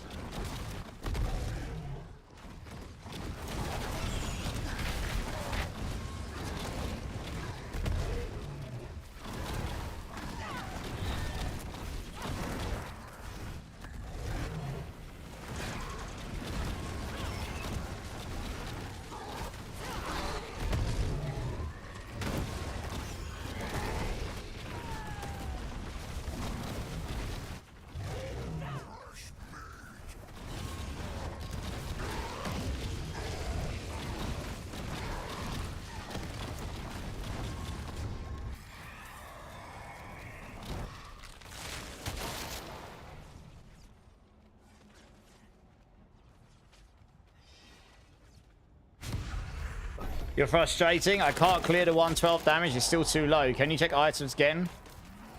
I'll have a look in a sec, Dobby. Let's finish this wave quickly.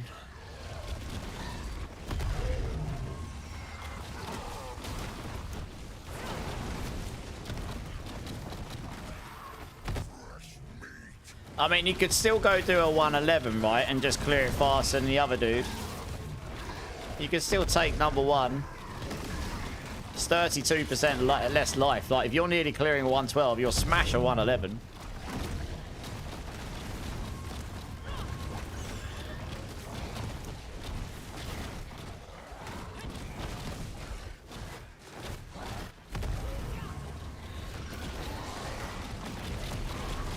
What's the best way to farm Obducide, Daniel? So what we've been doing, if you don't have treasure breaches available, what we've been doing is Heradric Strong Rooms, and if you do them in T4 and you can do level 5 attunement or higher, then you will get about 800 to 900 Obdicite a run. And if you do escalation dungeons and finish it, you more often than not get 2 sigils at the end that give you Heradric Strong Rooms.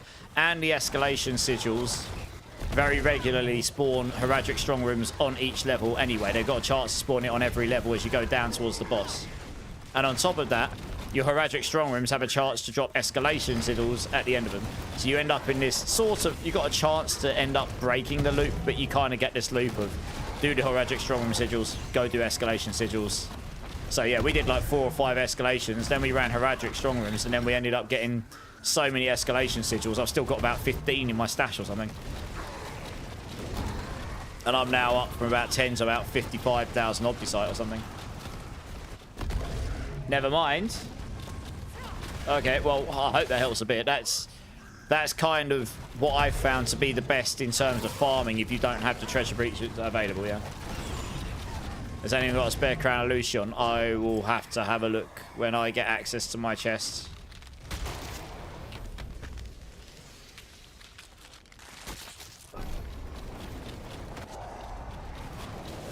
You was on the boss with 1 minute 50. Feels like I do much less damage on bosses. Last season I needed 1 minute for a boss even on 126. Yeah, but that's because you got way more damage than Sanctification last season, right?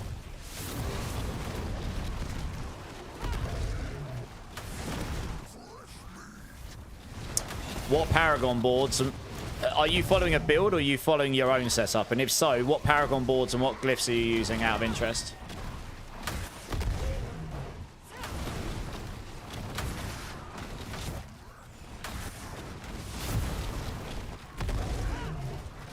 You're following mine. Okay, what Paragon boards and glyphs have you got in out of interest?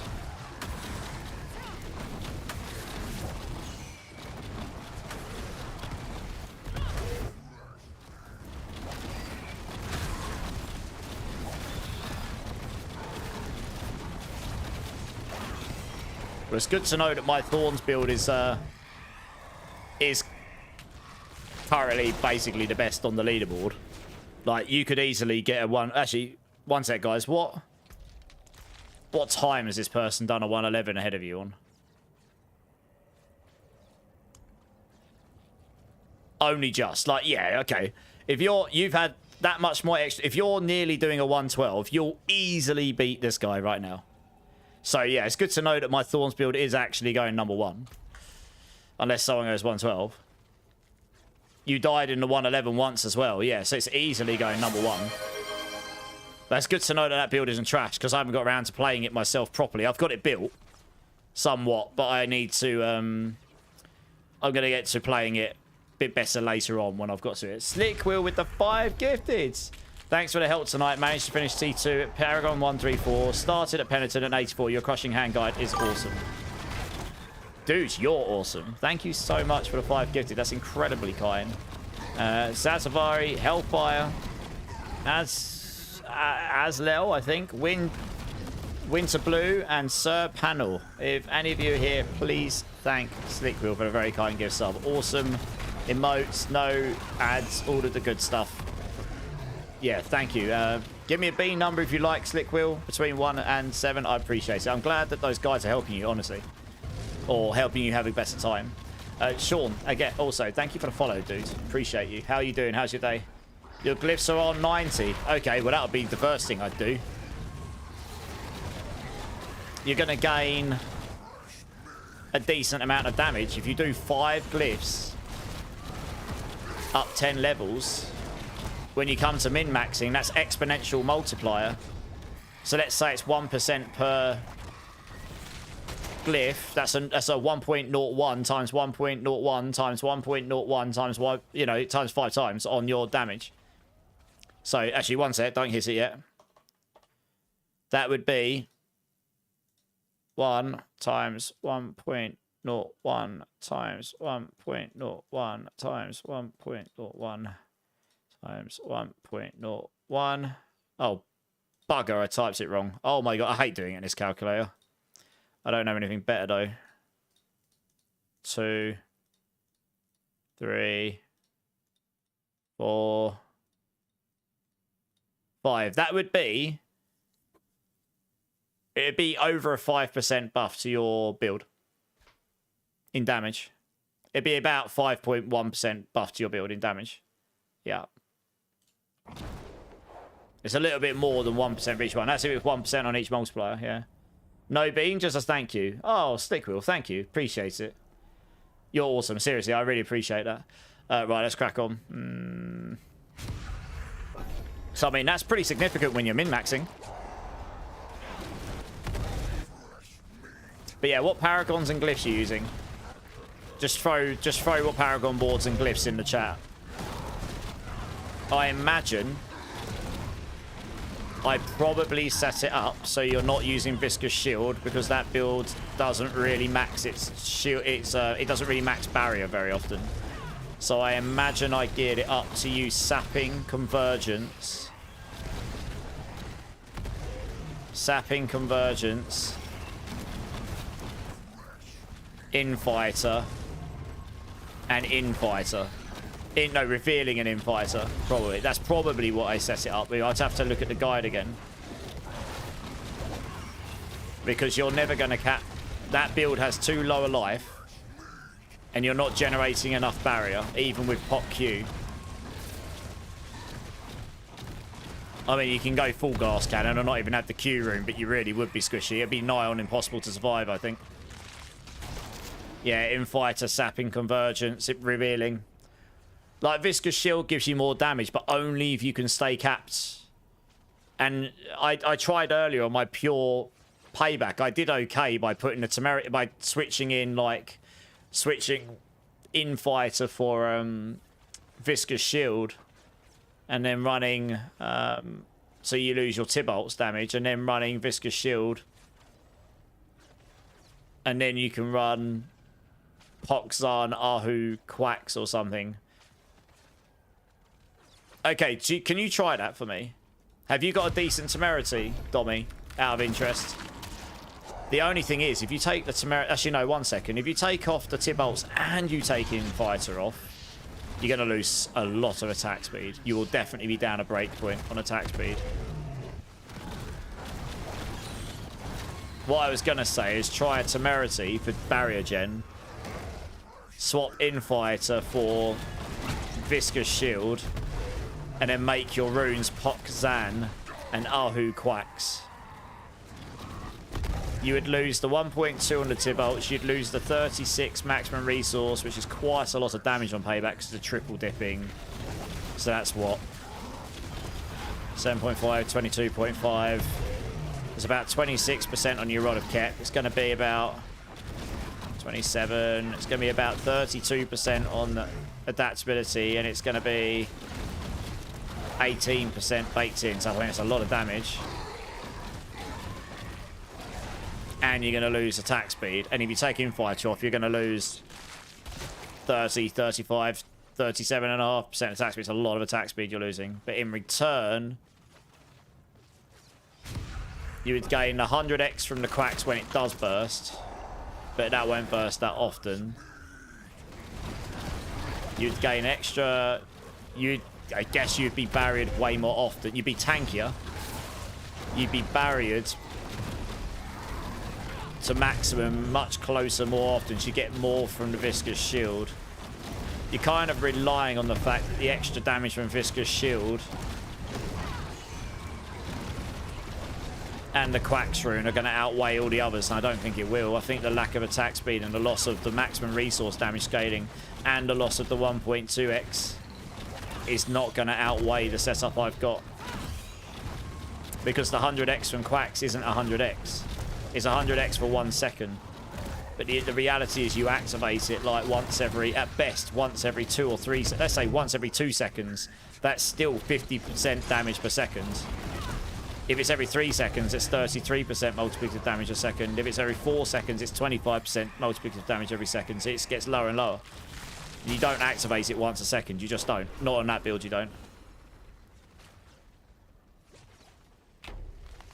Especially on bosses. So I think my setup will be better. It's just squishier. Yeah, you could try it.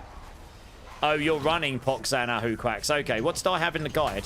Did I have that in the guide? I might have actually put that in the guide. I think I might have just gone Thorn's Payback, just go Glass Cannon, screw it. Pure Payback, I've done something slightly different to make it less...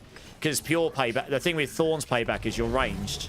So as long as you don't play like a Dumbo, you can avoid more stuff than Pure Payback. Pure Payback's a melee build, so you can't really avoid it, so you have to take Pot Q or something. Without that, you will just die to so much stuff. You can't survive. You need to have some barrier, Jenny, else you just die. I haven't found a way to survive better than that yet. I tried the temerity tech on there and it works okay, but the Tybalts definitely did more damage. Yeah, with the Pot Q, because of the maximum resource damage scaling. Rampage, how's it going, dude? First time chatter, welcome in. If you got any questions about the build, just check out the planner, hit me up. I'll be more than happy to try and help you.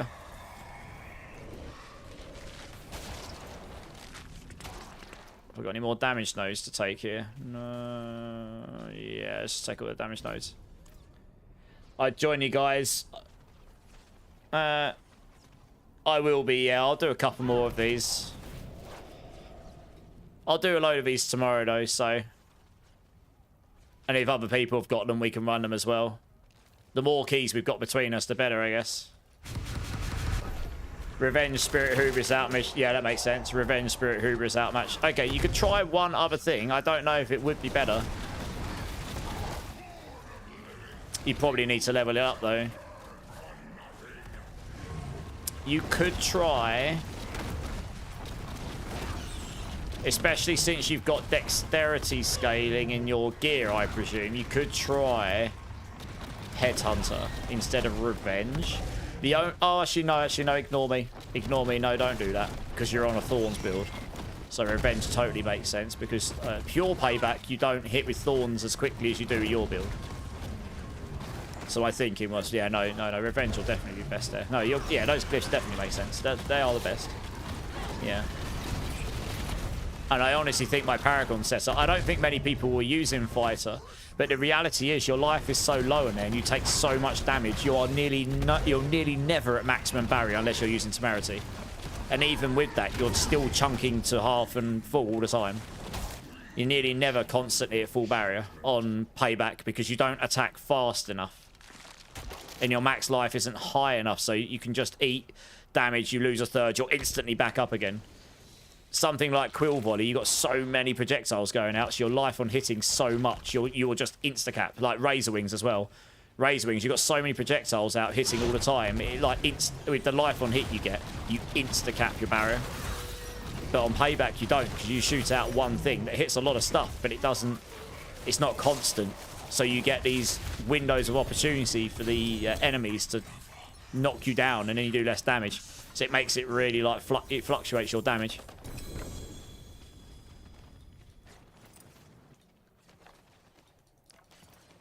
So that's kind of why, yeah. Yeah, if I put those runes in, I think that's probably because I just decided that's the best way to go. You have to use Zan on that build, and you need it in Poc Zan. You need it to activate like all the time. Your only other options, Pot Q and Zolzan. Is Pit? Yes, I wouldn't do that if you don't want to brick your character. I am expecting that to get resolved this week in some form or another. Because that's obviously a terrible experience for a lot of people in the game right now. I would expect there to be bug fix patch or something or bug fix patches this week. Or hot fixes, if you want to call it that. So, don't hold me to that, because I don't know, but I would expect that, so I guess we'll see, right?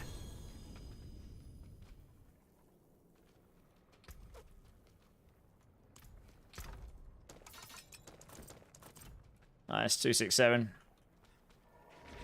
We'll go get a, we'll quickly go get a Forgotten Wisdom to make sure we're not missing out on XP here. You'll try and stockpile overnight. Okay, nice. I mean, we'll run one more here. And we'll get a Forgotten Wisdom for it, so I'll have 17 left. Hello, cat, you're cold. 6 to 7 mentioned. Okay, nice. Let's, yeah, let's get a Forgotten Wisdom quickly. I'm pretty sure I've got one hanging here, yeah. We just literally just won the XP shrine. It's 15% XP, we're just leaving off the table here. What you doing, mate?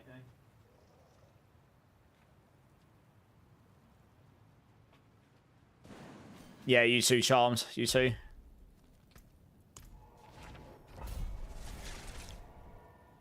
But yeah, let us run this dungeon. Just before I go off, Dommy, I'll have a quick look at your character and I'll see if there's anything left there I can see immediately.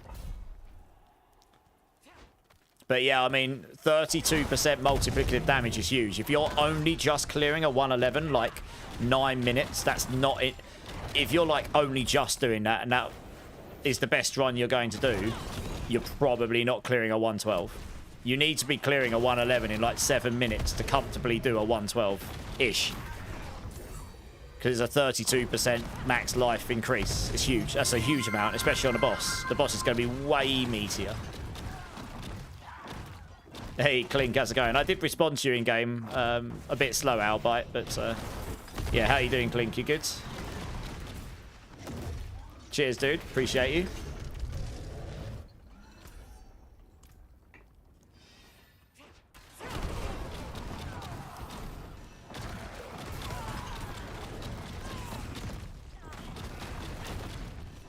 Oh, just the well. We're searching for the well, yeah. So once we've found that, just let us know. Whoever finds it, just let each other know and we'll get the well. That's all we're getting. Oh, we already got it. My bad. I'm on autopilot. Oh. I've just noticed I've got it. I'm on autopilot, sorry. Oh, dear. Reading chat at the same time. You good? Just leveling your paragons? Nice. What paragon level are you? You're waiting in town, yeah. This is when you know it's like, okay, Immortalized probably should go offline soon. He's talking crap. It's coming out of his ass. Right, here we go.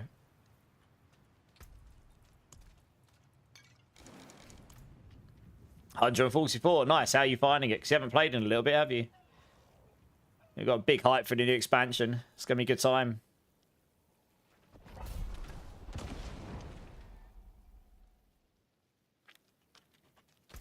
Yeah, it should get us to 1. Well, actually, I'll be interested. I'm going to take a screenshot of my XP so I know how much XP I get from this run. With a team, you only need one teammate to get the benefit of the team. And then, oh, I need the XP.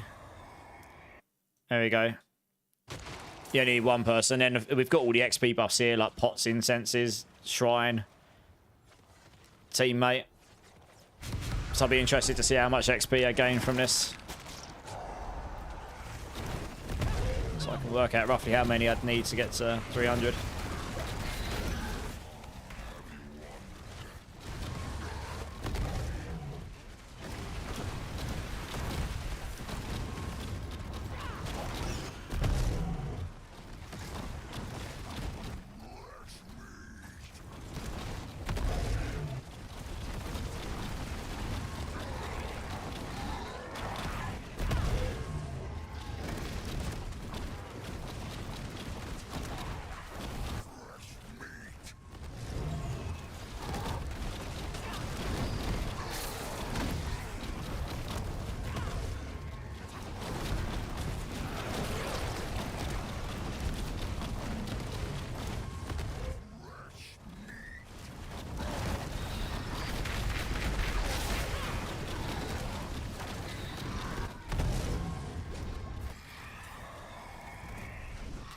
Oh, nice. Goblins.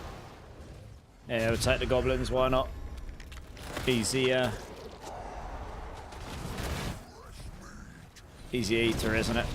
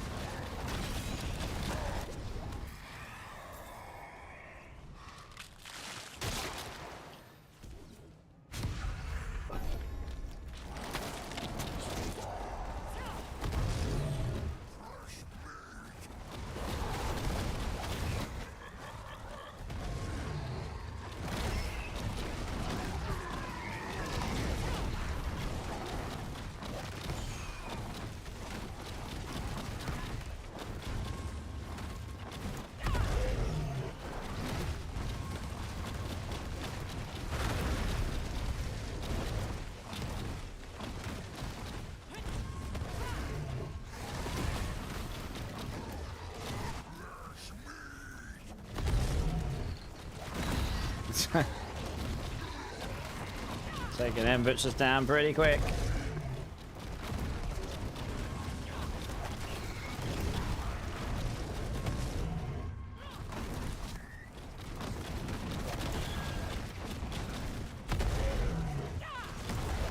Oh, he decided he wanted me. Good. Even though I was over the other side of the arena. Good times.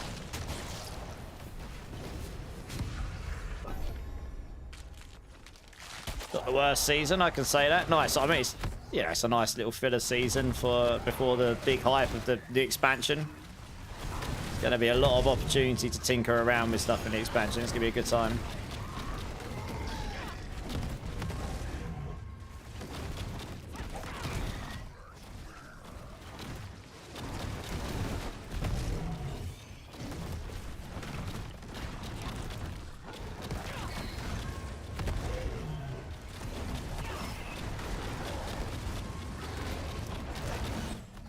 Does anyone have jar runes? I've still not dropped any legend. I didn't drop any legendary runes tonight. It's quite unfortunate. Oh no, I lie. I did. I dropped one. Oh no, I didn't. I got given the tam rune. No, I didn't drop any legendary runes today. Normally I would drop legendary runes in those dungeons, but game did not want to give me any. So there we go. Maybe tomorrow. Eh? I wasn't going to stream tomorrow night, but I don't know. I'm kind of having fun, so I might come on tomorrow night. I need to get that video sorted, so I'll try and get that sorted, and then if I've got the energy, I'll come on. We can just run a bunch of stuff. Hey, Shadow, how's it going? How you doing?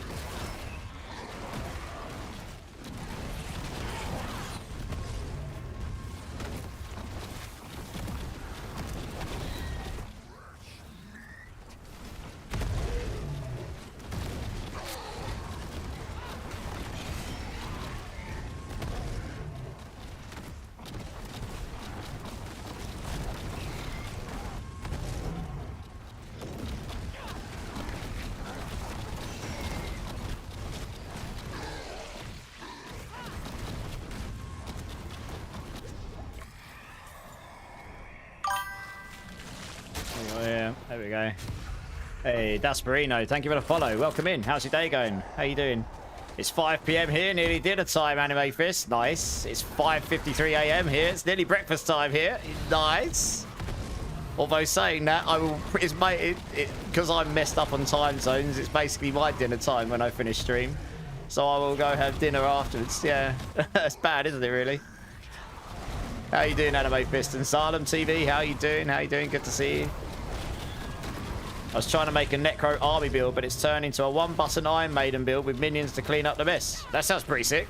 Blowing things up with Iron Maiden. Let's go. How high is that going? That sounds awesome. Necro's doing okay, you know.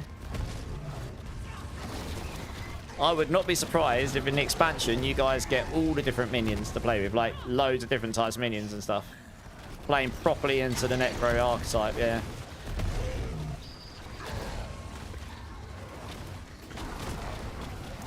You're in Aussie, I will not... yeah.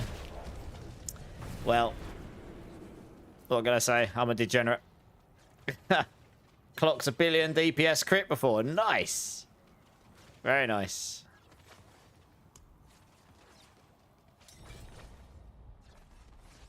Just to be Vegeta. Yeah, well, I'm finishing up after this one, Vegeta, so you can join for the last few waves. You can get some XP here. But I'm going to finish up after this. It's nearly 6 in the morning. I stayed up later because I got those 2 raids. Otherwise, I would have got off already, probably. But yeah, I say, if I'm not too wrecked tomorrow after sorting out the YouTube stuff, I might come on tomorrow night. I wasn't planning on it, but I am having quite a lot of fun at the moment on this, so... I just need to get that. I need to get that video sorted. That's the plan. and a couple of life things. Unlikely to 3 AM. Yeah.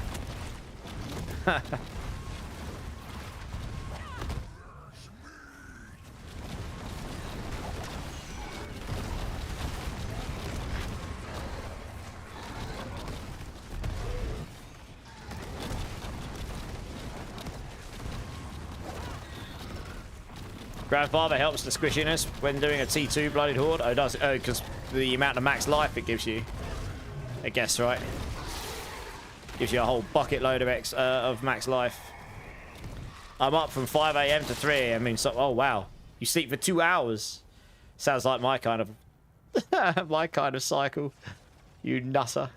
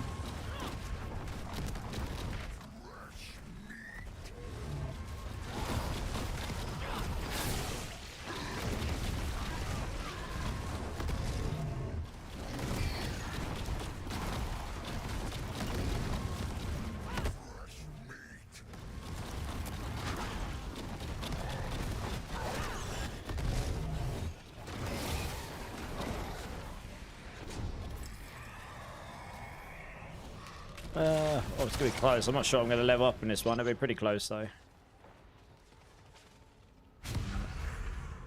I'll take this one. Surging. I'll take this one. Show your brutality cash count before you log, Justin? Okay, we'll do. It's got to be pretty high. I mean, I haven't looked at it for a hot minute. You've been like it for 32 years. Fair enough. I mean, I'm not too dissimilar anime fist in that regards, to be honest. I've always been a night owl. I've never normally slept huge amounts. Not unless I'm absolutely cooked.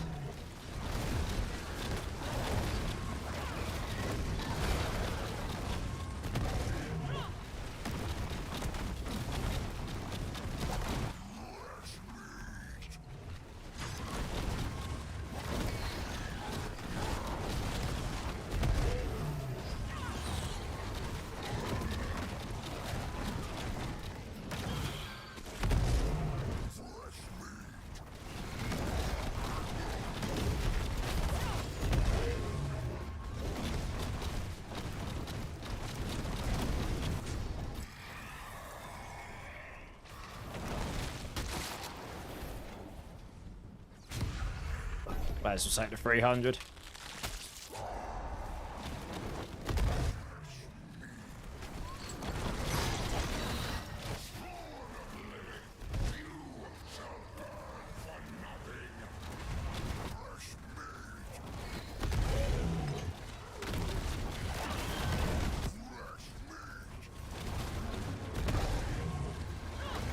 These butchers are getting murdered.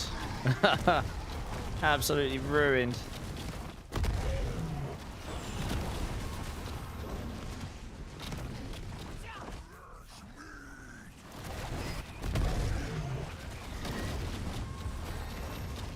Oh, I did level. Nice.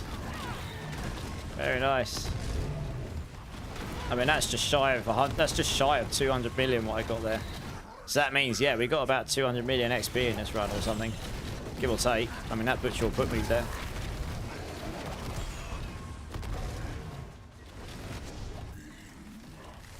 Just wait until we've killed the boss. But yeah, it's just shy of 200 million in a run. Okay, good to know.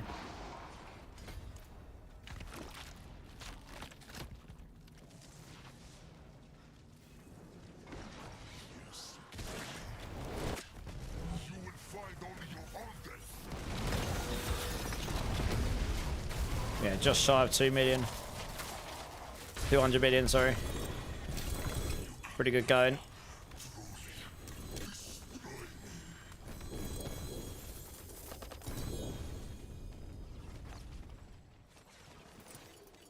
Just make sure I didn't miss anything useful there.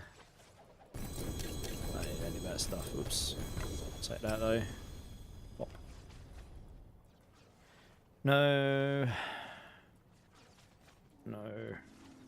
Okay, cool.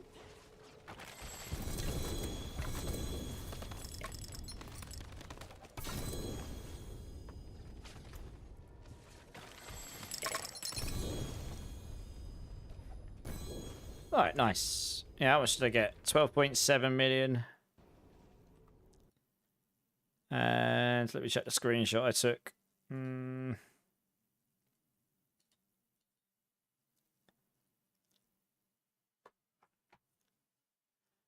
That's 191 million. I got 213 million. 191, 203 million, sorry, not 13. 200. I got about 203 million XP from that run. And I haven't got any XP buffs on my jewelry, I don't think. No. That's pretty cracked. I mean, 5 of those gives you 1 billion XP.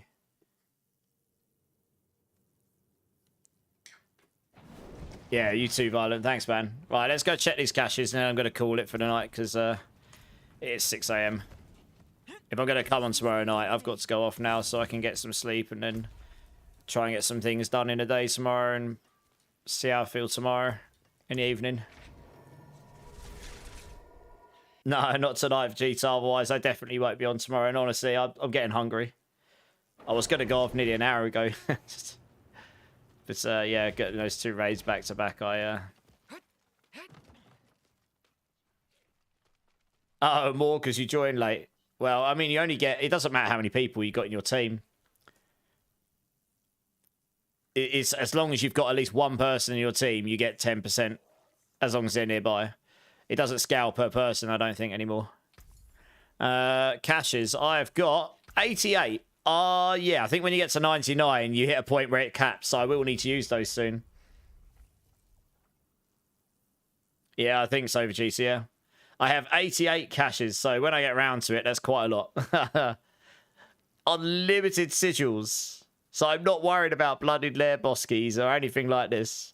It contains gold, fresh meat, and all sorts, yeah. Got loads of them.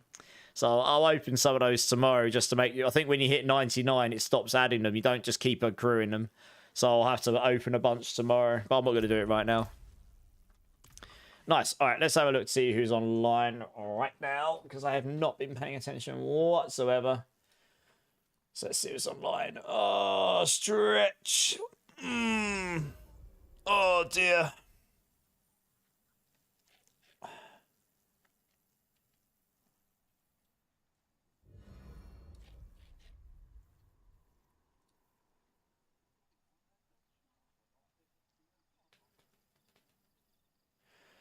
Okay, I mean, obviously clips online. Just having a look, see who else is online. I like to try and share the love around sometimes.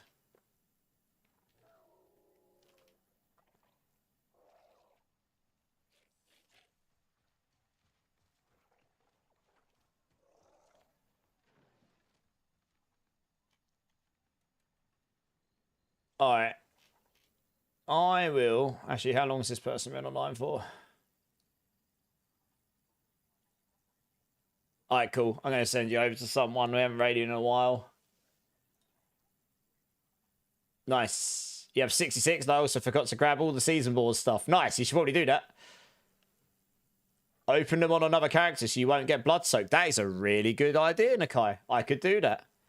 That is a very good idea. I can do that, yes. And then I can go run bosses and hopefully get a thing. Good shout. Well, there you go. I learned something new today. Let's go to this screen.